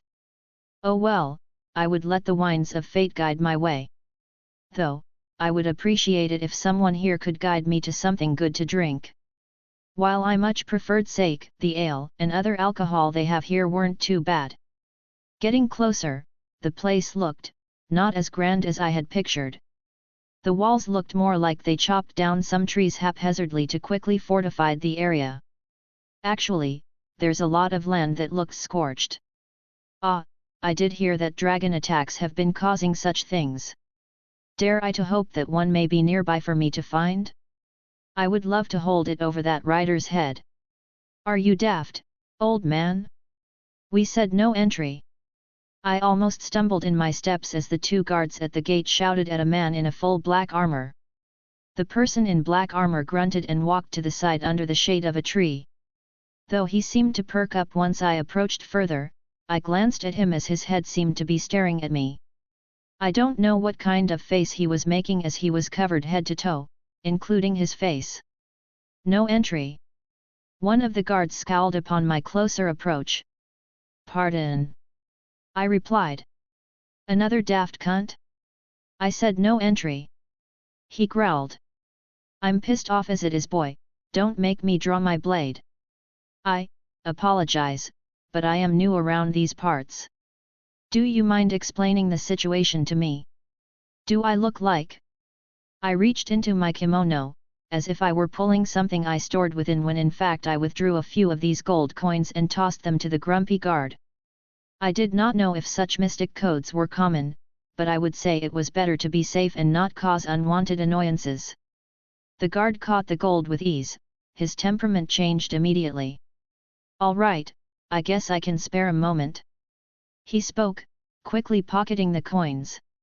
What you need to know, outsider? Would you mind explaining what's going on here? And what happened to the town? The guard's shoulder sunk ever so slightly. Dragon attack, much like everywhere else in Skyrim. One of the first places to be hit. Riften was never the ideal place to live for common folk, what with thieves and murderers running rampant, but it was home for many of us. Then along comes a dragon and burns most of it to the ground. We barely recovered this much in the months that passed. He let out a sigh. I would not hold his previous attitude against him. It seemed that everyone had their own problems. And why can't I go in? I questioned. The guard sighed again. 'Tis not my fault. The Jarl commanded that the city be sealed, no one in or out while we search for those thief guild bastards. He growled. Heard they robbed something precious from the Jarl and got her in bad mood. Riften, hey? How unfortunate, I have not been able to find a bed after a day of traveling. I sighed to myself. Do you mind showing me the way towards the nearest town or village where I can rest? Ah well, the nearest village is more than a day's travel back the way you came. The guard awkwardly rubbed the back of his neck. The nearest city is about the same distance north if you want something bigger. How unfortunate, I suppose I shall head north then. Thank you for the information. Wait! He suddenly called out. The Jarl should calm down in a few hours if you be wanting to wait. This is not the first time the Jarl has been at odds with the Thieves' Guild. I rubbed my chin in thought. That doesn't sound too bad, I don't mind waiting, thank you. The guard mumbled something about polite strangers. Ah, well, think nothing of it. Shall I look around, find a nice spot for a nap maybe? There's no better time to nap than under the evening sun while it's high up in the sky. Stranger, a moment. My idle musing ceased as I stopped my steps and turned towards the owner of the voice. The man covered head to toe in that black armor was addressing me. Greetings, how may I help you? You wear strange garb, and a sword the like of which I've never seen before. He looked like he was inspecting me. Yes, I'm aware my appearance may seem abnormal to people of this place. I wasn't put off by his observations. It was simply the nature of people to look at the differences that we each compose. I'm sure I was sticking out like a sore thumb. You misunderstand me. He shook his head. I may not know you nor where you come from, but I can tell you're strong. Oh! I quirked an eyebrow. Are you maybe looking for a spar? The armored man paused briefly. No, not a spar, stranger. I wish for a true fight, if you would indulge me. I challenge none that could meet me equally, thus I do not force these terms. But I wish our fight to be one to the end if you accept. I blinked at this frank admittance. You wish a duel to the death? Did I do something to wrong you? Nay, stranger. He visibly shook his head. Before I consider this, please properly explain it to me. I'm not against killing by any means, those bandits found that out quickly. However, I am hesitant to raise my blade against someone who was so forthright and had done me no wrong. He let out a tired sigh. I have done all that can be done, stranger. There is nothing left. No quests to be undertaken. No villains to be slain.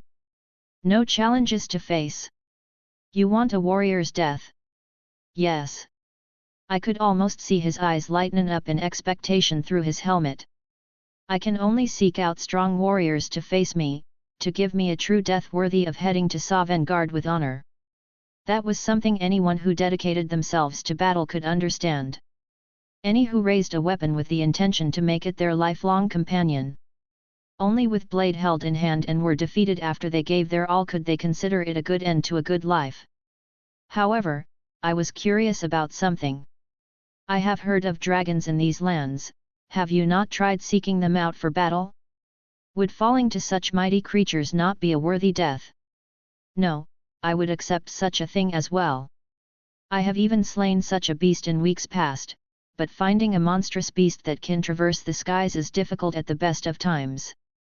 I came upon this city after hearing it was plagued by such foul creatures, but even with such rumors, I have yet to lay my eyes on another of the beasts. Ah, that made sense. And it was impressive that he managed to slay a dragon all by himself. My own pride forced me to answer him. Very well, if it is a duel you wish, a duel we shall have. I saw no reason to not fulfill his request. To cross blades with a strong warrior in these lands, it was one of the reasons I wished to come here. And one thing was for certain, this man was powerful. I didn't quite know how much, as many strange things existed here, but my instincts told me he could put up a fight. Do you have a name, stranger? We both instinctively took positions opposite each other, several feet apart. In my culture, it's polite to introduce yourself first. I grinned, gripping my blade from behind my back. I briefly glanced at the guards at the gates, and they didn't move to stop us, so I didn't bother with them anymore. Ha ha ha, very well. I am known far and wide as the Ebony Warrior. I have long discarded my true name, stranger. But from one warrior to another, it is simply Sadr. Sadr then. I nodded. It may sound strange to you, but from the lands I hail, I go by Sasaki Kojiro. I drew my blade, holding it to my side. Yes, a name that my tongue is not used to speaking, however, it will forever be etched into my memory. For how long that lasts? He drew his own weapon, a great sword that was also behind his back. We shall see. He let out a roar as he charged at me. My eyes briefly widened at the speed his produced, even hampered by that encompassing armor. His footsteps dug into the ground with each step he took, and he accelerated to speeds that would leave a normal man with no manner of retaliation. I could not stop the smile from forming on my face.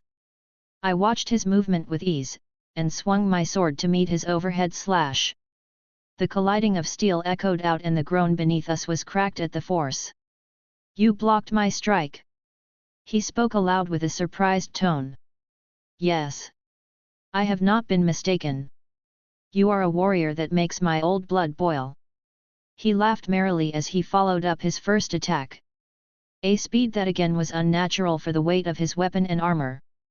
A flurry of strikes were unleashed as I moved to block and deflect each one. My hair and clothes fluttered at the sheer momentum behind each of his swings. Interesting. I mimicked his laugh, stepping to the side as I thrust my sword forward. He jerked his body to the side and my blade sparked against his impressive armor. I raised an eyebrow, seeing that his armor remained unscathed from an admittedly casual strike, but still my sword was not normal. My new friend, you will have to do more than that if you wish to land a wound upon me. This ebony armor of mine has been tempered through numerous battles.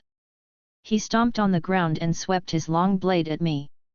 I stepped back, taking the moment to pull my own sword back to deflect the strike again. The strength left behind it another notch from his previous strikes. He should be a little weaker physically than when the witch used those magics to enhance her master. And did he say ebony? Would it be impolite if I acquired this armor of his after I defeat him? I didn't dwell on it. To get distracted with my foe while fighting honorably, it would look poorly upon myself. I stepped into the strike, sliding my long blade against his overextension as I moved forward. I pushed away his large sweep and slammed the hilt of my blade against his should, causing him to buckle under the blow. Pivoting my feet, I spun my body, fully swinging my sword around and slashed at his midsection. He scrambled to bring his sword up to block, but it was haphazard at best, as the force of it knocked him off his feet and he tumbled to the ground. Quickly, he sprung back to his feet and charged at me again. I took a deep breath, grasping my sword with both hands and held it in front of me. With another step forward, I slashed upwards, destroying his guard once more, and I channeled a good amount of my magical energy into my blade, continuing the movement as my blade dug into his arm. His armor shuddered and my blade ever so slightly pushed into the strong metal. He let out a roar as his body became enveloped in a glow in a shade similar to his armor. A magical force fought against my continued slash, not letting me push any further. He tried to swing his sword at me, but I used my opposite hand to reach out and grab hold of his arm before he could finish a motion. Well, this is awkward. I let out a laugh. Both of us slacked our arms, slowly pulling our weapons free. His armor was very impressive. I could see why Wilhelm recommended me ebony, it would be able to battle noble phantasm from what I had gleaned thus far. Blood of a god? I could believe such a myth have some truth to it. I struck at what should have been the weakest part of the armor with a strong blow on my part, and I barely pushed through. Magic? I questioned shimmer of energy around him. It reminded me of a spell I'd seen Wilhelm cast. Yes, does it offend you? He replied. Not at all. I smiled. If you are skilled in such arts, then that means you studied and trained them just as much as I have my blade. I cannot fault someone for seeking skill where they have talent. To hear such words from a young man such as yourself. I couldn't make out his expression, but I believed he was happy. A different time, I would have enjoyed a friendship with you. Silently, we both agreed to take a step back. Such things happen sometimes. If you couldn't find the humor in such a situation, then there was no point in having a friendly duel, even if the consequence was death. To overcome my greatest pride, my ebony armor, in a single slash. He inspected the minor damage. I am awed beyond words, stranger. Truly I have chosen the most wondrous opponent for my potential final battle. However, his tone shifted. You dishonor me by holding back. Ah, you noticed. I breathed out. I am usually the one holding back my blows, it is humbling to be on the other end for once. He muttered, shifting his stance. I ask for a true duel, please defeat me with all your strength. Apologies. I closed my eyes for a brief moment, centering myself. I was enjoying a good fight, I instinctively wished to continue it as long as possible. The armored man let out a chuckle. I suppose I can't fault you for that. He shook his head. In recompose, I will show you my strongest technique that I spent my whole life creating. I slowly shifted my stance, bringing my blade up towards my head. You. His shivered. I feel the touch of death if I take a single step forward. He let out a hearty laugh. Yes, I believe this will be my final moment, and I will see with my own eyes what you consider a worthy technique. Allow me to send you off, warrior of another world. Haikin. Ruhuoar. We both stopped abruptly, a thunderous roar that shook heaven and earth. Our heads snapped to the source as a dragon came over the mountains, a rage in its eyes as it bared its fangs right towards the town. Dragon! A shout immediately went out as bells rang, and people scrambled to attention. It came in fast, soaring through the air towards the susceptible city, a maw of fire bellowed out upon the first victims. A house wasn't merely burned, but turned to ash amidst the torrent of fire. I turned to look at the ebony warrior, he nodded at me, another silent agreement to put our fight on hold. It seemed our honor both dictated a certain action. Without a second thought we shot off the ground towards the dragon that was hovering in the air only a few dozen feet above the gate. The guards ducked for cover, a few upon the walls were brave enough to take up their bows, but the arrows harmlessly cracked against the dragon's scales. Faz you mar. The dragon made sounds I couldn't quite understand, but an invisible source rippled out. The guards that were about to engage suddenly trembled and ran away in fear as if a mental affliction overcame them. The look on the dragon's face, it seemed to take great pleasure in the fear by the terror it let loose. Despicable. I was the first to arrive, the dragon not noticing my presence. I channeled a significant amount of magical energy around my blade as I jumped up onto the top of the wall, then pushed up, leaping into the air as I ascended towards the flying beast. It looked surprised at my sudden appearance, my blade flashing out. It instinctively flapped its wings, allowing it to moving backwards, but my blade still sliced its underbelly, drawing a line of blood at my passing. The dragon roared, either in pain or anger, as it became disoriented at the sudden wound. It fell down, crashing into the wall, destroying a good portion of it. It quickly reorientated itself, glaring right at me as I landed not far from it. Fo-krazin, more strange sounds spoken as a torrent of cold air was unleashed from its massive maw.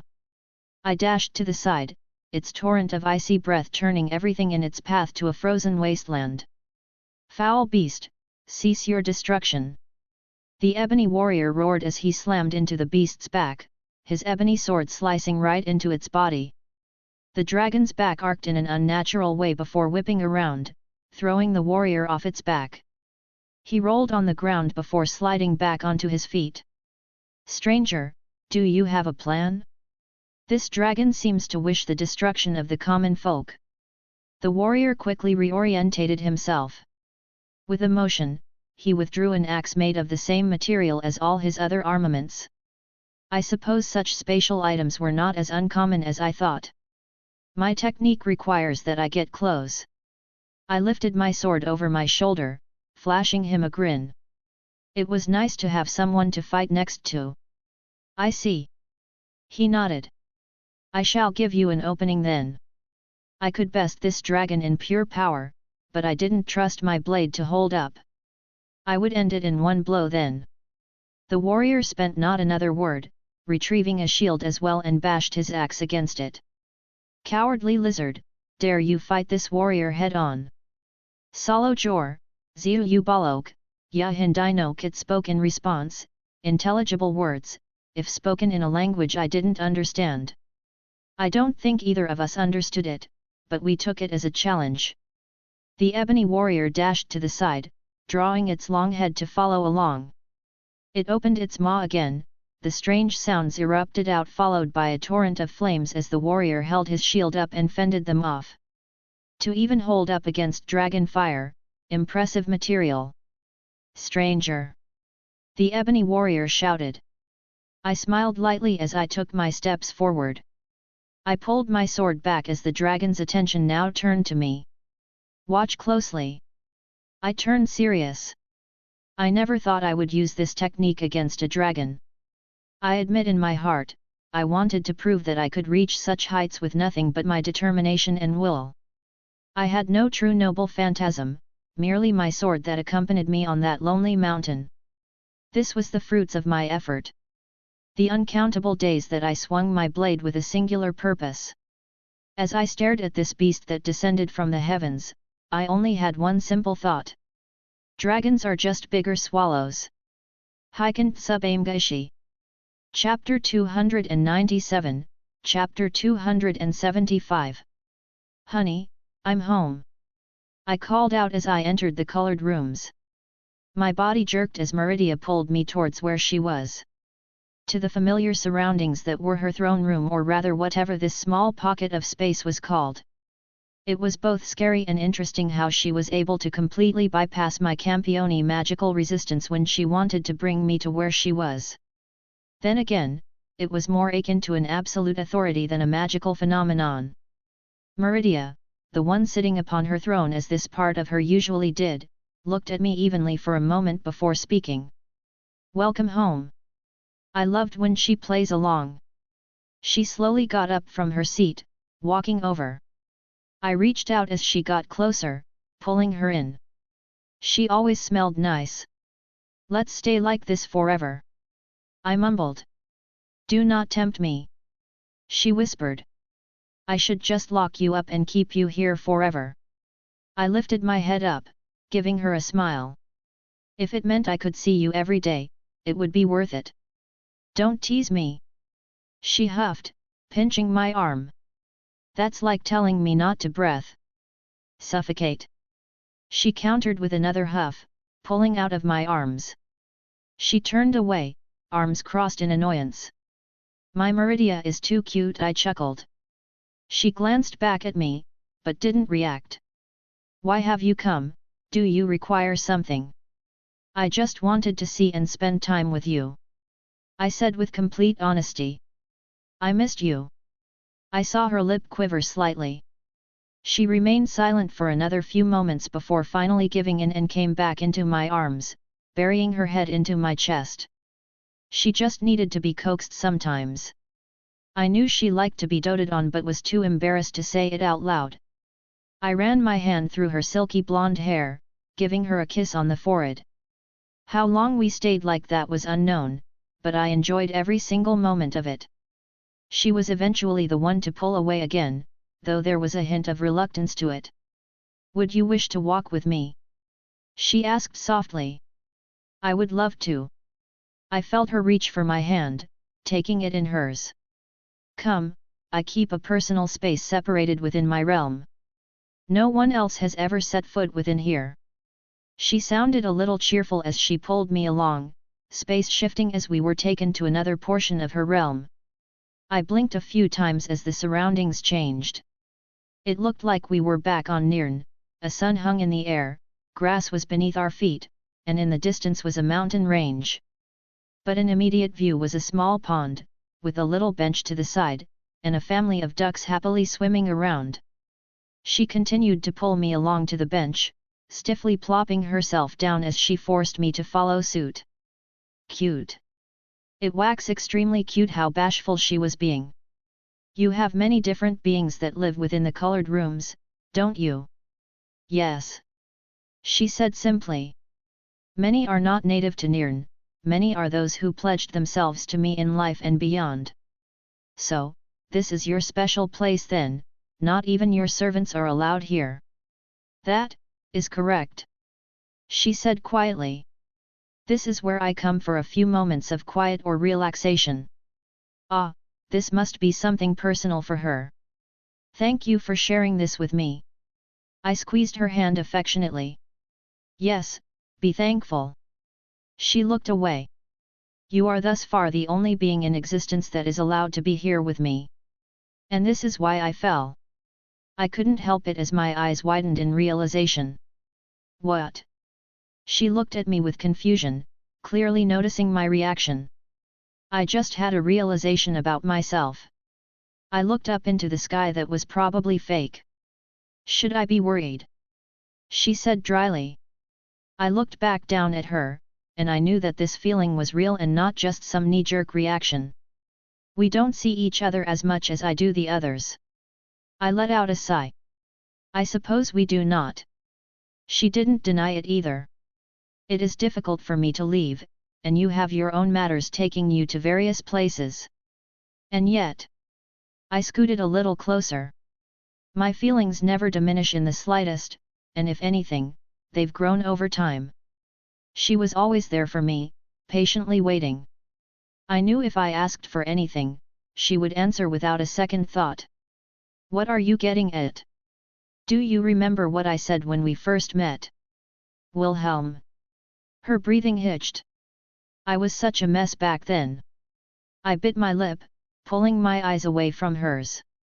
I did some ridiculous things for equally ridiculous reasons just because I could. Well, I still did, but they're more calculated for when considering potential backlash. But there's one thing I've never regretted and I'm thankful I had the audacity to do it. Turning back to her, I met her gaze as I wanted her to see me as I said it. I love you, Meridia. Why you silly man? She flushed red at my confession. You finally decided to speak those words to me. She sounded annoyed, but there was that quivering of her lip again that gave away her true feelings. I love you too. She whispered, hiding her face as she leaned against me.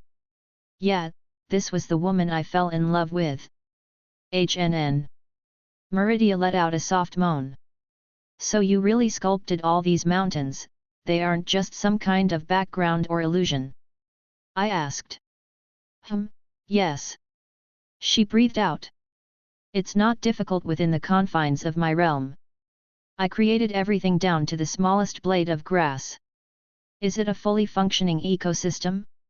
Like, are there bugs, stuff in the dirt, wolves in the mountains, etc.? No. She shook her head. I merely sustain everything with my own power. I didn't wish for any of those annoyances. Are the ducks yours or did you bring them in? I smiled knowingly at her. She did say ducks were her favorite animal. I wasn't surprised at all to see them happily swimming around. Ah! She let out another soft moan. From outside. She replied. I have intertwined a spark of power, however, so they will not wither nor age.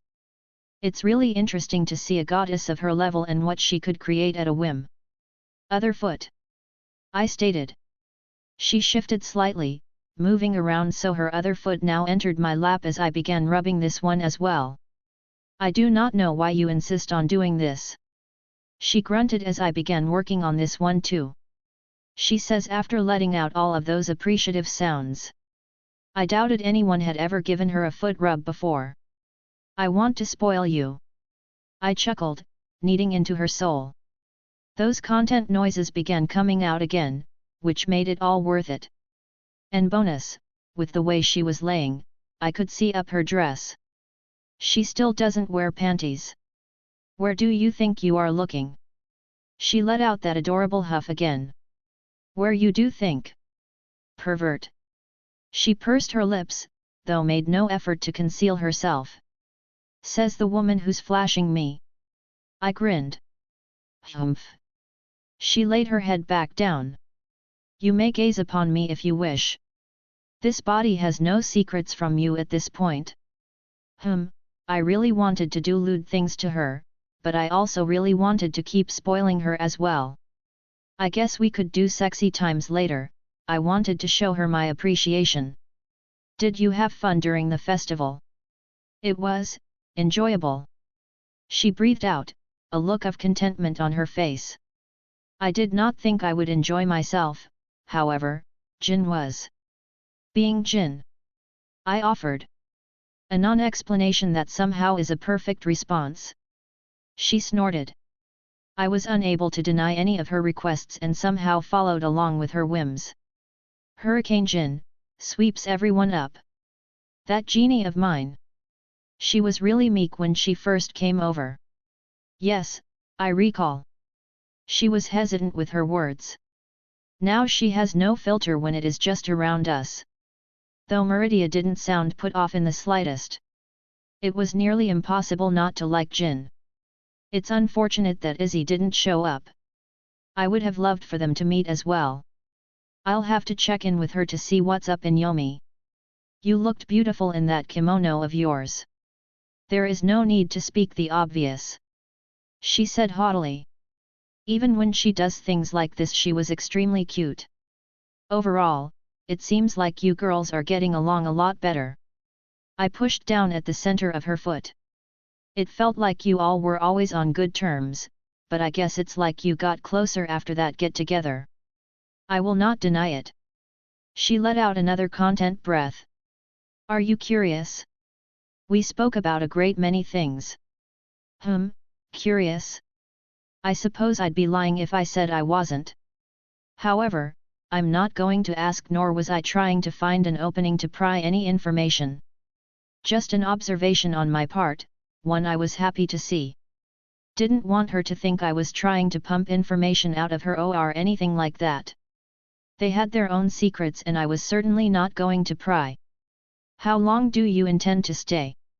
Meridia seemingly blurted out after not speaking for a moment. I have no set time, and no pressing concerns, so, a while. I said rather vaguely.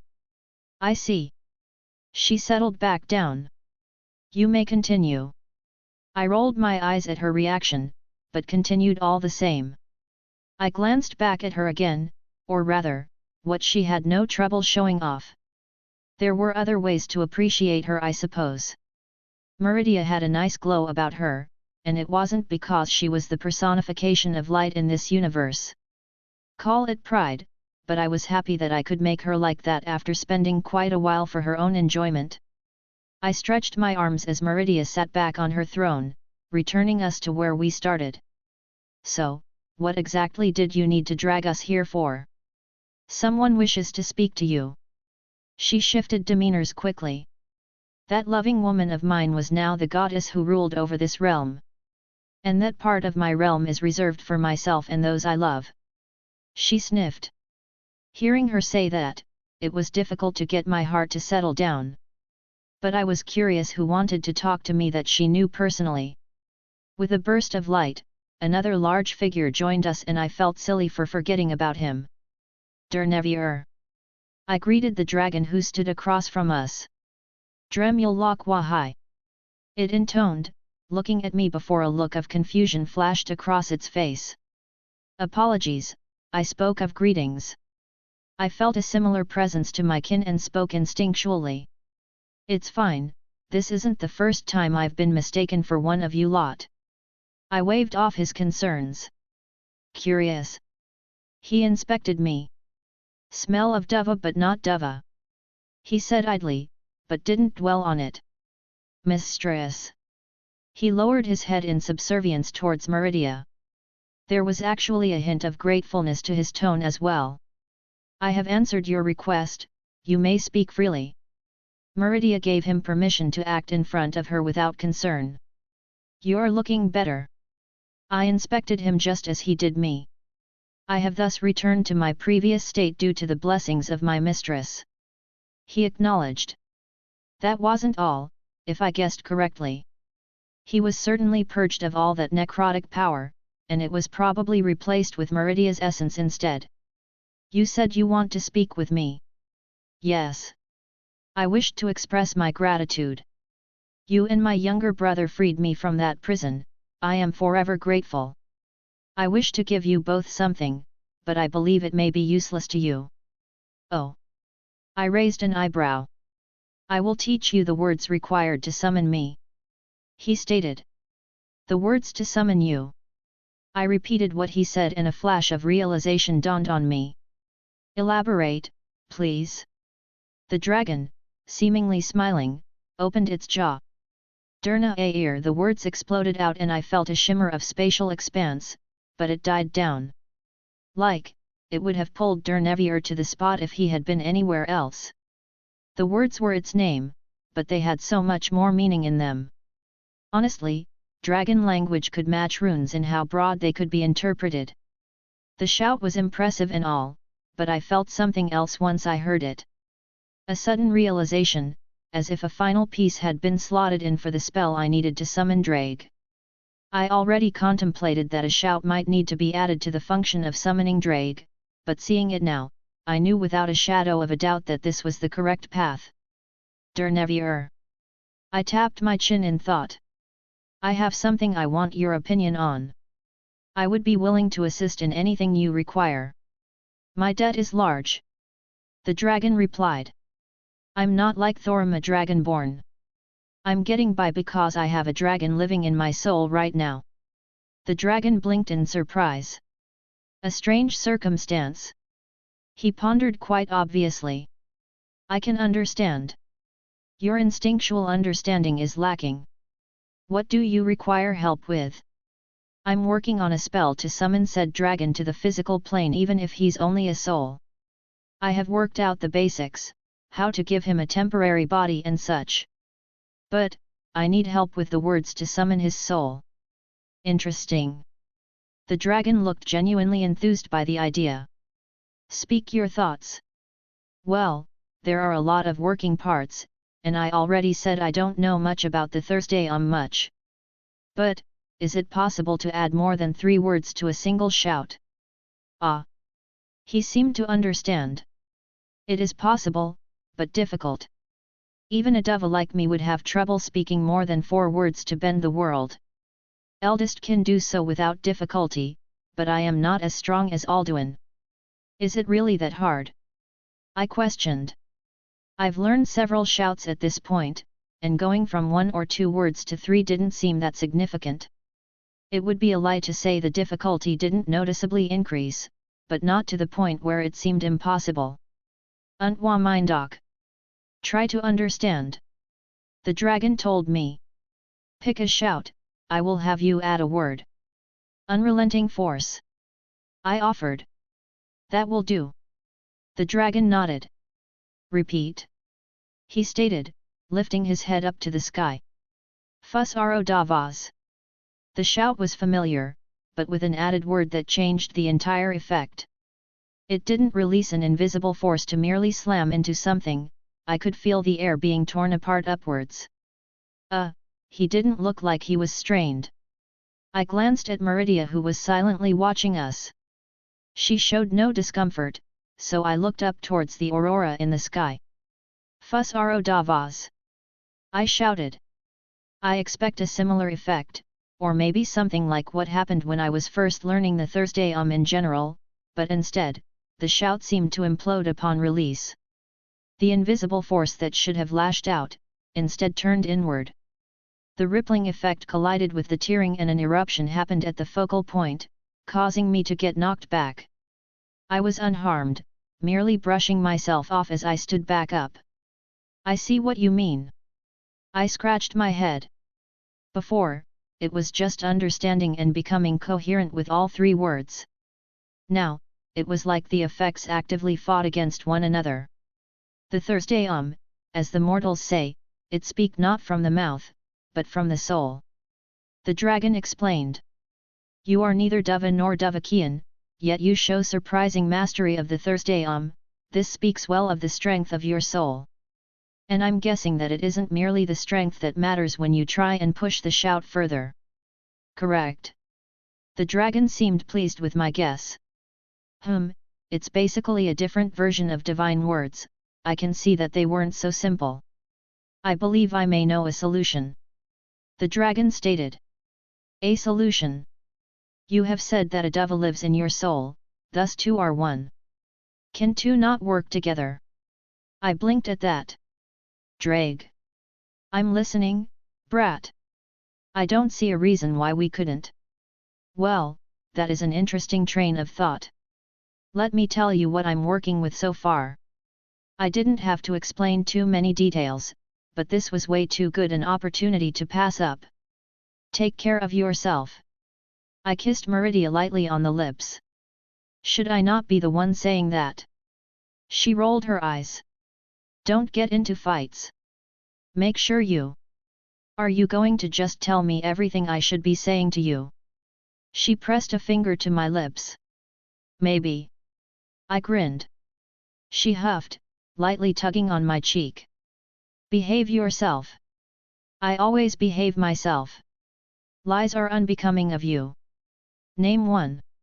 She crossed her arms, giving me a look. 5. She raised an eyebrow. Name 100 times. I said smugly. Her expression collapsed rather quickly as she now held a small smile. You are ridiculous. She leaned in, giving me a quick kiss as well. She let out a sigh, setting her head against my chest again. Before you leave, can you say it again? I'll say it however many times you want, whenever you want. I ran my hand through her hair. I love you, Meridia. I love you too, Wilhelm. She replied. They were foreign words for both of us, yet they felt inexplicably warm. I'll come back soon, okay? Yes. You are forever welcomed here. She took a deep breath, taking a step back. I quickly made a portal, because I knew if I lingered for too long, I would never want to leave. I gave her one last look, a smile that she returned as I entered the portal, back to Kyoto. Wilhelm. Yasaka blurted out upon my arrival in the middle of her office. She looked anxious and like she was in the middle of something. Is something wrong? You have the most amazing timing. I was just about to call you, there's been an attack, Nurarihayan has called for aid. I was preparing to leave myself along with my men. It only took me a second to process what she said. Nurarihayan's people were attacked? I doubt it's as simple as that terrorist attack they also suffered. No, Yasaka looked way too anxious about this. I was a member of the Hyaki Yak, even if only honorarily, I wouldn't let whoever it was so brazenly attack people I was connected with. It's always something, isn't it? Let's go. I said without a second thought. Chapter 298, Chapter 276. The teleportation circle we have connected to Kanto isn't responding. Yasaka informed me as her guards were filing into the room. We tried others, one that were set up, the more public ones that our citizens use to move between the east and west, but they're all much the same. Enemy action. I breathed out, looking at the retinue that she had gathered. Without a doubt. After the first message, I haven't heard from the old man, which makes me think they're sealing both communications and any means of movement. Probably some sort of spatial scrambling. I clicked my tongue. The go-to method for such things. What of Skathik and Ray Cow? Skathik had left for a mission the other day after you all went to Skirim. Ray Cow is watching Kuna right now. Yasaka replied, a clear sense of unease in her voice. Ray Cow. I sent my message through our connection. Is Kunu okay? Yes, Master. Ray Cow replied. I have heard from Yasaka, Kunu will not be harmed while I am around. I let out a breath, feeling confident on that front. Chances it's a trap? No idea. Yasaka shook her head. But I'm making preparations in case it's meant to lure us away. And I doubt they can account for your unique abilities. She finally formed a small smile. By preparations, she probably put everyone on high alert and was only bringing a small amount of elites. If you want to say. No. Yasaka denied me immediately. Even if I wanted to stay, I couldn't. I have to personally answer this call for aid from Nurarihayan. She explained. Besides. A tail wrapped around my waist. I'm strong, Wilhelm. Worry not for me but for those who anger me. Yet, I guessed I might be getting worried over nothing on that front. She's strong, and even stronger now that she had unlocked her aura. It seems we're ready. Yasaka turned around to see her people lined up, weapons ready, spells cast, Toki enveloped. I thought for a moment before withdrawing my staff of Magnus. Yasaka eyed me curiously as I held it up. Let me give everyone a little boost ebony flesh. I pumped magical energy into the spell, chaining the casting over every single one of her guards that were present, the staff helping in facilitating the chains to each individual. A standard strengthening spell, but it operates outside the person it's on. It also absorbs a certain amount of damage before breaking, don't rely on it, but it can save your ass in a pinch. I said loud enough for everyone to hear, though with the silence present, that wasn't too difficult. Good. Yasaka relaxed ever so slightly, taking a deep breath as she addressed the crowd. I won't say much, you all are aware of what's happening. The East is under attack, we don't know from what, only that Nurarihayan has called for help. And you all are aware of his attitude, if he didn't sorely need it, he wouldn't be asking. She paused, letting that sink in. We're going in with the assumption that we're going to be fighting right out the gate. The good news is that they won't be expecting us since they cut off all communications, the bad news is that we're also completely blind. I trust your judgment, if you see enemies, there will be no mercy. If the entire town is under siege, prioritize the civilians and saving lives. This lot weren't the strongest, but Skathik did give them training for quite some time. From what I've remembered, she made sure they were adept at teamwork. A good team can hit above its weight class. Wilhelm. Yasaka turned back around. Do it. I nodded to her, taking out Mirage and planted it into the ground. I waved my hands, accessing the kaleidoscope. I was right, there are spatial fluctuations that made the coordinates completely chaotic. Is there an issue? None whatsoever. At least for this level of interference. It was the standard procedure for stopping tricks like teleportation or things under that umbrella of magic. However, my method of teleportation, if you call it that, completely bypassed this form of repulsion. It doesn't take into account stepping out of the world line then re-entering at the desired point. It's like blocking off all the roads into a city, but I'm taking a helicopter. I swiped my hand to the side, creating a portal that connected where we wanted to go, and immediately hot air splashed across my face. Fires entered our vision, chaos just from the first glance, but we had no time to dwell on it. Let's go. Yasaka bellowed out as she went through first, with me right behind her. There was another wave of heat as I walked through, nearly hitting me right in the face if not for my aura. Buildings were set ablaze, and an intense fire was tearing through the city. Smoke rose to the sky from every direction. The screams hit my ears immediately as well. My eyes widened in horror as I saw people being impaled and decapitated by cavalry.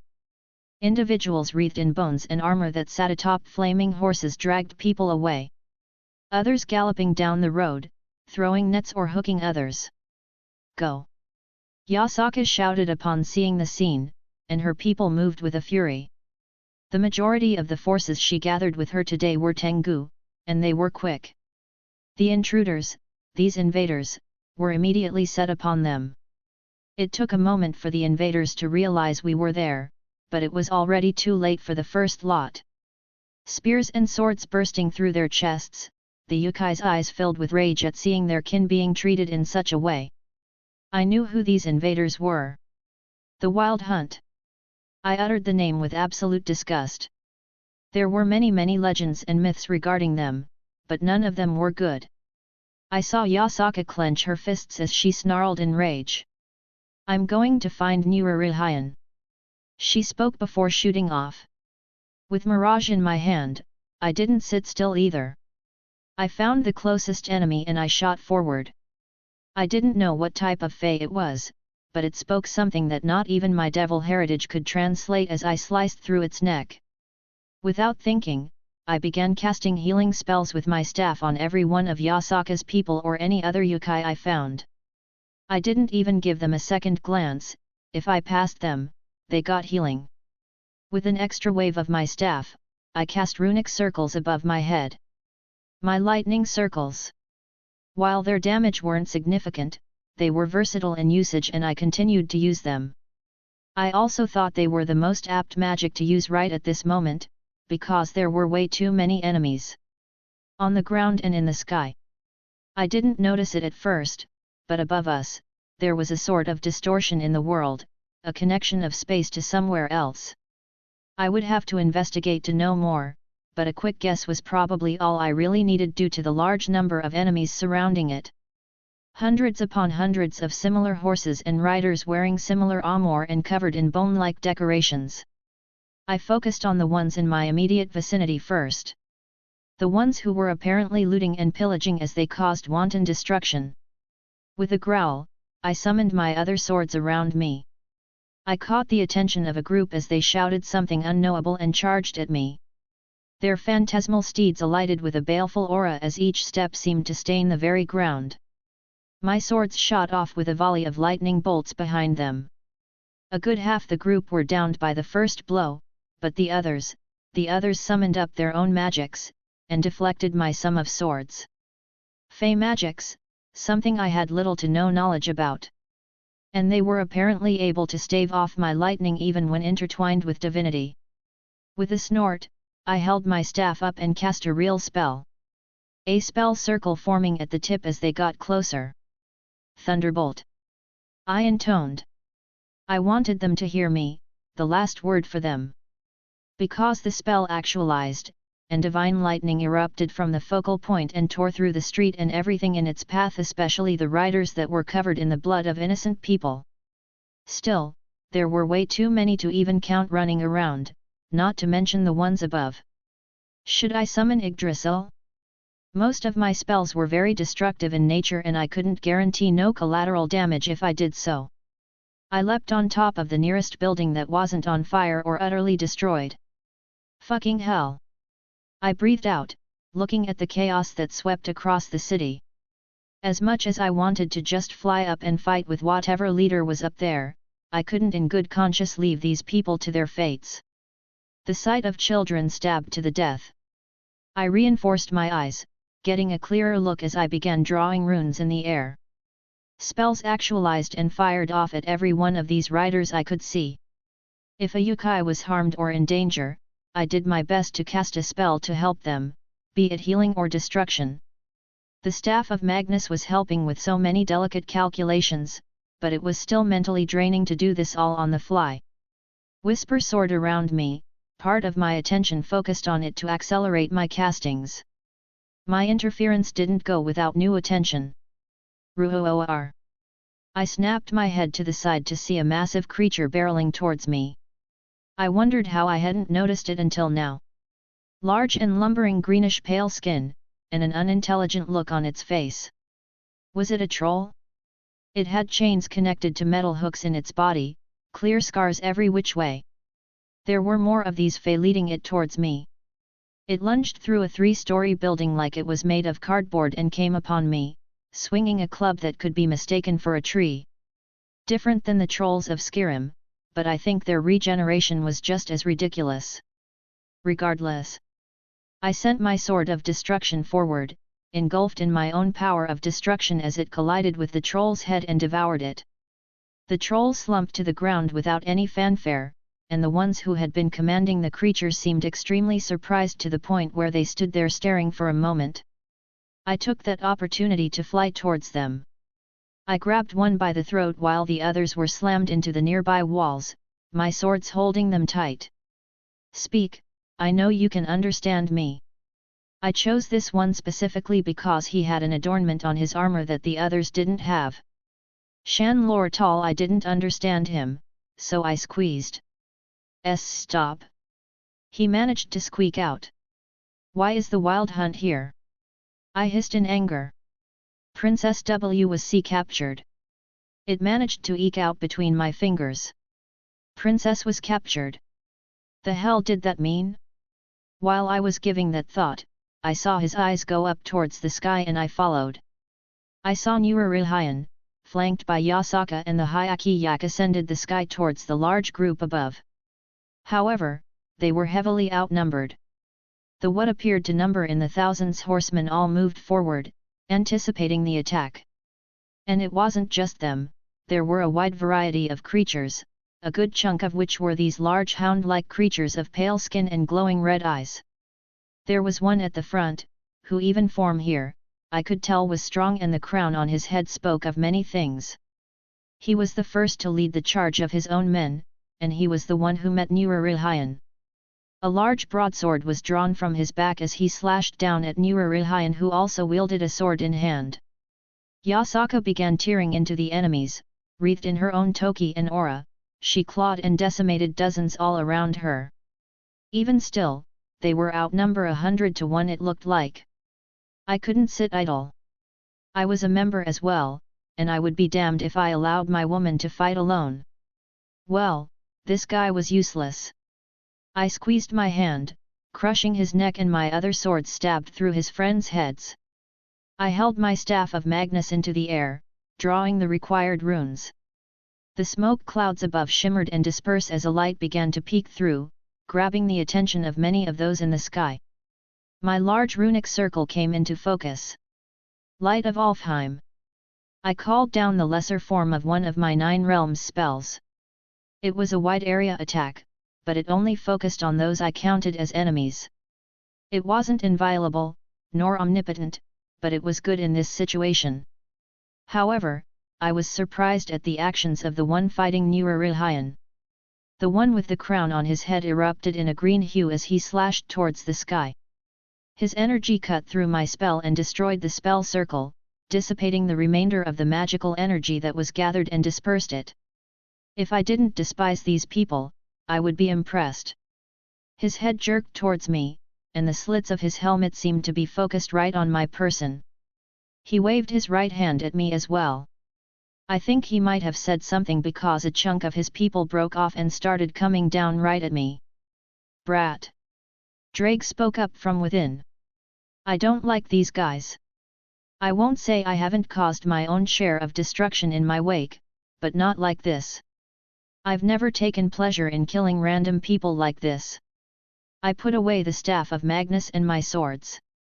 I made a mental note to expand my repertoire with less spells that would be harmful to nearby allies or the surroundings. There's a lot of them, let's even the playing field, yet. I took out an entirely different staff.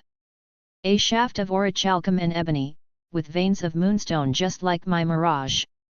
At the tip were dragon bones, runes covered over nearly every inch of surface. They curved and intertwined around a singular jewel, a combination of dust so condensed and reformed into a solid orb. The foci that had a singular name carved into it, the name of the spell that was also the name of the staff. This staff was only for casting a single spell. I summoned the boosted gear to my hand as I placed it over the top of the staff. Ready, Drake? I've been ready for a long time. All of this together still wasn't enough. If it weren't for Dernevier, I wouldn't have been confident casting this successfully. I picked up the staff again, and lifted it towards the oncoming mass. I began casting the spell. A large runic circle emerged in front of me. Drake, together. I took a deep breath. Together. Dragon words had so much meaning in a single word, it was difficult to put them into a mortal understanding. With Dernevier's help, we were able to figure out 5 words which would serve our purpose.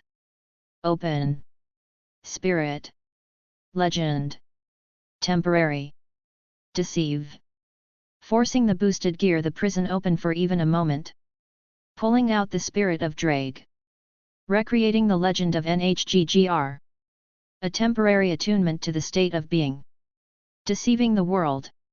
Each word reinforced every aspect of the spell that was already put together through the staff.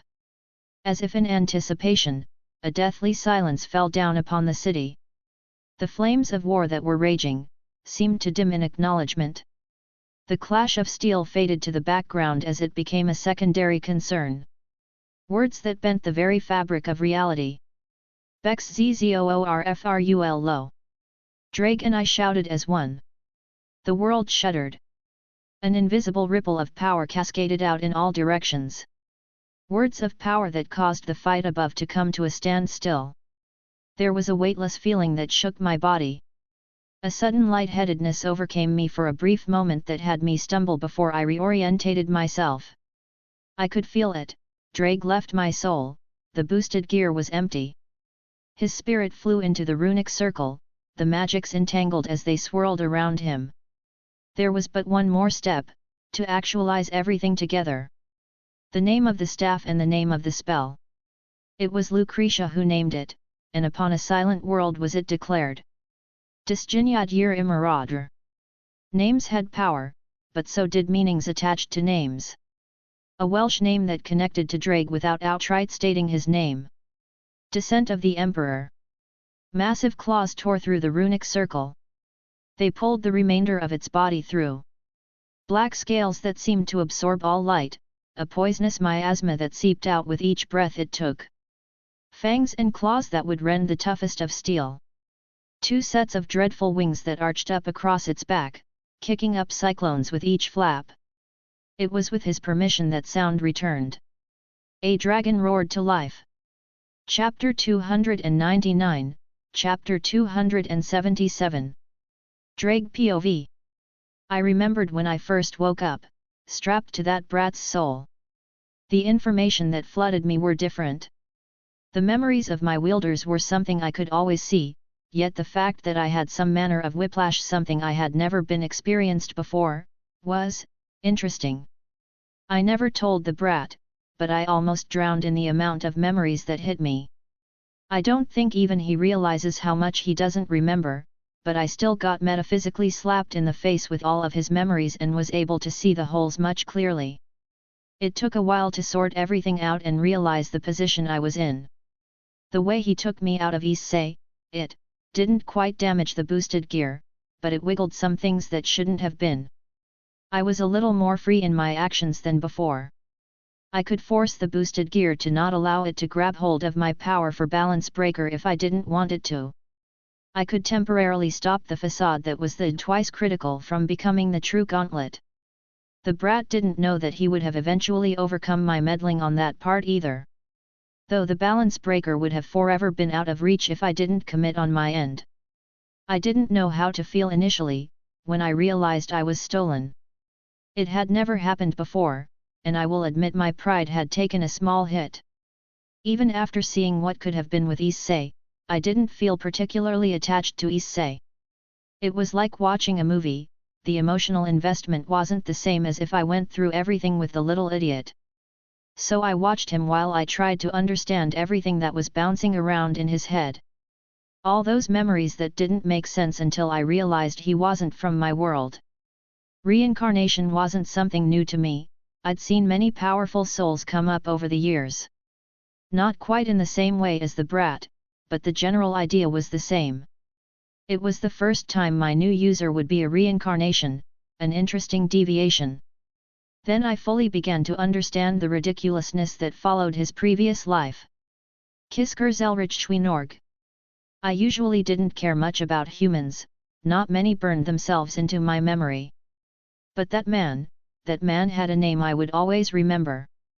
Eventually, I decided to extend my hand, accept the brat as my true wielder. He was, not really in a good place when he first got me, but he slowly got better.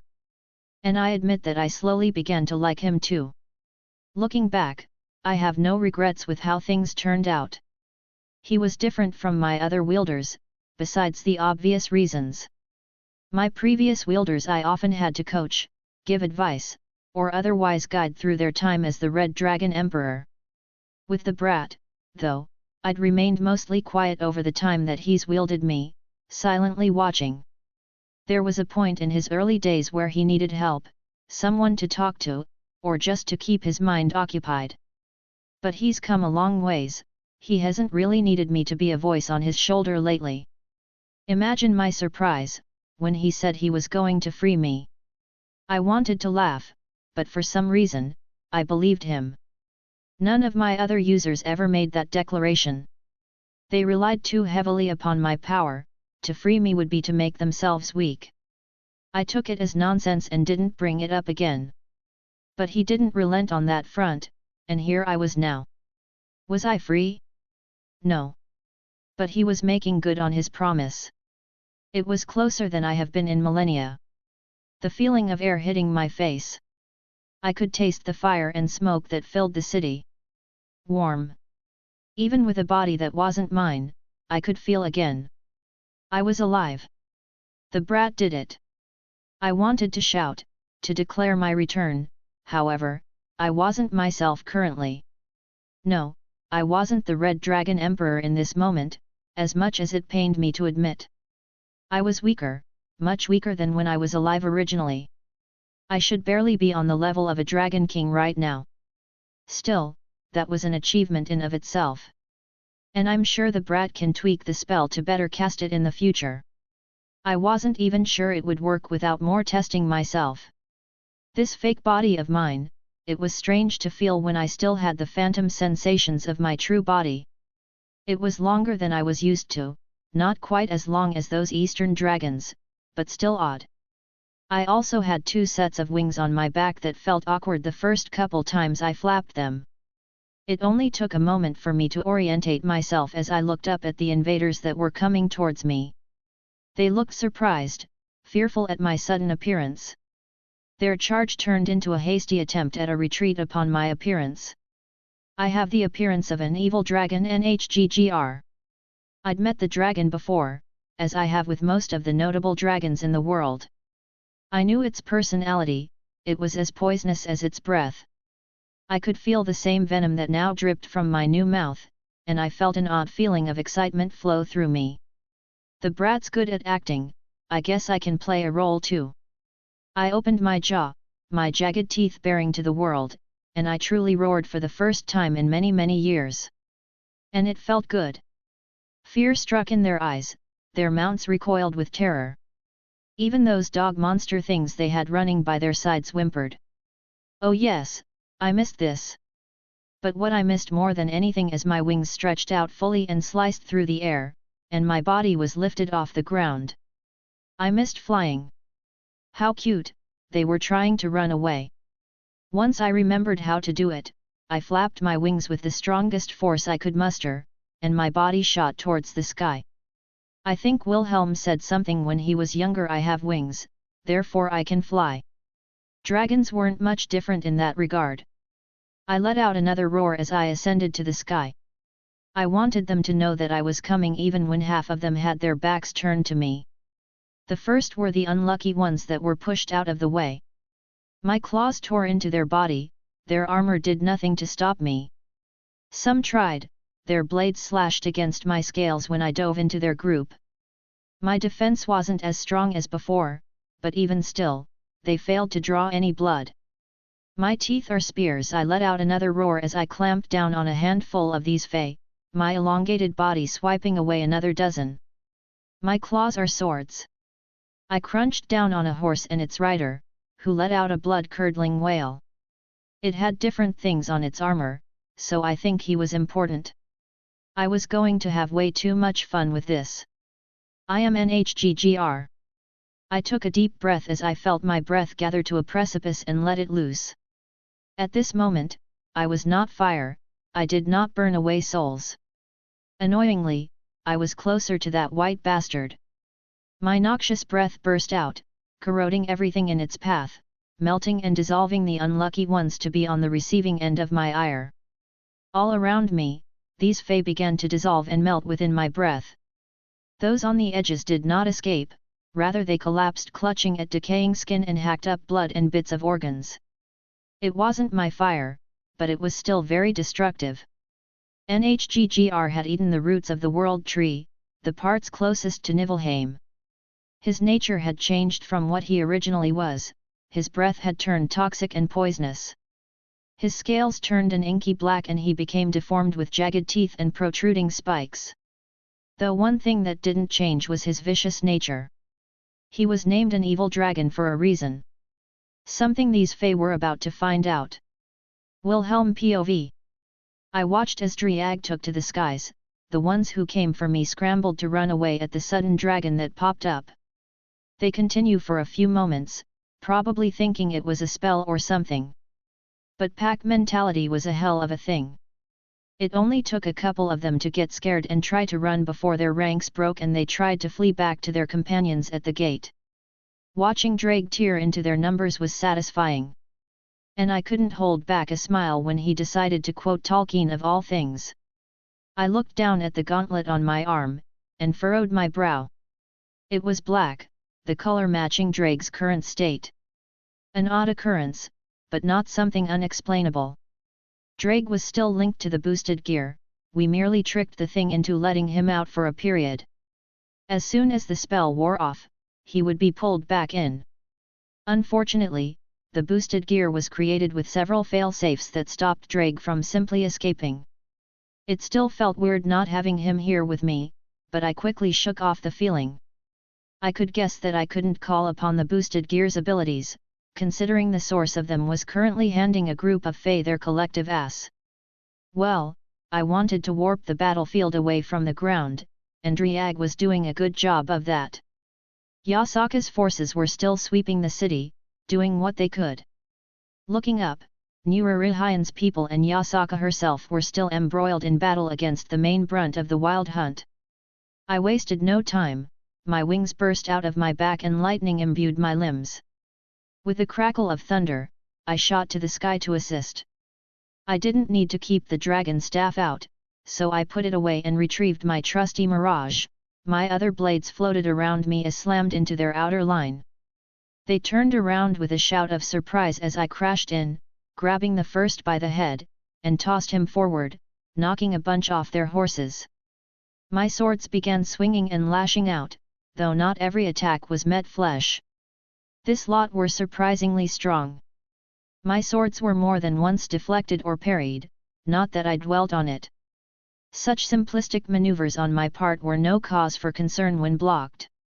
Tyufbnamurul. I turned to see one shouting, holding his sword up, challenging me. I raised an eyebrow as it looked like he was challenging me to a duel and the others around me backed away. I held Mirage up, beckoning him. He rode fast, his steed leaving flaming steps in the air as he charged, his large sword held up as he went to slash at me. Spell circles swirled around my sword, the kaleidoscope surged around me, the colors exploding out. Ether cannon. I swung forward. One of my strongest spells erupted at the focal point, eviscerating the supposed challenger and cleaved through the group until a wide path had been made in the sea of horses and Fae. Unsurprisingly, this didn't deter the remainder in the slightest. Fuss! I bellowed out, blowing away a few dozen while more surrounded me. Their numbers were annoying even if they were individually not my match. Mirage pierced through the shoulder of one, only for him to grab hold of the blade as others attempted to run me through. I snapped my fingers, summoning forth my lightning. Lightning arrows. I actualized the spell as they closed in and the spell crackled and shot off, exploding right in their faces. They cast their own strange magics as I ripped my blade free and moved to the side. It felt sort of like curses, but more natural? I don't know if that was the proper word. My aura was sturdy enough that most effects of this level wouldn't take hold, but it was certainly something to look into at a later date. Strun Baqo! I shouted again, forcing the clouds in the sky to bend to my will. A thunderclap shook the area as lightning began to dance amongst the heavens. I held my hand out, forcing the lightning to further answer my call as it shot downwards around me, clearing the annoying flies. I grabbed hold of the bolt of lightning, shaping it and molding it to my desire. Reeling my hand back, I managed to get it how I wanted. Lightning spear. I threw it forward. Another line was cleared out as the spell crackled, lighting whipping out at every angle. The spear made of my lightning turned everything it touched to ashes. Breathing out, I stopped the lightning from continuing to fall. We were above the city, it wouldn't do good to let it fall indiscriminately, not to mention I had allies adrift in this ocean of foes. Instead, I clenched my fist, and rain began to pour from the sky. Will. I turned to see Yasaka land on a horse rider right near me, sending him hurtling to the ground. I didn't know what method she was using to stay airborne, but it was pretty good. You okay? I asked between swings of my sword, decapitating another arrogant fella who thought to charge me alone. Define, Yasaka growled, punching forward as her toki molded itself following her movement and erupted outwards, causing a couple fey to buckle and deform under the pressure, basically reduced to paste. Okay. She finished with a grunt. These guys are fucking relentless. My swords returned to my side after I swung them out again. The old man is fighting their leader, apparently. I let him have it by himself. Yasaka raised her hand up, and swiped her claw downwards. A massive phantasmal visage followed suit, clearing a good chunk of space in front of us. Ecole Fraut Volterol. A rider came blazing forward towards Yasaka. I will mount your tails on my wall. He shouted again in a language we could understand. Though, all it served was to anger me. The lightning beneath my feet crackled and I disappeared from my spot, turning into naught but a streak of light as I landed on the back of his horse, Mirage moving towards his neck. Surprisingly, he jerked around and deflected the blow, jumping off his horse as the animal fell over itself, losing its flying momentum and fell to the ground. I flicked my wrist, producing a couple talismans, and threw them at the rider. They turned into shooting stars, accelerating towards him with blinding speed. His blade glowed green as he brought it up to block, my talismans colliding and caused a cascade of energy. I slid behind him as his blade tore through the paper spells. This time he couldn't react as my blade cleaved through his midsection, his body losing altitude immediately as he fell to the ground as well. Yasaka dragged another towards me, kicking and wailing with her hand gripped tight around its neck. I heard a crunch as the person stopped struggling and went limp. How exactly are you walking on air? I ignored the falling body again. The old man's doing. She flicked her hand, blood flying off. The mist around us isn't just for show. She explained. And yet, I could see a small layer of fog or mist that was beneath her feet and that of any other allies I saw in the area. Interesting. She got up next to me, as there were still plenty of enemies around us. Are you going to transform? I asked. She pursed her lips, staring at the ones immediately in front of us. No. She finally said. If you didn't summon a dragon, maybe I would have. But he's serving the same purpose I would be doing if I transformed. Yet, Drake was causing quite a bit of chaos as he rampaged through their formations. I guess it was better for Yasaka not to be a bigger target when there were plenty of enemies that could take a hit or two of mine without immediately crumbling. Regroup with the others. I offered after losing sight of anyone else but Yasaka. Yes. She let out a long breath, looking a little tired. I don't want to get too separated, we're already heavily outnumbered and I worry for the others. Carrying Yasaka in my arms, I landed next to a familiar face, setting her down. Brother! Aotab shouted upon seeing us. He was wreathed in his own cursed flames, punching a Fey rider through the chest as the curses set upon it. The Fey screamed in agony as it was consumed. I looked around as Yasaka joined the fray again. I wouldn't need to overly worry about her, she could certainly take care of herself. I blinked in confusion as I watched the pig Yukai from before. The one who, well, he wielded a large glaive in a single hand and a massive tower shield in the other as he charged forward, swiping and bashing his way into the enemy groups. Followed by an obscene amount of oinking with each heavy movement. Everything wasn't as good as it seemed though. Not every member were as strong as these ones up front. I could see quite a few who were sporting wounds and a few that didn't look to be breathing anymore. I took the staff of Magnus out again and held it to the sky, the runes simmering around me. The breath of magic Vanaheim. I called out, creating the specialized magic circle that operated similarly to my 5 elements mutal generation. Though there was one distinction, it was meant to reshape and change spells that came across it as well. However, it was still a work in progress, but it would be enough for this. I cast the strongest healing spell I knew, Greater Healing. The golden light connected with my Vanaheim spell. The single target spell morphed and designated all my allies as its target. The familiar healing rain that was used back at the Pendragon Castle came down once more. Even if my widespread destructive magics would have been hampered by allies within the fold, it didn't mean I was without means. There was a noticeable shift on the battlefield.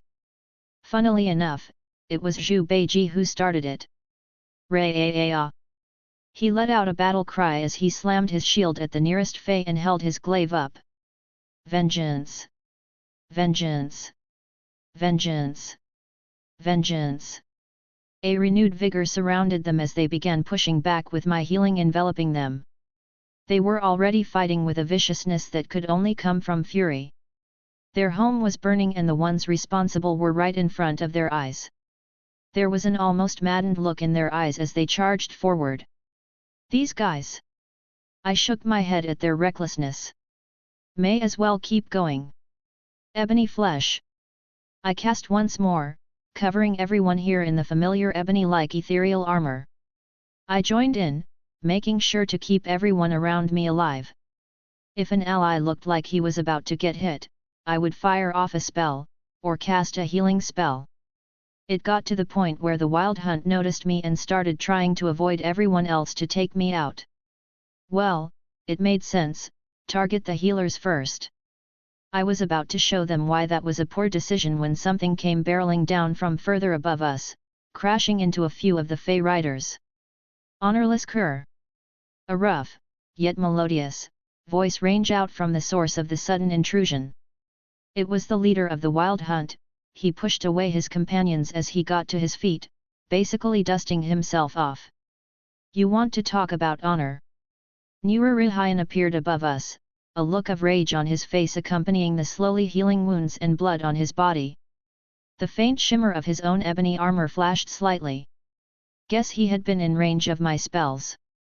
My city is on fire. Nururihayan bellowed out, disappearing from the spot he was in and appearing in front of the leader, sword already swinging as the Fey brought his own up to block it as best he could.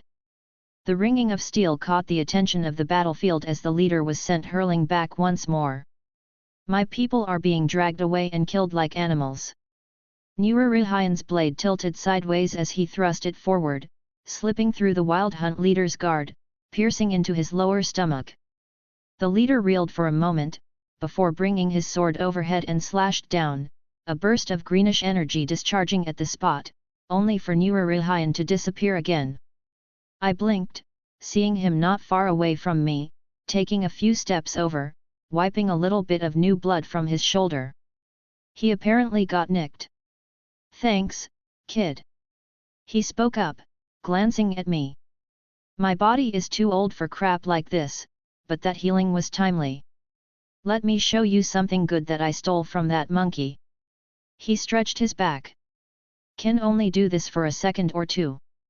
His toki and his yujutsu enveloped him until his body was completely hidden and his presence shifted. Even the Fey leader looked on guard, not even paying attention to the blood seeping from his wound. Suddenly, that same sword of his slashed outwards, dispersing the energy. Nururihayan was there, but different. He was taller, his wrinkles were gone, and he had a full head of black hair. He was young. That feels good. Even his voice sounded gentler. This doesn't. The Fey leader spoke up but was abruptly cut off, just as his arm was.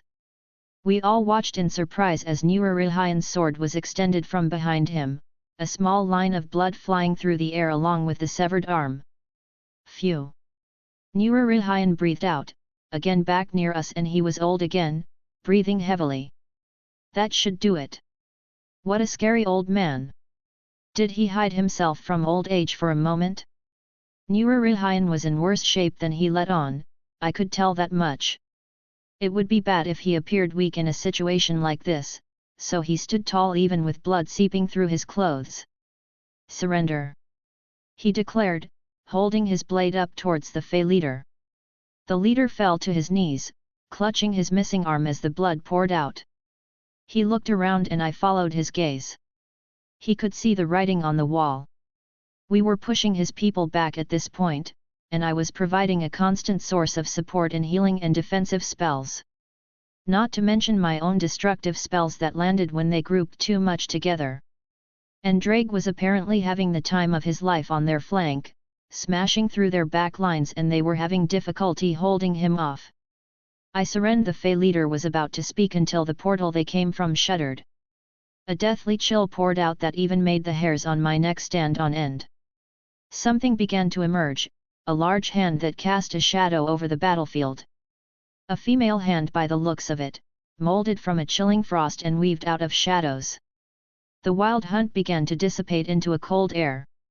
No, that wasn't right, they were being taken away. My queen! The Fey leader blurted out as half his body turned to that same frigid air. You think you can just leave? I growled out upon realizing what was happening. I didn't know the mechanism which she was using, and I had no time to contemplate Fey magic. But I had a method that should stop it regardless. With my wings at my back, I flew upwards towards the hand hovering in the sky. Mirage was gripped tight between my fingers and I pulled on the kaleidoscope. A myriad of possibilities encased my sword. Raising it high, I slashed through the hand. My physical attack did nothing. My attack through space did nothing. My attack outside the timeline did nothing. I went through dozens of different scenarios until something clicked. Whatever this was, it existed in a similar nature as a servant when they astralize. Finally, my sword sliced right through it. A shrill voice rang forth, grating on everyone's ears. Like 1,000 razors trying to slice through steel. The hand dispersed quickly as the source was cut off, and it seems like the portal was forcibly shut off due to the hand's actions. While a good chunk of the wild hunt were recalled, there were still several hundred that were left, along with their leader. Drake chose that perfect moment to slam down upon what looked like another higher up in their hierarchy. He let out a miasmic roar, glaring at all others around. They began dropping their weapons. Nururihayan looked at me with a thankful expression and I nodded to him as he raised his sword up. Victory! He shouted as his people followed suit. Chapter 300, Side Story, An Unfortunate Series of Hogwarts Events Part 2. After I settled down somewhat, I started to realize that maybe this whole situation wasn't that bad. It's not like Gramps would keep me from seeing my girls for however long I was going to be here. He was an ass sometimes, but never cruel. Maybe.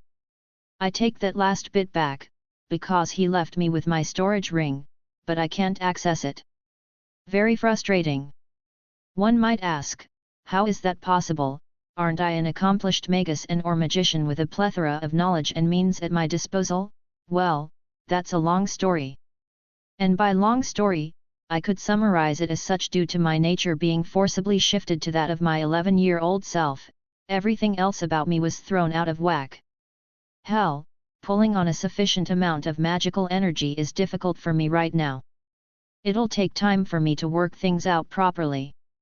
Very annoying. Even more so that by my calculations, I would be back to normal metaphysically speaking about the time I would graduate if left well enough alone. Of course, I'm never one to not poke at things I only have a vague understanding of. I'm sure I can fix myself way before then, probably. At least, I couldn't make it worse. But, silver linings, the magic system here is actually kinda neat. I'll have fun playing around with it and seeing how to bend it over my knee like Artoria when she gets in a certain mood. May as well make the best of the situation. So, Neville, tell me about yourself. I leaned back in my seat, admiring the scenery that passed by. A little curious about this ball of anxiety that was sitting across from me. Maybe I could get some information from him too. While I wasn't actually jumping into his mess blind, the old man didn't really explain everything all that well before kicking me over here. Quite literally in that regard. Oh, I like working in the garden back home.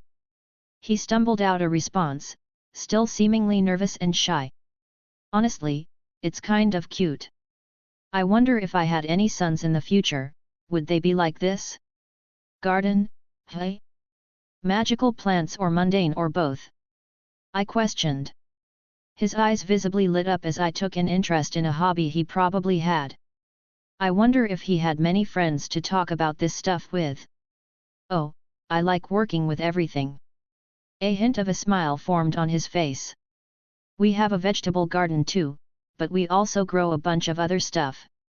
I love working with plants too. I nodded along. I actually have a garden as well for both aspects too. Tomatoes is a big one, you can't beat a freshly grown tomato with anything store-bought. Well, that might just be because we cheat in our garden, but still, better than anything you can buy at the market. But also, it's amazing the variety and sheer utility that a single plant can provide when using for potions or combining with other substances to bring out a plethora of effects. There's a reason that even Zelretch has his own garden, it's something I probably inherited that we both enjoy. Seeing Neville perk up was nice, breaking the ice and all that. Wanna see a magic trick? I grinned. He blinked. Sure. He looked interested at least. I took out my wand from my sleeve, which is odd to think about even now. Why the people here all have to use wands to use magic, I still haven't figured out. It was going to be one of my goals when spending time here. The old man basically tossed me a wand and gave me a very abrupt explanation before disappearing. Granted, this was before he kicked me over, so I had no idea what I was supposed to do with it. He also gave me a wand cleaning kit, which again, had no idea how I was supposed to use it. And no, it wasn't as obvious as you would think a wand cleaning kit to work. Oh, and going to Skathik to ask her to help me polish my wand didn't end in the way I thought it would. In hindsight, it's a pretty obvious euphemism. Granted, she did actually know more about such mystic codes and walked me through some things, after the misunderstand was settled. Which took a few hours. I waved my wand in the air, creating a small illusion in the form of Sir Wiggles as it ran around the cabin. Neville's eyes sparkled happily, a look of giddiness on his face. Before he seemed to blink in realization. Did you use chantless magic? My gran says that's really hard and even 7th years have trouble doing it. Oh, it's just a simple thing. I smiled evenly, being rather vague about it. Was it really that strange? Fucking Gramps, didn't tell me shit and I'm scrambling to figure everything out as I go along. Anyways, wanna see my familiar? Your familiar? He tilted his head in confusion. Is that not the word they used here? I read the entire rule book for this Hogwarts, and it mentioned a familiar specifically in the text. So my ring wasn't working, but Gramps wasn't cruel. I still had my hat. Which, according to the school rules, was within dress code, neat. He probably questioned why I had it, but I just smiled, reaching my hand inside, to pull out Sir Wiggles. Ta-da! I declared, holding him up. This is Sir Wiggles. He has a much longer name, but it'll take forever to say it. A rabbit. He looked amused. But I thought you were only allowed a toad, a cat, or an owl. Oh, you mean for the list of things we were supposed to bring? Well, that wasn't inclusive of familiars. I guess I was overthinking things, he's still a kid. A familiar is a specially bonded animal, which Hogwarts gives special exemptions for if they're not inherently dangerous to the student body. Like, you can't just bring in a dragon that will randomly munch of any kids that pass by. Oh. He accepted my explanation easily. Well, I got a toad, his name is Trevor. He started patting around his pockets. I can't find him. That look of sadness in his face. Don't worry, mate, I got you. I pat his shoulder sitting up. Must have jumped away somewhere. Thankfully, I learned a nifty new spell. I unlatched the door to the compartment and held my wand out. Honestly, I would look for any excuse to try out some new magic, and I read this one spell in a book and wanted to play around with it. Oxio Trevor the Toad. I intoned, actualizing the spell. I felt my magical energy shift as it went off, flying down the train and latching onto my intended target, pulling it back to me. I held my hand out as a toad slammed right into it. Wicked. Neville's eyes brightened as I handed him his pet. Right. I shared his sentiment. If there was ever anything to get my overly excited, it was magic and how awesome it can be. What spell was that? It's called the summoning charm. I began to explain. And their classification methods are still strange to me, even after reading through a few books. Does exactly as it says, summons the target you intend to, usually with a few extra words attached. I won't ever lose Trevor again if I can learn that. He muttered. Is it hard? I shrugged. Who knows, might be easy for me, hard for another person. Regardless, if you want to learn, I would gladly help. Neville was stuttering less and actually meeting my eyes now. Good. What else can it do? Good question. I rubbed my chin. It basically just summons things, but I wonder if it can be modified. Let's try something broad. I held my wand up. Oxio tree. I said with no clear intent, but I felt my magic burst out, latching onto a tree we just passed on the side. I looked out the window to see it get pulled out of the ground. Oh shit!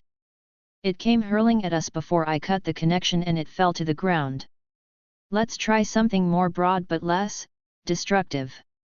Actually, how would it do more if I sought out a concept? Like if I wished to call to me the most beautiful person on the train, would it pick someone based on my tastes, or was it objective? Would it take into account distance and choose someone slightly less optimal according to the parameters if they were closer?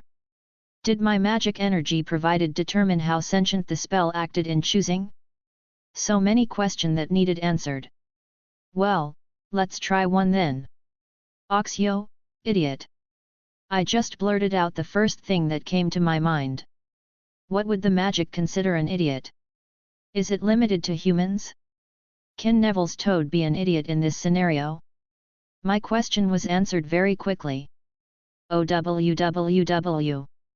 A surprised noise resounded within the train as many heads poked out of their compartments to see a red-headed kid being pulled through the air as he desperately grabbed onto the door of his compartment.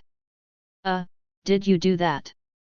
Neville hesitantly asked, peeking out alongside me. There is a slight possibility. Eventually, the red-headed kid fell to the ground as the spell ran out of juice. A couple of people came out of his compartment and helped him off the ground as everyone continued to look at him in confusion with some hushed whispers. Oxio. I cast the spell again with the same parameters. What? The same red-headed kid squeaked out as he suddenly jolted. His friends grabbed onto him and tried to pull him back as the spell took hold. Help me, I don't know what's happening. He screamed out. Ron, hang one. A black-haired kid shouted with a flustered look as he desperately held onto his friend. Should you stop the spell? Neville whispered. This is important, for science. What's science? I opened my mouth and closed it again, completely dumbfounded. This is science, Oxio. Why? Using spells on people. Neville sounded confused. Sure, let's go with that. I cut the spell off and went back into the cabin and sat down. Neville, it seems like I'm going to have a lot to teach you. Oh, okay. Don't worry, Neville, by the time we're done at school, I'll make sure you're up to standard. I nodded sagely to myself as the commotion died down outside. There was a knock on the door as it slid open again. Anything from the trolley, dearies? A woman appeared, a cart full of all manner of snacks. What's good, Neville? Oh, well, I like the chocolate frogs. Chocolate frogs. I repeated. That sounds fun, let's get 10. I reached into my hat, pulling out the form of currency here. Some manner of copper, silver, and gold coins which I forget the name for. I handed her a few of the golden ones and she gave me change, so I didn't question it. She handed back these strange little containers which I assume are the supposed frogs. So, how do you use these? I asked as she left. You've never had a chocolate frog before? Neville blinked. Nope. Oh, well, like this. He began opening it and a literal frog made of chocolate jumped out. Wait, quick, catch it. He fumbled around before grabbing it with both hands. That was close. I've lost a lot this way and Gran always gets after me when she finds them around the house. He smiled, popping it in his mouth without a second thought. I didn't know how to feel about this. But I usually try anything at least once.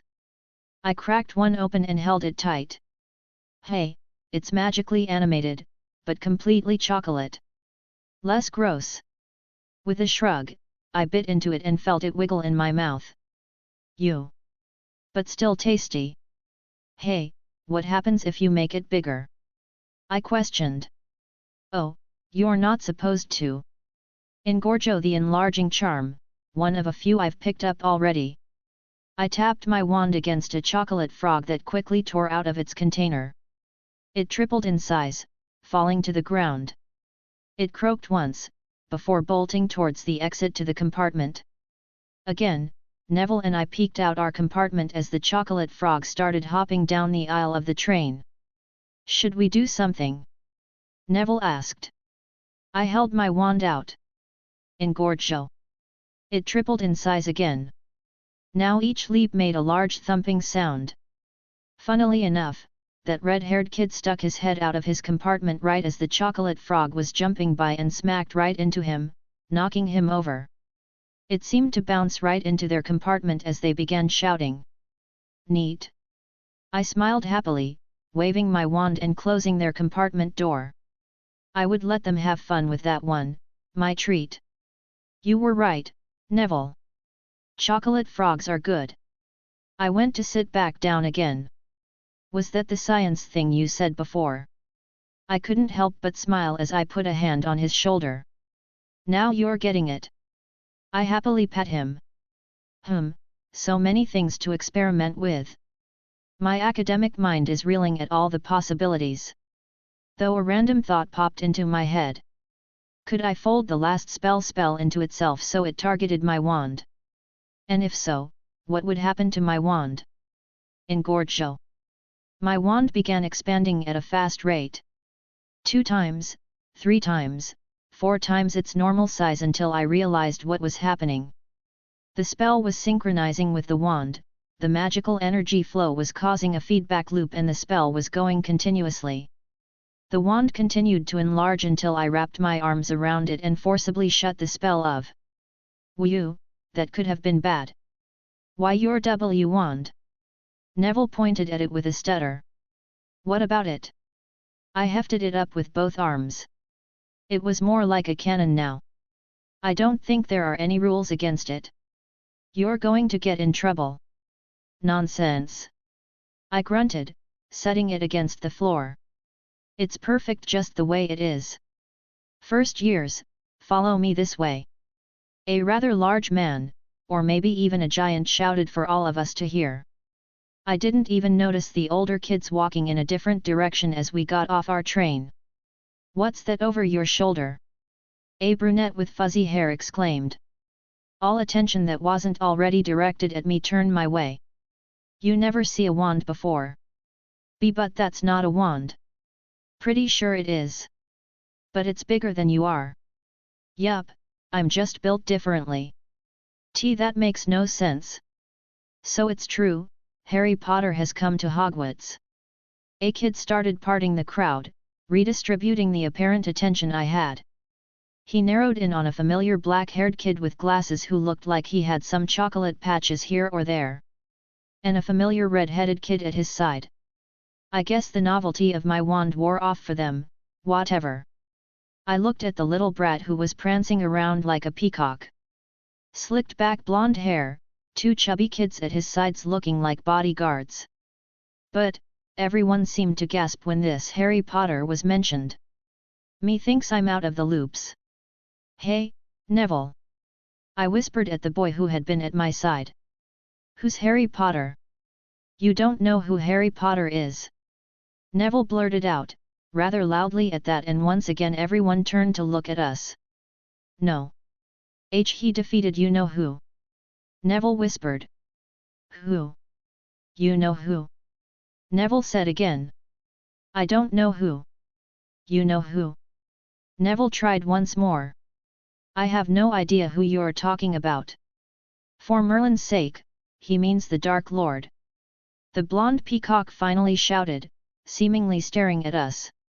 Oh. I nodded. Who? Are you an idiot? Should I pull a random name out of my ass and ask you to recognize it and call you an idiot when you don't?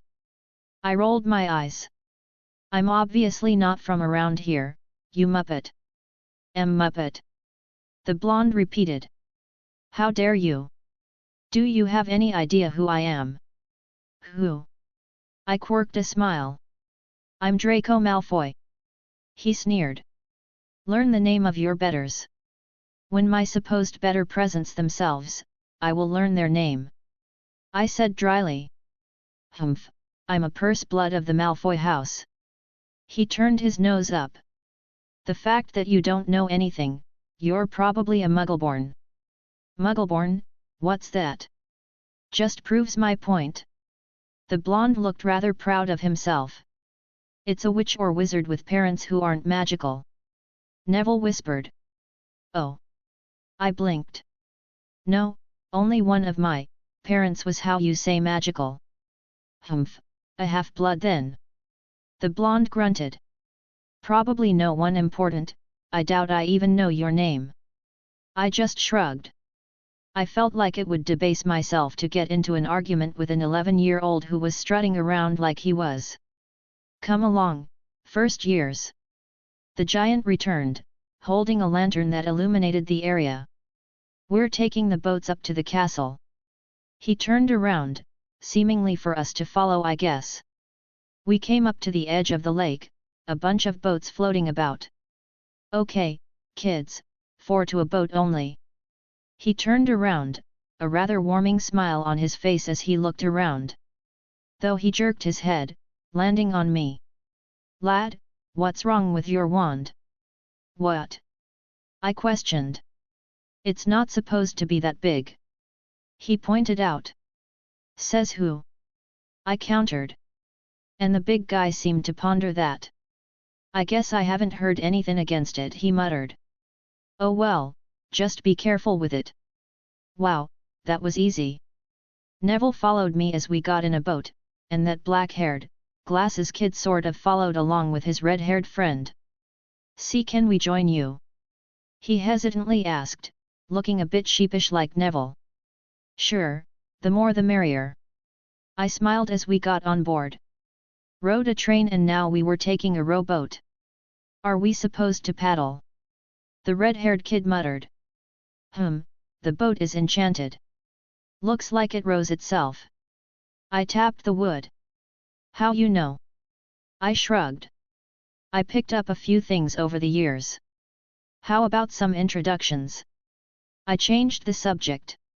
Oh, right. I'm Harry Potter. The glasses kid answered. Ah, the one the blonde kid was strutting around about. You're famous or something, I guess? I asked. I just found out about it myself, I'm not too sure. He defeated the Dark Lord. The red-haired kid exclaimed. He even has the scar to prove it. He jabbed his finger towards Harry, right at the scar on his forehead that looked like a lightning bolt. And he didn't even seem to notice how Harry shrunk himself back when he did it. Means absolutely nothing to me. I shrugged again. Anyways, I'm Wilhelm Henry Schweinorg, and this is my newest friend, I gestured towards Neville. Hi, I'm Neville Longbottom. He squeaked out. Ron Weasley. The redhead smiled happily, clearly oblivious to everything else. Oh well, not like I could hold it against him. He's 11, he doesn't have a lick of situational and social awareness yet. So, what's wrong with your wand? Ron finally asked. Why do people keep thinking something's wrong? Mate, it's as big as you are. Yeah, I did it intentionally. He was casting spells in the cabin and his wand got bigger. Neville barely held back a smile and a laugh. Well, at least the others found amusement in it. The boat suddenly jerked as it began moving along with the others. Magic is neat. Back home, Magi would never waste magic on something like this. Always fun to see how other cultures take to it. Humph, look at this, taking your rightful place and letting your betters go first. The Black Peacock made his appearance once more as his boat went ahead of ours. Hate that prat. Ron grumbled. Thinks he's so much better than everyone because he's rich. Bet he's going to be sorted into Slytherin, the slimy snake. I understand some of that. I hummed to myself, hefting my wand down into aiming position. Never got to try out my wand after it got bigger. What are you doing? Harry asked. More science. Neville asked, bracing himself. More science. I nodded with a grin, pointing my wand behind us. This was a spell I've wanted to test since reading about it a few hours ago. The implications were interesting and I was waiting for a chance to get to the bottom of it. Aguamenti. I called out as a massive torrent of water burst out of my wand. Our boat shot forward, slamming into the boat of the blonde kids, knocking them overboard. I think I may have fucked up the magics on the boat itself, but whatever. I was going to say something witty, but my words died in my mouth once a utterly massive tentacle broke through the surface of the lake as it moved towards the overboard kids. Everyone started screaming and shuffling in their various boats. Merlin's balls! Ron shouted. What is that? Harry shouted over the commotion. A kraken! I exclaimed with a wide grin. I thought this was going to be a boring few years. I stood up in my seat, hefting my wand up. I've never killed a kraken before. As expected of a school the old man sent me to. I immediately jumped off the boat to combat the new foe. Have at you! I shouted, diving into the water. Truly, it would be an epic fight for the centuries. And, maybe, save the kids while I'm at it. But mostly I want to call myself the Kraken Slayer.